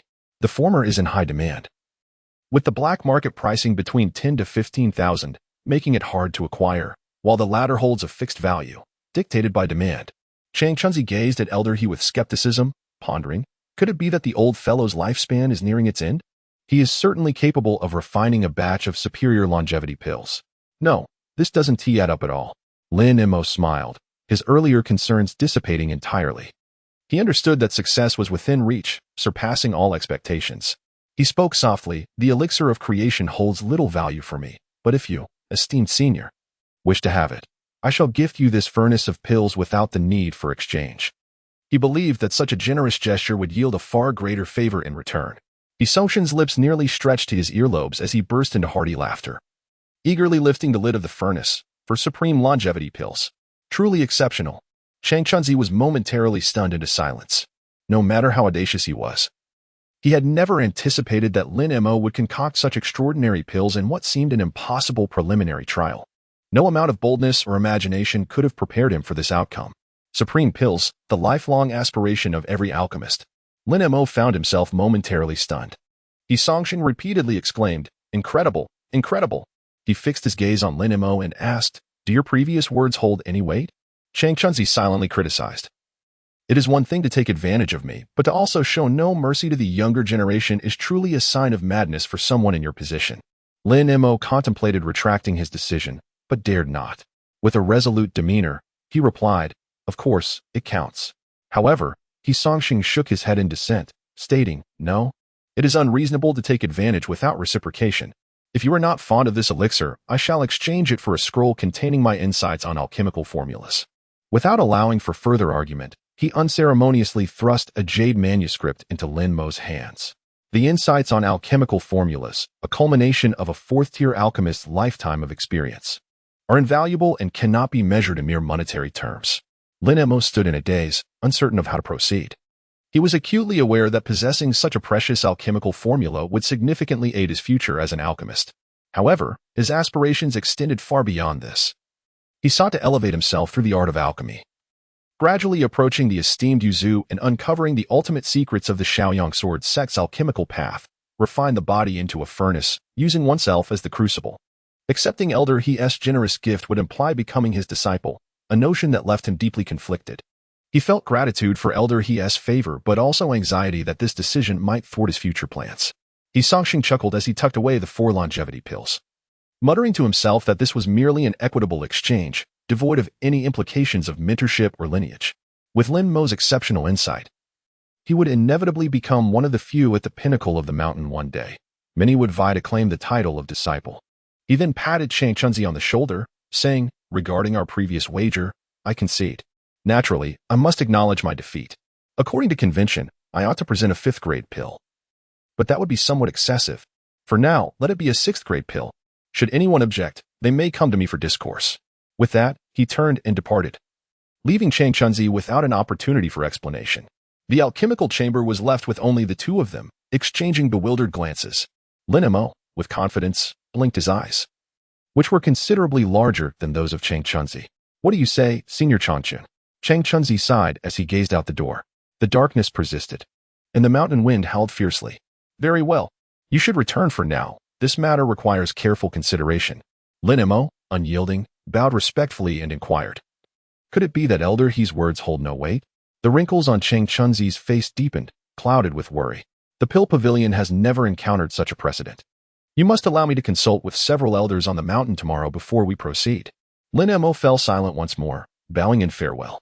The cave dwelling was desolate and devoid of warmth, lacking the comforting presence of human activity. Lin Mo, however, was filled with an extraordinary excitement. Lying on the celestial yellow wooden couch, struggling to find sleep, the formula for the hard elixir gifted by Elder He rested against his chest, and the icy jade scroll could not extinguish the fiery passion in his heart. The scroll contained a wealth of knowledge, meticulously compiled from Elder He's years of experience, detailing each technique, the precise timing, and the application of materials with remarkable thoroughness. This was a perspective he had never encountered in the rigid, elementary alchemical texts, as it unveiled another grand door within the realm of alchemy. It mentioned the issue of utilizing the Great Transformation Heart technique in conjunction with the precise separation of impurities from the essence of true energy, merely presenting a thought. Elder He himself was limited in his ability to accurately control true energy, rendering him unable to achieve success in this endeavor. It also addressed Lin Mo's utmost concern, the path of refining the body into a cauldron, using oneself as the furnace. In this regard, Elder He had some ideas as well. But due to limitations in his realm and perspective, he had come to an abrupt halt, offering only a preliminary conception without any steps for implementation. Indeed, the old fellows possessed some knowledge. Those who could ascend to the rank of a peak elder were no ordinary individuals. Yet, it was essential to draw nearer to Elder Yu, for the one who had navigated this path most closely to success was none other than him. Lost in thought, he gradually drifted into slumber. In his dreams, he faintly perceived the towering silhouette of his father, though he could never quite discern his face. He saw the gentle and amiable figure of his mother, whose embrace was eternally warm. He encountered the stern Uncle Ji, who briefly turned his face, revealing a hint of kindness, and he beheld Su Yu, still exuding her enchanting grace, warming his heart. Someone was calling his name, Lin Mo, the voice growing ever closer. Lin Mo opened his eyes, sunlight refracting upon his eyelids, glistening like water. After a moment, confirming it was not a dream, he realized that someone was indeed calling out loudly from outside his door. Standing at the entrance of the cave, Zhou Manquan appeared with an even broader smile on his face, his tall and robust figure slightly hunched as he attempted to curl himself up, holding several packages in his hands. Upon their meeting, he immediately exclaimed with excitement, "Congratulations, Master Lin." "Best wishes to you, Master Lin."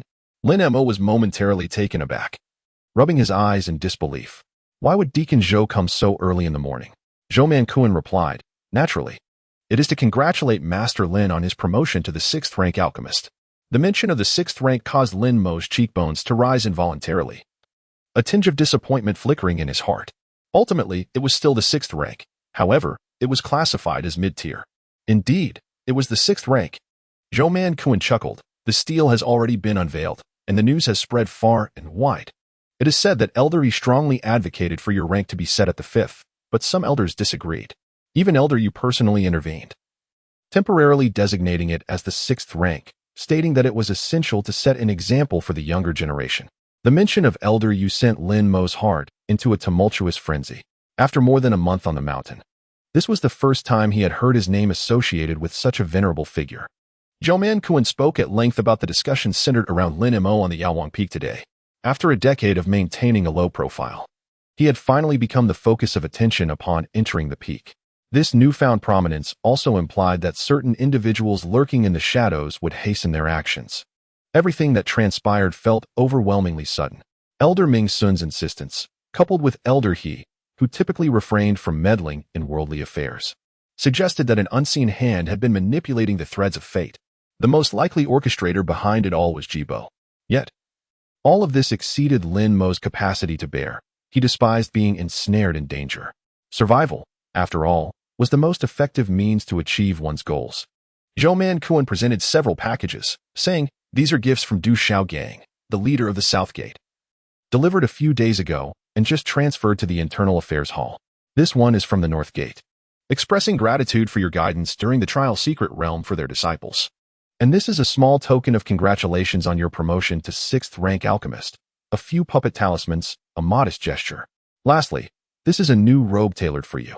Master Lin, in such a short time, you have already changed outfits 3 times. At this rate, who knows how ornate the gold-threaded cuffs will become."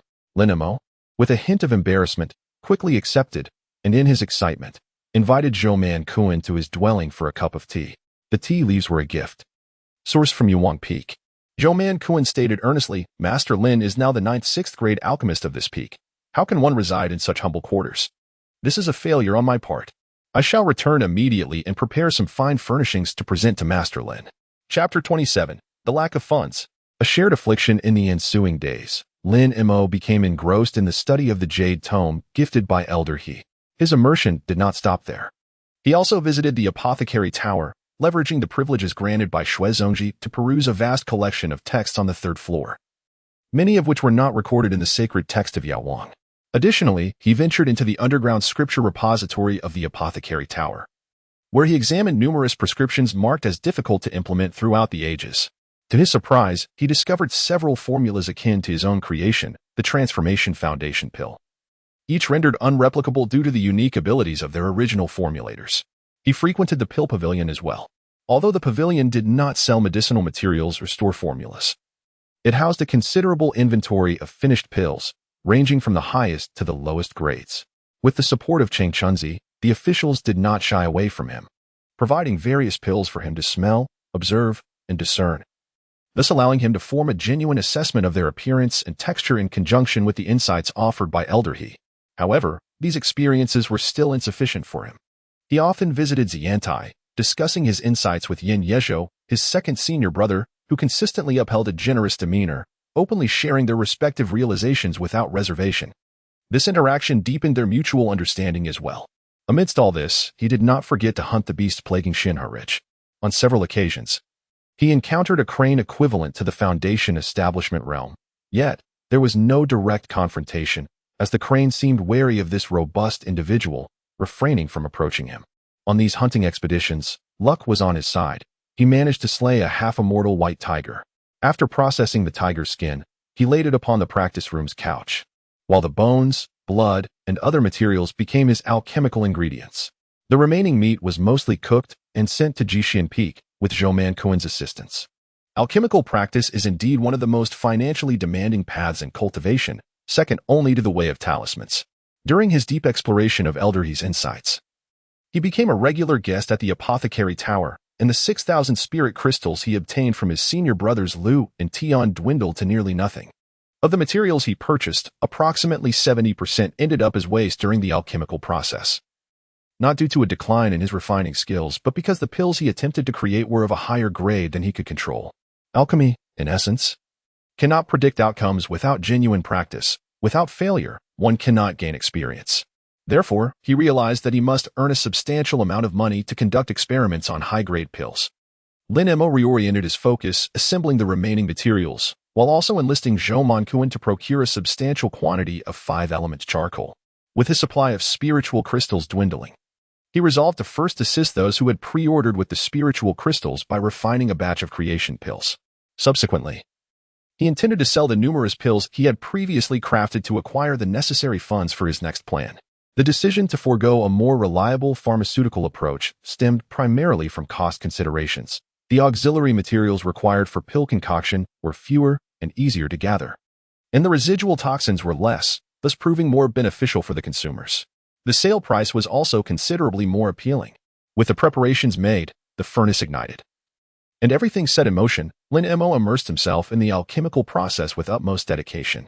The crafting of the creation pill itself was not overly complex, but the challenge lay in the fact that, aside from his innate perceptive advantage, others found it exceedingly difficult to acquire the majority of the primary materials from the ancient formulas.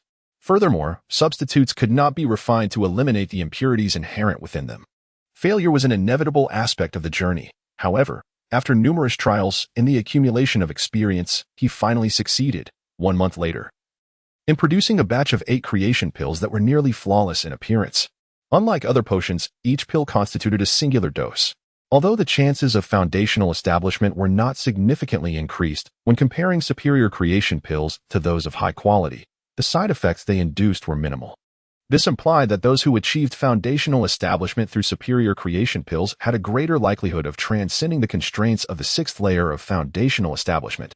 This method was also one of the 3 celestial pathways bestowed upon him by his father, known as pharmaceutical pill, breaks the heavens. Lin Mo found himself perplexed by his father's unconventional perspective on alchemy. Nevertheless, he remained steadfast in his beliefs, for he and his father had chosen divergent paths. His father had achieved success, albeit tragically passing before his journey's conclusion, while Lin Mo was still traversing his own road. As a swordsman, he understood that mastery did not lie in the quantity of techniques but rather in the purity of a single sword strike, embodying its essence. The true source of the 5 elements transformed into the spirit of the sword's aura solidified, forging a golden body, inciting fierce combat, merging intent with blade, and uniting spirit with sword.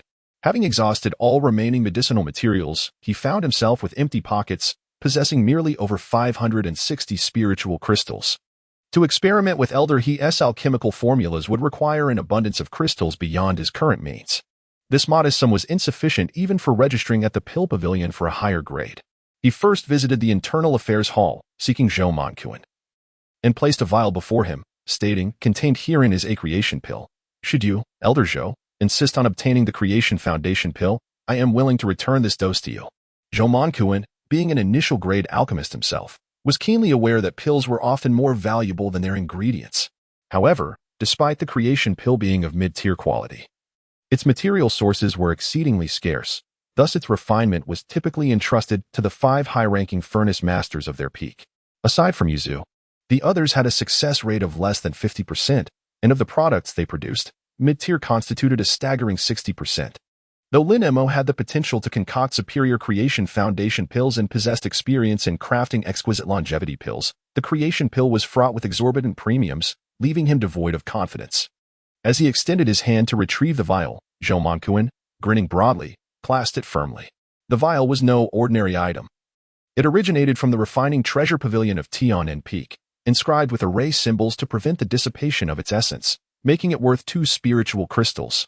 To distill the essence of medicinal materials for alchemy, Lin Mo had acquired numerous such vials, and within his collection were even more precious crystal and glass containers, designed to hold extracts prone to rapid evaporation.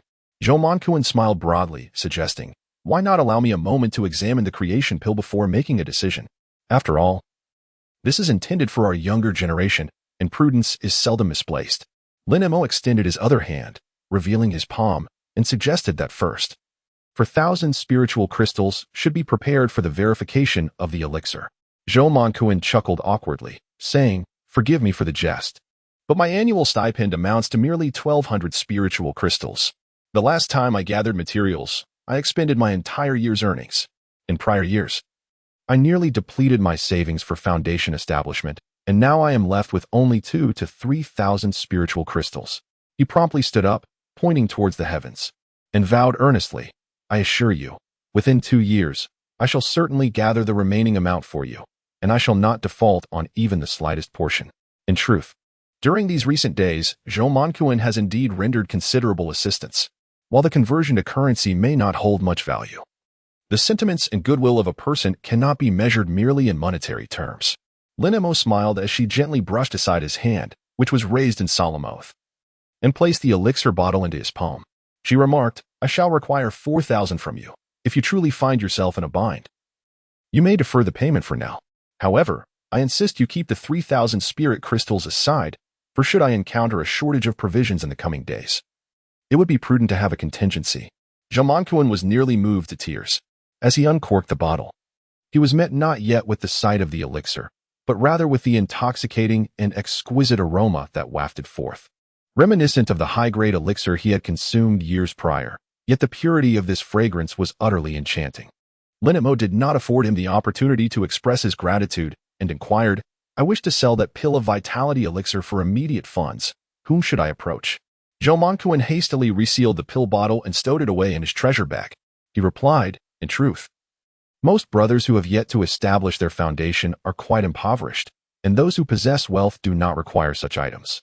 If you wish to part with it swiftly, the apothecary is undoubtedly a commendable option, as is the Intermountain black market. However, one must await the market's opening. I can certainly inquire on your behalf. Lin Mo recalled the communication crystal given to him by Wu Jiuzhen. However, it could only be activated outside the protective formation of Yaowang Peak. He did not dismiss the proposal presented to him, as his fellow disciples Lu and Tian from Jixian Peak had evidently depleted nearly all their resources for the 3,000 spirit crystals. They were still in the early stages of foundation establishment and did not require the medicine so urgently. After much contemplation, he decided to pay a visit to the medicine pavilion. Coincidentally, the young disciple Qin Tai, whom Lin Mo held in high regard, was present. He discreetly drew him aside to a less conspicuous location and quietly inquired, what is the current price for a dose of the transformative foundation pill at the medicine pavilion? Qin Tai was taken aback for a moment, glanced around to ensure there were no eavesdroppers, and lowered his voice, according to our pavilion's pricing regulations. The transformative foundation pill is valued at approximately 4,000 spirit crystals, though this pertains to the high-grade pill in your possession, as I previously informed you. Noticing Lin Mo's contemplative silence, he added, if you truly wish to proceed, it may be worth considering auctioning it off. Auction. Lin Mo assumed it was yet another black market as described by Wu Jiuzhen, and he truly wished to avoid dealings with such unscrupulous merchants. It was merely an auction. Qin Tai's eyes sparkled with excitement as he spoke. Exiting the northern gate, we arrive at Zhuozhou, which is in close proximity to our sect. Zhuozhou has long been a pivotal hub for various cultivators, facilitating the exchange of celestial artifacts. There is an auction for celestial treasures held weekly. Located at the highest point of the city, easily accessible. The prices are reasonable, particularly for rare elixirs such as the Creation and Foundation Pill, which, when presented at the auction, could fetch a minimum of, he raised a finger, a knowing smile gracing his lips. Lin Mo was taken aback and was about to speak when Qin Tai placed a finger on his lips, his eyes darting around cautiously. The two shared an unspoken understanding. With this foundation in place, Lin Mo felt a wave of relief wash over him. He discreetly contemplated the various mid-tier elixirs he had refined, estimating that at the upcoming auction he could easily fetch around 70,000 to 80,000 spirit crystals. This would ensure that even if he indulged in extravagance in the days to come, his path in alchemy would remain unobstructed. There was no need for Elder He to be thanked in person, nor for Elder Ming's son. Even his generous senior brother could not always rely on his goodwill.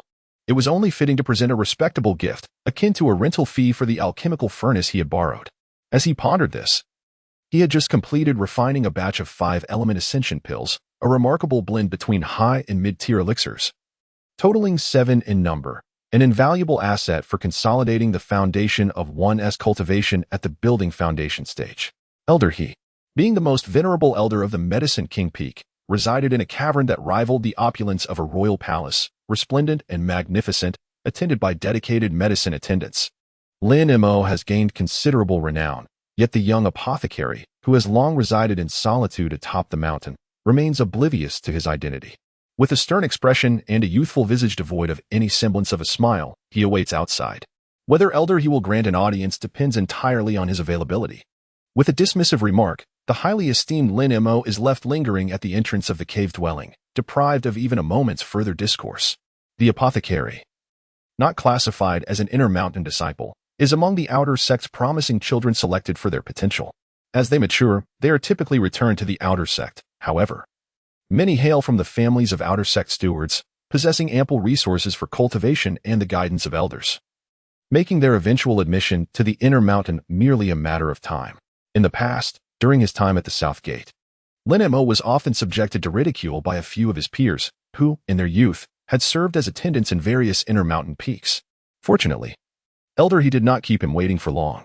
The apothecary soon returned, scrutinizing him from head to toe, and, with a tone of bewilderment, announced, "Elder, he requests your presence in his secluded pavilion."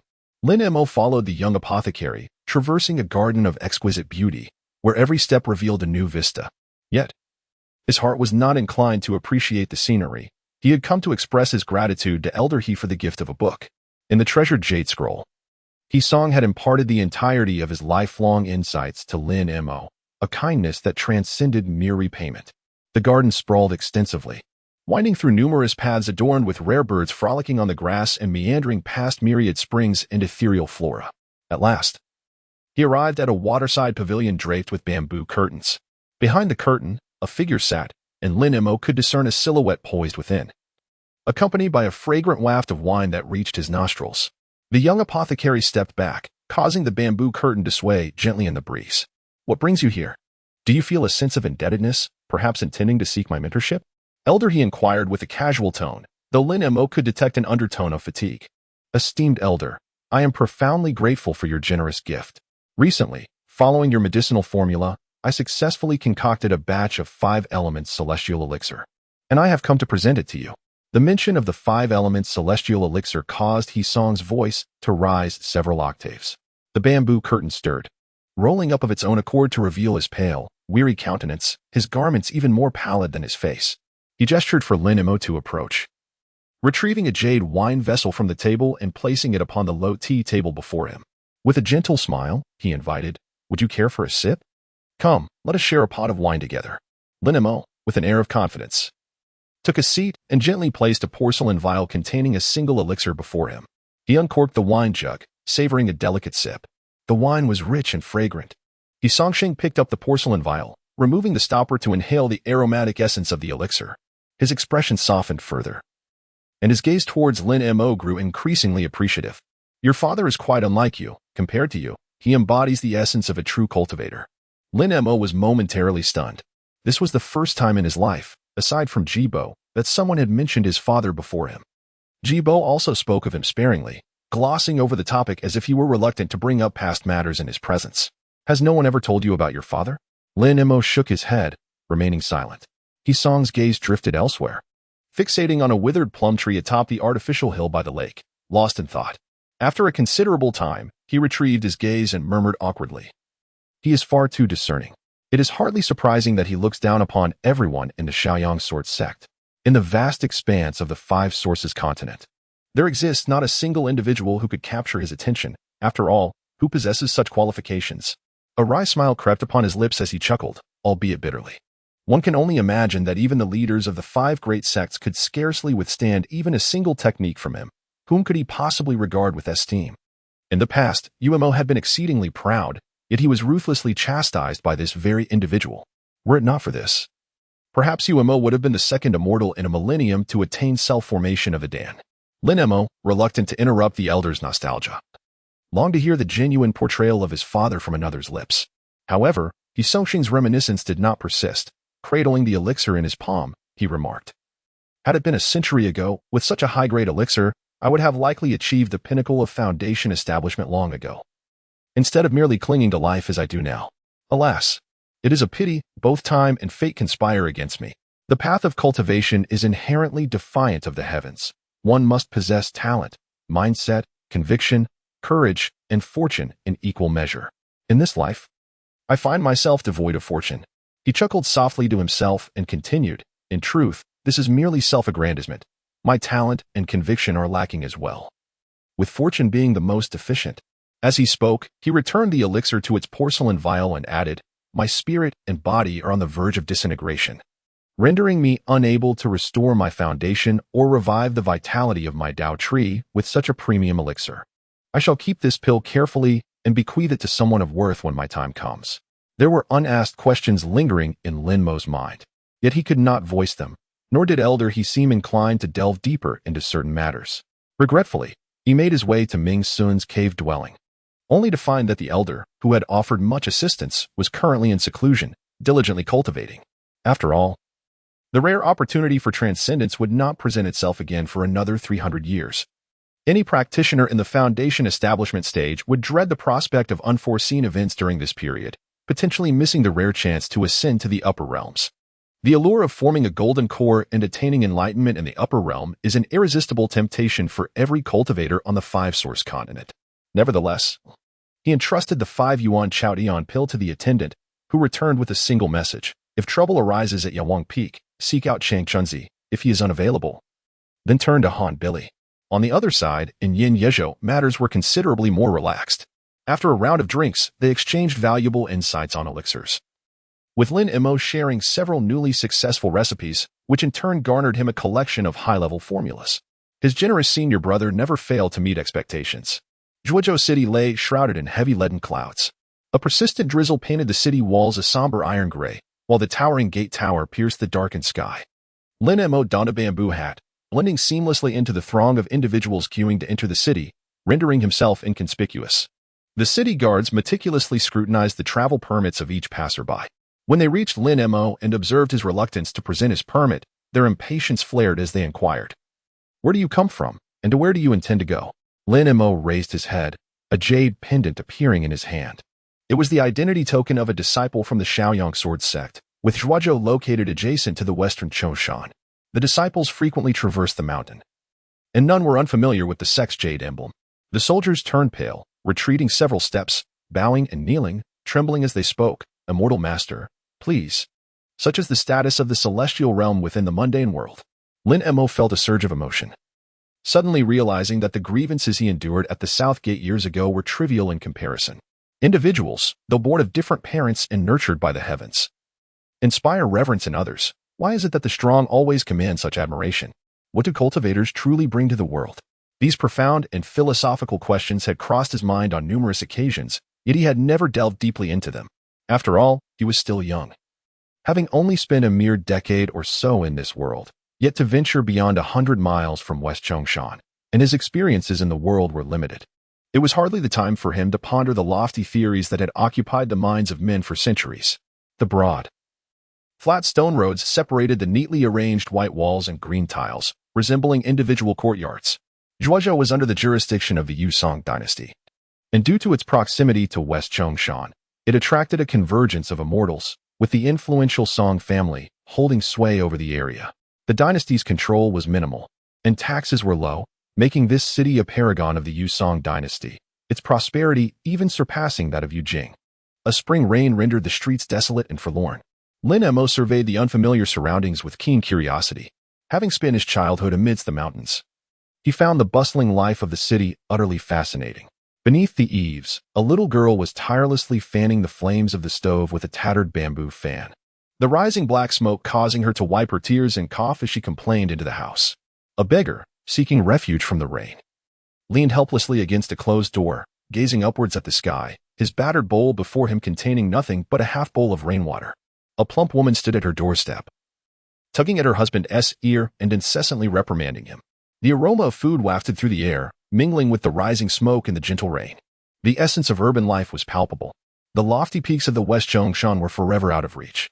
Verdant waters and azure mountains, drifting white clouds, and exquisite palaces became commonplace. It was the scenes of daily life that felt refreshingly intimate. In the distance, behind a series of houses that resembled overlapping scales, the misty curtain of rain could not obscure the silhouette of a towering edifice reaching toward the clouds. The eaves of the rooftops and the rhythmic clanging of iron horses echoed like a melody, sending ripples through the air and dispelling the gloom. Qin Tai had mentioned that the highest point in the city was the auction house of the celestial beings. This ethereal structure was nestled among a circle of low houses, with a single entrance, the grand door of a guest house named Xian Kolai. Outside, The rain continued to fall, while a staff member stood upright beneath the eaves. A professional smile etched on his face as he graciously welcomed each arriving guest. Lin Mo felt an inexplicable tension within. This marked the very first occasion in his life that he stepped into an inn. Previously, he had visited Yushan Town, but it had always been a hasty affair, arriving and departing in a blur, merely indulging in a couple of modest dishes at a tavern, savoring the essence of earthly existence. Occasionally, he would traverse the tiled corridors, his youthful curiosity compelling him to gaze at the alluring figures that stirred his heart and ignited his desires. Returning home to reflect on the nascent impulses of his youth, the innkeeper, possessing keen discernment, instantly recognized the guest's unfamiliarity with the establishment. Even though Lin Mo was not clad in the customary attire of the Shaoyang Peaks, the extraordinary aura he exuded was unmistakable. The innkeeper welcomed him with a smile, saying, "Esteemed guest, will you be staying or dining? Our establishment offers a plethora of choices, ensuring your utmost satisfaction." Lin Mo adjusted his waist, removed his hat, and placed it on the wooden rack by the door, saying, "I need to discuss some business with the manager." The shop assistant glanced around to ensure no one was watching before inquiring, "Do you have an appointment, esteemed guest?" Lin Mo shook his head, his left hand forming a fist that he waved slightly before the attendant, loosening his fingers to reveal the jade pendant signifying his identity as a member of Yaowang Peak. The shop attendant stepped aside, gesturing for him to enter, then guided him through the grand hall and along the eaves, leading him to the foot of the towering building. From a distance, the structure's sweeping eaves were visible, yet upon reaching the base, even lying on the ground, it was challenging to glimpse the topmost level. Compared to the medicinal tower of Yaowang Peak, this place still lacked a certain charm. The guest proceeded inside, where he was met by a welcoming party. The attendant, cautious not to overstay, retreated a few steps before turning to leave. Lin Mo entered the grand entrance of the high-rise building alone. The spacious hall, adorned with elegant furnishings, reflects meticulous attention to detail. Dozens of orchid varieties exude a subtle fragrance, while the jade-green flower pots, each uniquely shaped, grace the long, intricately designed shelves filled with exquisite antiques. This place resembles neither a guest house nor an auction house. Rather, it evokes the ambience of a refined study dedicated to the appreciation of antique curiosities. Behind a long table draped in golden velvet, a middle-aged man sat, his features shrouded in an enigmatic haze, rendering him almost unreal. Lin Mo instantly discerned that this individual was at the 9th level of qi refinement. The clouds and mist shrouding his face were merely a rudimentary illusion. No matter how sophisticated the illusion, it could not deceive an innate perceptive eye. Chapter 28. The Black Hand Beneath the Night Veil. The middle-aged man, oblivious to being seen through, greeted with cupped hands, "Esteemed guest, I am Song, the head steward. May I inquire what your esteemed self requires?" Lin Mo waved his hand dismissively. As for the name Song, in other places, it would not attract much attention. However, in Zhuozhou, anyone bearing the surname Song, particularly one who manages in and associated with the celestial realm, would inevitably be linked to the illustrious Song family of the 13 cultivators. For instance, the esteemed Song Miao from Yaowang Peak and the distinguished Song Ming from Hengjian Peak both hail from this lineage. This family boasts 2 direct heirs, a rarity among the entire Western Qian's 13 families. It is not that the Song family is inherently superior to others, but rather that proximity to the foremost celestial sect of Western Qian affords them a unique advantage. If they cannot profit, who can? "I have come to partake in the auction. May I inquire about its commencement?" The esteemed manager Song smiled. "Auctions are not held daily. They typically occur once every 10 days. Otherwise, where would all the treasures come from? Guests must also make prior arrangements. You have arrived at an opportune moment. The auction will commence tomorrow at the hour of the rooster. Most of the reserved guests have already checked into their private rooms," he indicated upwards. "Those holding an invitation will be ushered directly to the 2nd floor of our establishment upon entry, bypassing the courtyard. Only those wishing to discuss their needs or attending for the first time will meet here with our staff." After a brief explanation, he continued with a smile. "Whether you wish to sell celestial items or participate in the auction, you may rest assured of our establishment's integrity. All items handled by our inn have been thoroughly verified, ensuring authenticity. Here is a list for your perusal. Should you find any items of interest, we can ascertain your purchasing capability, and I shall promptly provide you with an entry token." Lin Mo inquired, "How shall we proceed?"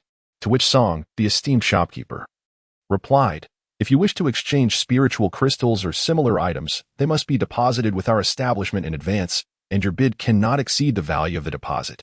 Of course, our long-standing patrons, who are well acquainted with our practices, possess special identification, and are exempt from this process. Should you wish to offer items in lieu of currency, they must be inspected by me, and at the time of bidding, an attendant will remove the item as collateral against your offer. Alternatively, a written guarantee from a familiar sect or family may also suffice. This arrangement appears quite equitable, effectively preventing malicious bidding or price inflation, and alleviating concerns regarding potential default post-transaction. Lin Mo slightly nodded and said, "I have come to sell some elixirs." Master Song chuckled and replied, "What a coincidence. I possess some knowledge regarding elixirs myself, so there is no need to summon the elders at home. However, I must be frank. Our establishment does not accept the auction of elixirs below the intermediate grade, nor do we deal with inferior quality elixirs, as the risks are too considerable. I trust you will understand." Lin Mo retrieved a Dan bottle and gently placed it down, gesturing with his hand. The esteemed shopkeeper Song invited him to take a seat and beckoned a puppet servant to present a cup of fragrant tea. Before he even grasped the Dan bottle, he recognized its origin, having been neighbors with the Shaoyang sword sect for over a millennium. It was only natural for him to be familiar with the artifacts of the sect. It was evident that various sects and celestial masters had come to this place to sell magical instruments and elixirs. The shopkeeper, accustomed to such occurrences, produced a delicate tray lined with white velvet, upon which he poured the contents of the bottle. The 5 round and lustrous pills, each the size of a longan, gleamed with a pink hue, translucent and reminiscent of glazed beads. The fragrance of the pills was subtle and not overpowering, an exquisite spirit-stabilizing elixir. Even the well-versed shopkeeper Song could not suppress a gasp of astonishment. While mid-tier elixirs were commonplace, top-tier ones were a rarity in circulation. Throughout the vast expanse of the western Qian continent, aside from Yuzu, few dared to claim the ability to concoct top-tier elixirs from mid-tier ingredients. When such a rare creation did emerge, it was often a stroke of serendipity, akin to a blind cat stumbling upon a dead mouse, typically arising from those inexpensive elixirs meant for practice. Lin Mo remained unfazed, calmly stating, "Master Song may now set the starting bid." Master Song clicked his tongue in disapproval, continually shaking his head and lamenting, "What a pity it is that it is a spirit-settling elixir. Were it any other elixir that could elevate one's realm or save a life, it could easily fetch 70 or 80 per piece." 70 or 80? Lin Mo initially thought he had misheard. The tranquilizing elixir he had crafted from the remaining essence was well within his knowledge to be of modest value, as such auxiliary potions are not typically sought after for their calming properties. After all, they are considered exquisite in their own right, and he had anticipated a price of 3,000 per pill. To his astonishment, Master Song decisively struck down the price. Master Song paused for a moment, then burst into laughter. "Is this your first sale, esteemed guest?" Lin Mo's face was tinged with embarrassment. He found it difficult to admit, yet equally challenging to deny. The shopkeeper Song remarked, "What I refer to is the medium-grade spiritual crystal, each valued at 100 spiritual crystals." Lin Mo's face flushed deeper, recalling the days when he possessed nearly 7,000 spirit crystals, the wealthiest he had ever been in his life. However, after only a few days as a guest, he soon found himself in someone else's abode, unaware that spirit crystals were categorized into inferior, medium, and superior grades. Master Song, with a serious demeanor, placed several sea blue, translucent spirit crystals on the table and explained, "Inferior spirit crystals typically exhibit a pale red or light green hue. Upon close inspection, one can discern noticeable filaments, indicating impurities, whereas medium-grade blue crystals possess inconspicuous, dot-like impurities. Given your cultivation at the 8th level of Qi refinement, a simple examination with your spiritual sense would reveal their authenticity." Once he descended the mountain, Lin Mo extracted 9 pulse sealing nails from his possession, carrying valuable elixirs on his person. If he continued to feign ignorance, he would only attract unwanted attention.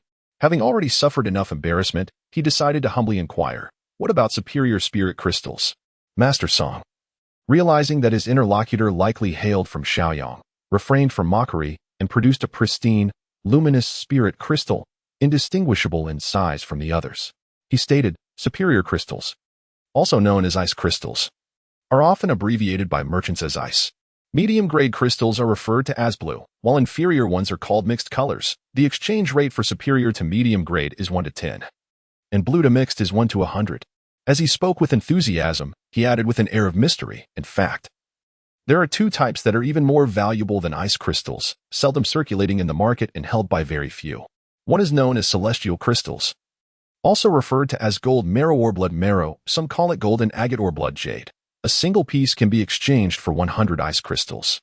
The other is more common and often appears at auctions, known as gold essence, which is even more precious than celestial crystals. Weighing in at one tael of gold essence equates to 10 pieces of celestial crystals. Occasionally, the Chantran Peak can refine some, though more often. It produces silver and iron essence, which are of average value and thus do not constitute hard currency. Lin Mo is well aware that the gold charcoal from the 5 elements charcoal is a product derived from the separation of these 3 essences. The refined gold, silver, and iron are utilized in the crafting of magical artifacts, enhancing their resilience. Many practitioners within this sect employ silver essence to forge swords. Yet he perceives their worth as not being as significant as the headmaster has claimed. His primary concern lies in the initial bidding price of a single tranquility pill. Master Song gestures with 4 fingers. The bidding will start at a maximum of 40, and it is highly probable that this will be the final price. Considering that there are not many affluent individuals willing to use exquisite pills for the purpose of calming the mind and stabilizing intent. For 1,000 inferior grade, Lin Mo was relatively satisfied with the price. Even 5 pills would fetch 20,000. The cost of refining mid-tier pills was sufficient. Yet he aspired to refine the advanced pills based on Elder He's insights. This, however, was far from enough. He then produced another pill bottle, sliding it towards the shopkeeper with 2 fingers. Shopkeeper Song harbored low expectations this time. A fledgling, with a bottle of exquisite mid-tier pills, was likely acquired from his own master, and the remainder would probably consist of merely average quality, hardly worth much. After securing the first bottle and meticulously recording it on paper, he poured out the second bottle of pills and nearly dropped his eyes into the tray. It was a creation pill, a superior creation pill. Shopkeeper Song, momentarily forgetting his usual composure, exclaimed in astonishment. Such pills rarely appeared at auction. Mid-tier ones could incite frenzied bidding, while superior ones were nearly unseen. Outside of Shaoyang Nation and the Qingmu sect, few in the Weiyuan continent had ever laid eyes on a superior creation pill, let alone a premium one. Before him, the 3 pills, each the size of a thumb, were unmistakably of the highest quality, their aroma impeccable and pure.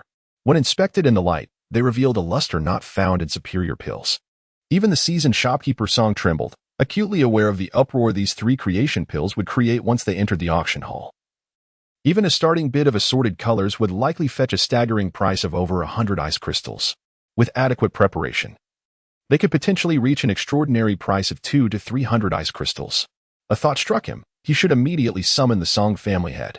300 ice crystals could secure all 3 creation pills, and at the very least, he would have the opportunity to claim one for himself, aiding his long-cherished ambition of breaking into the Foundation establishment realm.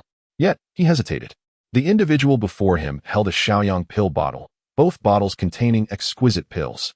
In that Shaoyang nation, there was only one person capable of such prowess, Elder Yu, who seldom ventured out. However, would Elder Yu be in want of money? When had the pills he refined ever circulated in the market? Could this person be a pill practitioner beside Elder Yu, who had pilfered his wares to trade for money and flee? Shopkeeper Song quickly made his decision to stabilize the situation. He would notify the main house and, regaining his composure, began to record the details, stating, "The value of these premium creation pills is immense, making immediate appraisal difficult. I must summon a few elders for verification before we can reach a conclusion. Meanwhile, allow me to have someone escort you upstairs to rest," Lin Mo said. "Simply provide me with a token and a room. The night is still young, and I wish to stroll through the city." He perceived an unusual change in the fleeting expression of Master Song, which deterred him from retrieving a 5 yuan Chaotian pill he had initially intended to sell. Master Song, displaying remarkable decisiveness, promptly handed over a gilded token inscribed with the characters Jia Yilu, and solemnly wrote a receipt for one of the creation pills, cautioning, "Esteemed guest, possessing such a precious treasure, it would be wise to remain indoors after dark."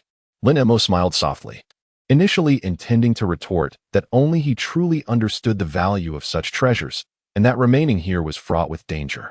However, he deemed such remarks too impolite and chose to withhold them. Moreover, his venture outside was not merely for idle wandering, had he remained in the guest room.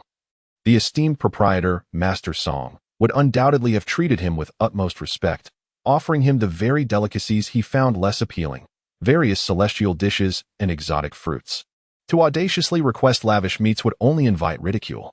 Instead, he preferred to relish the vibrant atmosphere of the marketplace. It was a rare opportunity to venture beyond the mountains. and he yearned to indulge in the sumptuous feast at the Grand Tavern in Yushan Town, a place he had long been reluctant to enter.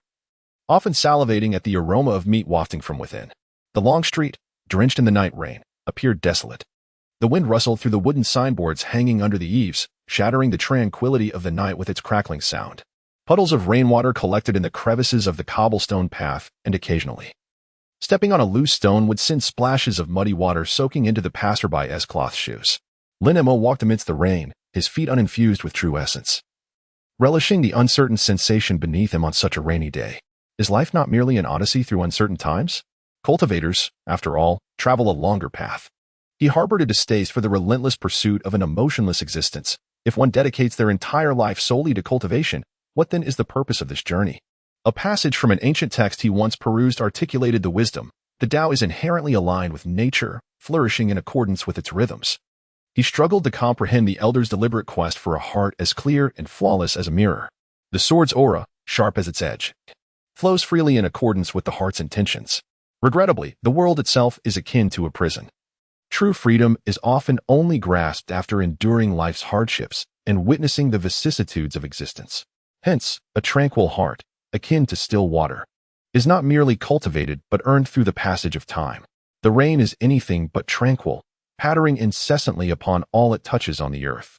Lin Mo noticed that the rain seemed to have ceased. Just moments ago, it had been falling steadily. But now it appeared as if a colossal cloth had been thrown over it, suspending the droplets in midair. The sounds of conversation, footsteps, and the clattering of a couple's argument had abruptly vanished, leaving behind an eerie silence, a deathly stillness. The muddy water seeping through the gaps in the cobblestones seemed enchanted, rising from the ground to hover in the desolate night streets, where even in the darkness, one could still see the glimmer of water droplets reflecting the faintest light. A flash of brilliance pierced through the night, momentarily illuminating the street. A bamboo hat spiraled outwards, colliding with the harsh, pale beam of light. With a crisp crack, the hat shattered upon impact, erupting into a burst of azure radiance. The trajectory of the sword light veered off course, forcefully carving a notch into the stone pillar beneath the eaves, sending shards of brick scattering. The sword trembled, skimming along the wall as it continued its forward flight, albeit with a slightly diminished momentum. Hidden within the bamboo hat was a pre-attached celestial wool talisman, providing passive defense that briefly transformed the hat into a protective shield. Lin Mo raised his leg and, like a flash of lightning, delivered a precise kick that struck the blade of the flying sword. With a resounding clang, the sword spun midair and swiftly vanished into the darkness. Quite impressive. At the pinnacle of the 8th level of Qi refining, one possesses such skills. Your keen eyesight and martial prowess leave no peer among your contemporaries capable of posing a threat to you. From the depths of the darkness, a voice emerged, rough and rugged. Lin Mo's gaze, however, drifted to another direction, at a 45-degree angle upwards. The rooftops of neighboring houses, with their azure tiles, continued to drip water. But the droplets seemed to defy gravity, suspended in midair. It was at this moment that Lin Mo took a half-step back. And as he moved away from his original position, a sharp sound echoed as sparks flew from the ground. A silent flying sword, indistinguishable from the night itself, appeared like a specter, swift as the wind, and vanished into the darkness in an instant. This enigmatic spiritual sword, though identical to the one before, manifested in two distinct forms. He was certain that his opponent was also a member of the Shaoyang sword sect. Only this sect possessed such a sword imbued with innate magical abilities on the entire Weiyuan continent. Moreover, the opponent's cultivation far surpassed his own.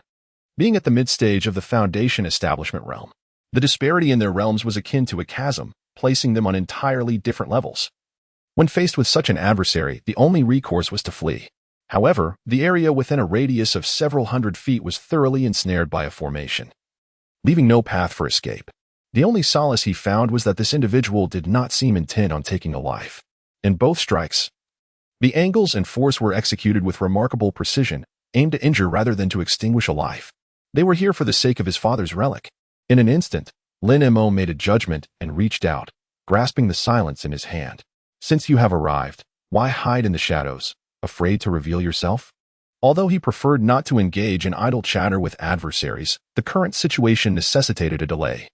He required time to contemplate how to unravel the array and seek assistance from Jibo through the jade slip. At the end of the long street, a slender figure was cast in reflection upon the glistening stone pavement, gradually elongating and drawing nearer. Emerging from the darkness was an individual clad in a lotus petal robe and a black wind cloak, their entire form shrouded in obscurity.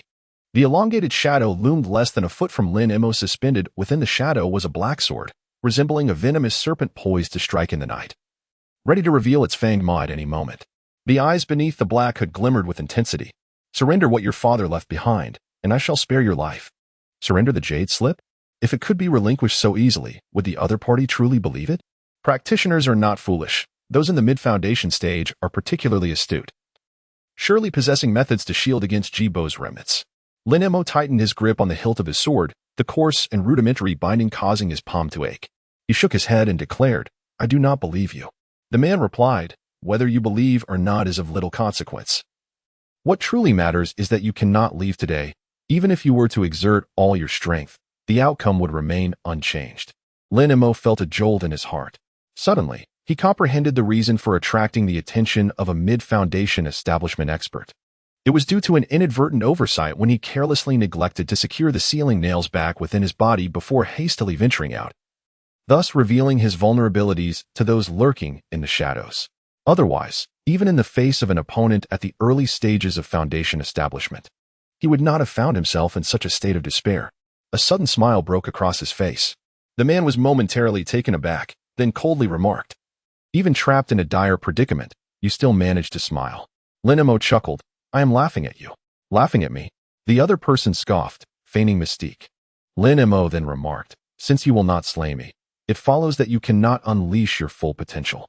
The moment the first word escaped his lips, he lunged forward. Chapter 29. The entangled sorrows of rain. The swordlight flickered like gray shadows, as countless droplets of water were cast into the air. The interplay between man and sword resembled an elongated beam of light, severing the slender shadows upon the ground, while dispersing the hovering swords shrouded in darkness. Advancing towards the man with an astonishing swiftness, the shadow of the sword. The man, visibly astonished yet unperturbed, slowly remarked, "To have cultivated your physical technique to the level of sword shadows that only one at the foundation establishment stage could achieve. It seems indeed that the legacy left by your esteemed father resides within your mind." As he spoke, his feet moved incessantly, swift as lightnings, the sword following his every motion, always a fraction shy of the mark. In the span of a single utterance, Lin Emo had unleashed no fewer than several dozen strikes. The man's breath remained steady, devoid of any hint of exertion, a clear indication that the disparity between their realms was insurmountable, even with all his might. Lin Emo would find it exceedingly challenging to inflict even the slightest harm upon his opponent. The distance between the two was once again established, and the opponent's flying sword gleamed brightly anew. Lin Emo came to a halt, executing a feigned sword strike forward. With a crisp clang, a brilliant spark erupted before him, illuminating his face and dispelling the darkness of the night. Before the first spark had faded, a second one blossomed beside him.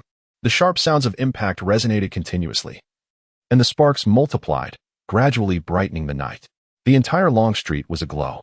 Lin Emo found himself enveloped by sparks, his long robe billowing gracefully, his silhouette akin to a picturesque painting. The scene was fraught with peril, yet the beauty was utterly captivating. The sparks emanated from the rapid collision of two swords. Each spark signified the conclusion of an offensive and defensive exchange. Both parties marveled at the resilience of their respective spirit swords. In the trial's secret realm, facing off against Hui Ming, a mere collision resulted in the utter destruction of Hui Ming's shadow-engraved sword, illustrating the formidable strength of silence itself. The sword before him exhibited a toughness that rivaled that of the true source sword forged in the depths of the peak's abyss. Even after hundreds of strikes, the assault remained relentless and swift. The individual chuckled, remarking, "No wonder Hui Ming perished beneath your blade so swiftly. Indeed, your sword is impressive. Were it not refined with gold 9 times, today you might have seized the opportunity to shatter my flying sword and make your escape." Lin Emo tightly sealed his lips. Now that the battle had commenced, further discourse would serve no purpose. That said, he found himself unable to maintain the same composure as his opponent. The Yin-Yang sword technique, a secret swordsmanship from Yunwan Peak, demonstrated a level of proficiency indicative of a practitioner at the mid-foundation stage. Given the mastery displayed, it was evident that his adversary hailed from Yunwan Peak, and with such cultivation, he must be at least an esteemed elder of the sect. After hundreds of exchanges, Lin Emo bore several fresh wounds, deep enough to expose bone. Unable to approach within 10 feet of his opponent, He found himself ensnared in a predicament where he could only endure the onslaught without retaliation. Even the most meticulous defense revealed vulnerabilities, wielding his sword.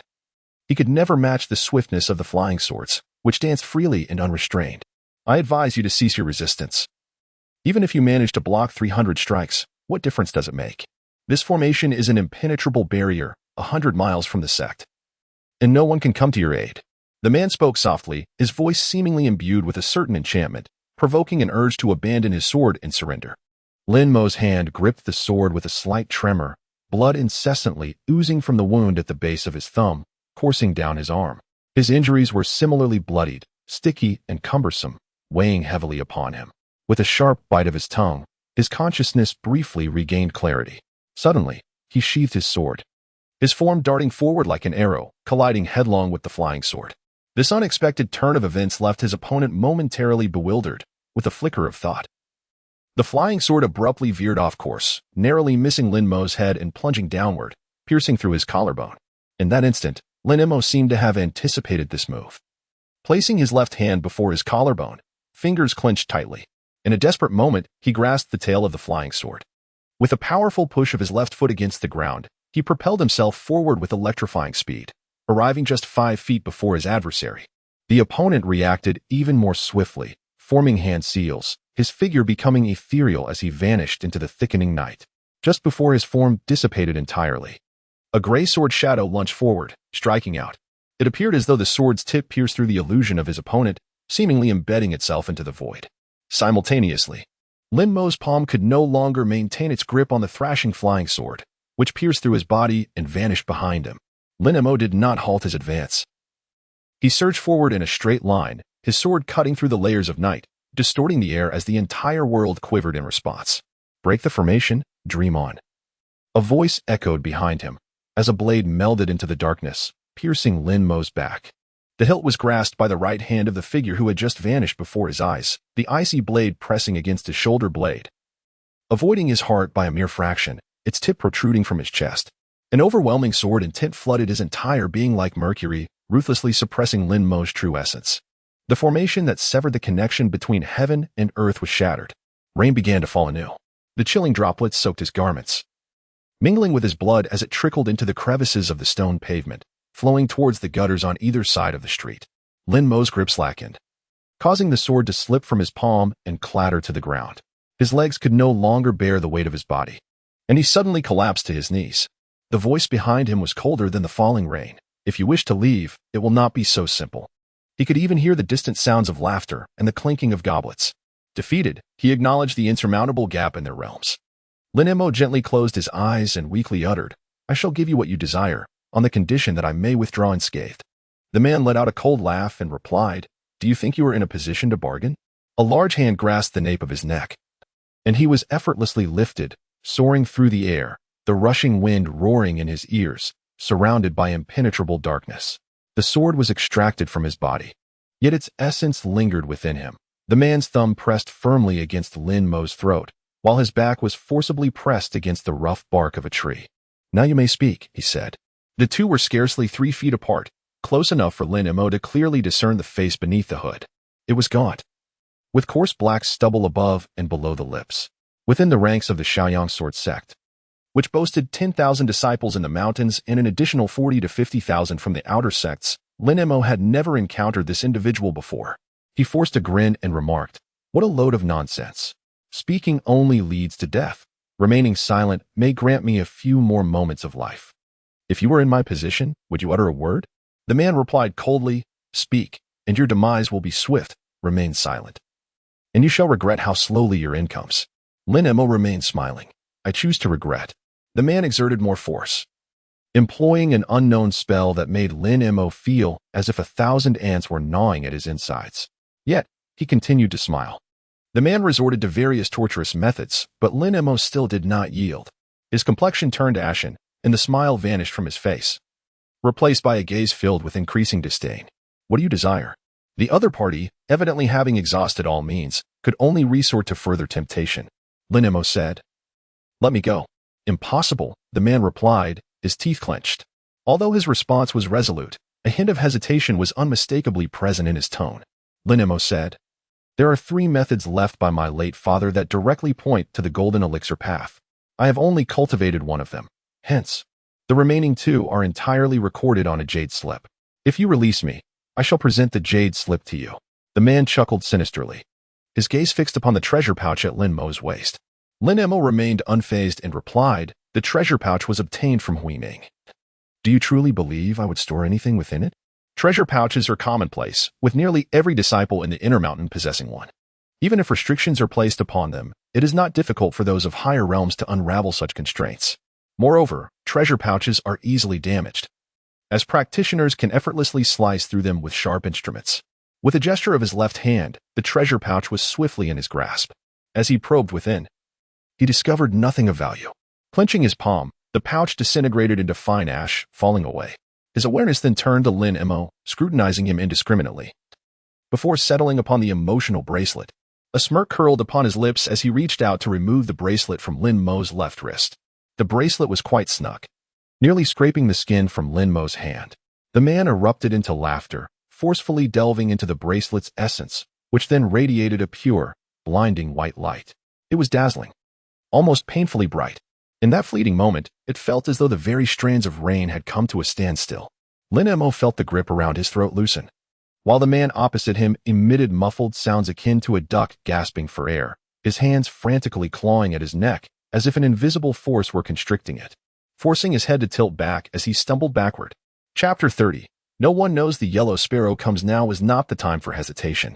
Without a moment's pause, Lin Mo extended his hand in a grasping motion, silence firmly in his grasp, and in a flash, his sword darted forth like lightning. The sound of piercing echoed sharply.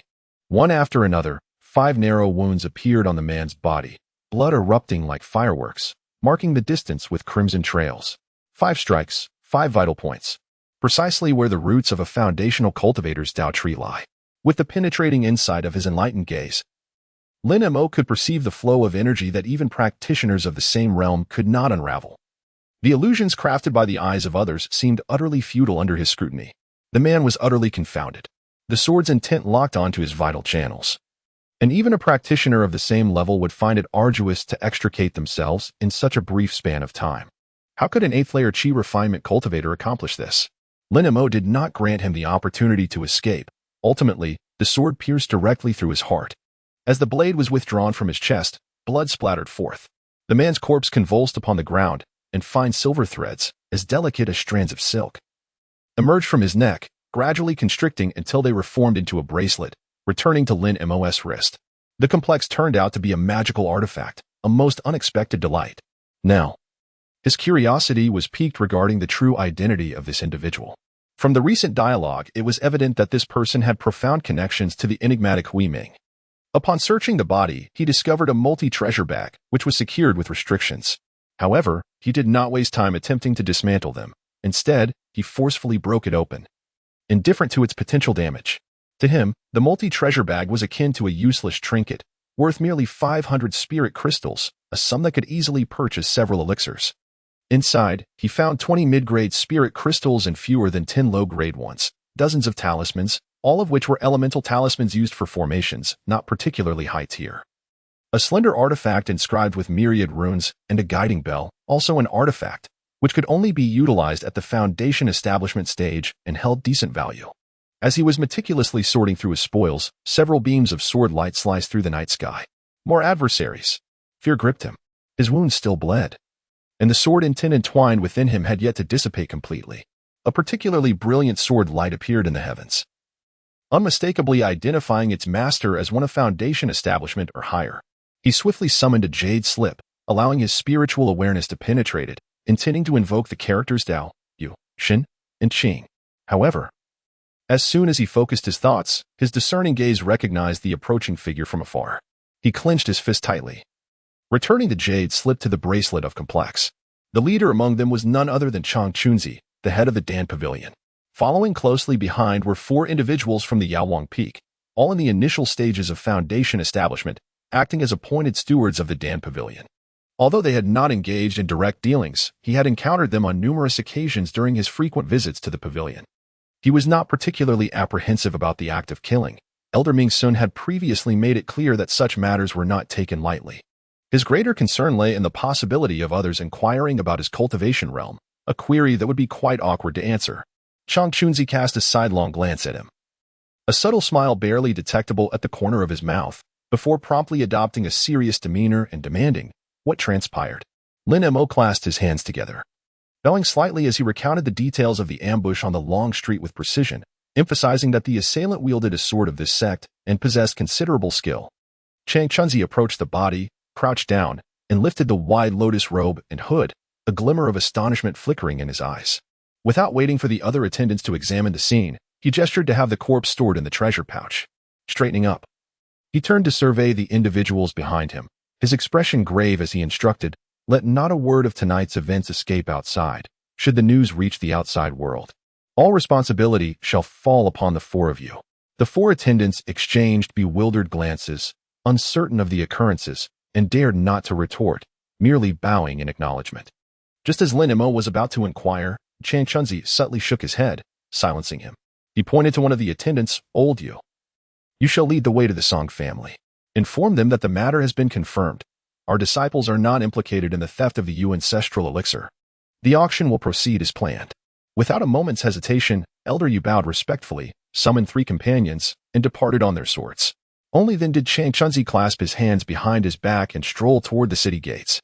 The individual who had accompanied Lin Mo had not ventured far from the city. Amidst the gentle night rain, the flickering flames atop the city walls were faintly visible. As the night deepened, the rain intensified. An invisible barrier seemed to rise around the two, shielding them from the torrential downpour and muffling the sounds of the world. "Do you know who that person is?" Changchunzi's inquiry was straightforward, devoid of any circumlocution. Lin Mo shook his head and remarked, "In the mid-foundation stage, the spiritual sword has undergone numerous refinements with gold essence. Indicating his elevated status, he is unlikely to suffer from financial woes. Moreover, within the trial secret realm, Wei Ming is also under his command." Changchunzi softly uttered a sound of contemplation and said, "The leader of the Shaman sect, El Yang, is at the 6th level of foundation establishment, holding a rank comparable to mine. Thus, he naturally does not lack for wealth. It is a pity." He paused, seemingly pondering what he regretted. Turning his profile towards Lin Mo, he inquired, "How did you manage to kill him?" He then chuckled and added, "Merely out of curiosity, not an interrogation." Lin Mo remarked, "His insatiable greed has triggered a forbidden artifact left by my late father. The matter of complexes need not be explicitly stated. As cultivators, we all comprehend the wisdom of concealing our most crucial survival skills." Changchunzi nodded in agreement and said, "Given your father's prowess, it is not surprising." Sensing the sensitivity of the topic, he deftly shifted the conversation, adding, "I will report this matter to my master and also inform Ancestor Yu." Lin Mo inquired, "Have you received a message from the Song family?" Changchunzi replied, "The Song family is one of the 13 affiliated families of Shaoyang. Naturally, upon witnessing someone selling exquisite creation pills using our sect's elixir vials, they would notify the Dan Pavilion." "What is so peculiar about that?" Lin Mo smiled wryly, feeling helpless. The uproar surrounding the Creation Foundation pill was already overwhelming. If news of the exquisite creation pill were to spread, the cave dwelling would surely be surrounded by throngs. As expected, Changchunzi inquired, "Since you have refined the exquisite creation pill, why have you not reported it to our esteemed pavilion?"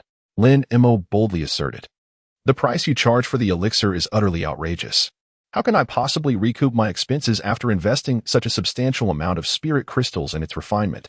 Moreover, I borrowed the alchemical furnace from my second senior brother. Surely, I must gather enough funds to acquire a celestial-grade furnace."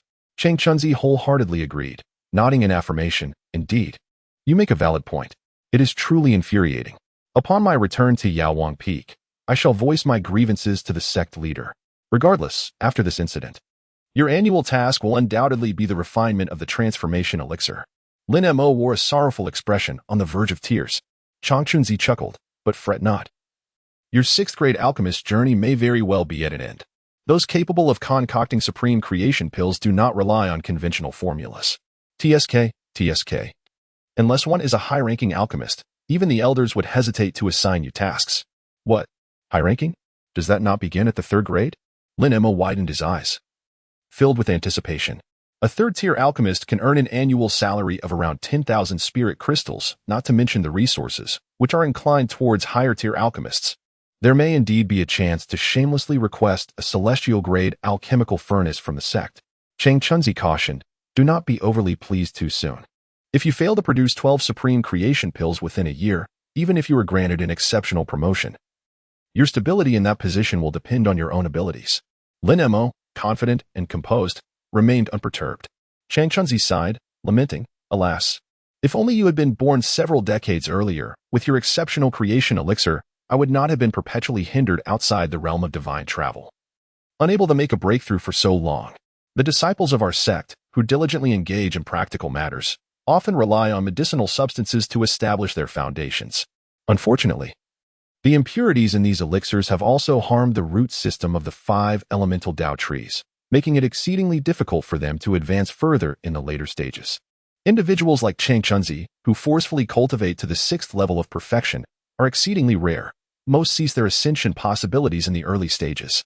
In truth, this is also significantly related to one's inherent qualifications. If not for the impure nature of their Tao seeds and the innate deficiencies of their talents, they would not resort to relying on medicinal foundations.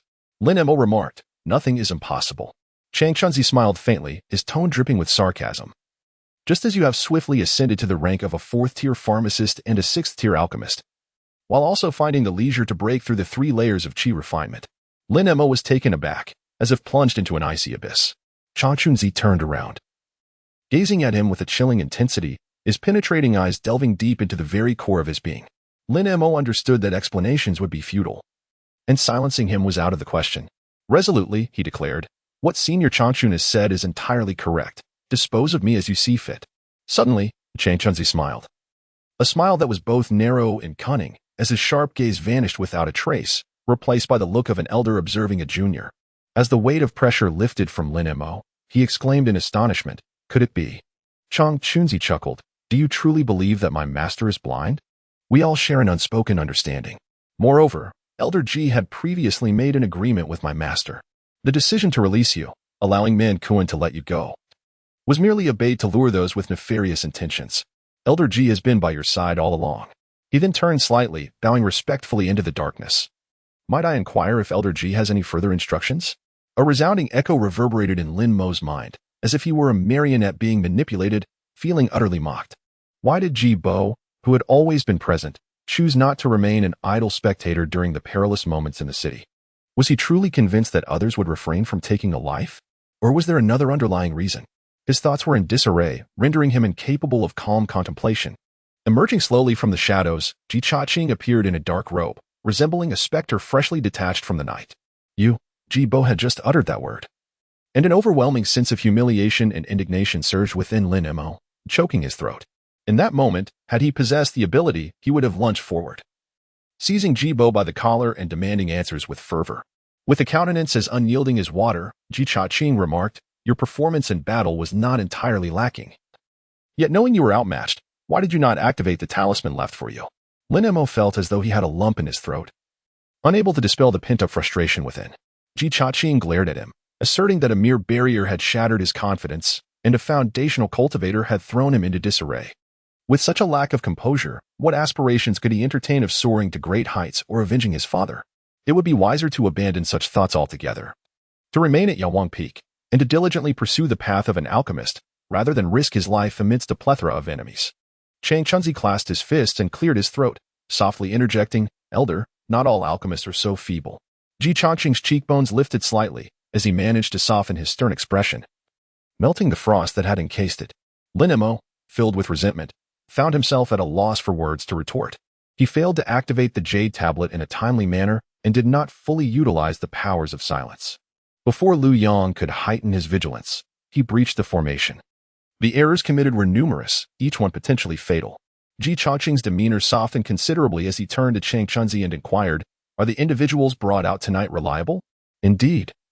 They are all disciples of our lineage, Chang Chunzi replied. That is reassuring. The Song family is likely connected to Lu Yang. Otherwise, the commotion he stirred in Zhuozhou would have gone unnoticed by the several foundation establishment cultivators of the Song family, Ji Chaqing remarked. Chang Chunzi then asked, shall we take action? Gesturing with his left hand, as if to cut his throat.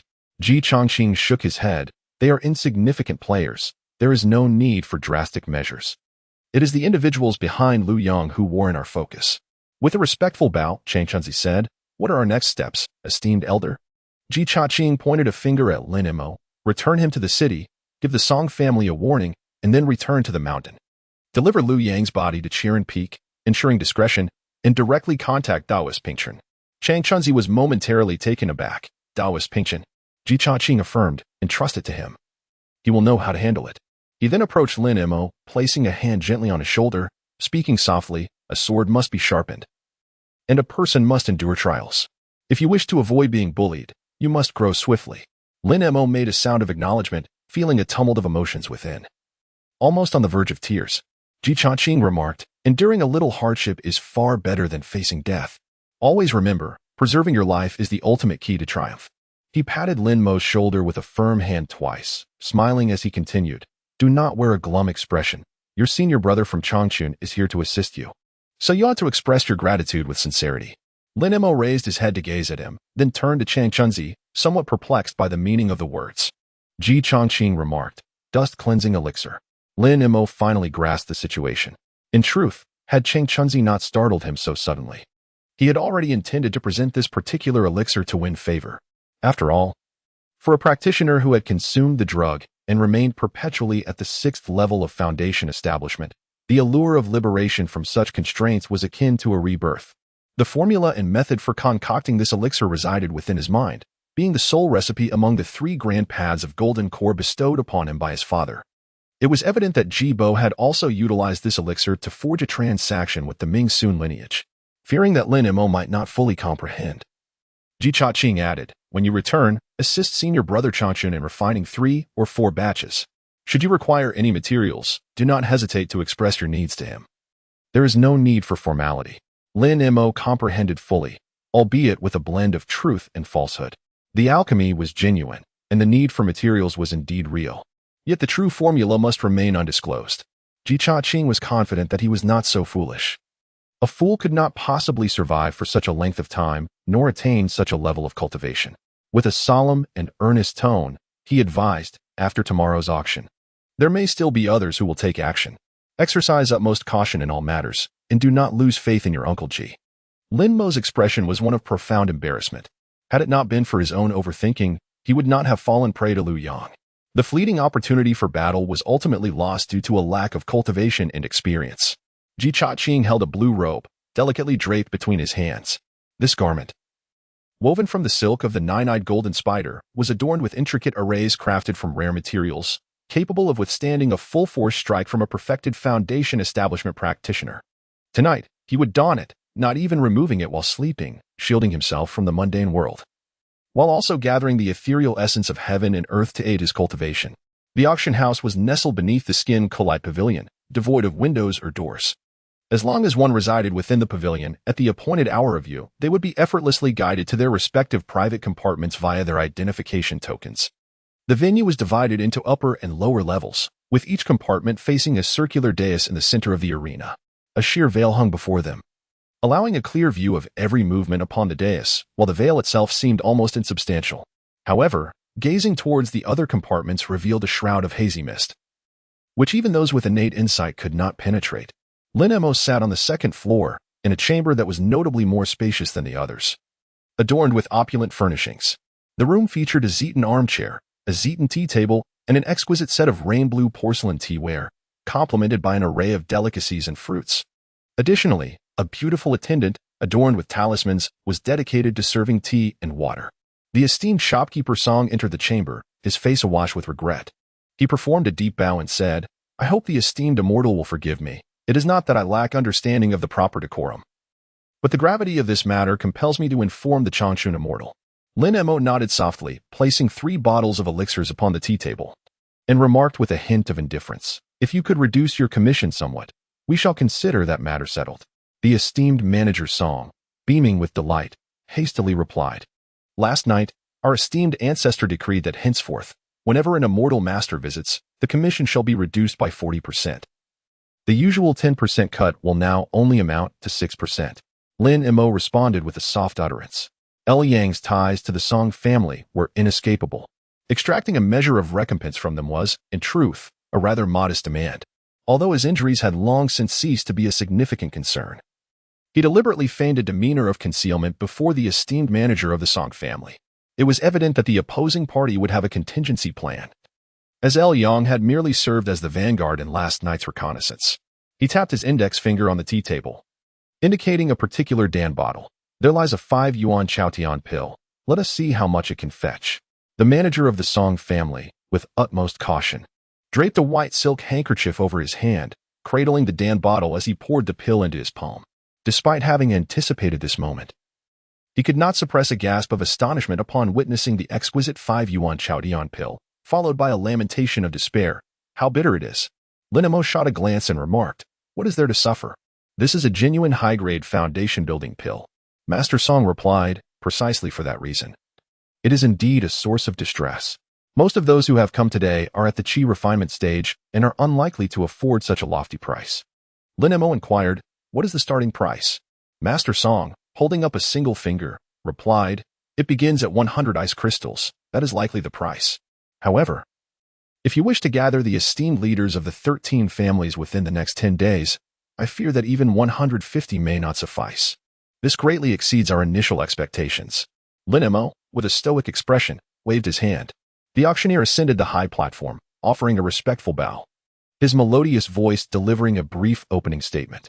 Most of the auction items had already been distributed in a pamphlet to the bidders, allowing everyone to be well aware of their coveted treasures, strategizing on how to secure their desired pieces. Seasoned patrons understood the drill. One would typically employ a less significant item to deplete the competitor's resources, making it challenging for them to bid vigorously when the desired treasure finally came up for auction. The pivotal point was that Xian Ku Lai had stringent verification processes, without substantial backing. It was difficult to ensure the acquisition of each priceless artifact. Moreover, many treasures' original owners would often be present, leading to frequent inflation of prices. The available credit on the Lin Mo sign amounts to 400 ice crystals, equivalent to 400,000 inferior spirit crystals, a modest increase from the initial bidding price. For 100,000, such a sum was unthinkable in the days of the Southgate. Who could have imagined that one day one would be wealthy enough to become a distinguished patron in the auction hall? As the sound of the golden gong resonated, 2 young women, adorned in revealing attire and flamboyant decorations, gracefully ascended the stage, carefully placing a wooden box upon the table. With enchanting eyes and serpentine movements, they swayed their hips dramatically, gliding around the platform while casting flirtatious glances, eliciting whistles and exclamations from the unseen bidders. The atmosphere in the room instantly became fervent. After their elegant descent from the stage, the ladies waved to the audience with lingering charm. Seizing the moment, the auctioneer announced, "Lot number 1, a foundational axe from the mountain refining sect of Xian Mountain Province, with an opening bid of 300 mixed colors, with increments of 10. Upon opening the box, a short-handled axe was revealed to all. This axe, classified as a mid-tier magical artifact, bore the unique spiritual symbols of the refining mountain sect. Infused with true essence, capable of extending into a 7-foot-long handle and weighing 320 pounds. It was universally applicable for refining chi, and a full-force strike could shatter foundational defensive energy shields, albeit limited to 3 full-power usages. The energy expenditure against opponents of the same realm was minimal, nearly negligible. The axe was then demonstrated, showcasing its remarkable retractable capabilities. As the auctioneer's words echoed, a voice from the first-floor partition called out a bid of 350, evidently attempting to intimidate other bidders with a high initial offer. However, such a mindset often reveals an underlying intent to secure victory, making one susceptible to being outmaneuvered and heavily outbid. Soon after, another bid added 10, and within a short span, the price soared beyond 400. Lin Mo participated in the auction for the first time, feeling a mix of novelty and excitement. To him, ordinary magical artifacts were nothing more than trifles, and he had no intention of placing any bids. Instead, he chose to observe the spectacle, savoring tea and enjoying sunflower seeds for amusement. This scene inevitably brought to mind the little plump fellow. Had he been present, he would likely have indulged in a few bids himself, as he was known for his penchant for such underhanded provocations. What about Suyu? Would she find enjoyment in such an environment? Soon, the bidding ceased at 430 spirit crystals. Ultimately, the item was secured by the 5th guest, who had initiated the opening bid. The second item was presented in quick succession, a 500-year-old Lingji mushroom. The medicinal herbs from Yaowang Peak were mostly of the same caliber, and it was evident that they were not genuinely cultivated for 500 years. Major sects typically possess secret methods for cultivating rare materials, and the lesser Yangsword sect was no exception. Several high-ranking pharmacists at Yuwang Peak specialized in concocting secret growth liquids that could accelerate the maturation of herbs to hundreds, or even thousands, of years within mere years. This was a significant distinction between the 5 major sects and smaller factions. Otherwise, how could so many cultivators, numbering in the thousands, be sustained by such ancient treasures? The smaller factions had a high demand for these types of herbs, and the 500-year-old Lingji was ultimately sold for 200 mixed crystals. Items 3, 4, and 5 followed in rapid succession. It wasn't until after the 8th item that the first artifact valued over 1,000 appeared, adhering to the auction's customary practice of introducing higher-grade treasures later in the event. Gradually, more artifacts emerged, each commanding a higher price than the last. The most astonishing was a cloud water robe from the Water Dragon sect, which, after fierce competition among several affluent bidders on the second floor, skyrocketed from an initial 1,000 to an astonishing final bid of 380,000 spirit crystals. Lin Mo was filled with anticipation, casting aside any lingering apprehension. As she witnessed her treasured item about to make its grand entrance, an electrifying atmosphere enveloped the arena, heightened by the fervor of the ongoing competition. The extraordinary creation Dan was far rarer than the cloud water robe, with 19 exquisite items up for bid. The starting price for the exceptional spirit calming Dan was set at 4,000 spirit crystals per piece, and with 5 pieces in this vial.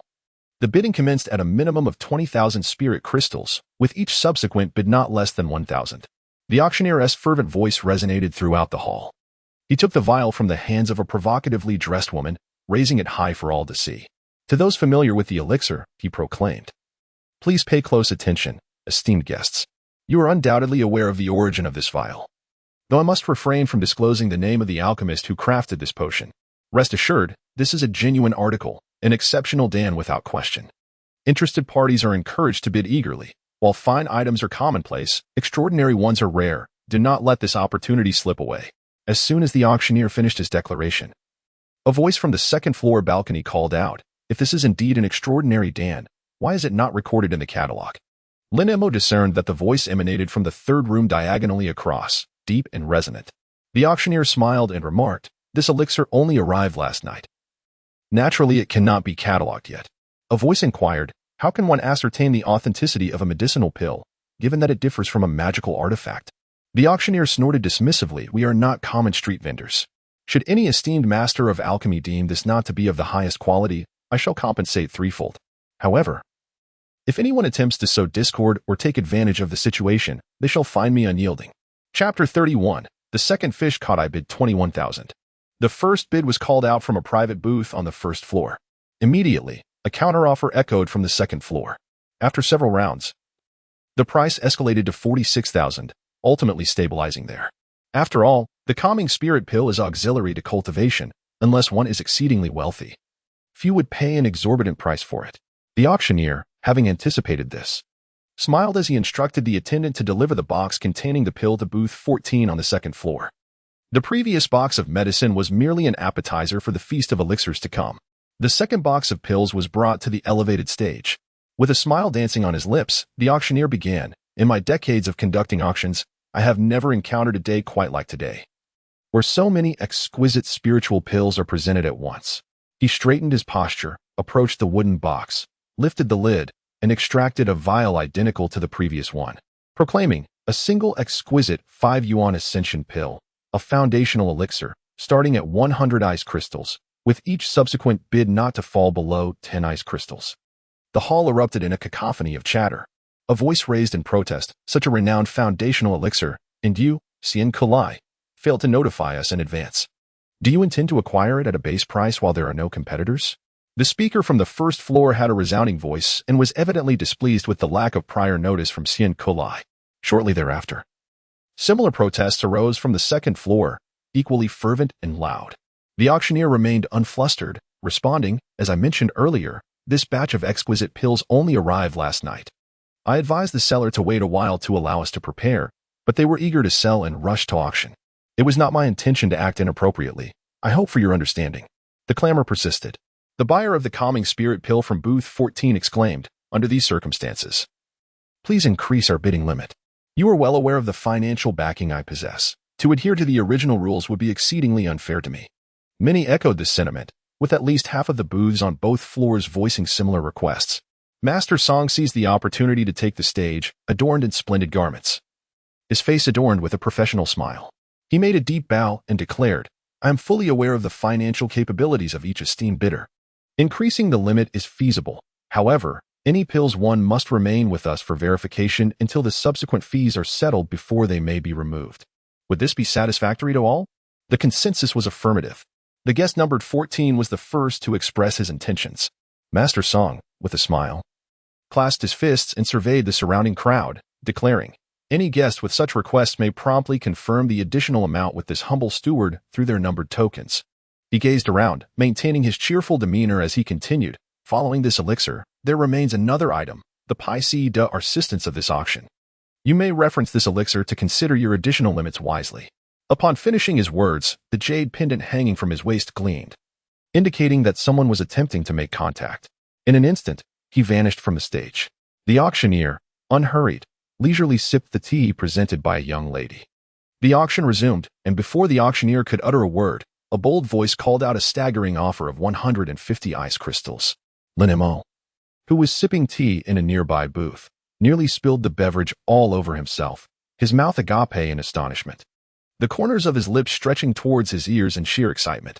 He instinctively stood, gripping the railing by the window tightly, scanning the surroundings in fear of missing even a hint of the unfolding spectacle. The initial bid of 150 ice crystals did little to dampen the fervor of the other participants. The guest with number 6 directly clashed with the 23rd guest, engaging in a spirited back and forth that saw the bids escalate rapidly. Before long, the price soared to a staggering 300 ice crystals. Even Lin Mo found himself breathless at the audacity of these bidders, cold sweat trickling down his brow. Shaking his head in disbelief, yet unable to suppress the grin creeping across his face, witnessing such an intense bidding war. How could the original owner of the elixir not feel exhilarated? Was it not said that bidders for the 5 yuan celestial elixir were scarce? Hardly a lack of enthusiasm.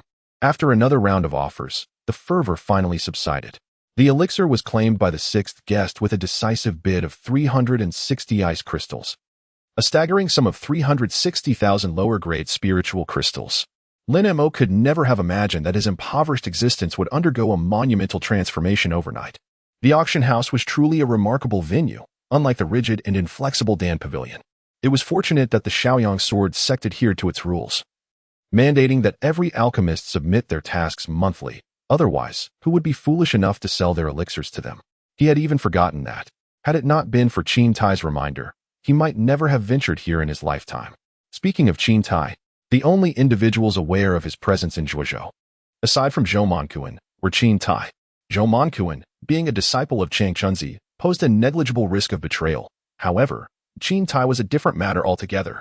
This individual had approached him with apparent casualness, yet it was his seemingly innocuous remarks that had orchestrated Lin Mo's journey to Zhuozhou. At this realization, a chill coursed down Lin Mo's spine, and he could even feel cold sweat trickling down his back. The hall was engulfed in a cacophony of noise, the auctioneer's voice drowned out by the clamor of various discussions and exclamations. Everyone was engaged in speculation about the identity of the bidder.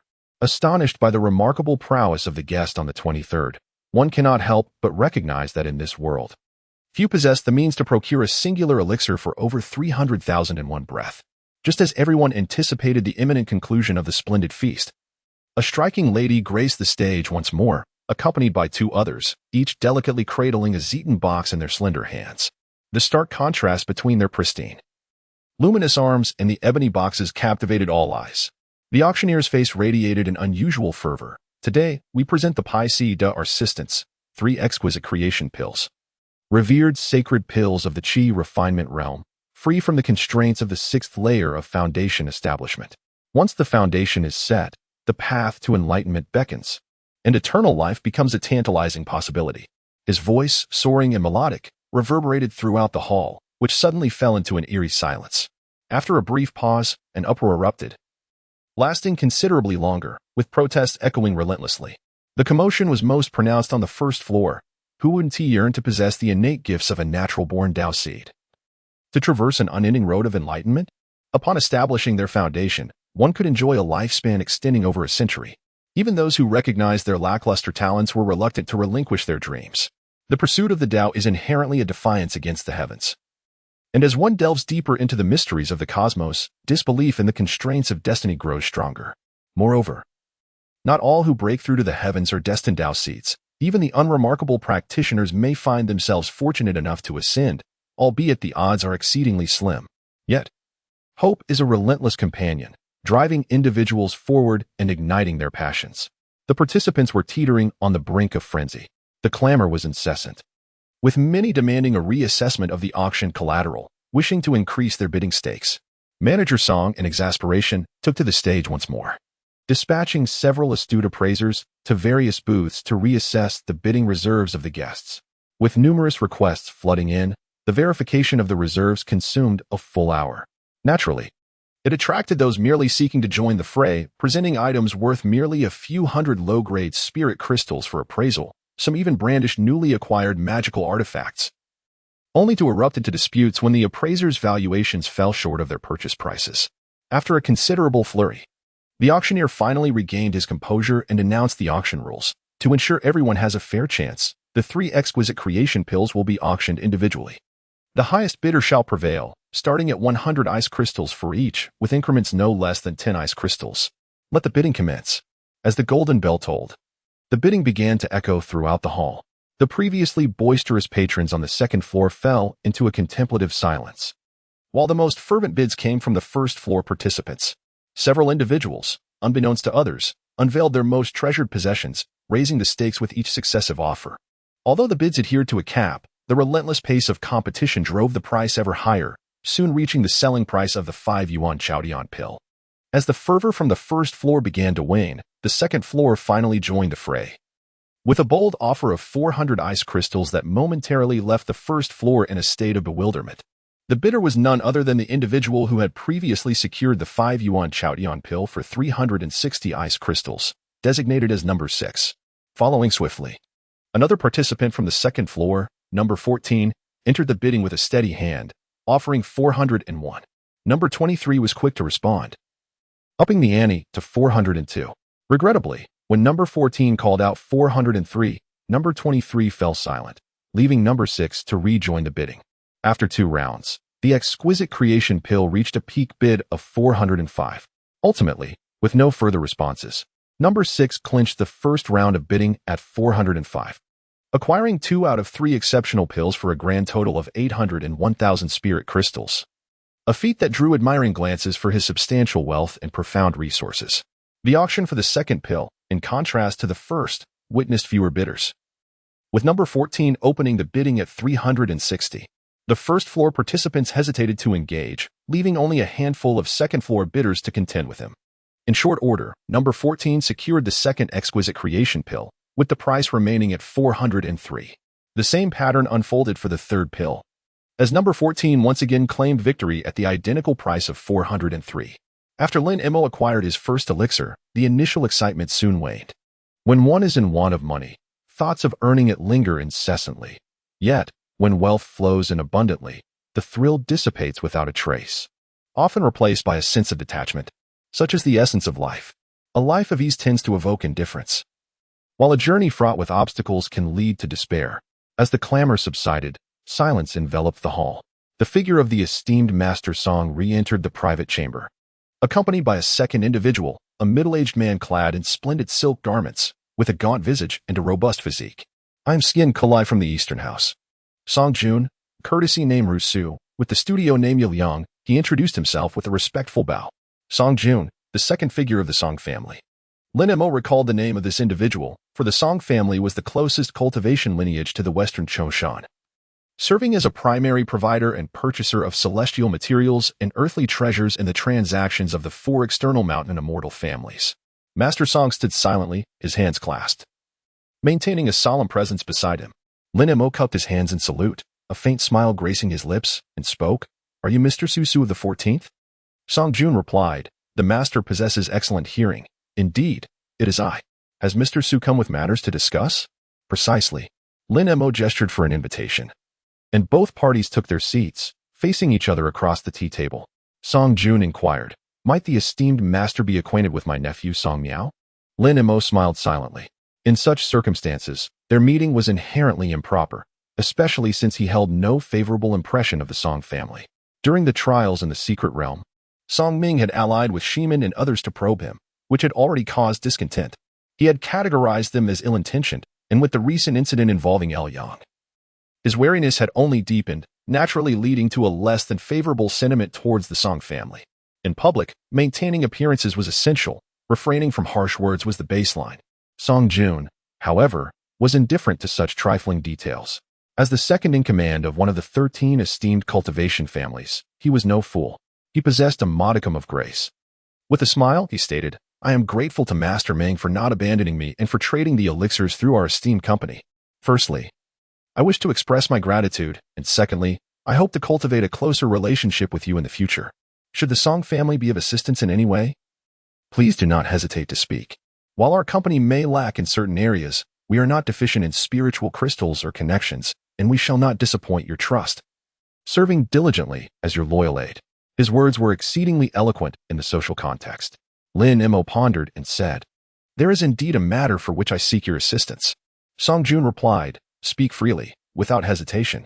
Lin Mo said, The Dan furnace of the immortal grade is priceless. It can only be exchanged for elixirs. Song Junwei was momentarily taken aback. After all, immortal grade treasures are rare. There are only a few celestial artifacts in the world, most of which are already possessed by others. The newly emerged items are predominantly derived from the secret realms of divine fate that open once every 60 years. However, the entrances to these divine fate realms are monopolized by the 5 major sects of the Weiyuan continent, leaving the smaller sects and clans with no opportunity to partake. Consequently, the immortal grade treasures scattered outside these 5 sects are largely remnants from the journeys of high-ranking foundational practitioners who have perished and become lost. No one dares to openly seek them for auction. He smiled wryly and remarked, Immortal grade treasures are elusive. I shall do my utmost, yet I fear that despite my intentions, I may inadvertently hinder the noble endeavors of the immortal master. Lin Mo merely made a casual remark, not genuinely placing his hopes upon them. After a moment of contemplation, he stated, Please inform Brother Changchun when there is news. Initially, he had addressed Chang Chunzi as his senior, but following last night's events, under Jibo's guidance, he had altered his address to that of a brother. Song Jun was taken aback. It was rare for anyone at Yewang Peak to refer to Chang Chunzi as brother. The direct disciples at the mountain summit typically referred to him as the esteemed Changchun Zongxi, avoiding generational titles. Other disciples would hardly dare to do so unless they were direct or acknowledged disciples of Elder Mingxuan, such as his own nephew, Song Miao. The customs of the mountain dictated that inquiries into such matters were generally frowned upon. With a faint smile, he remarked, in the future, Should the immortal master have any exceptional elixirs to dispose of, please send a talisman to this account. There is no need to descend the mountain specifically. He exchanged a glance with the esteemed manager, Song. The esteemed manager promptly positioned himself opposite Lin Mo, slightly bowing, and presented a stack of pristine talismans with both hands. Speaking softly, these are the special transmission talismans of our account. When needed, simply infuse your true essence into them, and the message will be conveyed. Lin Mo has encountered the book symbols inscribed on talisman paper, akin to the exquisite snowflakes of the yellow seal. Additionally, from this auction, he has acquired 1,716 superior spiritual crystals. Originally, a 10% commission was to be levied. However, the establishment has graciously expressed its apologies and will only collect 6%, amounting to 103. Thus, the sum to be paid is 1,613 superior spiritual crystals, which shall be promptly delivered to the Celestial Master upon completion of the client's settlement. Lin Mo received a stack of talismans, reluctant to place these unverified charms into his emotional entanglement. His treasured pouch had already been ruined by Liu Yang, so he discreetly tucked them into his bosom. The astute manager Song, with his keen eyes, noted this detail and, after a moment's contemplation, bowed slightly, saying, I shall promptly go ahead and urge the settlement. I kindly ask the esteemed guest to remain here and entertain our visitors. Song Jun nodded slightly in acknowledgement. Their conversation was limited, yet manager Song, having long been immersed in the business world, navigated the dialogues with an innate charm. Engaging in a wide-ranging discourse that prevented any awkward silences, deliberately avoiding mention of the 2 disciples from the Song clan. Fortunately, manager Song did not keep them waiting for long. He soon returned, placing a pouch on the tea table and respectfully stating, in total, there are 1,613 ice crystals. May I request the esteemed immortal to verify the count? Lin Mo picked up the treasure pouch, allowing his spiritual consciousness to delve inside. After a brief inventory, he withdrew, preparing to empty the pouch of its spiritual crystals. However, Master Song interjected, saying, there is no need for that. The esteemed immortal is a distinguished guest. Please keep the treasure pouch as it is. Also, kindly retain the Jiai Lu token.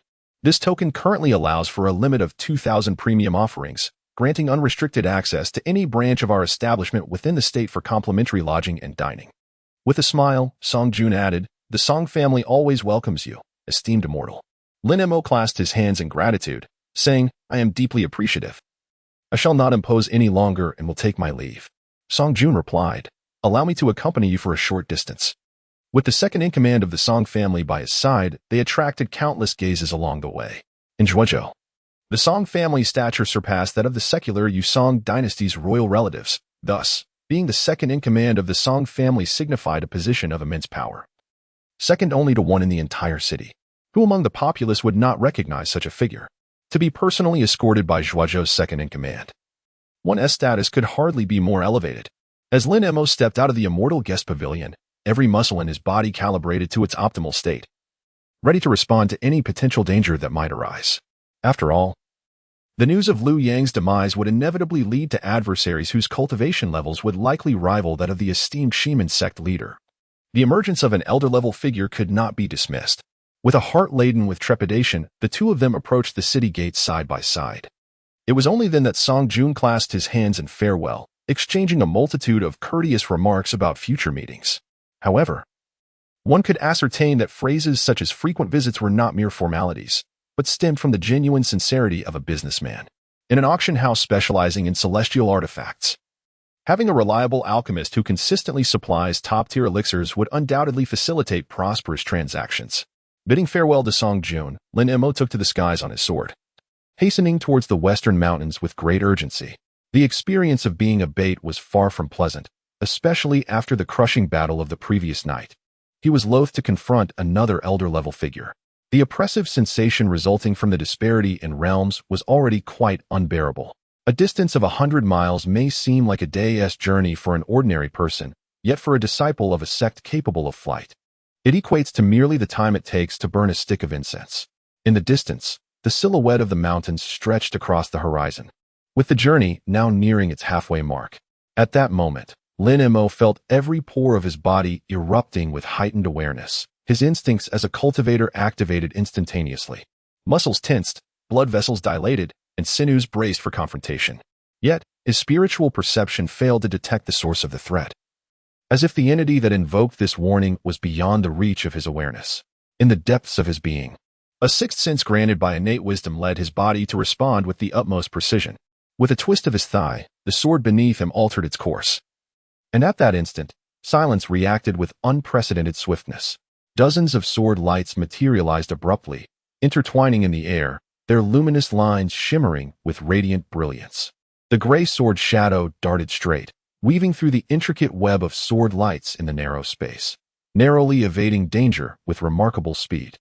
Just as the gray shadow was about to break free from the net formed by the celestial sword lights, a colossal humanoid phantom loomed before Lin Mo, resembling a mountain in its imposing presence. The divine summoning incantation. Lin Mo felt an overwhelming sense of panic, yet her mind remained strikingly clear. The visitor was undoubtedly in the divine wanderer stage. The divine incantation itself was a high-level spell that required immense amounts of genuine energy with each invocation. Those below the divine wanderer realm would find this incantation not only ineffective but also detrimental, as it could consume their own energy and potentially lead to self-repercussion. A vast shadowy hand descended from the heavens. Beneath the colossal palm, Lin Mo's form appeared diminutive, akin to that of a mere fly. Had the heavens collapsed? The ferocious gale rendered it arduous for him to maintain his footing on the narrow blade of the sword. Before the hand could descend, the turbulent winds had already lifted him, his body plummeting as if burdened by an insurmountable weight. He could distinctly sense his soul detaching, the ethereal essence separating from his corporeal form. This sensation was entirely dissimilar to the physical pain. It was a chilling cold that etched itself into memory, instilling a profound terror within him. His blood felt as though it had congealed into ice. while his spirit was inexorably drawn, tugged, and torn away from his flesh. The extraction of the soul was underway. They sought to sever his spirit from his body, facilitating the subsequent control of his physical form for interrogation. Once a person's soul departs from the body, consciousness becomes utterly obscured. They did not intend to truly extinguish his life. Rather, they aimed to preserve both his complete physical body and soul, in order to extract every fragment of memory housed within his consciousness. Damn it. Are they truly waiting to exact their revenge until I am dead? Lin Mo, with the remnants of his consciousness, fervently cursed within his mind. A grayish-white haze enveloped him, and his awareness was clouded. Suddenly, he felt an unexpected lightness, as if all burdens had vanished without a trace. His spirit, which had been partially detached, instantaneously returned to its rightful place, and everything before him became remarkably clear, more so than ever before, as if he could see farther than he had in the past. The silhouette of a human form twisted like spun sugar. A beam of light cascaded from the expansive chest that obscured the scenery before him. A radiant glimmer spilling forth from a fissure in the ethereal figure, reminiscent of the setting sun piercing through the clouds before its descent. Lin Mo did not fall to the ground. Silence, true to his name, stood guard like a brother, gently cradling his body. The brilliance intensified, and the fissure continued to widen. The ethereal shadows began to disintegrate, emerging from the void, dissolving back into it. As the gloom dissipated, the radiance diminished, leaving behind only a straight white trail of smoke in the sky. A figure emerged, dressed in a blue robe, with the top knot adorned by a vertical hairpin. His complexion slightly yellowish and tinged with green. 3 strands of long beard swayed gently in the breeze, and in his hand, he held a sword. The veins on the back of his hand prominent from exertion. It was Master Qianxian. Who else could it be? In the trial pavilion, there had been a clumsy performance, and what Lu Yang wielded was none other than the secret teachings of Yunwan Peak. Between Lin Mo and Qianxian stood another figure, Ji Chongqing, also known as Ji Bo. Behind Qianxian was yet another presence, wielding a 4-foot-long sword, its blade resembling a willow leaf, slender and elongated. Lin Mo was acquainted with the esteemed Elder Pingchen of Qianren Peak. It turned out that the one who had previously shattered the divine descent with a single sword strike was none other than him. He could not help but internally criticize his venerable elder, whom he regarded as akin to a parent. 2 distinguished elders were confronting a single elder. All of them at the level of spiritual transcendence, the Grand Elder at the Great Round Realm, while the Elder typically lingered between the initial stage and the 8th layer. Although it appeared to be merely a single layer of difference, the disparity was akin to that between a vast lake and a humble pond. Clearly, Taoist Qianxian comprehended this truth, as he showed no inclination to flee, gripping his sword tightly. It was indeed a grand spectacle, one that had summoned 2 of the most illustrious Grand Elders. His words, though laced with a hint of mockery, revealed the helplessness that resided within his heart. Chapter 32. The fish that bites the hook does not deserve to live, Taoist Pingchen stated coldly. Return with me to Qianren Peak to face judgment. After the celestial induction in 60 years, you may yet regain your freedom. Taoist Qianxian wore a look of resignation, offering a wry smile as he replied. Do I truly possess any other choice? Ji Chongqing inquired. Who else lies behind you? His tone remained devoid of emotion, yet it carried an unsettling weight. Taoist Qianxian smirked slightly and remarked, I never anticipated that the venerable Ji, the highest-ranking elder beneath the sect leader, would also be a lackey of that individual. Nay, not merely a lackey, but rather a sycophant. Ji Chongqing did not even bat an eyelid, asserting, I did not come here to listen to your nonsense. Speak again. Reveal the individuals who stand behind you. Taoist Qianxian burst into laughter, his entire body quaking with mirth.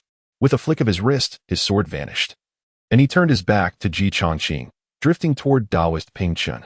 Ji Chongqing remained unfazed, his gaze hollow as he regarded his counterpart. Lin Mo found himself utterly unable to interject.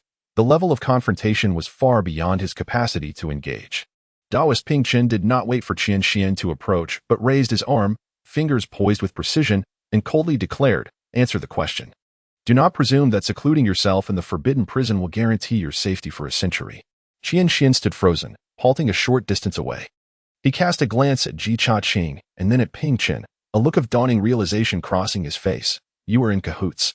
Taoist Pingchen remained expressionless. Ji Qing and I share a bond that is both teacher and friend. What a surprise. Lin Mo first became aware of another formidable ally beyond Ji Bo. These old fellows had concealed themselves remarkably well, remaining silent and unassuming, yet they had secretly established communication. With such powerful backing among the sect, how could one not walk with pride? However, reflecting on the hardships endured over the past decade, a wave of frustration washed over him, akin to a long-suppressed feeling suddenly released, only to be met with another wave of inexplicable discomfort. Was this a cruel jest? Qian offered a wry smile, exhaling deeply, his gaze dimming as he murmured, "What companions are there? Lu Yang is my named disciple. Yet he has already perished at your hands. Indeed, I have long coveted that scoundrel's techniques, but what of it?" Suddenly, he laughed maniacally, gesturing toward the heavens, exclaiming, "As cultivators, who does not yearn to refine their own golden core and ascend beyond the heavens? Who wishes to be subjected to the whims of those celestial beings?" He glared at the Taoist Ping Chun, his voice rising in fury. "Are you not among them?" Ji Chongqing furrowed his brow, retorting, "You speak far too much." As his words left his lips, he had already positioned himself behind Qian, a sword appearing in his hand. The blade was slender and sharp, unadorned yet lethal.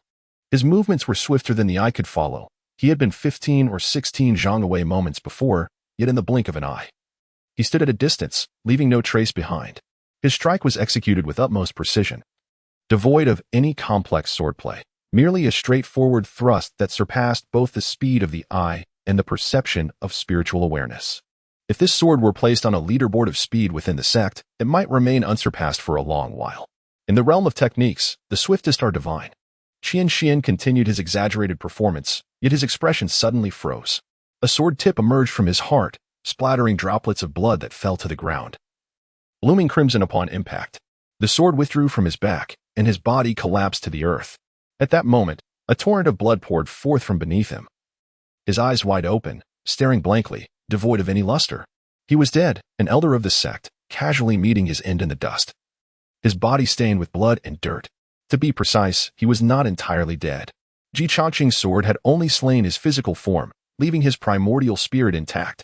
The term spiritual wandering signifies the soul's exit from the body, awakening to perceive the expanse of the universe, soaring freely amidst the clouds. However, the flaw lies in the fact that, at this juncture, the primordial spirit is exceedingly fragile, far from its full capacity. Ji Chongqing's gaze turned to Lin Mo, coldly stating, "What are you waiting for? Draw your sword." Lin Mo's eyes sparkled with brilliance as he swiftly discerned the ethereal path of the primordial spirit. With his sword in hand, he became almost one with the blade, slicing through the air to unleash a streak of gray light, which swiftly severed the thousand mysterious primordial spirit.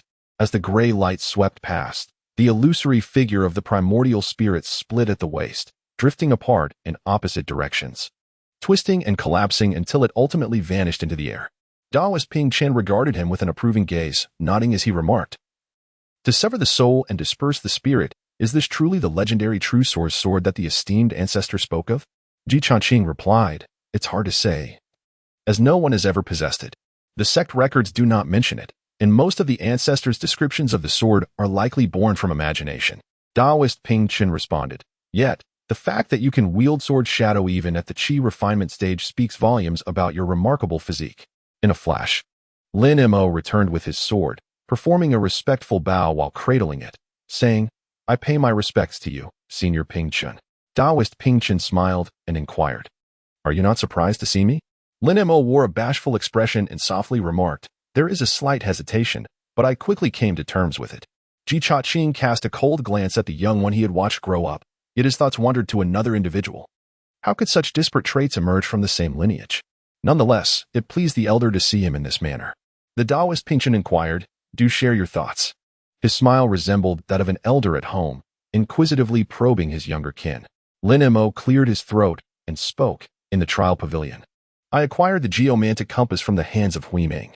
It contains remnants of numerous incantations such as Tianmen, Qinglu, Ingong, Hengjian, and Dongming, intertwined with the Qianji spell to form a talisman.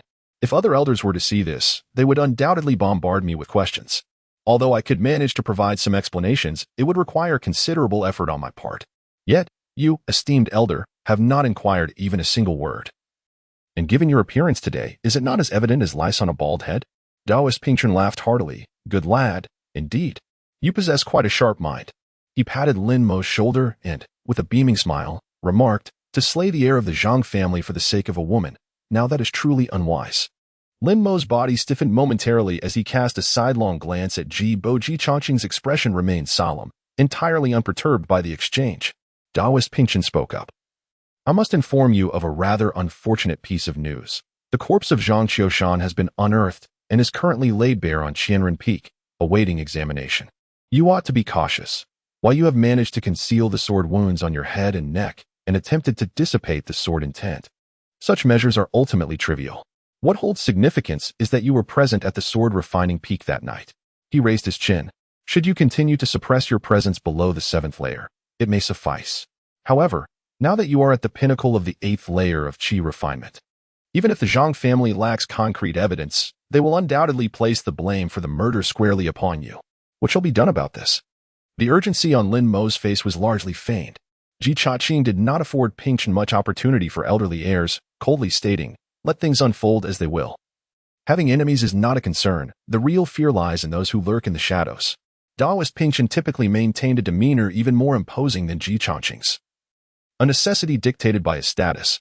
Having finally encountered a disciple he genuinely cherished, he had hoped to indulge in the role of a supportive elder, only to have his aspirations dashed by a single remark, inciting a sense of resentment. He shot a baleful glance at his old friend, though it was merely a glance. He dared not express discontent towards this old companion, especially not in front of the younger generation, as some semblance of dignity must be preserved in the presence of youth. Lin Mo was well aware, secretly amused, yet outwardly maintained an air of utmost obedience. Ji Changqing inquired, have you dealt with the remaining minor characters? His question naturally referred to Pingchen. Lin Mo tightly sealed his lips, aware that certain words should not be spoken indiscriminately, particularly in the presence of two formidable elders whose hearts were as heavy with malice as their hands were skilled in inflicting harm. Daoist Pingchen remarked that all the hidden agents on Yaowang Peak had been eradicated. Those taken away by the punishment hall under various pretexts were numerous, yet only one, bearing the surname Qin, was cast into the forbidden prison, accused of colluding with external sects and endangering the disciples of the peak. Ji Changqing merely responded with a sound of acknowledgement, choosing to remain silent thereafter.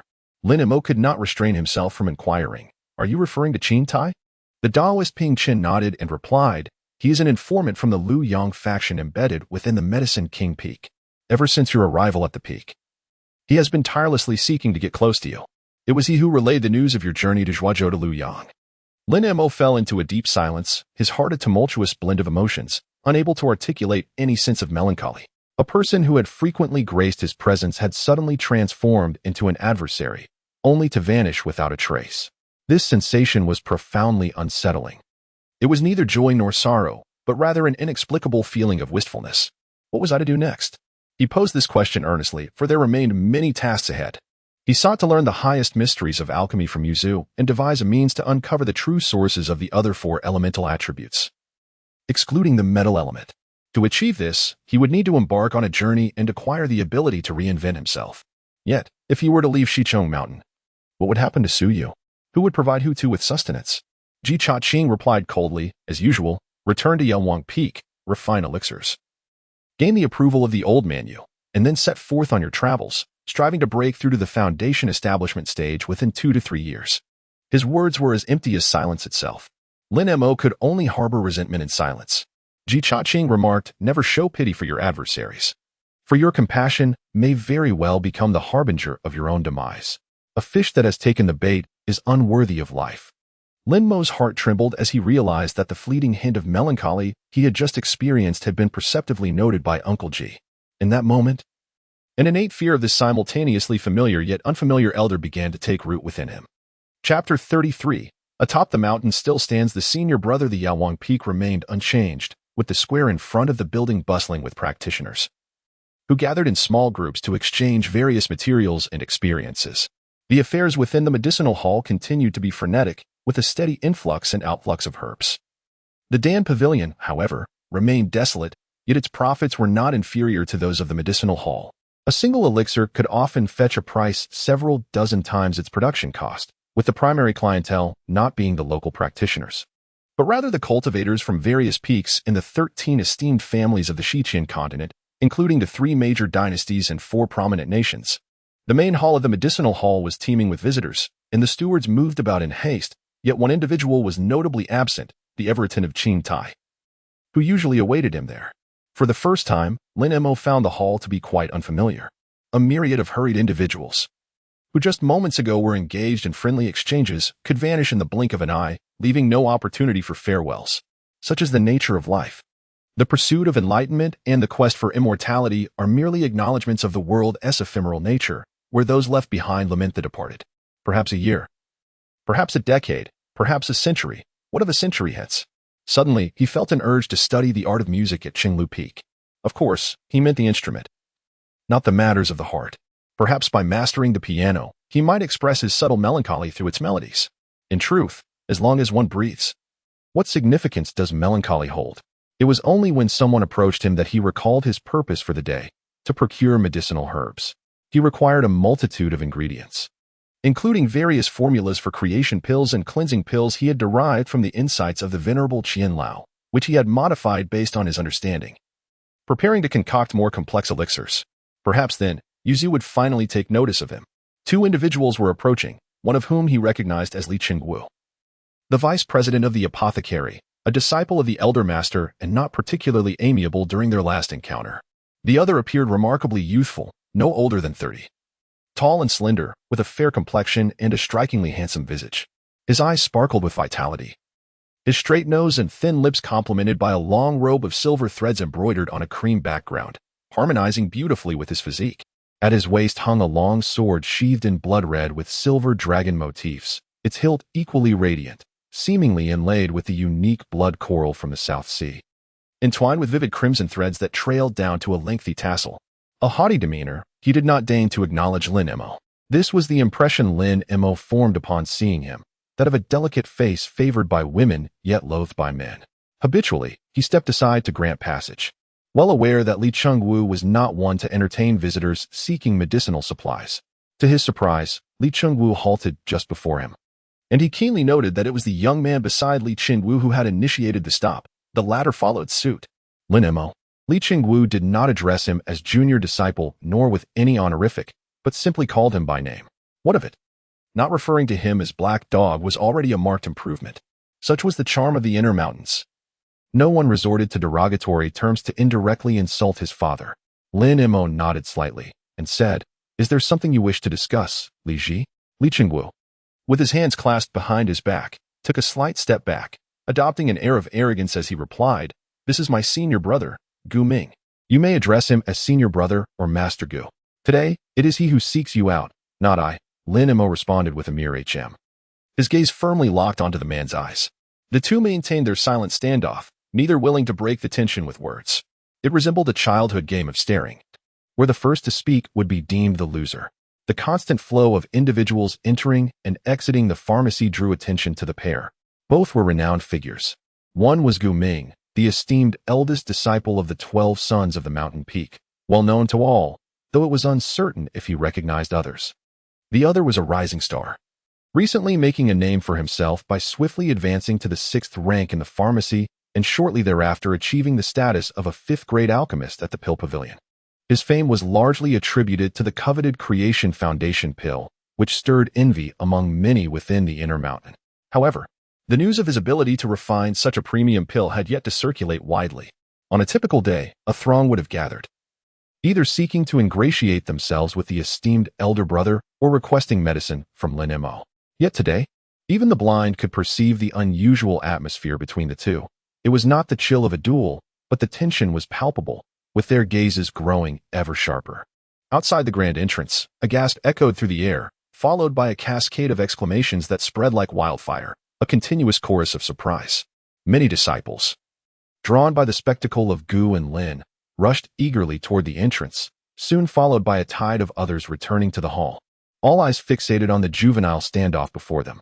Li Qingwu sensed something amiss. Seizing an opportunity, he squeezed through the crowd, only to return shortly thereafter. Gu Ming seemed to take note of the shift in attention.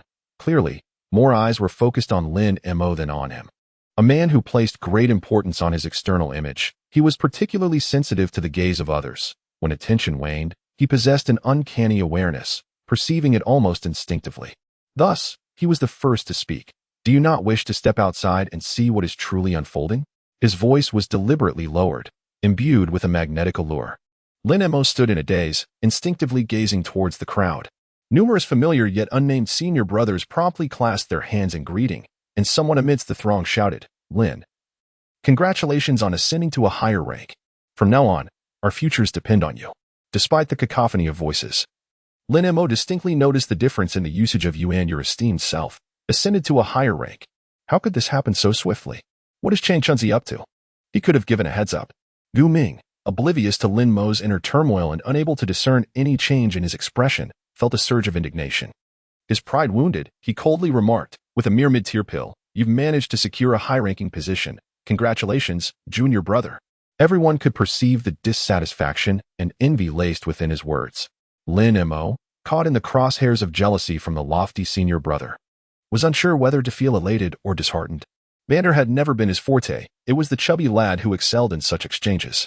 Just as he contemplated making a graceful exit, a figure clad in flowing azure parted the crowd and approached him. It was his second senior brother, Yin Yizhou. Lin Mo naturally turned his hand towards him, smiling brightly, and said, "Second senior brother, greetings." Yin Yizhou returned the gesture with a smile, saying, "Congratulations, junior brother." Lin Mo, rarely blushing, managed a bitter smile and said, "Isn't second senior brother's remark a mockery of me?" Yin Yizhou chuckled without replying. Turning to Gu Ming with an air of indifference, "Why has the grand senior brother come here right after his seclusion?" Gu Ming's expression darkened further, his face turning an iron hue as he replied, "If you can come, why can't I? Let us not forget that the medicine pavilion is our master's domain.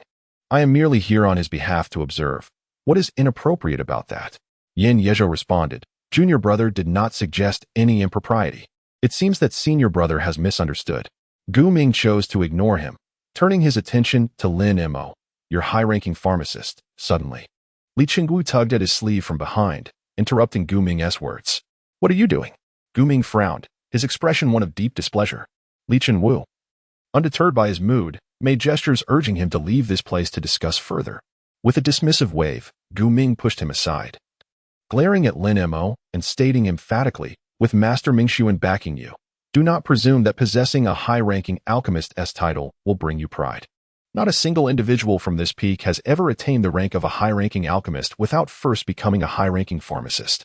Even if the alchemy pavilion acknowledges your status, you shall never surpass here in the medicine pavilion." After delivering this lengthy tirade, he exhaled deeply, as if relieved, and then smirked, emphasizing, "You are destined to be a laughingstock on Medicine King Peak." He then burst into laughter, dramatically turning to leave. Li Qingwu sighed quietly and shook his head, helplessly trailing behind him. Yin Yizhou smiled warmly at Lin Mo. "Shall we retire to your cave and enjoy a drink?" The clouds floated lazily, the winds were gentle, the wine exquisite, and conversations rich. The shadows of trees stretched eastward. The sound of a cascading waterfall mingled with the clear pond, creating a serene atmosphere that allowed Lin Mo to release some of his lingering melancholy. The news of being both a pharmacist and an alchemist of high rank did not elate him. His endeavors were not for fame or position, but solely to earn the favor of Yu Zuqing. However, Gu Ming's bravado provided him with a good laugh. Reflecting on Gu Ming's words in the medicine pavilion's hall and picturing Li Qingwu's helpless expression, he even found joy in recalling Gu Ming's frustrated rage afterward. The thought that one day, such boastfulness would inevitably lead to self-reproach was far more delightful than indulging in several jugs of the aged brew from Feichuan Peak. Lin Mo firmly etched this lesson in his mind, vowing never to commit such a trivial mistake again. Yin Yizhou remarked, "As for our senior brother, his nature is not fundamentally flawed. He is merely somewhat arrogant. This is typical for those born into the 13 esteemed families of cultivators. So do not take it to heart." Lin Mo lifted the wine jug and filled 2 cups, raising one to his lips as he said, "To be a mediator, one must first partake in a drink." Yin Yizhou, who enjoyed a modest sip, was not particularly adept at handling liquor. Naturally, he opted for the method of transforming his essence into wine. Even 10 Lin Mo's would not match his prowess. However, among cultivators, there exists an unwritten code regarding the consumption of alcohol. The practice of transforming essence into wine is a triviality that all are capable of, and it merely serves as a measure of one's cultivation level, rendering it a waste of good drink. Thus, everyone tacitly regarded such behavior as shameless. Whenever cultivators gathered for a drink, none would stoop to such base antics. Reluctantly, he raised the cup and drained it in one gulp. Before he could set the cup down, the jug was once more before him. Lin Mo glared, exclaiming, "This is quite unfair. second brother. You proposed the drinking. I did not object. I have matched your drink, yet your method is hardly conducive to friendship. After this, who would wish to drink with you? Yin Yusho raised the cup again, and as he prepared to set it down, he noticed the glimmer at the bottom. Without waiting for Lin Mo to speak, he took another sip, not resting until the cup was free of any remaining liquid before placing it down. The wine was once again filled. As Lin Mo prepared to lift his cup, Yin Yusho hastily intervened, saying, "Take it slow, drink slowly. Your method resembles a bull at the trough, lacking any semblance of an immortal's grace. Instead, let us exchange cups and enjoy our conversation as we sip." Lin Mo's eyes widened as he remarked, "Drinking without a bowl signifies a shallow friendship. There exists only the tradition of exchanging cups, not the reverse." He had picked up this notion from the chubby fellow, who, whenever indulging in spirits, would always recite a few rhymes. He seldom frequented the streets, likely having gleaned such phrases from overhearing his aunts. Yin Yezho sighed, acquiescing to Lin Mo's words. After downing another bowl, Lin Mo chuckled, "Elder brother, your descent from the mountain this time, surely, is not merely to serve as a messenger?" Yin Yezho sighed once more, and, in an unprecedented gesture, he took the bowl and brought it to his lips, sipping a small amount before returning it to the table. Lin Mo discerned his troubled thoughts as he gazed at the darkening sea of clouds beneath the cliff and remarked, "Are you hesitant to express your feelings for senior sister Zhou, second senior brother?" Yin Yezho's sturdy frame jolted, nearly causing him to tumble from the stone bench. His face flushed with embarrassment as he retorted, "What are you talking about? Junior sister Zhou has no such intentions." "Then that settles it. You must be harboring ill intentions," Lin Mo replied. Chapter 34. Anticipating a joyous reunion under Lin Mo's scrutinizing gaze, the typically composed second senior brother blushed more vividly than the red veil adorning a bride. The influence of the wine was undeniable. Yin Yezho, increasingly uneasy, continued to pour more wine into his mouth. Just moments ago, Lin Mo had encouraged him to drink. Yet now he feared that Yin Yezho might take refuge under the table. After all, their previous banter had been mere jest, given the nature of second senior brother. Such behavior would only arise if he were truly at a loss for words. Rising from his seat, Lin Mo placed his hand on Yin Yezho's wine bowl, saying, "With the way you're drinking, do you intend to finish this jug and never bring up the wine again?" Yin Yezho slammed the wine bowl onto the table, causing the liquid to slosh perilously close to spilling over the edge, and, in a rare display of anger, exclaimed, "You're the one who urged me to drink. And now you're telling me not to. What do you truly want?" Lin Mo smiled. "Indeed, there are insurmountable obstacles. Otherwise, how could the earnest second senior brother lose his composure? Second senior brother is one to speak candidly. His usual reticence is uncharacteristic." He lifted his wine bowl, took a small sip, inhaled deeply, and closed his eyes for a moment before exhaling slowly. Yin Yusho tugged at his hair, a look of turmoil on his face. Hesitatingly uttered, "I wish to request, dear junior brother, that you share the secrets of refining and enhancing medicinal properties." Such a simple sentence. Yet each word felt laden with gravity as it emerged from his lips. This request was indeed difficult to articulate. The art of an alchemist is the very foundation of their existence, a closely guarded skill typically classified among the untold secrets. Unless the path is nearing its end, and there is a sincere desire for transmission, even a direct disciple may not grasp its essence. This is also why, among many practitioners, the inner disciples often surpass their peers. Second senior brother's request is quite taboo within the realm of cultivation on the mountain. Yet, Lin Mo's expression did not exhibit the disdain or rejection that Yin Yusho had anticipated. Instead, it was remarkably composed, his eyes still gleaming with brightness, and the corners of his mouth gently rising. This, after all, was hardly a serious affront. Yin Yusho had yet to decipher the enigma that was Lin Mo. Yet this did not diminish his fondness for him. There was an inexplicable quality about him that evoked a sense of closeness, coupled with an unwavering conviction in genuine connection. He rarely boasted or displayed arrogance. Rather, he embodied humility without sacrificing his resolute character, exuding an unspoken confidence that commanded respect. Lin Mo smiled and said, "Isn't this discerning eye of yours a natural gift, second senior brother?" Yin Yizhou pondered for a moment before replying, "I cannot deceive you, junior brother. This discerning vision of mine actually stems from the fusion of the sword spirit and divine powers, yet it is akin to a celestial bestowal, true to his nature." The second senior brother remained sincere and straightforward. As if fearing disbelief, he formed a sword gesture, and a blade materialized before him. The sword, slender and sharp, resembled the eyes of a 16-year-old girl, pure and radiant. The light filtering through the branches seemed to be absorbed by the sword, dimming the heavenly glow. It is named Doming, sharing its name with the sword technique of this peak. Lin Mo laughed heartily. Second brother, could you refrain from being so earnest? It makes me seem like one who delights in prying into others' privacy. Yin Yuzhou was momentarily taken aback, having embarked on the path of cultivation from a young age. He had never truly lived in the mundane world and was evidently unable to discern between jest and serious discourse. Lin Mo remarked, in the past, I have shared with my second senior brother various methods of partitioning medicinal properties through sword intent, and I have also mentioned the De Yin sword technique of Tianmen Peak, which employs sword intent as a formation for division. In essence, the De Yin sword technique is merely a means of dividing the medicinal properties of a single herb into countless fragments, ensuring they no longer intermingle, thus facilitating the condensation of true essence. However, all of this hinges upon a foundation of precision. He extended his hand, dipped the tip of his index finger into some wine, and casually sketched 3 horizontal and 3 vertical intersecting lines on the stone table. The De Yin sword technique resembles the 9 palaces. Partitioning is merely the initial step, as each medicinal property still retains remnants of various other components intertwined within it. Consequently, the purity of the medicinal properties remains elusive, necessitating further slicing and separation. Yet, the essence of the De Yin sword technique is to focus on the grand scheme rather than on precision, making it challenging to advance beyond this point. Thus, one must integrate the fingerstring sword intent from Qinlu Peak, seeking truth through subtlety. His elaborate explanation persisted for quite some time, encompassing the quintessence of the 9 peak sword techniques while also taking an unconventional path.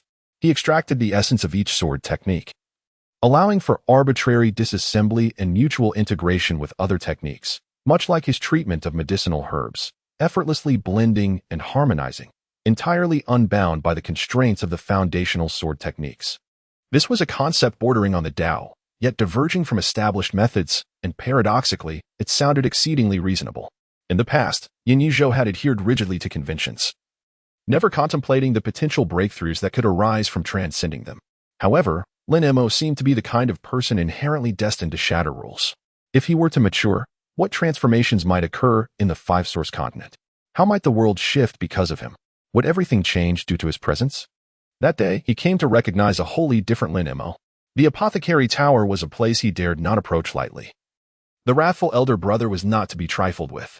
With his foundation establishment at the 6th layer, even on tiptoe, it would be difficult for him to match that level, and it was unwise to seek confrontation, as it could endanger his very life. In this regard, Lin Mo had always exercised caution. Fortunately, he could procure the desired herbs without visiting the apothecary tower, as he had Showman Kuan at his disposal. Thankfully, this steward Zhou was not among those whom Ping Chun had exposed. Otherwise, he would indeed lack someone to rely on at Yaowang Peak. Before Zhouman Kuan arrived to assist him in acquiring the medicinal materials, another guest had already come to the cave-dwelling Chang Chunzi. His visit was not unexpected, given their prior arrangement. Beneath the ancient pine tree, the two sat across from each other at the table, with freshly brewed tea and the sound of flowing water accompanying the rustling of the pine needles. Lin Mo poured another cup of tea and smiled as he asked, Brother Changchun, it is a rare occasion for you to grace this humble abode. I offer you this modest tea, fearing it may not meet the decorum of our meeting. In the past, he had refrained from speaking, feeling there was little to convey. After all, feigning weakness was exhausting. In the presence of others, one must bow and scrape, uttering words that do not resonate with one's true self, which only serves to create discomfort. Thus, he chose silence. However, when in the company of Hu Tu, he found himself quite loquacious. Although he engaged in pleasantries infrequently, he had seen enough at the Southern Gate Apothecary to be no fool. He learned quickly. Chang Chunzi, too, preferred directness. After taking a couple of sips from his tea, he set the cup down and remarked, Your alchemical and medicinal skills have been duly assessed. The annual stipend and requisite resources for your cultivation will soon be allocated by the esteemed ministry. Your annual task is straightforward: 2 furnaces, yielding no fewer than 12 exquisite creation pills. Furthermore, Elder Yu has conveyed the sect master's directive. The annual output of exquisite creation pills from our sect must not exceed 5, while all other elixirs pertinent to cultivation advancement shall adhere to this standard. Lin Mo's thumb incessantly rotated the teacup, refraining from voicing any doubts. Such prohibitions are easily comprehensible. On the 5-source continent, the 5 sects stand in a delicate balance, with none willing to allow the elixirs that elevate their sex cultivation to easily escape their territory. The notion of collective strengthening is a mere illusion, for even though the five sects have not encountered warfare for over a decade, it is well understood that peace is always a transient state. Chang Chunzi remarked, "A couple of days ago, I heard that you had some conflict with Gu Ming." Lin Mo remarked, "There is no conflict to speak of. He merely disapproves of me upon our first encounter." Chang Chunzi responded with a sound of acknowledgement, saying, "Gu Ming is indeed proud and arrogant, hailing from a lineage of cultivators. While he may look down upon others, his prowess is undeniably genuine." Lin Mo nodded slightly. Chang Chunzi propped himself up on the table, preparing to rise. Lin Mo gazed at him with a smile that was neither here nor there. "Is there nothing else on your mind, Brother Changchun?" Chang Chunzi cleared his throat awkwardly, his rear end barely lifting from the stone bench before it returned to its place. His mouth opened and closed, yet he uttered not a single word. These individuals truly lacked candor. It was evident they wished to inquire, yet their pride held them back. Lin Mo silently cursed to himself, retrieving a scroll of tree bark paper from his sleeve and placing it upon the table. "These are the necessary herbs. Have Elder Zhou deliver them. There is no need for Brother Changchun to make the trip back and forth." Chang Chunzi grinned, not even glancing at it, promptly stowing it away. He clasped his hands in a gesture of respect and said, "Then I shall not disturb you any further. But do allow me to treat you to a drink when time permits." Lin Mo initially intended to make a jest, but after a moment's reflection, he refrained from doing so. Chang Chunzi, unlike the stern second brother Yin, had not yet reached that level of camaraderie and thus spoke with gravity. "Among the medicinal materials, there exists a root from the wandering wood tree, which is certainly unavailable in the apothecary, and there are no substitute herbs to offer. Brother Changchun must exert effort to seek it out."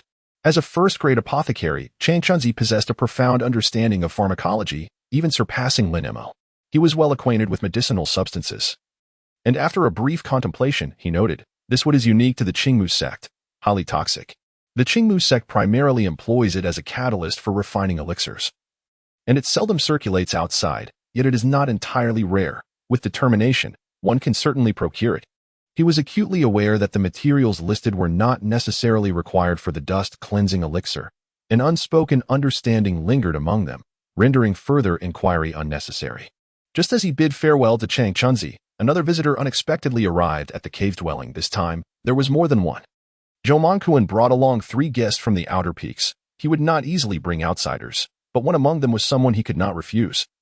And Lin Mo would certainly not shy away from meeting him. "Who too, the plump lad who had delivered meat to Jishin Peak on several occasions. How could you bear to come here without bringing any meat?" Lin Mo warmly embraced the stout fellow, who was more akin to a brother than a mere friend. However, upon glancing at the 2 companions he had brought along, he immediately discerned the situation. Wang Yi and Liang Pei'er, what other purpose could there be for their presence? It was evident without a doubt that the unusually lethargic little chubby fellow had made this journey at the behest of Liang Pei'er's charm. What could they possibly want? One could surmise it with ease. Zhou Mankuan extracted a multitude of medicine packets from his treasure bag, several hundred in total, soon filling half the room. The 3 observers, including Hu Tu, stood in stunned silence. "Are you planning to open a pharmacy?" Hu Tu exclaimed, circling the heaps of medicine, his nostrils flaring in disbelief. "After arriving in the inner mountain, shouldn't you be focusing on your cultivation instead of fussing over these trinkets every day? Haven't you grown weary of it after so many years at the South Gate?" Lin Mo disregarded him and turned to Zhou Mankuan, inquiring, "Is the quantity of spiritual crystals sufficient for you?"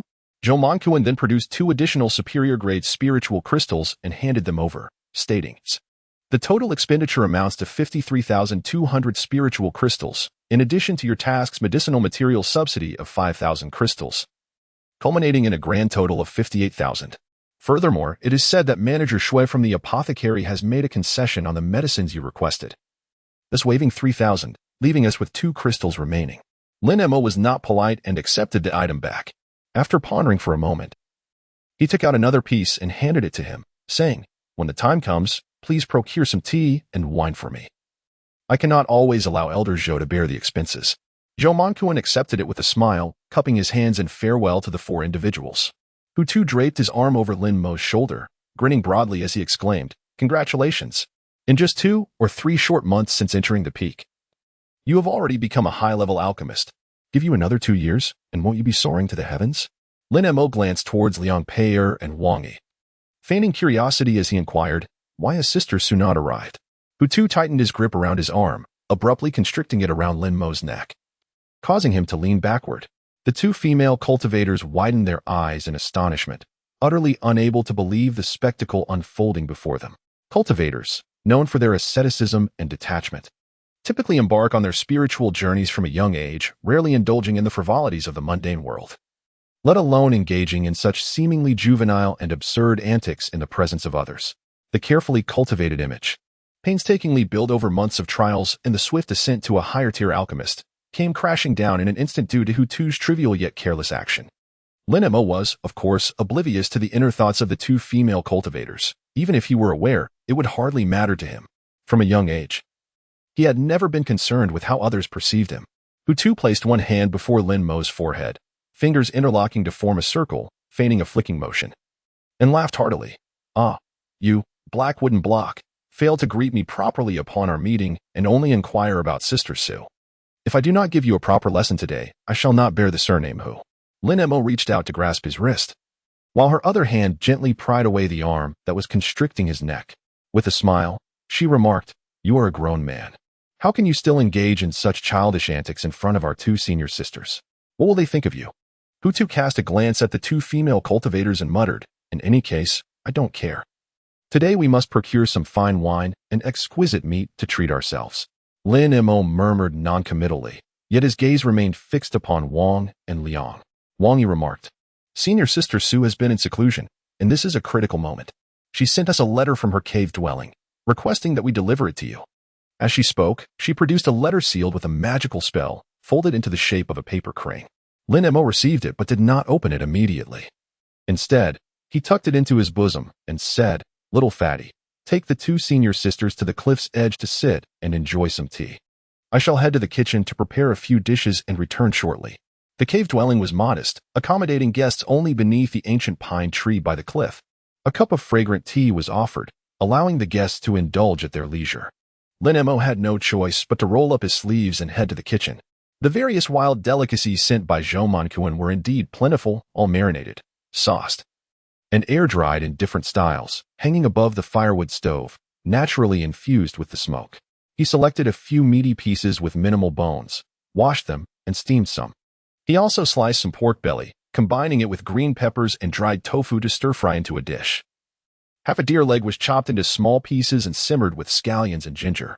After a considerable amount of bustling about, he found time to step outside and exchange a few words with the three guests.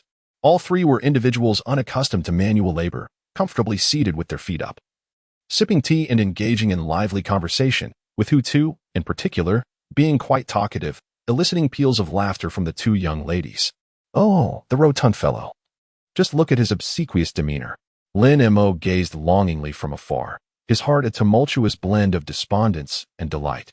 The sorrow stemmed from the fact that ever since entering Feifeng, Siyu had remained in seclusion, rendering him unable to catch a glimpse of her.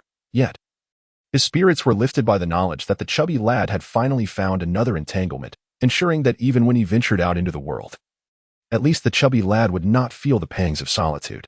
3 fragrant dishes filled the modest stone table as 4 individuals gathered around, with wine laid out before them. The wine, a century-old brew from Feichuan Peak, was a rare treat, each flask worth 10 spirit crystals, a tenfold increase over ordinary celestial wines. Hutu, in an uncommon display of restraint, poured only half a bowl of wine, his chopsticks continuously attending to the dishes, delicately lifting morsels to savor slowly. As the wine circulated thrice, a rosy hue adorned the cheeks of the 2 young ladies, and their eyes sparkled with vivacity. Liang Pei spoke up. "We specifically invited Hutu to visit, but truthfully, we have a request." Hutu grumbled. "What request? Just say it plainly."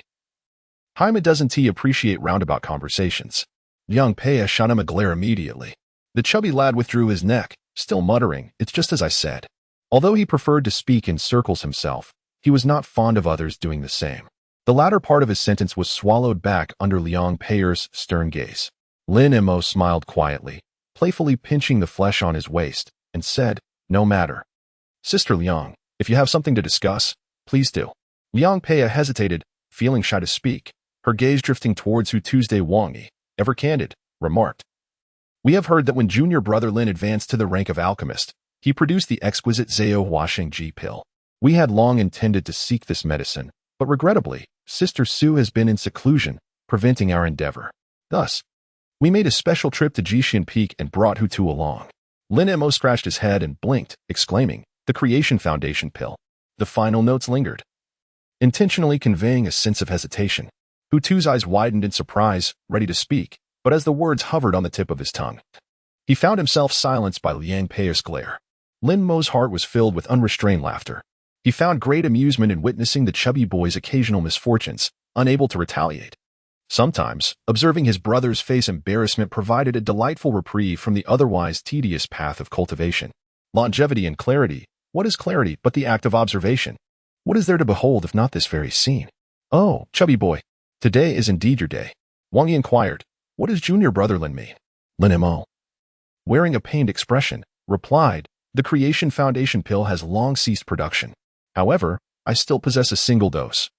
The very one I received on the day of my advancement."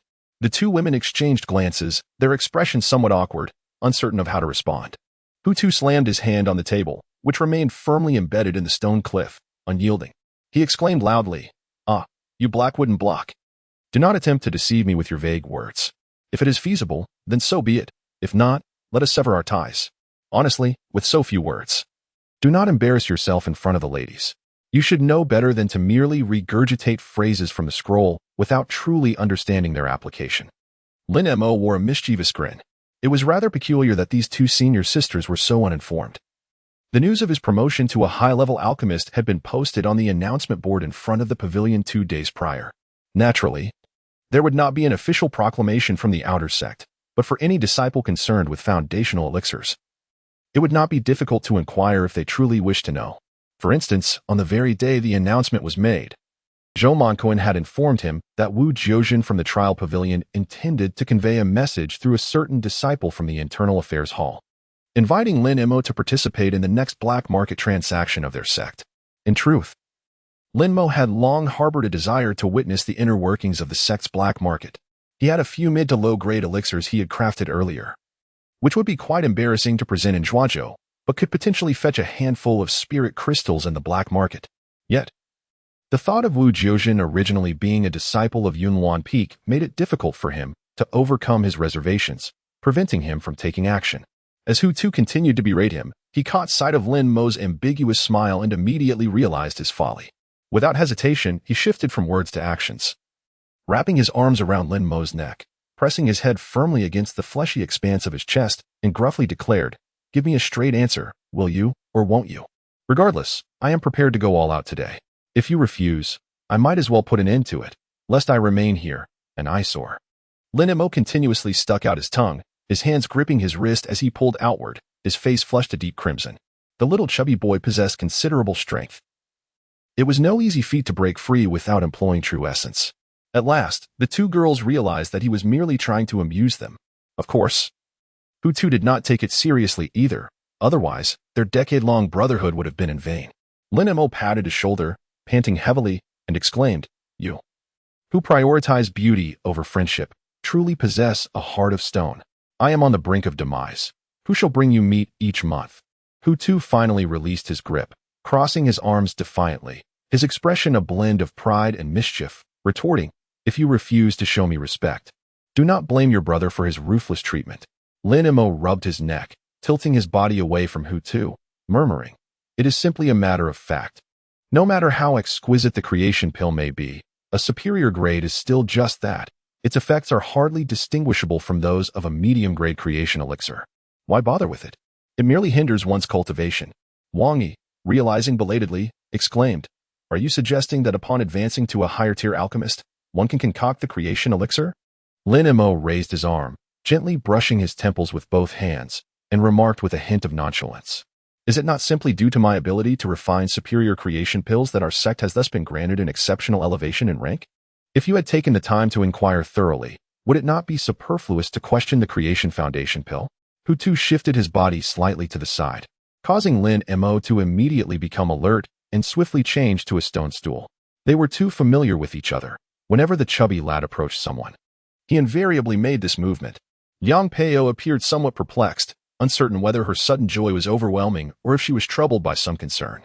Wang Yi, ever candid, inquired, Please feel free to express how many spirit crystals you require.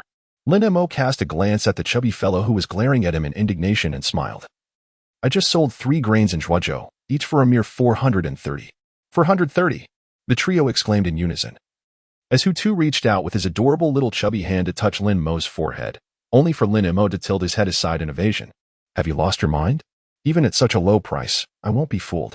You are the one who has lost your mind. 430 for top-grade spirit crystals, ice crystals. Do you understand? Lin Mo felt a rare desire to show off, but only in front of Hu Tuesday ice crystals. He repeated emphatically. The expressions of the 3 varied significantly.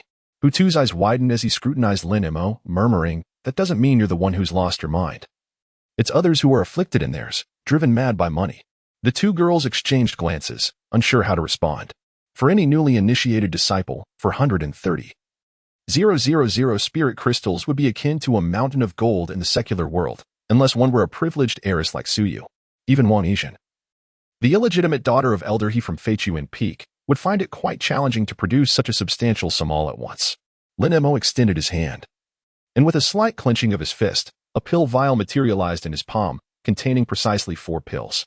For the 3 of you, along with senior sister Su. Regardless of whether they are needed, it would be prudent to keep them close at hand. Moreover, unlike other transformative elixirs, there is certainly no barrier of the 6th layer of foundational cultivation. Wang Yi's face flushed with embarrassment as he awkwardly remarked, I truly lack sufficient spiritual crystals.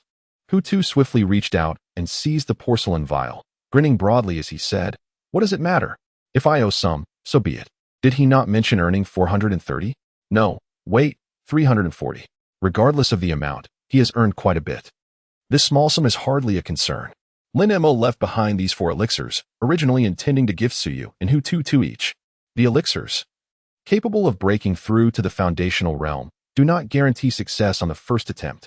Thus, having an extra one at hand significantly enhances the chances of success. Whether they will utilize them remains uncertain, but at the very least, it signifies his goodwill. These were prepared specifically for you, and once the next batch emerges, I shall reserve one for you, ensuring that one is well prepared for any eventuality. Hu Tu has already uncorked the vial, and the fragrant aroma of the elixir wafts through the air, invigorating the senses. The 2 women lean in closer, their 3 heads huddled together. This is indeed an exquisite elixir. It is said that many alchemists may not concoct even a single batch in their lifetime, but that's the case for others. They fail to recognize who Lin Mo's allies are. He possesses remarkable skills, and that is directly relevant to you. Of course, the final decision rests with you. Lin Mo felt a profound sense of satisfaction, far surpassing the mere acquisition of over 1,600 high-grade spirit crystals. The boastful words from the medicine pavilion in the face of Gu Ming seemed trivial in comparison. The praises from family and friends bestowed upon him filled his heart with a deeper joy than any external admiration could provide. In the midst of this harmonious atmosphere, the only regret was the absence of Suyu. If only she were present. Alas, life is seldom as one wishes. One can only hope for a time of perfect harmony under the moonlit sky. Chapter 35, A Guest of the Crane Master with the Availability of Medicinal Herbs. Alchemy naturally took precedence. Not only did he need to refine 2 batches of creation pills for submission, but he also had to guide senior brother Yin in producing pills of the same caliber. Fortunately, Yin Yezhou possessed commendable skills in alchemy, having been tutored by Yuzu for many years, thus requiring little of Lin Mo's concern. The main focus lay in the meticulous preparation of the herbs before they entered the furnace. Over the past few days, Yin Yezhou had taken on the role of Lin Mo's assistant, a 5th-grade alchemist acting as an alchemical apprentice. Such a privilege could only be afforded by Yuzu. Lin Mo greatly relished this process. Certain habits can easily become addictive, such as commanding others. The Yuxiang seed contains 81 medicinal properties, yet you have only isolated 67. What has become of the rest? Have you consumed them? Be swift and meticulous. Do not allow the medicinal properties to blend together. For how could such a concoction yield anything of exceptional quality? Yin Yezhou was wholly engrossed, responding only with non-committal sounds of agreement. Yemingrass. Pay attention to discerning 2 crystals that bear an uncanny resemblance. One is snowflake-shaped, while the other is hexagonal. There are subtle distinctions. The hexagonal one is highly toxic. Once separated, promptly place it into the elixir vial. Yin Yezhou continued to respond with mere hums to all his ramblings. He sat cross-legged on the couch, occasionally gesturing animatedly. The couch had been transported from his training chamber, and since moving into the cave dwelling, he had scarcely entered that room again. It was not due to a lack of diligence in his cultivation, but rather a difference in methodology, regardless of how earnestly he practiced. The eighth-layer bottleneck loomed like a membrane just above his head. It seemed within reach, yet whenever he extended his hand, it shifted away to elude his grasp. Such predicaments were indeed vexing.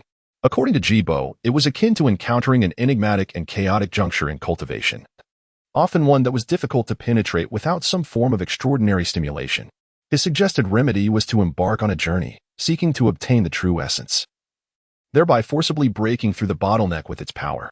Upon introspection of all his cultivation steps, he found no errors. The essence of his sword intent and true energy quietly accumulated in various major energy seas, like a tranquil lake, undisturbed on the surface, while beneath, everything lay frozen, devoid of the original vitality of true energy. He could not fathom where the flaw lay. Was the acquisition of the five elemental true essence now necessary? His father's teachings had explicitly stated that the five elemental true essence was the essential foundation for a perfect Tao base. Only through the acceptance of this essence could one gain the opportunity to forge a Dan on the five-source continent, rather than relying on the upper realm for such a breakthrough. The five-source continent consists of 5 vast continents, each separated by seas, and home to 5 major sects: the Shaoyang sect presiding over metal, the Huda sect governing earth, the Water Dragon sect commanding water, the Qingmu sect ruling over wood, and the Lihua sect dominating fire.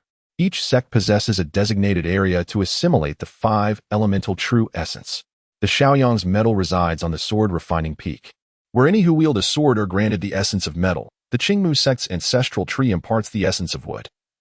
The Lihua sect's melting mountain allows true fire to enter the body. The Huda sect's submerged abyss provides the essence of earth, and the Water Dragon sect's icy dragon purifies the marrow, ceaselessly supplying the essence of water. After 3 days and nights of incessant admonitions and reprimands from Lin Mo, Yin Yusho finally completed the separation of the medicinal essence worth 58,000 spirit crystals, utterly exhausted, collapsing onto the floor of the alchemy chamber. The separation of these medicinal essences was, of course, not solely for the creation of the transformative Dan. Lin Mo decided to attempt the refinement of the 7 or 8 advanced elixirs recorded in Elder He's notes.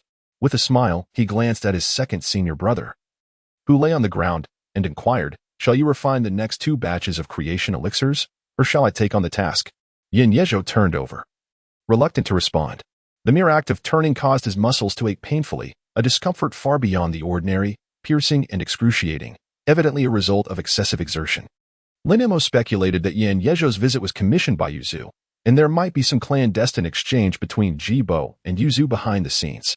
He refrained from inquiring further, for Yin Yezhou would undoubtedly respond with a blank stare, utterly oblivious. Jibo's words were often enigmatic. Extracting any sordid truths from him was more challenging than ascending to the heavens. It was perhaps wiser to wait for the situation to unfold. Just as he was about to roll up his sleeves and commence his task, the sound of jingling bells announced the arrival of a new guest at the cave entrance. After a brief detour, Lin Mo erupted into hearty laughter, pouring out over 100 medicinal packages onto the expansive surface of the medicinal table. "Second senior brother," Lin Mo called out softly, her voice tender. Yin Yezhou chose to ignore her, too weary to even part his lips. After 3 days of arduous labor, his heart brimmed with resentment. Even a figure carved from clay or wood would ignite with such frustration. "Second brother," her voice rang out, much louder this time. A shiver ran down Yin Yezhou's spine, and he retorted with irritation, "Even if it were a donkey, you would let it rest, wouldn't you? I, Yin Yezhou, am a living, breathing person. You cannot truly expect to utilize me as if I were a beast of burden," Lin Mo solemnly declared. "Who dares to call you a donkey? I shall be the first to take issue with anyone who speaks ill of Brother Yin." Despite Yin Yusho's typically placid demeanor, he could not suppress his irritation, exclaiming, "Why do you make such a fuss then?" Concerned for his second brother's well-being, he added, "Sleeping on the cold ground is unwise. Your internal essence has yet to recover, making you susceptible to the chill. It would be wiser to recline on a bed, take a few blood essence pills, and enjoy a restorative slumber." Lin Mo's voice was gentle. Yin Yusho responded with a murmur, preparing to rise. However, a subsequent remark caused him to recline once more. Once his senior brother had rested well and regained his strength, the entire array of medicinal herbs on the table would depend entirely on his brother's diligent efforts. The herbs had been entrusted to Zhou Kuan by Chang Chunzi, totaling over 300 varieties, most of which were exceedingly rare. In the realm of cultivation, rarity often equates to exorbitance. Individuals like Chang Chunzi, a wealthy landowner and the chief steward of the Dan Pavilion, found it quite effortless to procure such precious materials. Thus Lin Mo felt entirely justified in his endeavors. Within the alchemy chamber, wisps of azure smoke curled gracefully. Yin Yizhou sat cross-legged beside the alchemical furnace, his eyes bloodshot, fixated intently on the flames. Lin Mo reclined on the couch, holding a purple clay teapot, occasionally calling out to his second brother. The second batch of herbal materials had transformed into over 1,000 celadone medicine bottles, which, along with the previously separated bottles, cluttered the alchemical chamber, occupying nearly half of the stone room.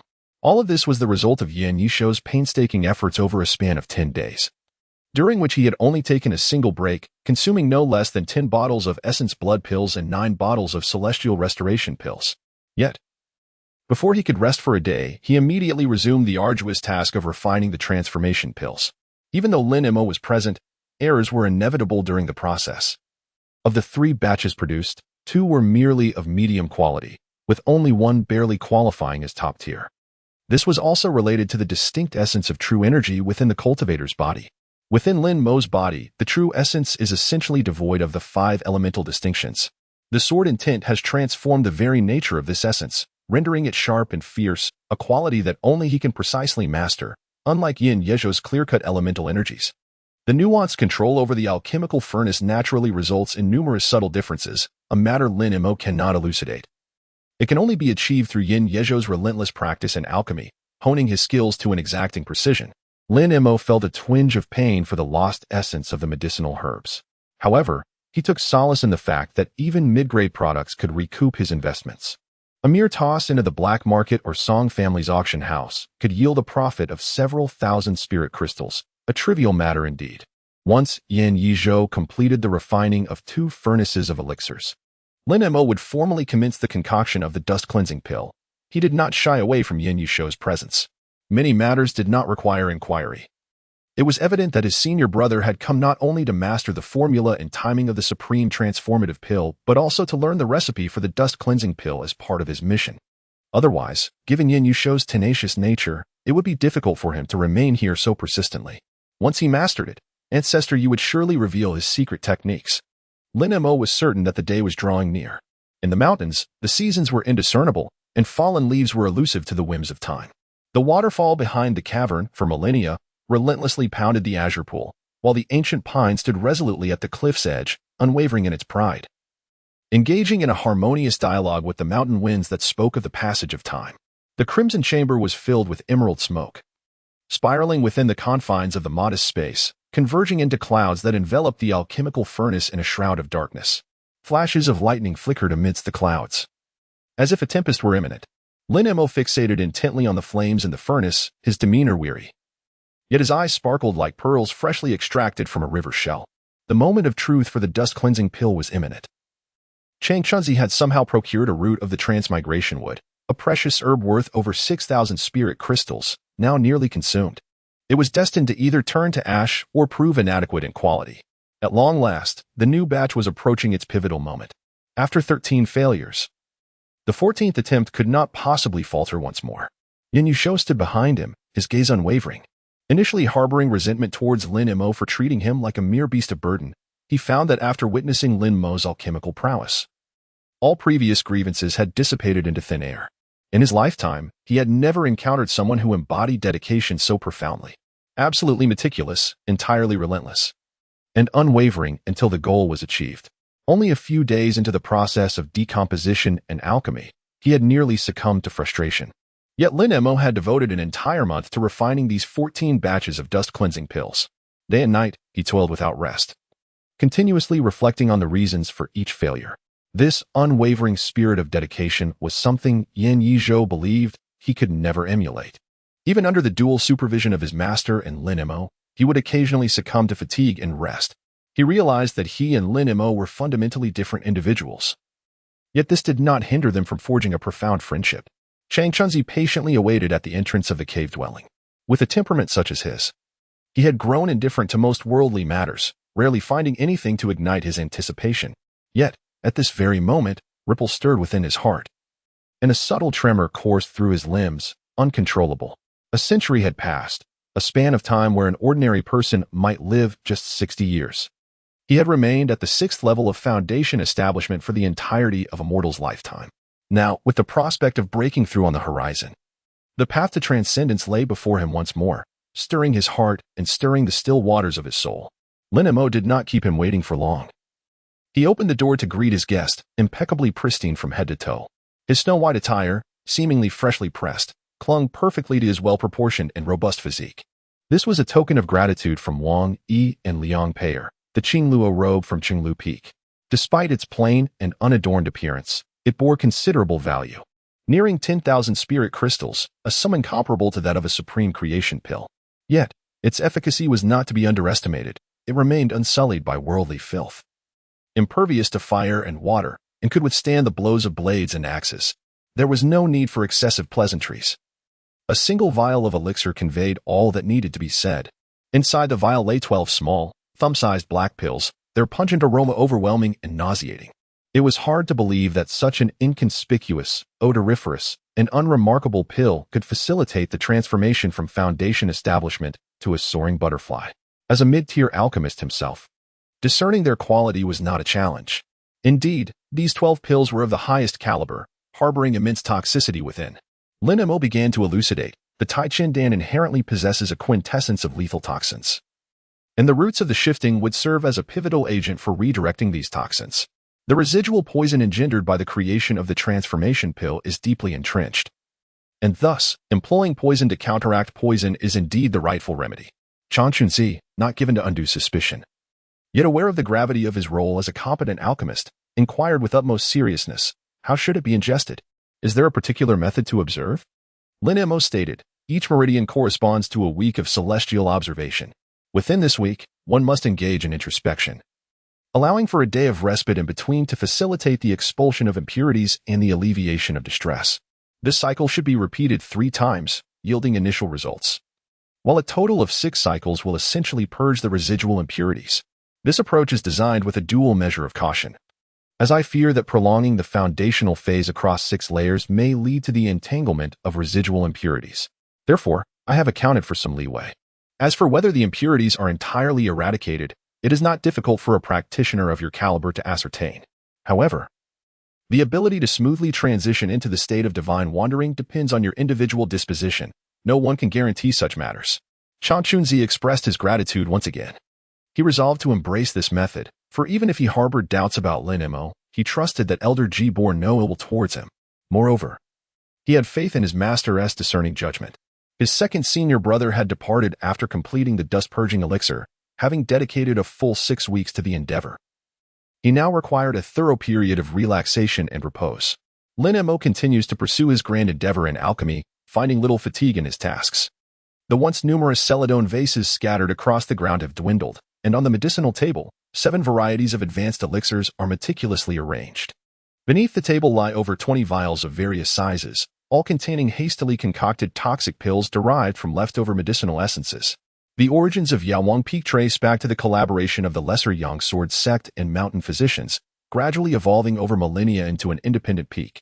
For the past 2 centuries, the lineage has expanded with the addition of numerous ancestors, solidifying its dual focus on both pills and medicine. Overall, Yaowang Peak remains fundamentally connected to the auxiliary peaks, thus lacking in-depth efforts regarding the classification of lawful and toxic pills. The grading system remains imperfect. Lawful pills typically refer to offensive elixirs that can serve as one-time magical treasures, while toxic pills are designed for incapacitating adversaries, with no essential distinction between the two.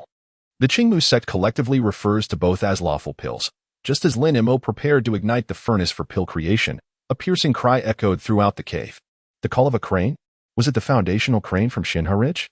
The sound of its cry emanated from the platform of the Azure Pond beneath the cascading waterfall. Why had the defensive array failed to activate? Lin Mo instinctively reached for the identity jade token, within which the array pivot was inscribed.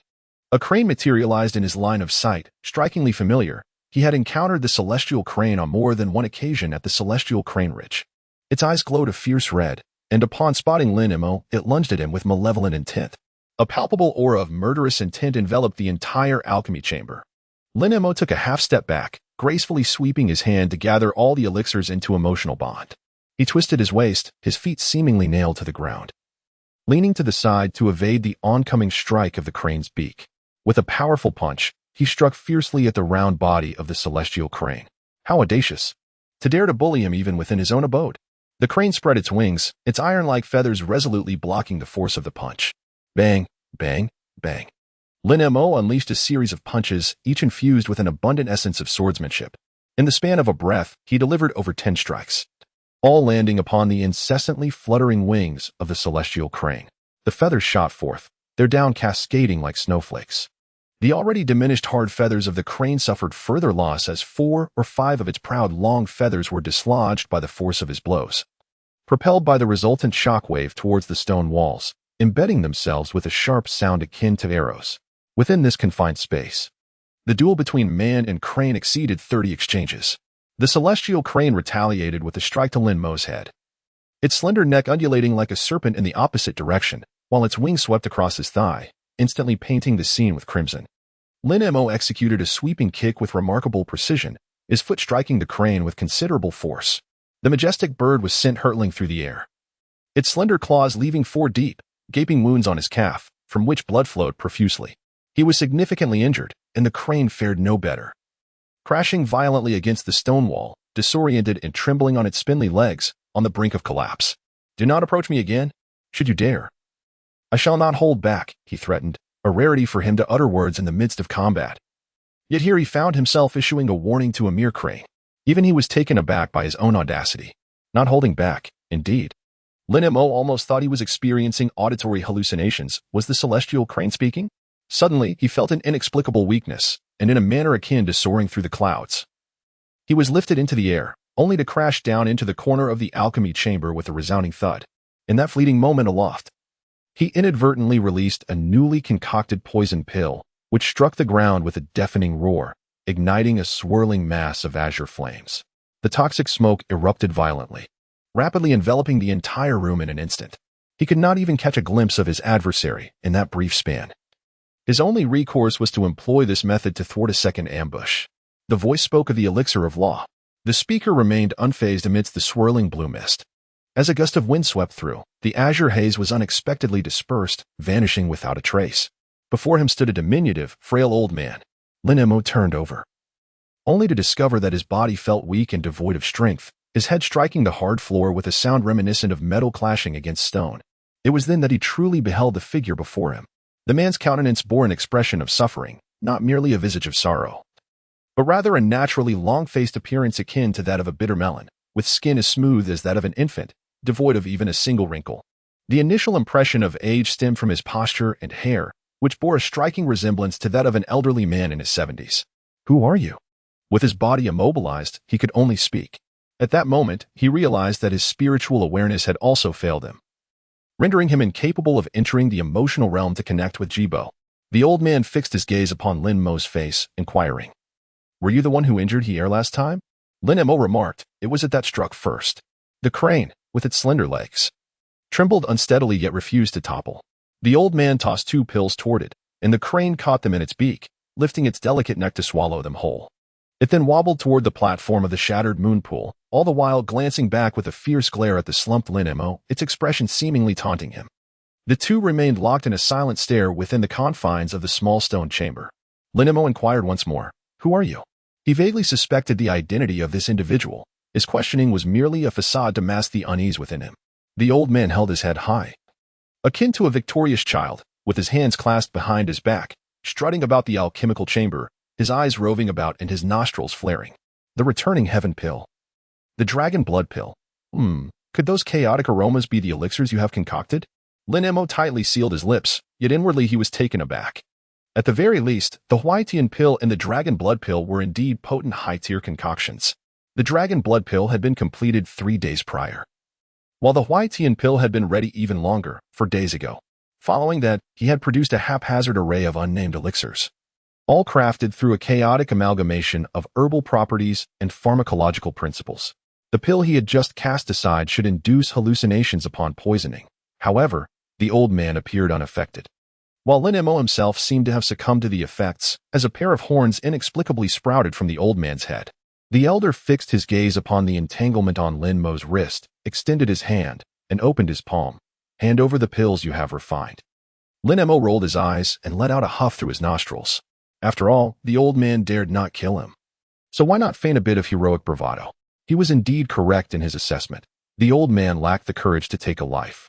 However, he had underestimated the depths of the old man's shamelessness. There were myriad ways to torment a person without resorting to murder. Unbeknownst to Lin Mo, the old man employed some arcane magic, and suddenly, Lin Mo found himself able to move. Yet, the subsequent excruciating pain gnawed at his very bones, causing him to writhe on the ground in agony. The wound on his left leg had not healed, and blood continued to seep forth, staining the ground as he rolled about. "You wretched old man, should you ever fall into my hands again, I shall make you lament." The agony rendered him quite expressive, interspersed with pitiful wails. Outside, the celestial crane seemed to have regained its vigor, incessantly trumpeting as if celebrating a hard-won victory. "If you seek elixirs, I shall grant them to you." Lin Mo finally relented. The old man narrowed his eyes, fixing his gaze upon him, and with a sardonic twist of his lips, he mocked, "Do not attempt any tricks. You are forbidden to use your spiritual sense. Empty the contents of your spatial artifact. It would be better to end it here." The complex contained all of his possessions, every single spiritual crystal, and all his valuable items. He was compelled to surrender everything, lest this unscrupulous old man thoroughly plunder him. Even if he were to find a way to reclaim his belongings in the future, the chances would be slim. Lin Mo gritted his teeth and declared, "I have given everything to Yin Yezhou. You, old man, disregard the rules. You take what is mine and return as an unwelcome guest. Today, I shall not oblige you." "And what will you do about it?" The old man chuckled dryly, stroking his smooth chin. "Do you know who I am?" Yet he displayed not a trace of shame. Lin Mo glared at him, panting heavily. "How many can freely enter and exit the abodes of others on Yawang Peak? Apart from you, old ancestor you. Who else could it be?" He never imagined that the venerable you, whom he had long admired, would possess such a disheveled demeanor, prompting him to feel sympathy for his well-meaning second senior brother. The old man blinked and said, "I cannot possibly be that old fellow with the surname Ji. You have embarrassed Gu Ming, and it is only right for a master to help his disciple regain his honor." Lin Mo truly felt an overwhelming urge to spit in his face. He had encountered shameless individuals before, but none quite as brazen and thick-skinned as the elderly man before him. The old man clasped his hands behind his back, raised his chin defiantly, cleared his throat, and proclaimed, "Very well. I am Mo, the esteemed ancestor of Yawang Peak. You may now present your offerings." The restraints and the pain inflicted by the spells upon Lin Mo dissipated entirely. He did not rise immediately. Instead, he turned over and sat cross-legged, stating, "What I require should rightfully be provided by you." Mo glared vehemently, exhaling forcefully, "You little rascal, just like your father. Truly a case of not releasing the hawk until the rabbit appears. As the master of this peak, requesting a few elixirs should be seen as an honor to you." Lin Mo remarked, "That which does not rightfully belong to you should not be taken, regardless of whether you are an esteemed ancestor or the sect leader." With a swift flick of his sleeve, Mo feigned an intention to depart. Lin Mo remarked, "I have already informed Elder Ji. Since the transaction is your affair, it is of no concern to me whether you grant it or not." Mo promptly turned around, his face adorned with a broad smile. "Just teasing you, my friend." Lin Mo let out a soft hum. Mo said, "You've had Xiao Yin toil for over a month. It is only reasonable for him to seek a few bottles of elixirs as compensation, don't you think?" Lin Mo extended his hand, palm facing upwards. "Bring it here." Chapter 36. The perverse amusement of the old fool's Mo grinned, baring his teeth, and with a flick of his wrist, tossed over a roll of bamboo slips. The bamboo strips, tinged with yellow and imbued with a jade-like hue, appeared to be quite ancient. Lin Mo harbored a deep-seated distrust towards the individual before him. Once the towering image crumbled, it would be arduous to restore any semblance of goodwill. As soon as he grasped the bamboo slip, he promptly unfurled it, skimming through the text with remarkable speed. However, he soon found himself in a state of bewilderment. Although he recognized each character and could decipher their collective meaning, he remained utterly perplexed by how the content bore any relation to the alchemical arts. This was not a discourse on any cultivation methods or knowledge pertaining to alchemy. Instead, it was merely a self-narrative depicting a fantastical dream, chaotically recounting a series of disparate scenes that flickered by, often encapsulating several distinct scenarios within mere phrases, leaving the reader utterly confounded. What on earth was this? Mo, still smiling, his eyes glinting with mischief, inquired, "Cannot comprehend?" His tone was equally irksome. Lin Mo had already meticulously counted the lineage of his ancestors in his heart. Mo, devoid of any remorse, continued, it is only natural not to understand. It took me many years to attain such enlightenment. However, Lin Mo remained silent, awaiting his next words, with little expectation. Uemo chuckled, saying, I haven't completely grasped it either. Otherwise, you wouldn't see this old man today. He laughed heartily to himself, as if relishing the sight of his junior being teased. Embodying a demeanor of utter indifference, which brought him immense amusement, Lin Mo truly had no desire to converse with him. The old man's morbid sense of humor was exceedingly distasteful. However, upon reflection, he began to grasp certain truths. The old man was not entirely mistaken. If one were to adhere strictly to his insights, numerous misconceptions would inevitably arise. With this thought in mind, he raised his gaze to reassess the elder before him, inquiring, Is this your dream? Uemo also scrutinized him, his eyes devoid of mockery. It could indeed be termed a dream. Or perhaps an understanding derived from the pursuit of knowledge. Everything described had genuinely manifested before his eyes. Regrettably, the old man had spent 2 centuries and had only managed to comprehend a mere fraction of it, just as he had spoken with a semblance of seriousness. He grew restless once more, approaching the square inch of the cosmic furnace, poking and prodding, while his lips emitted a series of clicks. Lin Mo felt puzzled. Wasn't this furnace merely the apprenticeship gift you bestowed upon elder brother Yin Er? What is there to behold? Uemo chuckled to himself, lost in his own amusement. What could be so amusing? Lin Mo was reluctant to even address him as old ancestor, for this old fellow was utterly unreliable. One could only wonder how. After all these years, he had managed to oversee the Medicine King Peak. Uemo took a breath and remarked, Did you not notice the considerable consumption of the 5 elements charcoal during your alchemy? Lin Mo stood in a daze. This question had lingered in his mind for quite some time, especially after using the vermilion sand cauldron in the Dan Pavilion, which left him even more perplexed. The consumption of the 5 elements charcoal in the square-inch universe cauldron was astonishingly high. Each expenditure on charcoal was nearly equivalent to the value of the medicinal materials used for 1 batch of elixirs. He had assumed that such was the nature of a celestial-grade cauldron and had not given it much thought.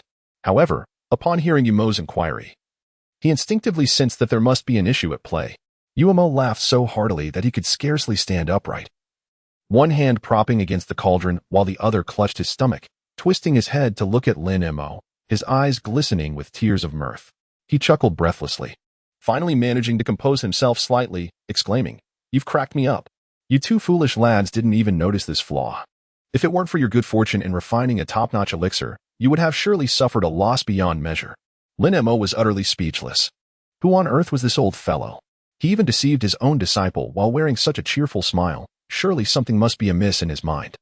Uemo tapped the alchemy furnace, instantly drawing it into a spatial artifact concealed from sight. With a flick of his hand, another pitch-black furnace materialized in the very spot where the Fengtsuan furnace had been placed. The old man, already diminutive, barely reached Lin Mo's chin, and the black furnace stood no taller than his waist, less than 3 feet in height. I have taken the furnace, he declared. This Taotai cauldron originates from the mystic realm of divine fate, a treasured prize I acquired during my expedition. Out of respect for Cha-Ching, I bestow this furnace upon you. Lest that fellow speaks ill of me. With his hands clasped behind his back, he strolled leisurely towards the exit but suddenly halted. The item is now in your possession. Do not harbor any illusions about becoming my direct disciple. In the future, if fortune smiles upon you, consider visiting the Dan Yuan sacred cliff of the Qingshan sect in Qingshan Prefecture. All dreams are born from the essence of alchemy. Perhaps our paths diverge. Yet there you may discover some answers. Qingshan sect. Lin Mo was resolute about his destination. Yet he remained uncertain about how to infiltrate the sacred grounds of another sect. The ancestral locust tree and the holy cliff of Dan Yuan were of no concern to him. When faced with seemingly insurmountable obstacles, there is always a path, after all. A living being cannot be suffocated by mere constraints. He found himself intrigued by how his father had once traversed such places, and perhaps Uncle G could offer some insight. As he gazed at the gluttonous cauldron, a wave of melancholy washed over him, triggering memories of the despicable, shameless actions of Elder Yu, which filled him with a sense of foreboding regarding the hidden traps within the cauldron. Second senior brother, you have endured so much misfortune, being burdened with such a master. It is truly remarkable that you have survived. Just as these thoughts crossed his mind, an instinctive sense of crisis pricked at the hairs on the back of his neck. Suddenly, he twisted his waist and turned, sword in hand, as his consciousness instinctively delved into the spatial artifact, activating the jade slip inscribed with the words Tao, Yu, Spirit, and Purity. Outside the cave dwelling, Beneath the ancient pine trees stood a solitary figure, alone and contemplative. Lin Mo hunched over as he exited the cave. Devoid of his sword, his hands resting obediently by his sides like a well-behaved student. Jibo has arrived. Please, take a seat while I prepare some tea for you. He stepped forward briskly, brushed off the already pristine stone bench, and set about kindling a fire to boil water, preparing the tea utensils with a practiced ease. Ji Cha-ching observed him, his brows furrowing in disapproval, and could not help but interject. Do use less tea. There is no need to be so generous with the leaves. Lin Mo responded with a soft hum, caught in a flurry of activity. The tea exuded a vibrant green hue, its temperature perfectly balanced. Ji Cha-ching took a delicate sip. Revealing a look of contentment, and in a gentle voice inquired, "Has old you visited?" Lin Mo nodded. He just left. Ji Cha-ching naturally noticed the splotches of blood on him, a faint smirk tugging at the corner of his mouth as he remarked, "Did you have some fun with him?" It appeared that the old fellows were already aware of Yu Zu's wicked tastes. Lin Mo remarked, "There is somewhat of a grudge between me and that crane." Ji Cha-ching chuckled softly. That wretched crane of the Foundation establishment realm is only fit to serve as a mount. How could it possibly inflict such grave injuries upon you? Lin Mo remarked, "A minor injury, however, that crane is far more grievously wounded. Yet, with Yu's assistance, there is surely a way." Ji Cha-ching remained noncommittal and deftly shifted the conversation, inquiring, "Did old Yu provide assistance to you?" Lin Mo nodded. "Do you understand?" Lin Mo shook his head and remarked, "With a little time, there will surely come a day when understanding is achieved." Ji Cha-ching took another sip of tea, his fingers gently rotating the teacup. "Now that we have obtained what we sought, what are your plans for the future?" Lin Mo remarked, "I was just about to inquire with Jibo on how one might enter the five sect to attain the true essence of the five elements." Ji Cha-ching smiled gently and replied with calmness, "It is neither as simple as you might envision nor excessively challenging. However, from what I understand, aside from our sect, the Lihua sect, located in the distant Melt Mountain, lies a solitary island in the South China Sea. A mere journey away if you can find the local fishermen to guide you. With sufficient courage, you should be able to locate it. Whether or not you can ascend the mountain is another matter entirely. The disciples of the Lihua sect have practiced the art of Lihua from a young age, and only those with considerable patience can reach the true source of fire. As for the Qingmu sect's ancestor, the Sephora tree, it is situated on the outer mountain. Devoid of restrictions, any individual with an affiliation to the outer sect can gain entry. However, whether the ancestral tree's fortune will favor you depends on your destiny. The Ho-Tu sect resides in the center of the sect, within a vast territory where peaks are scattered, and each protective formation is independent. Thus there are always vulnerabilities to exploit. The Shui-Long sect presents a more complicated situation, as the true source river is located on the ancestral mountain, and outsiders must seek the breath of the ice dragon to approach, which again depends on fortune. He then rose and walked into the cave dwelling, with Lin Mo following closely behind. Your father once mentioned in a casual conversation that the true essence of the five elements does not only exist within the five sects. He did not elaborate, nor did I press for details, but based on his travels, it is highly likely that it is not within this realm. Lin Mo's eyes suddenly brightened, for it was rare to witness Ji Bo in such high spirits. He hastily inquired, "Is what you refer to as the realms beyond this earthly plane related to the vague notions of the upper and lower realms mentioned in the texts?" The upper realm is easily comprehensible, being the celestial domain where immortals ascend once every 300 years. But what of the lower realm? The texts provide only names without elucidation. I implore you, Ji Bo, to clarify. Ji Cha-ching replied, "All things in heaven and earth arise in accordance with the five elements. The expanse above and below is termed the cosmos, and the passage of time from ancient to present is referred to as eternity. The heavens and earth are not solely governed by the five origins. The true essence of the five elements exists throughout the corners of the universe, however. The mysteries of heaven and earth are beyond our limited understanding, leaving us with only fragmented knowledge. You must understand that while the expanse of the five origins is finite, the universe itself is boundless. Within each realm, there exist hidden gateways and obscure paths, inaccessible to those who have not penetrated the celestial truths. To illustrate, the five origins are akin to a well. When we gaze upwards, we merely observe the sky as seen from within the well. What I know is merely the name of the upper realm, which we refer to as the celestial lotus realm. Its vastness is nearly unfathomable, beyond the imagination of those born on the five origins continent. However, we are also regarded as part of the celestial realms. As for its location and the means to reach it, I have not personally traversed there, making it difficult to articulate. While one can acquire much knowledge through study, It often lacks depth, as many extraordinary phenomena are not recorded in the annals of old. The ancient wisdom mostly exists in the oral traditions of the mysteries of heaven and earth. Lin Mo listened intently to these peculiar tales, holding his breath lest he disturb the elder's narrative. Ji Cha-ching remarked, "It can only be said that the realm we know as the lower realm is referred to as human realm by most, as they prefer this nomenclature. The inhabitants possess the ability to cultivate qi and have practitioners among them, yet their potential is limited, rendering them incomparable to us. In the secret records of the major sects, there are accounts of practitioners from the human realm breaking through the heavens to enter this domain." He wandered about the cave dwelling, observing his surroundings without uttering a word about its merits or flaws. It is often the case that elders visiting their descendants' new abodes exhibit such demeanor, their gaze is imbued with a gentle yet dignified seriousness. The cosmos operates in a perpetual cycle, and we, as cultivators, have consistently sought to uncover its mysteries through various means, attempting to steal the secrets of the heavens. Without inquiry, how could one speak of theft? Yet, genuine seekers are rare. Take, for instance, the upper realm of the Qi-Lin celestial realm. Do they represent the ultimate destination on the path to the heavens? Not at all.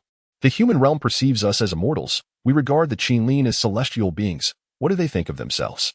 Ultimately, we are all merely observing a fleeting glimpse through a narrow aperture, akin to frogs at the bottom of a well. Lin Mo remarked, "To steal the secrets of heaven is to act against the heavens. The emphasis lies in the word steal and reverse." Ji Cha-ching nodded in agreement, saying, "Indeed. The pursuit of eternal life is inherently a defiance of the natural order. Therefore, it is of little consequence if one cannot comprehend the truth immediately. What truly matters is to identify a path that deceives both heaven and earth, to extract its essence. As long as one can glimpse the sunlight of tomorrow, that day of approach will inevitably come." Lin Mo pondered and remarked, "Jiba's meaning is that the bottleneck is inconsequential. What truly matters is the perseverance in one's chosen path." Ji Cha-ching refrained from revisiting old tales, perhaps because he was only partially informed, or perhaps he felt it inappropriate to impose his understanding upon his junior.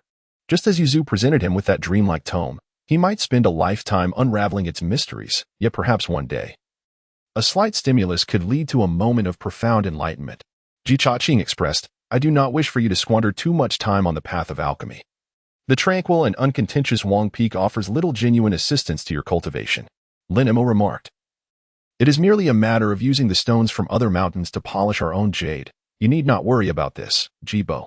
He stepped forward, standing shoulder to shoulder with Ji Cha-ching, and said, "I wish to meet Suyu." Ji Cha-ching responded with a noncommittal sound, revealing nothing of his thoughts. Lin Mo then said, "Before I depart, I must meet her." Ji Cha-ching finally spoke, "That is acceptable, but not at Jishan Peak, nor at Yawang Peak. It would be preferable to find a suitable location where everyone can meet naturally. Once you have decided, please inform me." Lin Mo felt a sudden jolt in her heart, a foreboding sense of unease washing over her. Ji Cha-ching remarked, "Your rapid ascent has caught the attention of the Zhang family, and this development may not bode well for you." Lin Mo remarked that Jibo's intentions would influence his travels. The two meandered back to the ancient pine tree. The Zhang family wielded considerable power, despite their low profile in recent years. They had preserved the most foundational cultivators since the battle against the water dragon over a decade ago. Your current strength is insufficient to confront them. Thus prudence is advised in this regard. While Ji Cha-ching's words appeared reasonable, upon further contemplation, they seemed less credible and lacked depth. Lin Mo remarked, "If Jibo dares to slay Qian, what is there to fear from the Zhang family?" Ji Cha-ching replied, "If one does not cultivate virtue, those aboard the vessel become foes of the state. To annihilate them all is unfeasible. Qian is a venerable elder of our sect, deserving of judgment by the court of punishments. At Yunwan Peak, the presence of one less or one more is inconsequential. The Zhang family holds dominion over the eastern shores of our sect, even if this elder were inclined to act against them. The overwhelming majority of our mountain factions would rise in opposition." He chuckled softly and added, "Should you truly perish at their hands, the obliteration of their clan is not beyond the realm of possibility." Lin Mo rolled his eyes, of course standing behind Ji Cha-ching. He had no desire to accept such a fate. Once a life was extinguished, what good would revenge do? He could not fathom the true intentions of these old fellows. In any case, those cultivators who had lived for far too long often delighted in cultivating an air of inscrutability, one might call it profound, while others might label it as mere absurdity. In the mountains, where time stretches endlessly, there was no shortage of these eccentric old-timers. Would he, After a century or several centuries, transform into one of them? Chapter 37. The Challenge. A talisman, radiating a faint golden light, lay quietly upon the stone table. Lin Mo sat at the table, surrounded by Yin Yezhou, Zhou Manquin, Han Billy, Song Miao, and Wang Pingfeng, who were cracking sunflower seeds, peeling peanuts, and sipping on small cups of liquor. While Lin Mo wore a pained expression, the others appeared unfazed, engaging in light-hearted banter and laughter. The script before them bore few characters, with strokes that were both precise and vigorous, accompanied by a concise signature of merely 30 words. It conveyed a straightforward message, as the cicadas sing at dusk, atop the medicine pavilion. I await your esteemed presence to affirm the honor of the title bestowed by the medicine master. Sincerely, Gu Ming. Zhou Manquin, true to his reputation as the foremost sycophant, instantly straightened his posture and ceased his snacking whenever Lin Mo directed his gaze towards him, adopting a demeanor of tragic loyalty. The title of the foremost sycophant was an elegant moniker bestowed upon him by the majority of the community at Yaowang Peak, reflecting a shared sentiment. During Lin Mo's recent seclusion to refine elixirs, the elders at the mountain summit imposed a decree forbidding anyone from approaching within a mile of his cave dwelling without invitation. With violators facing a year of labor in the medicinal fields, a fate particularly dire for those already tasked with guarding them. Unsurprisingly, those desperate for medicine dared not defy this edict. The prospect of being sent to the outer sect, with its meager spiritual essence, was far more disheartening than the penalty of 500 spiritual crystals annually.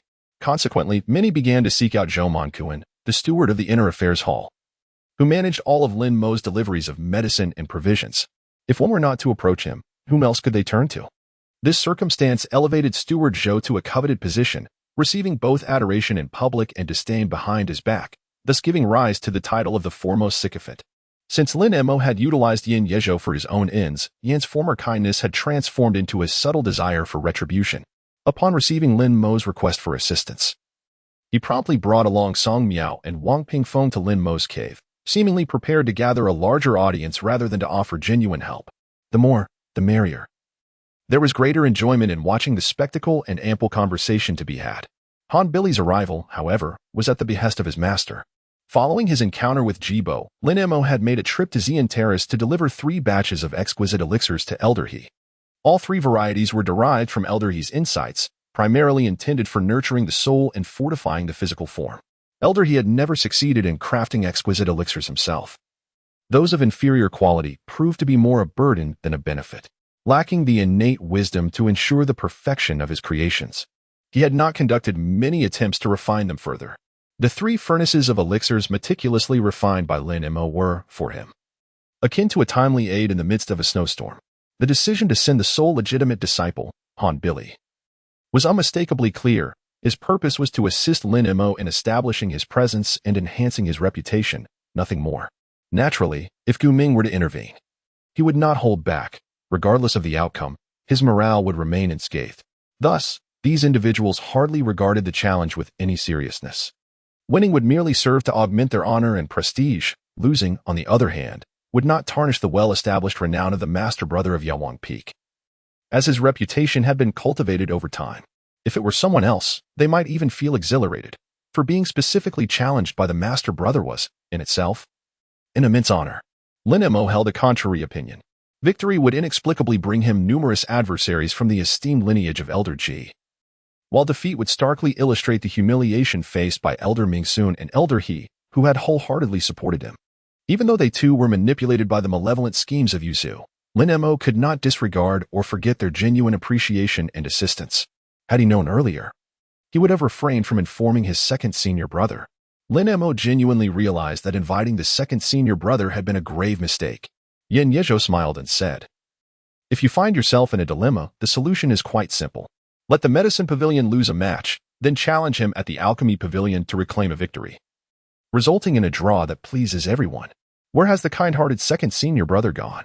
Is this even sensible?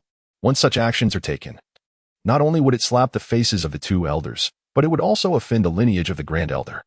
What else could it be but a foolish endeavor?" Wang Pingfeng let out a laugh, abruptly stopping. Song Miao shot him a glare and remarked, "If you cannot speak wisely, it would be best to remain silent. No amount of wine can silence you." Wang Pingfeng, feeling embarrassed, replied, "What I meant to say was, why not just win resoundingly? The senior brother would surely retreat into seclusion for 10 years. Song Miao, either intentionally or unintentionally, glanced at Yin Yezhou and said, "While that would be quite exhilarating, I fear that after this, Sister Zhou may never drink with us again."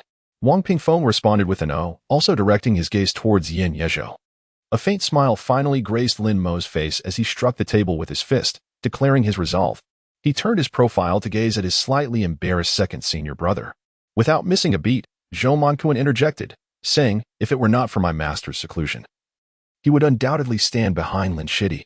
Yin Yezhou maintained his composure, responding calmly, "My position is of little consequence. However, please rest assured, Lin Shidi, I have placed my bet on your victory in the newly opened gambling game at the pharmacy."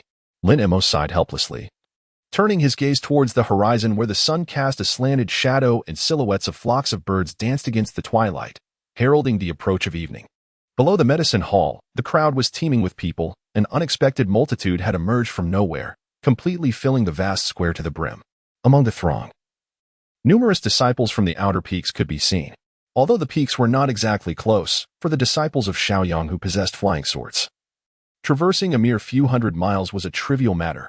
The crux of the situation lay in the fact that the two individuals involved in this contest of alchemy were extraordinarily captivating.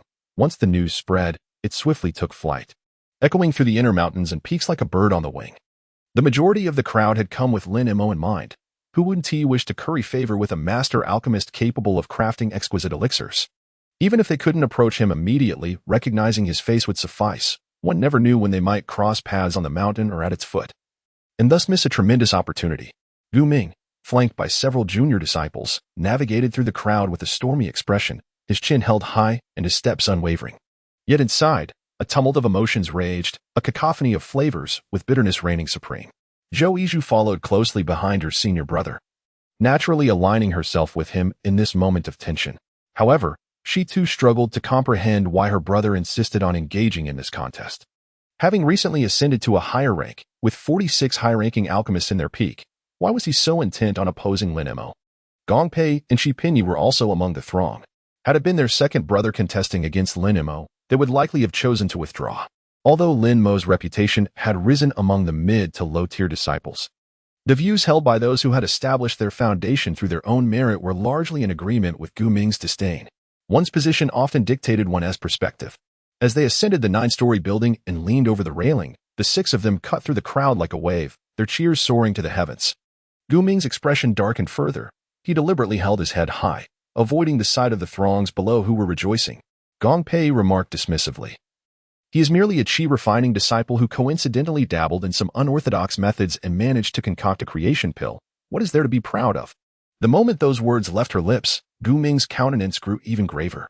"Why don't you demonstrate your own concoction for me?" A resonant voice boomed from behind, filled with authority. Gong Pei trembled in fright, hastily turning around. Before she could fully pivot, she bowed deeply, her waist bent low, and stammered, "Disciple greets master." The one who arrives is none other than his esteemed mentor, Elder Yu Fushou, accompanied by Elder Guo Jing, both of whom have been dispatched by Ancestor Yu and the Grand Elder. The presence of these two eminent elders undoubtedly underscores the significance this peak places on the forthcoming medicinal contest. Only the two elders are truly aware of the underlying motives. Ancestor Yu does not prioritize the contest itself. Rather, he values his reputation. Lin Mo's exceptional promotion was sanctioned by him personally, and should the contest end in disgrace, the embarrassment would extend beyond Ming Sun and He Songxing. That elder relishes the misfortunes of others, yet is keen to preserve his own dignity. Chapter 38. Tonight's full moon awaits its beloved on the pinnacle of the 9-story tower. The two individuals, upon their reunion, resemble two combative roosters, glaring at each other with fierce intensity. Gu Ming's cold gaze narrowed as he instinctively squinted, lending a sharper edge to his already piercing stare, which stood in stark contrast to Lin Mo's tranquil demeanor. Others exchanged glances, feeling the palpable awkwardness in the air. As direct successors of the mountain's lineage, they were well acquainted, having once shared tables and toasts as comrades, yet now they stood behind their respective supporters, exhibiting no sense of decorum. Yin Yezhou maintained a relatively relaxed expression and took the initiative to greet Zhou Yizhu. His approach eased the atmosphere considerably. Elder Guo stepped forward, entering the space between the two factions, surveying the scene with curiosity. He waved his hand, and two sword-bearers approached, carrying wooden trays. Upon these trays lay sheets of white paper and a pen. Given that this was a medicinal contest, the challenge would naturally involve the crafting of high-tier potions. Each participant would first inscribe a type of potion, serving as the initial 2 challenges, followed by a question posed by Elder Yu. 3 categories would be selected, each with a distinct focus, and the objective was to complete a formula that adhered to the principles of monarch, minister, assistant, and envoy, ensuring that the pharmacological properties did not overlap with any existing prescriptions. The victor would be determined by who produced a potion of superior quality and perfection. However, it must be noted that should the formula involve a shortage of ingredients or should either party possess only enough for a single dose, priority would be given to the one who submits first. The other would be required to start anew, with the order of submission taking precedence. Guming cast a disdainful glance at Lin Mo, a smirk curling at the corners of his lips as he remarked, "There is no need for complications. In this contest proposed by me, it is only fitting that Lin Shidi takes the lead in presenting the questions." Lin Mo smiled quietly without uttering a word. He stepped forward, took up a brush, and inscribed the 4 characters Dao Tree Nourishment on a blank sheet of paper. What does it mean for a practitioner to establish a foundation? Establishing a foundation is akin to planting the seeds of the Tao in the fertile soil of refined Qi. When the seeds take root and sprout, it signifies the successful establishment of a foundation. As the root system deepens and strengthens, the Tao tree flourishes ever more robustly, with its roots embodying vital organs, and its branches extending through meridians and acupoints, a process known as branching out. This represents the mid-stage of foundation establishment. As the tree matures, it gradually bears the fruits of the Tao, and the primordial spirit embarks on distant journeys, referred to as the final stage of spiritual wandering. Throughout this entire process, the practitioner must engage in diligent cultivation, nurturing their true essence, with the assistance of herbs and elixirs. Upon completing the 4 characters, he immediately set down the brush and remarked softly, "I never take advantage of others." After offering a respectful bow to the 2 elders, he returned to stand beside Yin Yezhou. Gu Ming's cheekbones rose, and he fell silent, inscribing the words "Eliminate heart demons." For practitioners, the emergence of deviant thoughts is the gravest of taboos. All distracting notions and delusions are deemed as demons. The higher one's realm, the more paramount the purity of one's Tao heart becomes. Should one be plagued by excessive heart demons and distractions, the consequences could range from severe setbacks to being ensnared by heart demons, a state referred to as going into madness. In the pursuit of cultivation, the expulsion of inner turmoil need not rely solely on medicinal remedies, yet such remedies remain indispensable for the majority. There are 2 main categories, each diverging in focus. Elder Yu posed a question regarding auxiliary substances for nurturing essence and breaking through layers, seemingly the simplest of the 3 medicines, yet also the most commonplace among practitioners. Alchemical elixirs, as it happens, are often the most ordinary and familiar items, and most alchemists have thoroughly studied them. Thus, conceiving a new formulation is undoubtedly a formidable challenge. Once all 3 inquiries were posed, the 2 were invited into separate apothecaries to commence drafting their formulations. The competition was not time-bound. Quality was prioritized over speed. A dozen junior disciples from the sword-flicking pavilion stood at the doors of the apothecaries, swords at their waists, ensuring that no one entered to offer assistance. The 2 elders invoked formations to completely seal the apothecaries, prohibiting the transmission of techniques. They then settled into their prepared tea tables and leisurely chairs at the railing, indulging in tea and conversation. The 11 direct disciples before the elders were not afforded such luxuries. They sat on the stairs between the 8th and 9th floors, some sipping wine, others cracking seeds, the atmosphere surprisingly amicable. Those below in the apothecary eagerly awaited the outcome. The formulation of 3 advanced new medicines was no simple feat. It required the application of profound pharmacological knowledge to derive a complete plan from existing recipes while meticulously avoiding the integration theories of established formulations, lest they be deemed as plagiarizing by the 2 elders and jeopardize their efforts. Fortunately, the mountain was inhabited entirely by practitioners. One could simply find a spot to sit, stand, or practice stances, focusing the mind and restoring vitality after a few small cycles of energy. The overseers of the apothecary had no respite, with some tasks to remain on standby for the 2 above, preparing medicinal materials outside the main gate. Numerous disciples were dedicated to serving tea to the spectators in the square, relaying the latest updates from above. The contest of alchemy, naturally, lacked the exhilarating thrill of a sword duel. Yet the primary allure for the spectators lay in the hope of producing a transformative elixir unhindered by the constraints of rare ingredients, thus celebrating the contributors to the sect. As time gradually slipped away, the sky darkened, and dozens of luminous lanterns illuminated the square, making the area outside the apothecary as bright as day. At that moment, Zhou Yizhu sat beside Yin Yezhou, a jug of wine in hand, taking small sips and whispering, "Senior Yin." Yin Yezhou dared not turn to meet her gaze, raising the wine bottle in a semblance of a toast.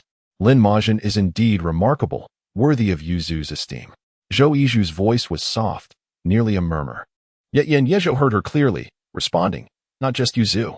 Wang Pingfeng abruptly interjected, "Senior brother Yin also places great importance on this matter. After all, I am the one who brought him to support Lin Mo." Yin Yezhou, far from being angered, felt his cheeks flush with embarrassment.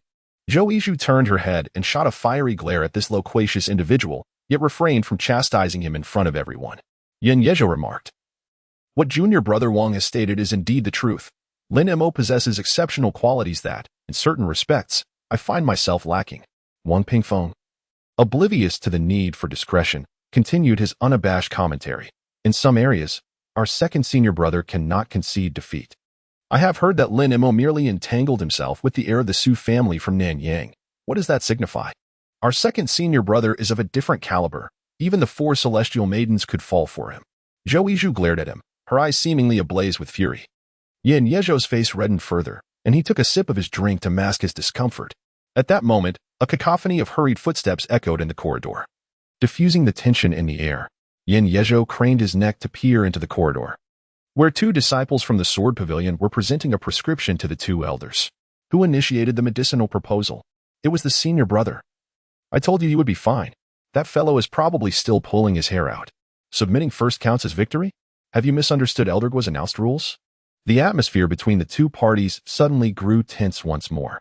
Despite the numerical disadvantage faced by Lin Mo, they were not to be underestimated, especially with the eloquent Wang Pingfeng among them, whose words were as sharp as swords, capable of silencing 10,000 soldiers with a single utterance. At times, even Yin Yezhou could not bear to listen, frowning as he remarked, "Could you refrain from speaking so much? We are all part of the same family. It is merely a contest of alchemy. Offending all your fellow disciples for your own amusement is hardly wise." The official, having just exited the apothecary to fetch water, conveyed crucial news to the outside, rekindling the previously subdued atmosphere of the square. However, the supporters of Gu Ming soon fell into despondency. His prescription was indeed sound. Yet the issue lay with the medicinal materials. With over 30 primary ingredients in short supply, 3 prescriptions would necessitate the recalibration of more than 600 auxiliary herbs, all while guarding against Lin Mo's formula encroaching upon some of the already scarce materials. As Gu Ming's prescriptions were returned, his followers, filled with disappointment, found the atmosphere returning to a state of calm. 3 more hours passed before Gu Ming submitted his proposal once again. To the astonishment of all, there was no sign of movement from Lin Mo, as though he were genuinely perplexed by the 3 questions and utterly unable to present a novel solution. Gong Pei laughed heartily, proclaiming, "I told you we wouldn't lose. After all, the senior brother is indeed the senior brother. Among peers, aside from the second senior brother, who could possibly rival him in the realm of medicine?" While he extolled the senior brother, he was not oblivious to the presence of the second senior brother seated right behind him. In the fields of both medicine and alchemy, the senior brother was indeed overshadowed by the second senior brother, and any suggestion of equality was a mere exaggeration. Zhou Yizhu's face also brightened with a smile, naturally. She wished for her brother to triumph, even though she harbored disdain for Gu Ming's demeanor. Nonetheless, he was still her brother, and familial ties, whether close or distant, held significance. Yin Yezhou, however, remained calm. He understood Lin Mo's capabilities and had confidence that Lin Mo would not be thwarted by these 3 queries. The reason for his silence in presenting a solution was surely due to his own considerations. Gu Ming's prescription had been returned by the apothecary's overseer for the 2nd time. The previously self-satisfied Gong Pei could no longer maintain his composure and, in a fit of anger, berated the overseer who had returned the prescription. "Can your apothecary even be of any use? You lack everything, yet you expect us to rely on you." He continued, "Who is the senior brother? He is the direct disciple of your leader. If you cannot assist your own kin, what right do you have to be here?" Just as he was venting his frustration, a sudden gust of wind swept through, lifting him off his feet and crashing him violently against the wall at the staircase's corner, leaving him disoriented and bewildered. In the midst of his curses, he was interrupted by a flash of sword light, swift as lightning. The foundational level Gong Pei did not even have the chance to conjure a protective spell before being hurled once more by the sword light, casting him far towards the direction of the purple smoke platform. One could only hear Elder Yu's stern reprimand. Noisy. Return to your cave and meditate for a year. It was a natural order for a master to discipline his disciple, and none dared to intervene or criticize. After another hour had passed, Lin Mo finally submitted his prescription to the apothecary for the first time. Wang Pingfeng was filled with anxiety, not for Lin Mo, but for his master's reputation. Yin Yezhou smiled reassuringly, saying, "Do not worry, Lin Mo's prescription will not exceed 5 deficiencies." Zhou Yizhu regarded him with a skeptical gaze. She had faith in the usually composed second senior brother and did not believe he would speak lightly. Yet she found it hard to accept that Lin Mo possessed such ability. Yin Yezhou explained, having refined pills alongside him. "I know he has committed the apothecary's recent inventory to memory." Zhou Yizhu's pupils dilated in surprise as she asked, "Why would he do that?" Yin Yezhou replied thoughtfully, "That money-obsessed fellow is not merely memorizing the herbs, but primarily their prices. Each time he concocts pills, he selects the cheapest and most common combinations of materials, allowing him to profit more. If Wei Linma were to overhear, he might quietly shed tears, compelled to express gratitude for the heartfelt words of the second senior brother, whose insights were remarkably profound and irrefutable. As anticipated, the return list from the pharmacy indicated a mere shortage of 3 types of medicinal herbs, none of which were the primary ingredients. In less than the span of a tea brew, he revised and resubmitted his prescription, which proceeded with exceptional ease, as hundreds of herbs were delivered to the 9th floor by over a dozen disciples in a seamless flow. Soon, the formula was verified by 2 elders and subsequently delivered to the apothecary by the disciples of the sword-striking pavilion. Wu Jingao inquired, "Brother Shou, what is your opinion of this young man's prescription?" Yu Fushou chuckled, "I know it works, but I do not understand the reasoning behind it." Wu Jingdao asked, "What do you mean?" Yu Fushou explained, "I am aware that the combinations of these herbs can indeed be effective. If he can eliminate the undesirable properties of some, then consumption should pose no risk. However, I am incapable of such, and neither are you, Wu Jing. Whether he can accomplish this remains a mystery." Wu Jing nodded in agreement, lifting his teacup and remarking, "I have heard rumors that this lad divides the properties of herbs with his sword and tint, refining their essence, which is why his concoctions are always of the highest quality and his elixirs consistently exceptional. I wonder if such tales hold any truth." Yu Fushou glanced at Yin Yezhou, who sat on the staircase, and whispered, "Little Yin often visits the cave dwelling of that Lin fellow. Do you believe it to be credible?" Gu Jing appeared to ponder this. As the evening drum silenced the forest and the morning bell startled the crows from their slumber, a streak of red appeared on the horizon, gradually dispelling the night. When the sun finally leapt above the distant mountains, the creaking of the door hinges roused the 2 elders, who had been dozing.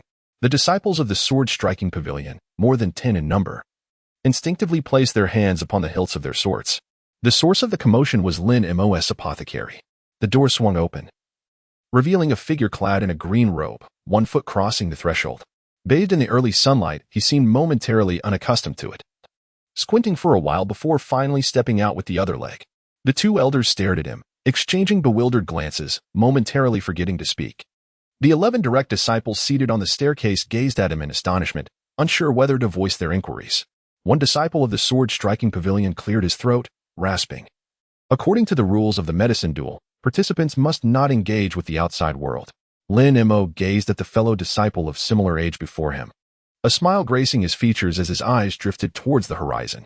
His feet moved incessantly, his form entirely bathed in sunlight. Yu Fushou stroked his grizzled beard, cleared his throat, and exclaimed loudly, "Lin Mo, have you truly decided to forego the competition?" Lin Mo smiled and clasped his hands in a respectful gesture, addressing Elder Yu and Elder Gua. Elder Gua, with his hand resting on his shiny bald head, inquired, "What brings you out here?" Lin Mo remarked, "Why linger inside after completing your task?" Yu Fushou stood in a daze. Although the process of concocting medicine may not be as protracted as that of alchemy, it nonetheless demands considerable time and effort, akin to a painstaking endeavor. It is hardly plausible to obtain the medicinal materials in the dead of night and produce 3 advanced potions by the break of dawn. Gu Jing, skeptical yet curious, queried, "Have you truly finished?" Lin Mo extended his left hand, palm facing upward, and with a graceful gesture directed it toward the door from which they had just exited. "Everything is inside. I asked both elders to examine it." The 2 elders, filled with a mixture of skepticism and curiosity, hesitated momentarily before reluctantly shifting from their comfortable chairs. Yet, they moved swiftly, one after the other, into the apothecary room. Before long, exclamations of astonishment echoed from within. It was only then that Yin Yizhou rose, his face alight with joy, and addressed Lin Mo, saying, "Congratulations, junior brother Lin, on achieving complete success." Lin Mo touched his nose and cast a sidelong glance at him. "Who claimed last night that I am obsessed with wealth?" Yin Yizhou, with an unflinching demeanor, turned to Wang Pingfeng and earnestly remarked, "I have already advised you to refrain from speaking too much, yet you refuse to heed my words. Now, look where we are. Others are listening keenly. Do you think they cannot hear the disparaging remarks made behind their backs?" Wang Pingfeng stood frozen in place. When did the once robust and imposing second senior brother transform into this? Could it be that someone had seized his essence? Not only he, but everyone present directed their gazes toward him.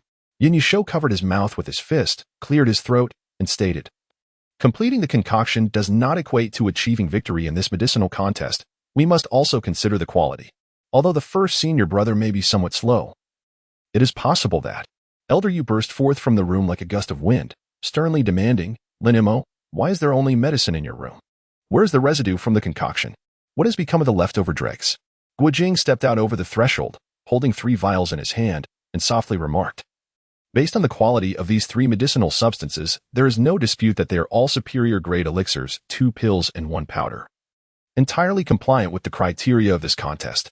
However, he cast a sidelong glance at Elder Yu and continued, "The absence of any residue or signs of used apparatus in your pharmacy leads us to reasonably suspect that you may have preemptively prepared the solutions in your spatial artifact. If that is the case..." Lin Mo removed the treasured pouch from his waist and with a flick of his wrist, hundreds of porcelain vials floated gracefully in the air. He had brought only this pouch for his journey, leaving the emotional entanglement behind in the cave dwelling, fearing that someone might question his integrity. The vials contained empty bottles recently acquired from the refined treasures pavilion at Tianmen Peak through Zhoumankuan. Each time he decomposed medicinal materials, regardless of their utility, he meticulously categorized and collected the various essences, for one could never predict when they might be needed. Elder Yu gazed coldly at the neatly arranged vials before him and remarked, "So you do admit to cheating?" Yin Yizhou stepped closer, smiling as he addressed the elders. "Esteemed elders, I can vouch for him." "Vouch for what?" Elder Yu's eyes shifted towards him. "Vouch for his dishonesty." Yin Yizhou replied, "Certainly not. I can attest that this is Master Lin's unique method of potion making. To him, no material is wasted. Everything arises from the 5 elements. Clarity and turbidity are merely defined by the limited perspectives of the world. Every substance holds potential and should not be discarded lightly. Therefore, the contents of these vials are indeed what the esteemed elders inquire about." He casually selected a vial, uncorked it, and with a gentle wave of his hand, inhaled deeply, confirming its composition. For instance, this vial contains one of the extracts from the purple jiao flower. Of course, it can be derived from over 300 medicinal materials. It simply lacks the quantity to compare with the purple jiao flower. Its function is to induce illusions. Just as Elder Yu was about to speak, Guojing interjected. The purple jiao flower was indeed among the medicinal materials Lin Mo required last night. As for how you extracted it, that is a personal secret, and no further explanation is necessary. Though his second brother had recently adopted a somewhat cunning demeanor, he remained resolute when it came to standing up for his friends.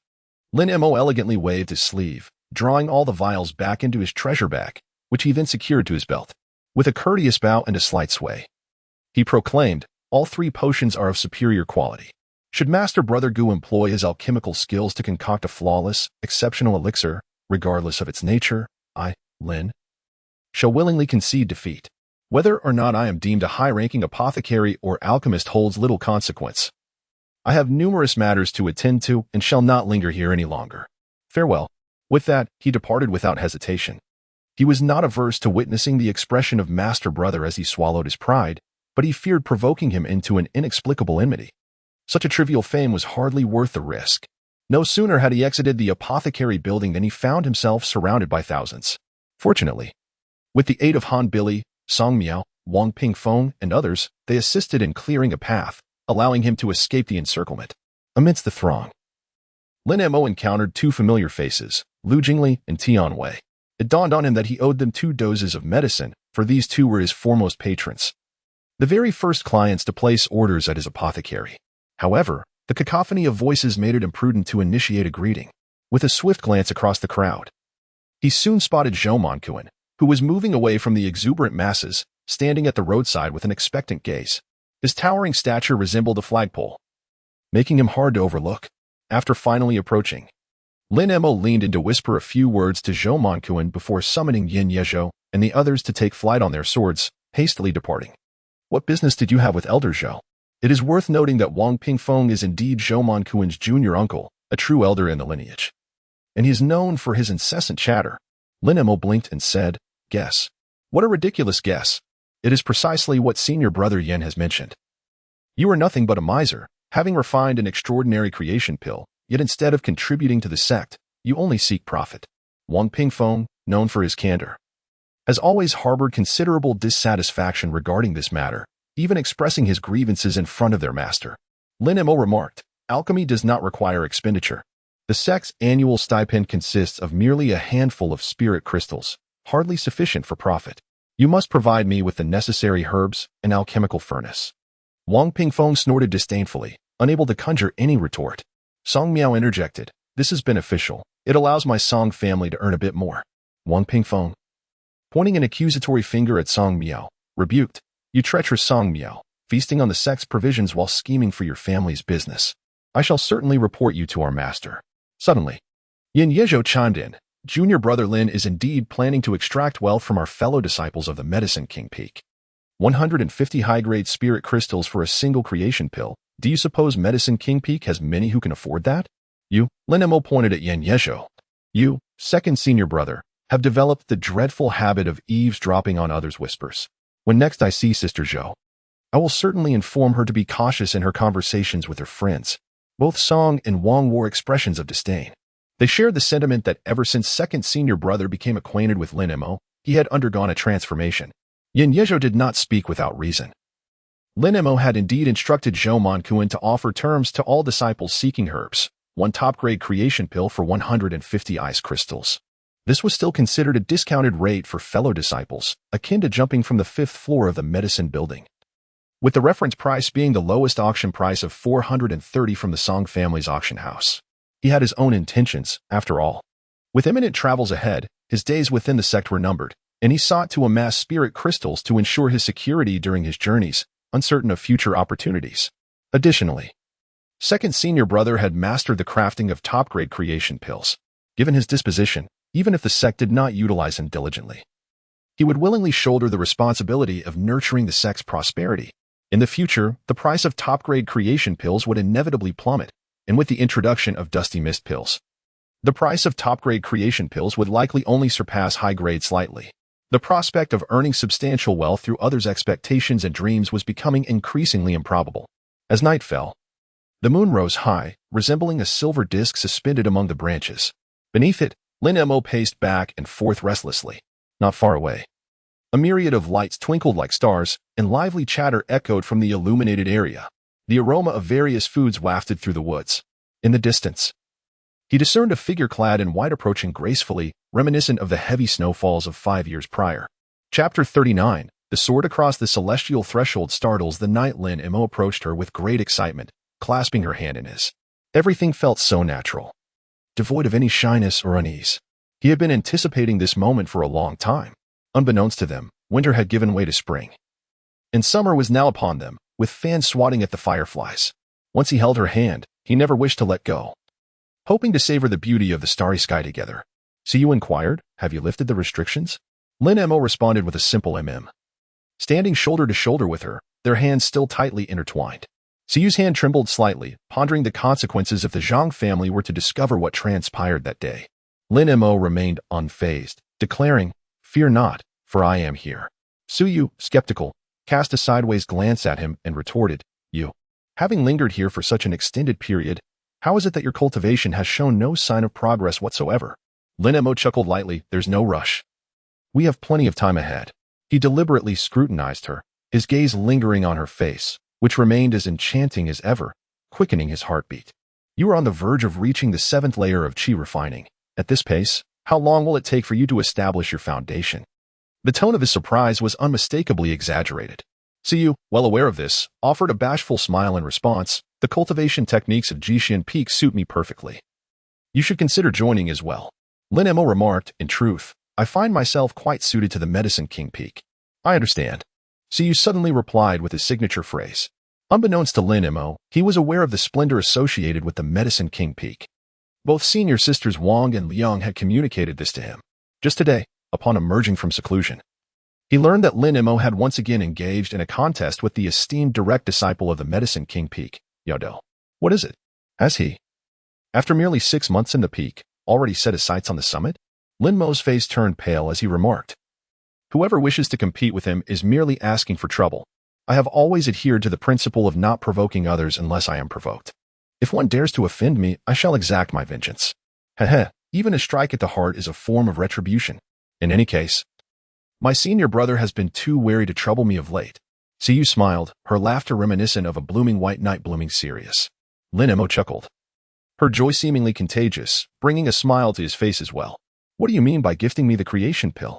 Do you doubt my ability to establish a foundation on my own? She exclaimed. It's a marvelous treasure. One must always prioritize their own people, don't you think? Moreover, with the assistance of the creation pill, the process of foundation establishment will undoubtedly become much more manageable. After all, the finest creation pills leave no lingering troubles. That is a certainty I possess. He had countless thoughts swirling in his mind, having contemplated various topics before arriving. Yet, upon facing her, it felt as though all his words had lost their significance, with the reins of conversation firmly held in her hands. Is this truly the black market of our sect? Despite my time here, I have yet to explore it. So you grasped his hand, leading him toward the brilliantly illuminated area. Lin Mo was reluctant, preferring to linger in the dim glow of lights. The location was his choice, required to meet Ji Bo's demands. He had no option but to retrieve the crystal token bestowed upon him by Wu Jiuzhen to make contact. And the black market was the most suitable place for a natural encounter, nestled between the inner and outer realms. It was separated from the Longling boundary at the south gate by only a single barrier. Many disciples serving in the outer sect would seize the opportunity of the triennial black market to gather rare treasures and elixirs seldom found in the outer realm, which they would then resell at a premium to their peers, profiting from the price difference. Participating in the black market came with its own set of rules. For instance, participants would not engage in open transactions without discretion. Each attendee was required to purchase a concealment talisman from the organizers. This talisman could not alter one's appearance but would envelop the body in a shroud of mist, making it nearly impossible for those lacking innate insight or advanced cultivation to penetrate the fog with their spiritual perception. The concealment talisman cost 10 spirit crystals each. Regardless of necessity, participation mandated the payment of this threshold fee. Lin Mo affixed the concealment talisman to Su Yu's waist, while he himself donned one as well. However, in his perception, apart from a faint veil of mist surrounding everyone, he could hardly discern any barriers. Numerous individuals frequented the black market, most clad in unmarked attire belonging to their respective sects, as no one would dare wear garments that displayed their identities. Unlike the auction houses, transactions in the black market relied solely on the acumen of the parties involved. Prices were subject to free negotiation, and those who misjudged were deemed unfortunate, while sellers who suffered losses kept their grievances to themselves. The organizers were quite considerate, setting up hundreds of stalls across a spacious clearing within the woods, where one could rent a stall for a mere 5 spirit crystals and assume the role of a proprietor. Naturally, there were those who hesitated to part with 5 spirit crystals, wandering through the crowd to peddle their treasures to passersby. As the legitimate daughter of the Su family from Nanyang, Siyu held little regard for the mediocre artifacts and mid-tier elixirs found in the black market. After perusing the stalls, the two settled at a late-night food stall, ordering a few dishes to accompany their drinks, along with a local brew claiming to be from Feichuan Peak. The food was genuinely delightful, prepared from the marrow of deer and sheep closely related to the mountain's celestial beasts, surpassing even Lin Mo's culinary skills. At least better than those served in the dining halls of the various peaks. The wine, however, left much to be desired, although labeled as aged. It was merely new wine blended with some celestial herbs, giving it a slightly yellowish, viscous appearance. It was sweet to the taste, but not in a lingering, pleasurable way. Rather, the sweetness stemmed from the herb's influence, a fact easily recognized by seasoned drinkers. Lin Mo cannot be considered an old drunkard, yet his keen insight into the pharmacological properties of medicinal substances allows him to discern their qualities with remarkable ease. When he posed a question, the vendor immediately presented a jug of freshly brewed wine along with a plate of dried, salted fish, plopping down beside him. He poured himself a cup and filled Lin Mo's glass, clinking their cups together for a toast. In a hushed tone, he remarked, "Esteemed brother, this vintage, aged for a mere year, yields only 1,000 or so pounds. The elders of Zhufeng are always in short supply, making it exceedingly difficult for us lower-tier disciples to acquire any. This jug of wine is genuinely brewed from Feiyuan Peak. To be honest, it's unadulterated new wine. And I'm only offering it to you because I can see you possess a discerning palate. We're all just trying to make a living, otherwise. Who could afford the exorbitantly priced creation pills nowadays?" Upon hearing the mention of the creation pills, Lin Mo felt a surge of excitement. It was likely that the vendor had no idea that the very individual responsible for the inflated prices was sitting right beside him. "What do you mean by exorbitant prices? Pray, enlighten me. I have just emerged from seclusion and am unaware of this." The vendor swallowed a mouthful of wine, exhaling the sharp, pungent fumes, and replied in astonishment. "You truly haven tea herd? It has been the talk of the peaks lately. Everyone is frantically scrambling for spirit crystals. If it weren't for the rigid rules set by that young master from Yawang Peak, I dare say the peaks would be considerably diminished by now." "Why is that?" Lin Mo inquired. "What other explanation could there be but the stripping of the land? The soil within our mountains is rich in spiritual energy taken elsewhere. It can still be exchanged for spirit crystals. And how much would it take to trade for a piece? Who cares about that? If it can generate profit to trade for exquisite creation pills, who wouldn't he go mad over it? But you haven't mentioned what the rules entail." "The rules? Quite simple. Really? No one below the pinnacle of chi refinement is permitted to partake in the transactions. Only one furnace is sold per month. Available for purchase on the first day of each month. First come, first served. Prior verification of qualifications must be obtained from the Yawang Peak Administrative Hall. With no credit allowed.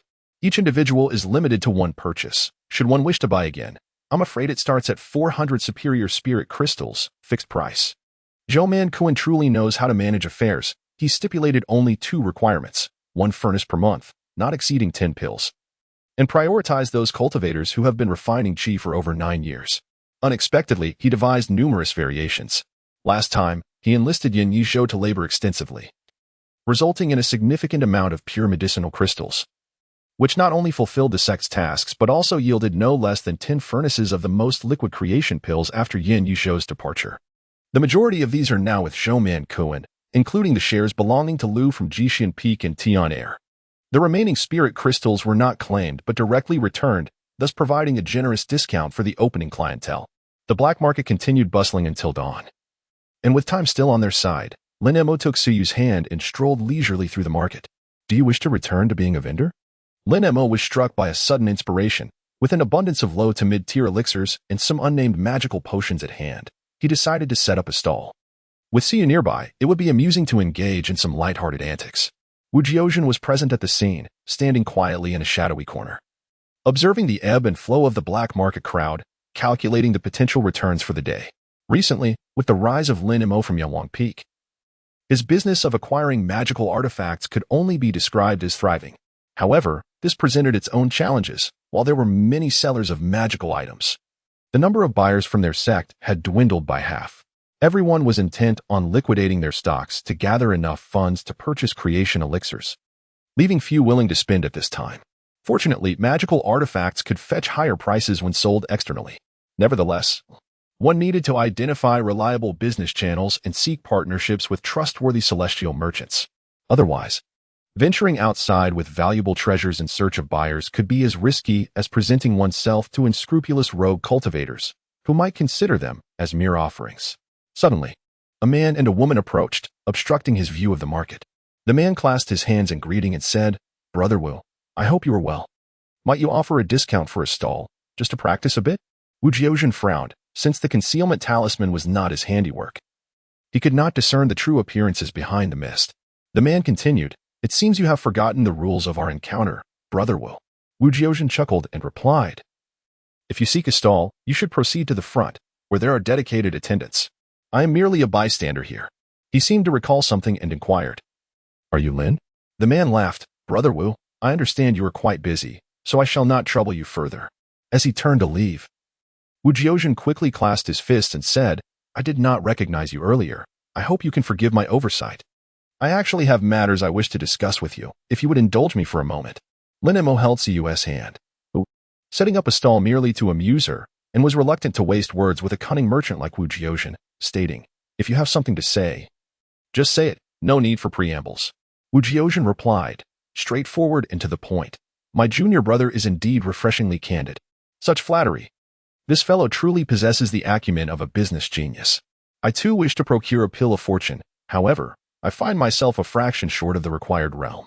I wonder if I might request one from junior brother Lin in person, with a negotiable price of 150 ice crystals, which I can provide immediately."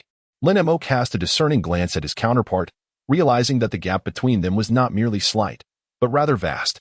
This fellow had only attained the 7th level of chi refinement, and given his meager aptitude for cultivation, it would be nearly impossible for him to break through to foundation establishment within a decade.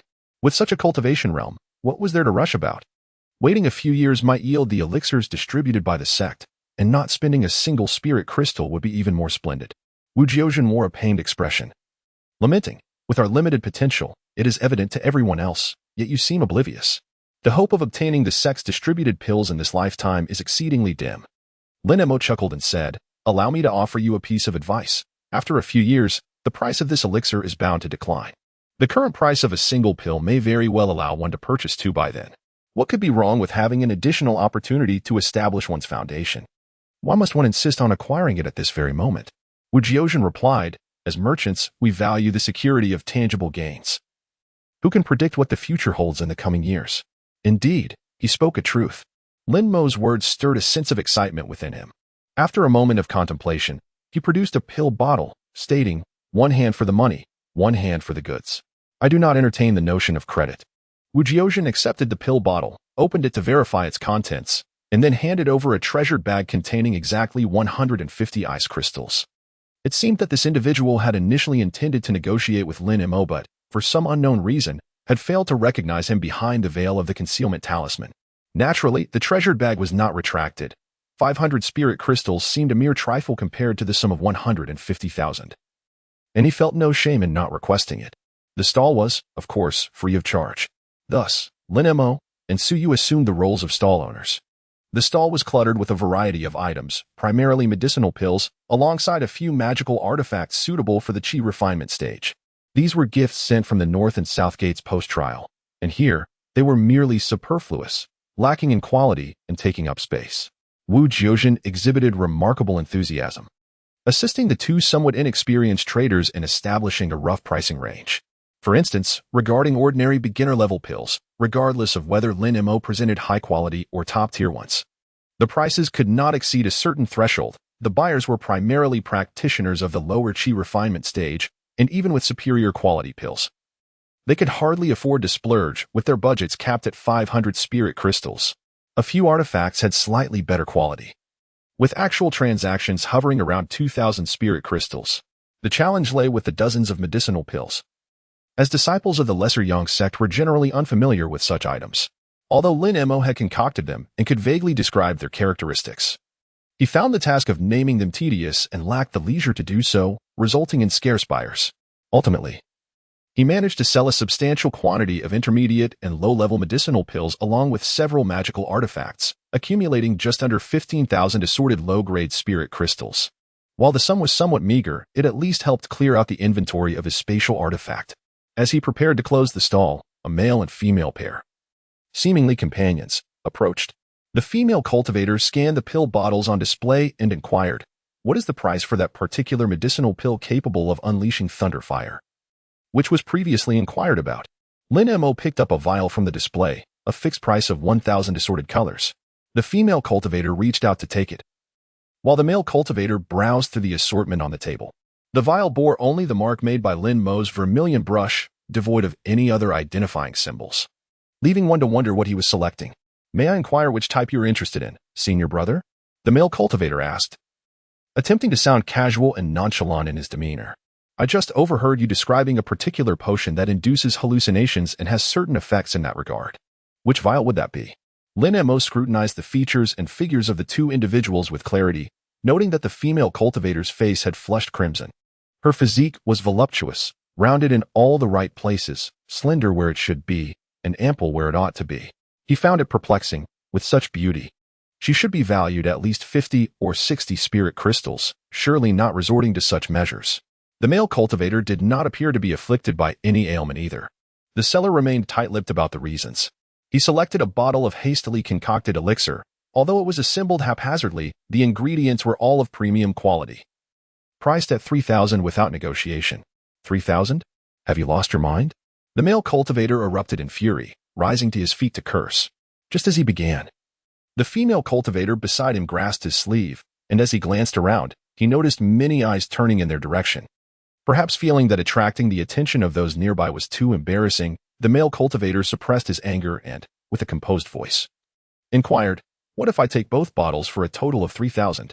Lin Mo shook her head. So you had already distanced herself?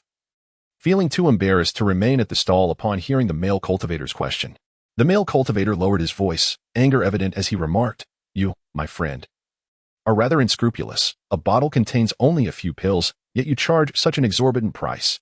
How can you not feel a twinge of conscience?" Lin Mo, with an unwavering demeanor, began to pack up his stall. He remarked, "Purchase if you wish, but I must forewarn you, this elixir is best used sparingly, for it can be detrimental to one's health. Otherwise, for 4,000 spirit crystals, I shall grant you a bottle of the cleansing heart pill, which specifically counters the illusionary toxin." The male cultivator seized the vial of elixir and extended his hand, commanding, "Hand it over." Lin Mo stated, "First, payment must be made. Only then shall goods be exchanged, leaving neither party indebted." The female cultivator hurriedly reached into her purse to settle the bill. Lin Mo then presented her with a vial of clear heart elixir, while inwardly pondering the situation. The black market was still far from closing. Yet neither of them felt inclined to linger any longer. Hand in hand, they made their way toward the road leading from the black market to Jishin Peak. Just moments ago, the moon shone brightly in the sky, casting a silvery glow over the earth. Now, however, darkness enveloped everything, as ominous clouds obscured the stars and the moon from sight. Lin Mo's hand suddenly encircled Suyu's waist, and she submissively leaned into his embrace. Yet an unsettling sensation coursed through her. His entire body was taut, muscles as unyielding as steel. The earth was saturated with darkness, rendering visibility non-existent. The world was enveloped in a deathly silence. Even the chirping of insects had lost its vigor, and the wind was utterly still. A murderous aura permeated the entire expanse. The towering trees along the roadside seemed to transform into sharp blades in the blink of an eye, the stench of blood pervading the air.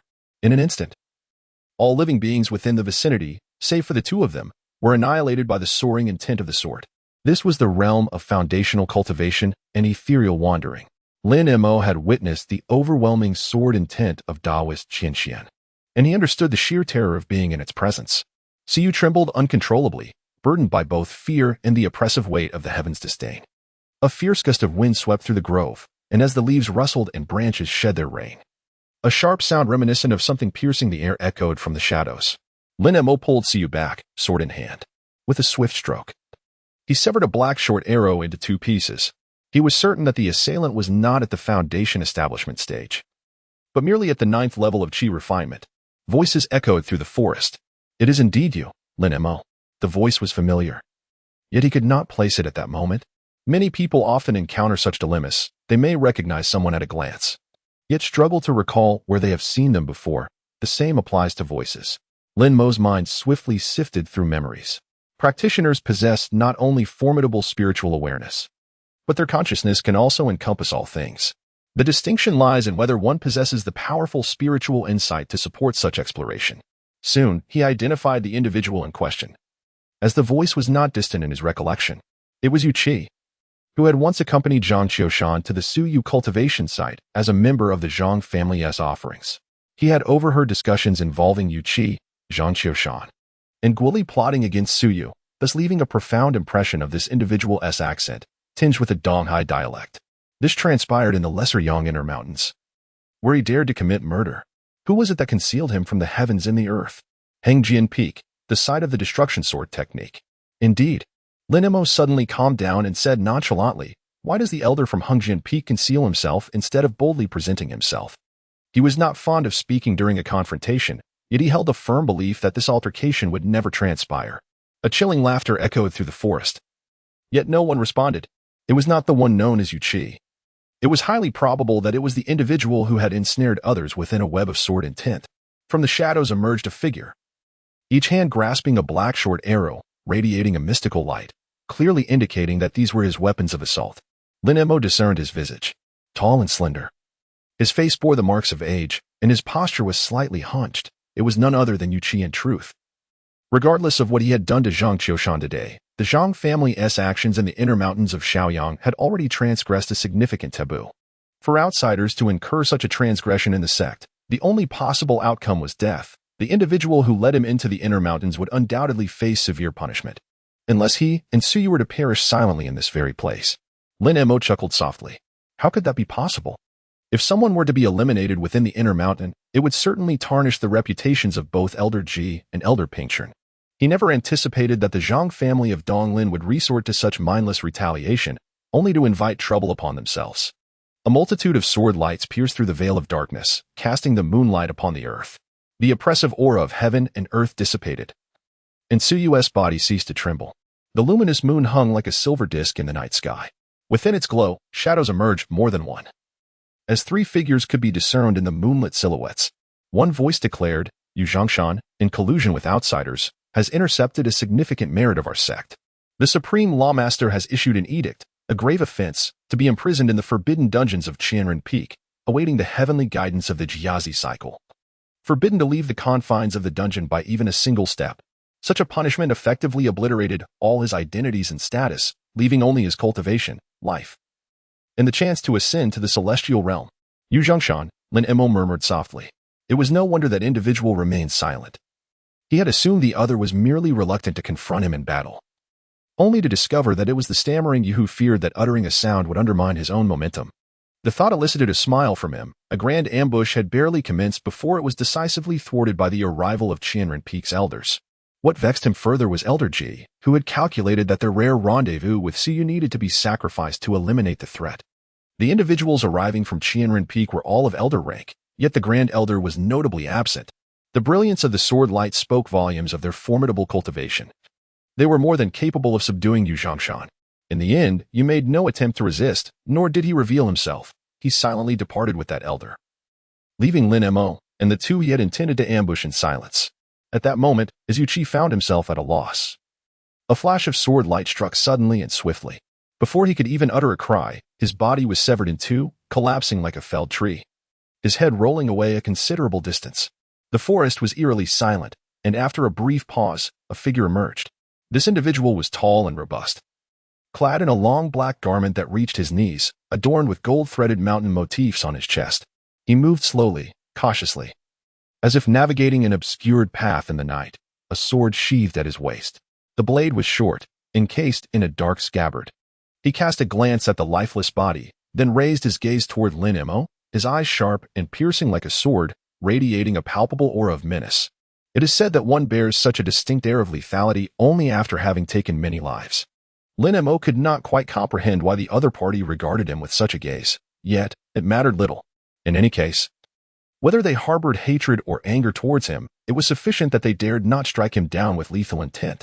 The individual coldly stated, Lin Mo, Suyu, you two are suspected of collaborating to slay Zhang Qiushan, a disciple from Hengjian Peak, at the sword refining peak. The Law Hall of Qianren Peak demands your return for questioning. The Law Hall, not the punishment hall, of Elder Pingchun. Lin Mo grasped Suyu's hand tightly, uncertain as to why the esteemed master of law at Qianren Peak had suddenly taken an interest in this matter. It seemed as though only the three of them remained within the bounds of the forest.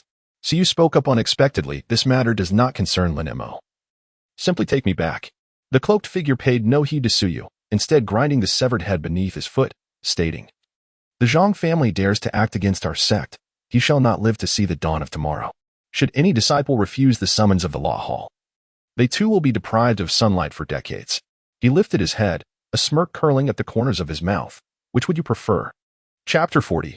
Sect Assembly. Throughout the encounter, the cloaked figure never introduced himself, his aura chilling enough to raise goosebumps. The severed head of Yu Qi hung conspicuously at his waist, devoid of any disguise. The remaining corpses had been incinerated to ashes by a single bolt of thunderfire, leaving not even a trace of bone.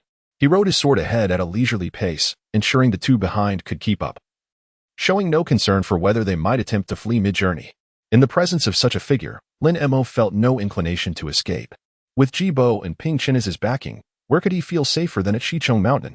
As they continued, Lin Mo began to sense a misdirection. So you noticed it too and inquired, Is this not the direction to Qianren Peak? The man replied. When did I say that the Law Hall's inquiries must take place at Qianren Peak? It dawned on Lin Mo that the mention of returning for questioning did not necessarily imply a return to Qianren Peak. It could also signify a different form of return to their homeland. Qianren Peak lay to the east. If they were to head there, they ought to traverse the sunny slopes of Feichuan Peak. However, they had already circumvented the western side of Feichuan Peak, and continuing forward would lead them into the territory of Jixin Peak. Lin Mo abandoned the idea of retreating.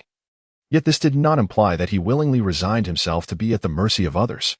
The 4 characters inscribed on the jade slip within the complex had been stimulated by his spiritual perception no less than 20 times, yet Jibo displayed no reaction whatsoever.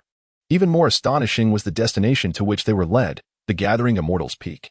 This was the ancestral peak, the residence of the sect leader, and the location of the ancestral temple of the Lesser Yang Swords sect, where significant decisions of the sect were deliberated. Where deliberation was required, there existed a conference hall. Lin Mo inexplicably found himself in a grand chamber where many elders lacked the privilege to even place a chair. Siyu was equally perplexed. The elder clad in black remained silent, standing like a spear before them, leaving only his silhouette behind. In the assembly hall sat another figure, also dressed in black, adorned with golden threads intricately embroidered to resemble mountain peaks, his collar likewise gilded. He was absorbed in the jade slip in his hands, his brow furrowed, and his previously dark, rock-like visage appeared even more somber. After a prolonged silence, he slowly raised his head, casting a fleeting glance at the man in black before shifting his gaze to Lin Mo, scrutinizing him with great intensity. Lin Mo was also observing him, curiously. Their gazes never met. Siyu dared not even lift his head. All the disciples of the sect recognized that the individual seated there was none other than the esteemed leader of Qianren Peak, the sect's enforcer, Shurgo. His name, composed of the characters for stone and leather, truly reflects his essence. The reason why Qianren Peak is not favored by the disciples of other peaks is said to largely rest upon the shoulders of this formidable leader with his ruthless demeanor. Shurgo squinted his eyes and remarked, "You have arrived." Lin Mo said, "Yes." Shurgo remarked, "Do you know why I came to find you?" Lin Mo shook his head and replied, "I do not know," his heart serene and undisturbed. Shurgo chuckled softly, and his smile, more unsettling than his usual stern demeanor, revealed a hint of menace, with the corners of his mouth curling upward like a chisel poised to break through a tough shell. "Some believe you should bear responsibility for Zhang Qiushan's demise. Others insist that you owe an explanation for the deaths of Qian Xian and El Yang. Still, there are those who consider you a future benefactor of our sect, deserving of leniency even if you transgress the rules." He fixed his gaze upon Lin Mo, his eyes glinting with mirth as he inquired, "Whose counsel do you think I should heed?" "This old fellow is laying a trap." Lin Mo gazed steadily at him, calmly stating, "Zhang Qiushan? I am unfamiliar with him. Why should I bear responsibility for his demise? As for Qian Xian and El Yang, the esteemed master of law should not direct such inquiries at me. Let us refrain from mentioning meritorious deeds. Anyone who transgresses the sect's regulations ought to be treated equally." The man in black lowered his gaze once more, gesturing dismissively, "Let them wait aside, in matters of right and wrong. There are always those who relish in disputes, let them listen." The figure in black then firmly ushered Lin and Su to a corner. Standing beside them with hands clasped at his waist, maintaining a posture of meditation, eyes observing the nose observing the heart.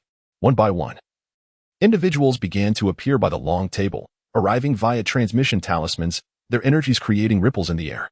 Before long, a long table surrounded by numerous chairs was filled with attendees. Most of those present were familiar faces to Lin Mo, having likely crossed paths in his youth. They were adorned in the attire of the leaders of various peaks in the Grand Elder. Within the room, only the black-clad man remained at the elder level, without even a seat to his name. No one paid particular attention to the trio in the corner, as if an unspoken understanding existed among them. None dared to inquire. While Shurgo remained focused on the jade slip in his hands, casting his head down, and no one dared to disturb him. The representative from Yaowang Peak was not Umo but rather the Grand Elder GC. Cultivators had assembled from all directions, many of humble origins. GC was one such individual, having grown up in poverty without formal education. His children were named simply according to their birth order, and thus, he was named GC, a rarity among those who, after achieving success in cultivation, retain their common names. The final 3 to occupy their seats were the current sect leader Li Fan, Ji Cha-Ching, and Pingchen, who appeared almost simultaneously, filling the vacancies at the long table. Only then did Shurgo lift his head, gently placing the jade slip on the table, surveying the room before solemnly addressing the assembly. I have gathered you all today for two matters.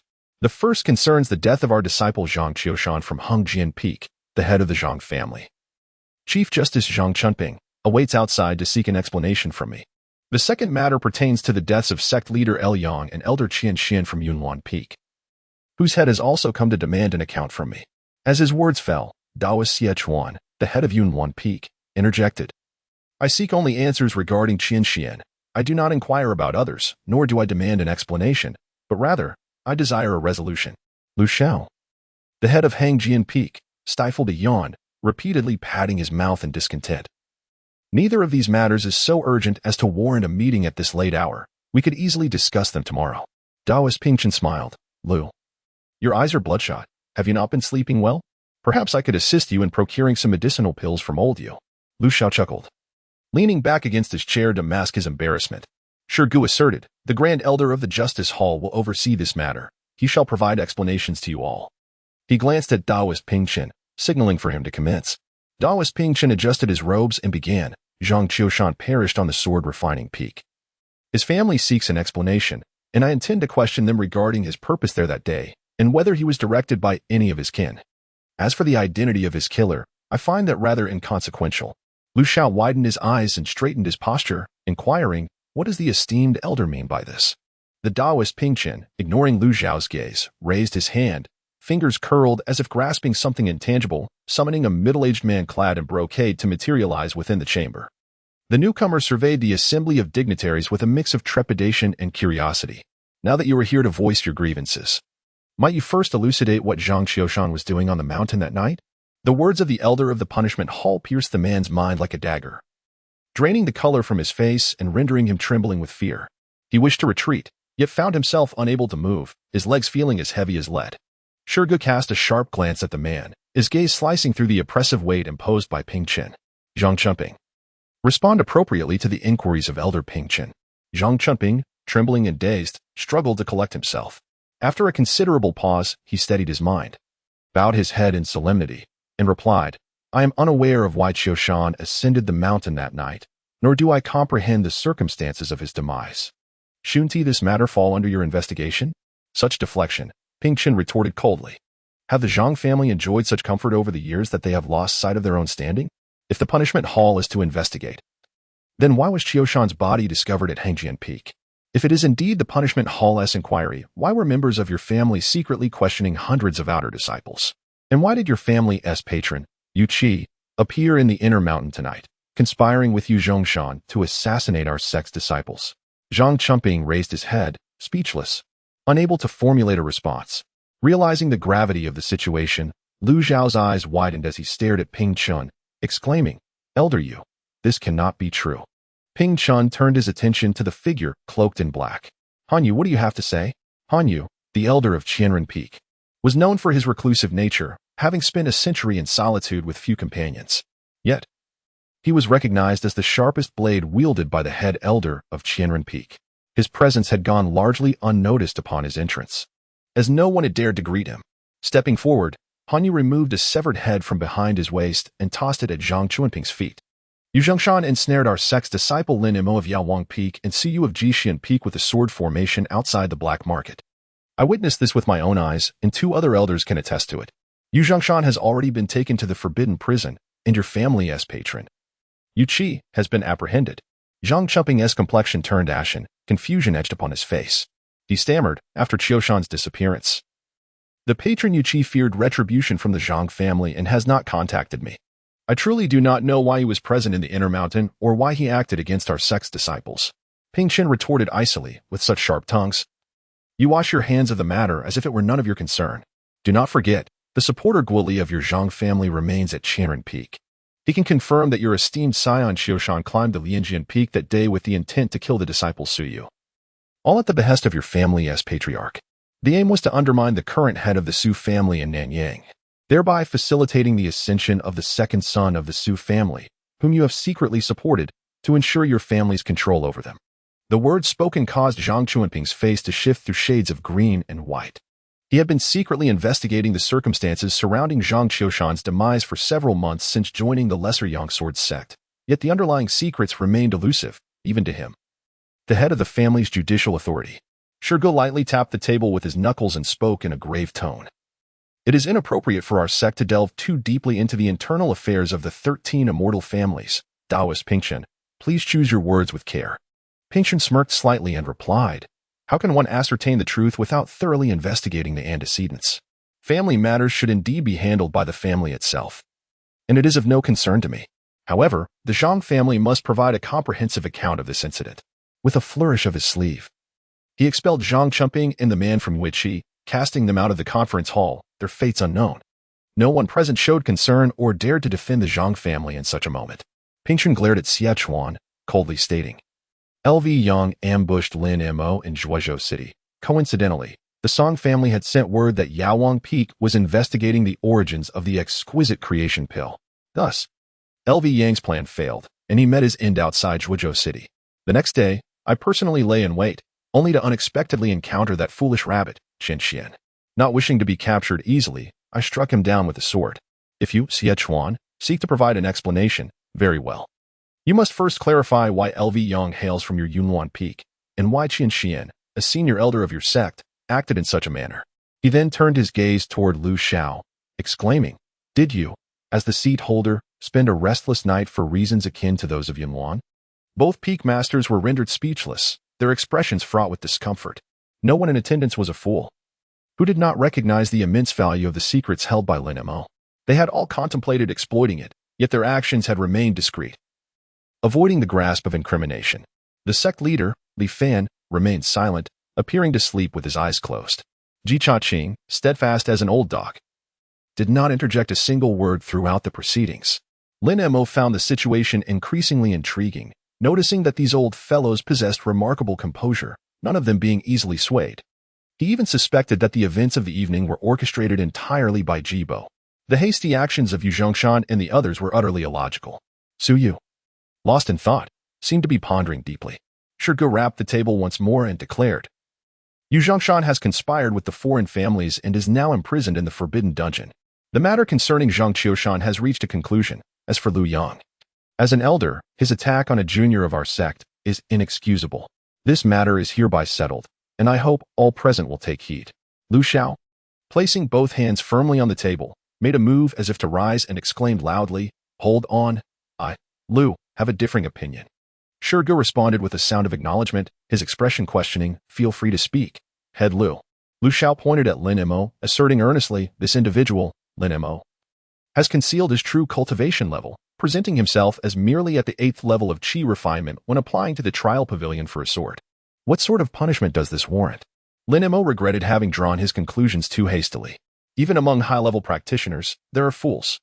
The master of this peak is certainly not the most discerning. Soon, the Taoist Pingchen provided an answer. Lu Xiao, you have served as the chief for over a decade. Could it be that your mind has been solely occupied with the dual cultivation of yin and yang during these years? Which of our sect's regulations states that one at the 8th level cannot receive a sword?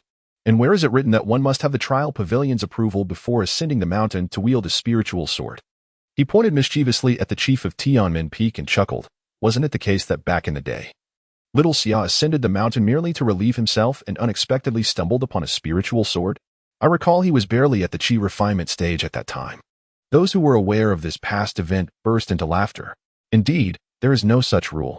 The requirement for the trial pavilion's consent to receive a sword upon ascending the mountain is a recent development, only established in the last century since the trial pavilion's inception, and it has not yet been enshrined in the sacred laws of our sect. Lu Xiao, a sword enthusiast, was originally the great elder of Hongjian Peak. Due to the former chief's demise in battle over a decade ago, he ascended to the position unopposed. As no one else from Hongjian Peak had reached the pinnacle of foundation establishment, the sect's rules had not been thoroughly examined. Hongjian Peak had suffered the most devastating losses in that war, harboring a deep-seated resentment towards Lin Mo's late father. A hint of dawn appeared on the horizon, and the moon hung shrouded in mist, threatening to vanish from the sky at any moment. Taoist Pingchen walked ahead while Lin Mo followed closely behind, navigating the winding and treacherous path down the mountain. Various trees and vibrant flowers lined the roadside, greedily drinking in the dew amidst the thin mist. When the sunlight finally graced the mountains, this place must be truly enchanting. In the celestial mountains enveloped by clouds, The moments of sunlight are fleeting. Lin Mo was enveloped in a sense of melancholy. Although many matters had found temporary resolution, the pervasive gloom surrounding him remained thick. At this moment, he yearned desperately for the warmth of sunlight, hoping that the brilliant sun could dispel all shadows. So you had returned to the cave dwelling. With such a method of rendezvous, it was uncertain when the veil of ambiguity would finally be pierced. Ping Chen remarked, "You should take a leave from the mountain gate for a while." Lin Mo clenched his fists tightly. He was reluctant to depart. For Shichong Mountain held irreplaceable treasures, his chubby friend, Siyu, his newly befriended second senior brother, the decaying elder He, the enchanting landscapes, the countless exotic creatures, and the ever-increasing flow of wealth that was visibly rising each day. Yet, he found himself compelled to leave. All comforts and ease should not serve as shackles to impede his progress. When to leave? He felt it necessary to bid farewell to his friends. In his mind, he ought to at least exchange pleasantries with his chubby companion. Several farewell toasts were inevitable. He should also extend his regards to his second senior brother. Though a small drink was of little consequence, it was imperative to remind him not to ruin the business. At worst, he could entrust the venture to Zhou Wanquan, continuing the promising enterprise of crafting exceptional elixirs. He also needed to pay a visit to Elder He, for this journey might unveil methods to delay the onset of decline. Without a moment's hesitation, Ping Chen responded decisively, "We shall leave at once. Return and pack your belongings swiftly, before others awaken to the reality, and depart immediately." Lin Mo was rendered speechless. Ping Chen did not afford him the opportunity to retort, stating, "Everything at home has been arranged. We will publicly declare that you are in seclusion, while Yin Yizhou will continue to refine the exquisite creation elixir in your stead, creating the illusion for outsiders that you are still in the mountains. As for your destination, has Mr. Ji informed you?" Lin Mo was momentarily taken aback. It seemed that this part was absent from his memories. However, Ping Chen disregarded his current emotions and stated, "I will see you off. That place is not comparable to the Wuyuan continent. No one can pose a threat to you there. With your abilities, I believe you will return in less than a decade. By then, you will be free to do as you wish. Take your time." Lin Mo finally spoke up, interrupting Ping Chen's words. "Where are you planning to take me? It is certainly not comparable to the five-source continent." Ping Chen was taken aback as well, gazing at him in confusion. "Did old Ji not inform you?" Lin Mo's face was a canvas of sorrow and indignation. Recently, he had spoken in cryptic terms, and I had assumed he had changed his demeanor. Little did I know he was merely laying the groundwork for what was to come. Ping Chen let out a sigh, stating that regardless of the circumstances, if there was anything that required tidying at home, it should be addressed promptly. If not, he would escort me away at once, assuring me that certain matters could be discussed along the way. Indeed, there was nothing that needed attending to within the cave. Having learned from the previous incident when Yuzu intruded unannounced, even the revered Taotai cauldron had been tucked away into the emotional realm, leaving only the walls of the kitchen adorned with wild game. Ping Chen's flying artifact resembled a vessel, a willow leaf boat gliding through the clouds and riding the winds. The boat was furnished with a table, fine wine, and delectable dishes. Lin Mo, however, was as unpalatable as chewing wax. It was truly far more delightful to enjoy sunflower seeds and wine with second senior brother. The boat sailed upon the clouds, occasionally revealing glimpses of a checkered landscape below, dotted with cities the size of dried tofu. In his haste, he had failed to retrieve most of the high-quality ice crystals that Zhou Min and Kuan had helped him sell. Years later, upon his return, it would be difficult to ascertain whether those transparent and nearly pure objects still bore the Lin surname. It was not a question of doubting Brother Man Kuan's character, but rather the fact that second senior brother had impersonated him, with the shadow of old ancestor Yu lurking behind. The mere thought of old ancestor Yu's disposition ignited his ire. The flying boat had already drifted far from Shichong Mountain. Beneath the clouds, the landscape unveiled a starkly different scenery from that of the mountains. Lin Mo could only ascertain that the flying vessel was heading east. As for its destination, he had never ventured far from home and had gleaned all his knowledge of the outside world from books, entirely unaware of the nature of the vast realm that awaited him. Ping Chen, engrossed in his drinking, exhibited a common trait shared by these old-timers. If others did not humbly seek their counsel, they would never voluntarily divulge the truth, as if such reticence elevated their sense of superiority. Was last night's incident orchestrated by the elders? The truth had become inconsequential. He merely sought a topic to pry open Ping Chen's lips. Ping Chen replied, "Without a few digressions, how can we keep those rascals at bay? If we don't, they might believe we have let our guard down, thereby easing their scrutiny over you." His response neither denied nor confirmed the implication. Lin Mo inquired, Who exactly are they? Are they aware that both you and Jibo are secretly assisting me? Pingchen laughed heartily, stating that aside from a select few, every elder of the various peaks is keeping a close watch on you. However, there are not many who, like Yunluan Peak and Hengjian Peak, lack composure. After all, among practitioners, individuals like Lu Xiao and Yu Zhongshan, who act impulsively, are quite rare. Lin Mo found himself at a loss for words. However, he harbored a degree of understanding towards Hengjian Peak. The trauma inflicted by the death of his father on Hengjian Peak was profoundly deep. Once a formidable force during the war, the sudden demise of Lin Mo's father left most of the foundational practitioners unable to retreat in time, resulting in their tragic downfall at the hands of the Shui Long sect, with scarcely a tenth of them surviving. This calamity is one of the reasons why Hengjian Peak has prioritized the cultivation of talented disciples over the past decade. The loss of a certain direct heir, particularly one intertwined with Lin Mo's own fate, rendered Hengjian Peak's frantic response entirely predictable. Pingchen remarked, "Do not dwell on those matters. With both myself and old Ji in the sect, the sky will not fall. Focus solely on your cultivation and strive to reach the threshold of ascension as soon as possible.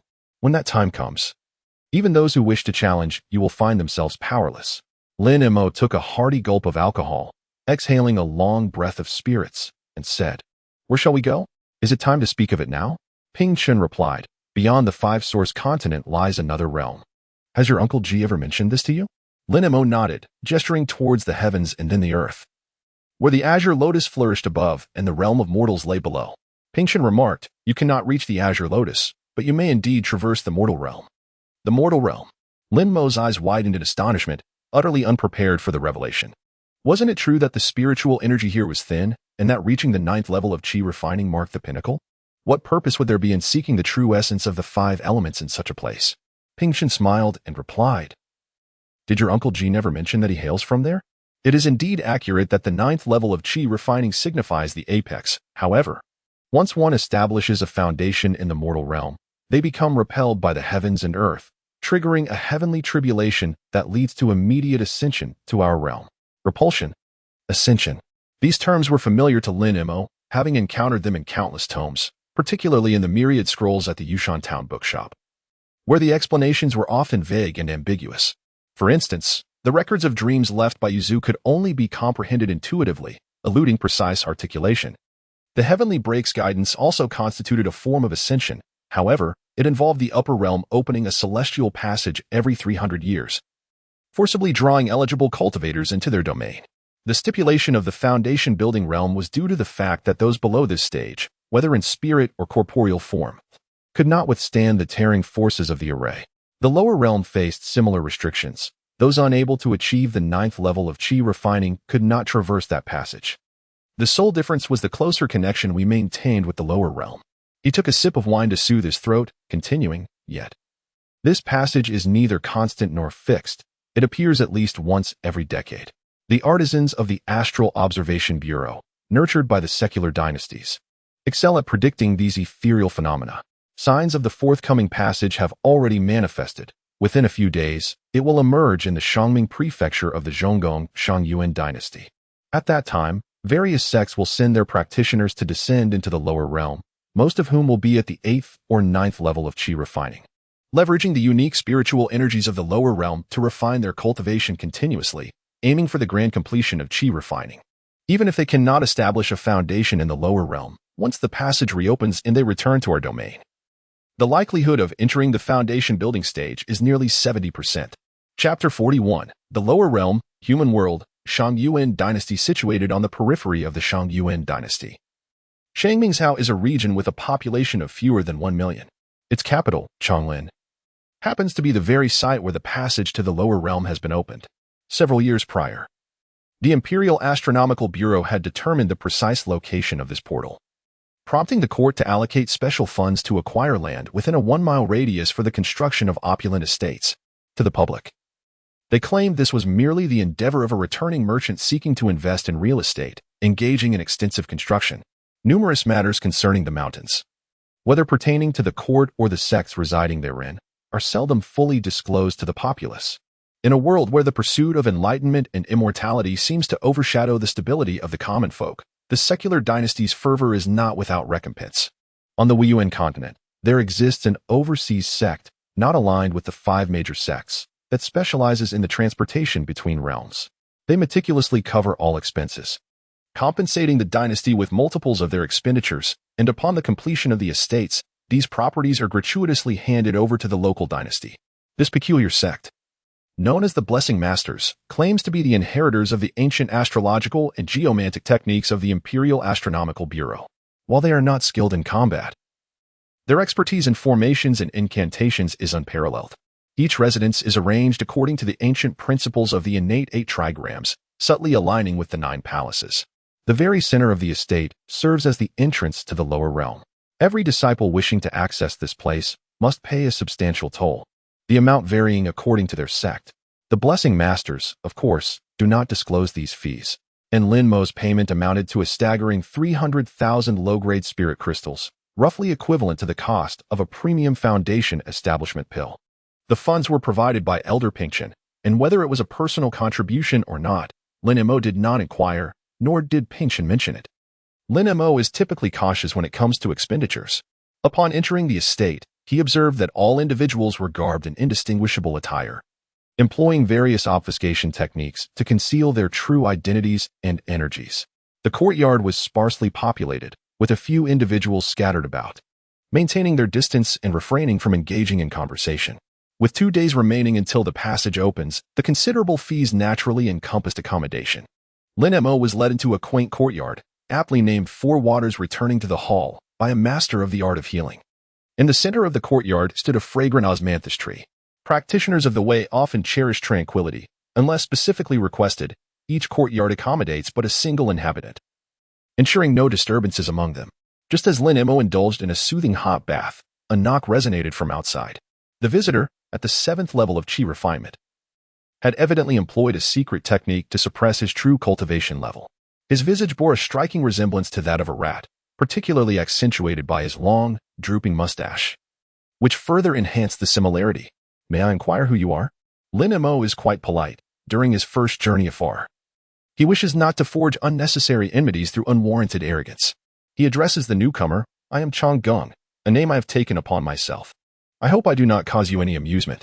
It is customary for everyone descending to the mortal realm to refrain from using their true names, which is entirely normal. Even when traveling, one typically adopts a pseudonym, let alone when venturing into an entirely unfamiliar world. Lin Mo remarked, you may call me Tangzhan, or simply Xiao Tang. This moniker was inscribed in the roster of the main participants, derived from a captivating novel he had perused. He had always found the name strikingly formidable.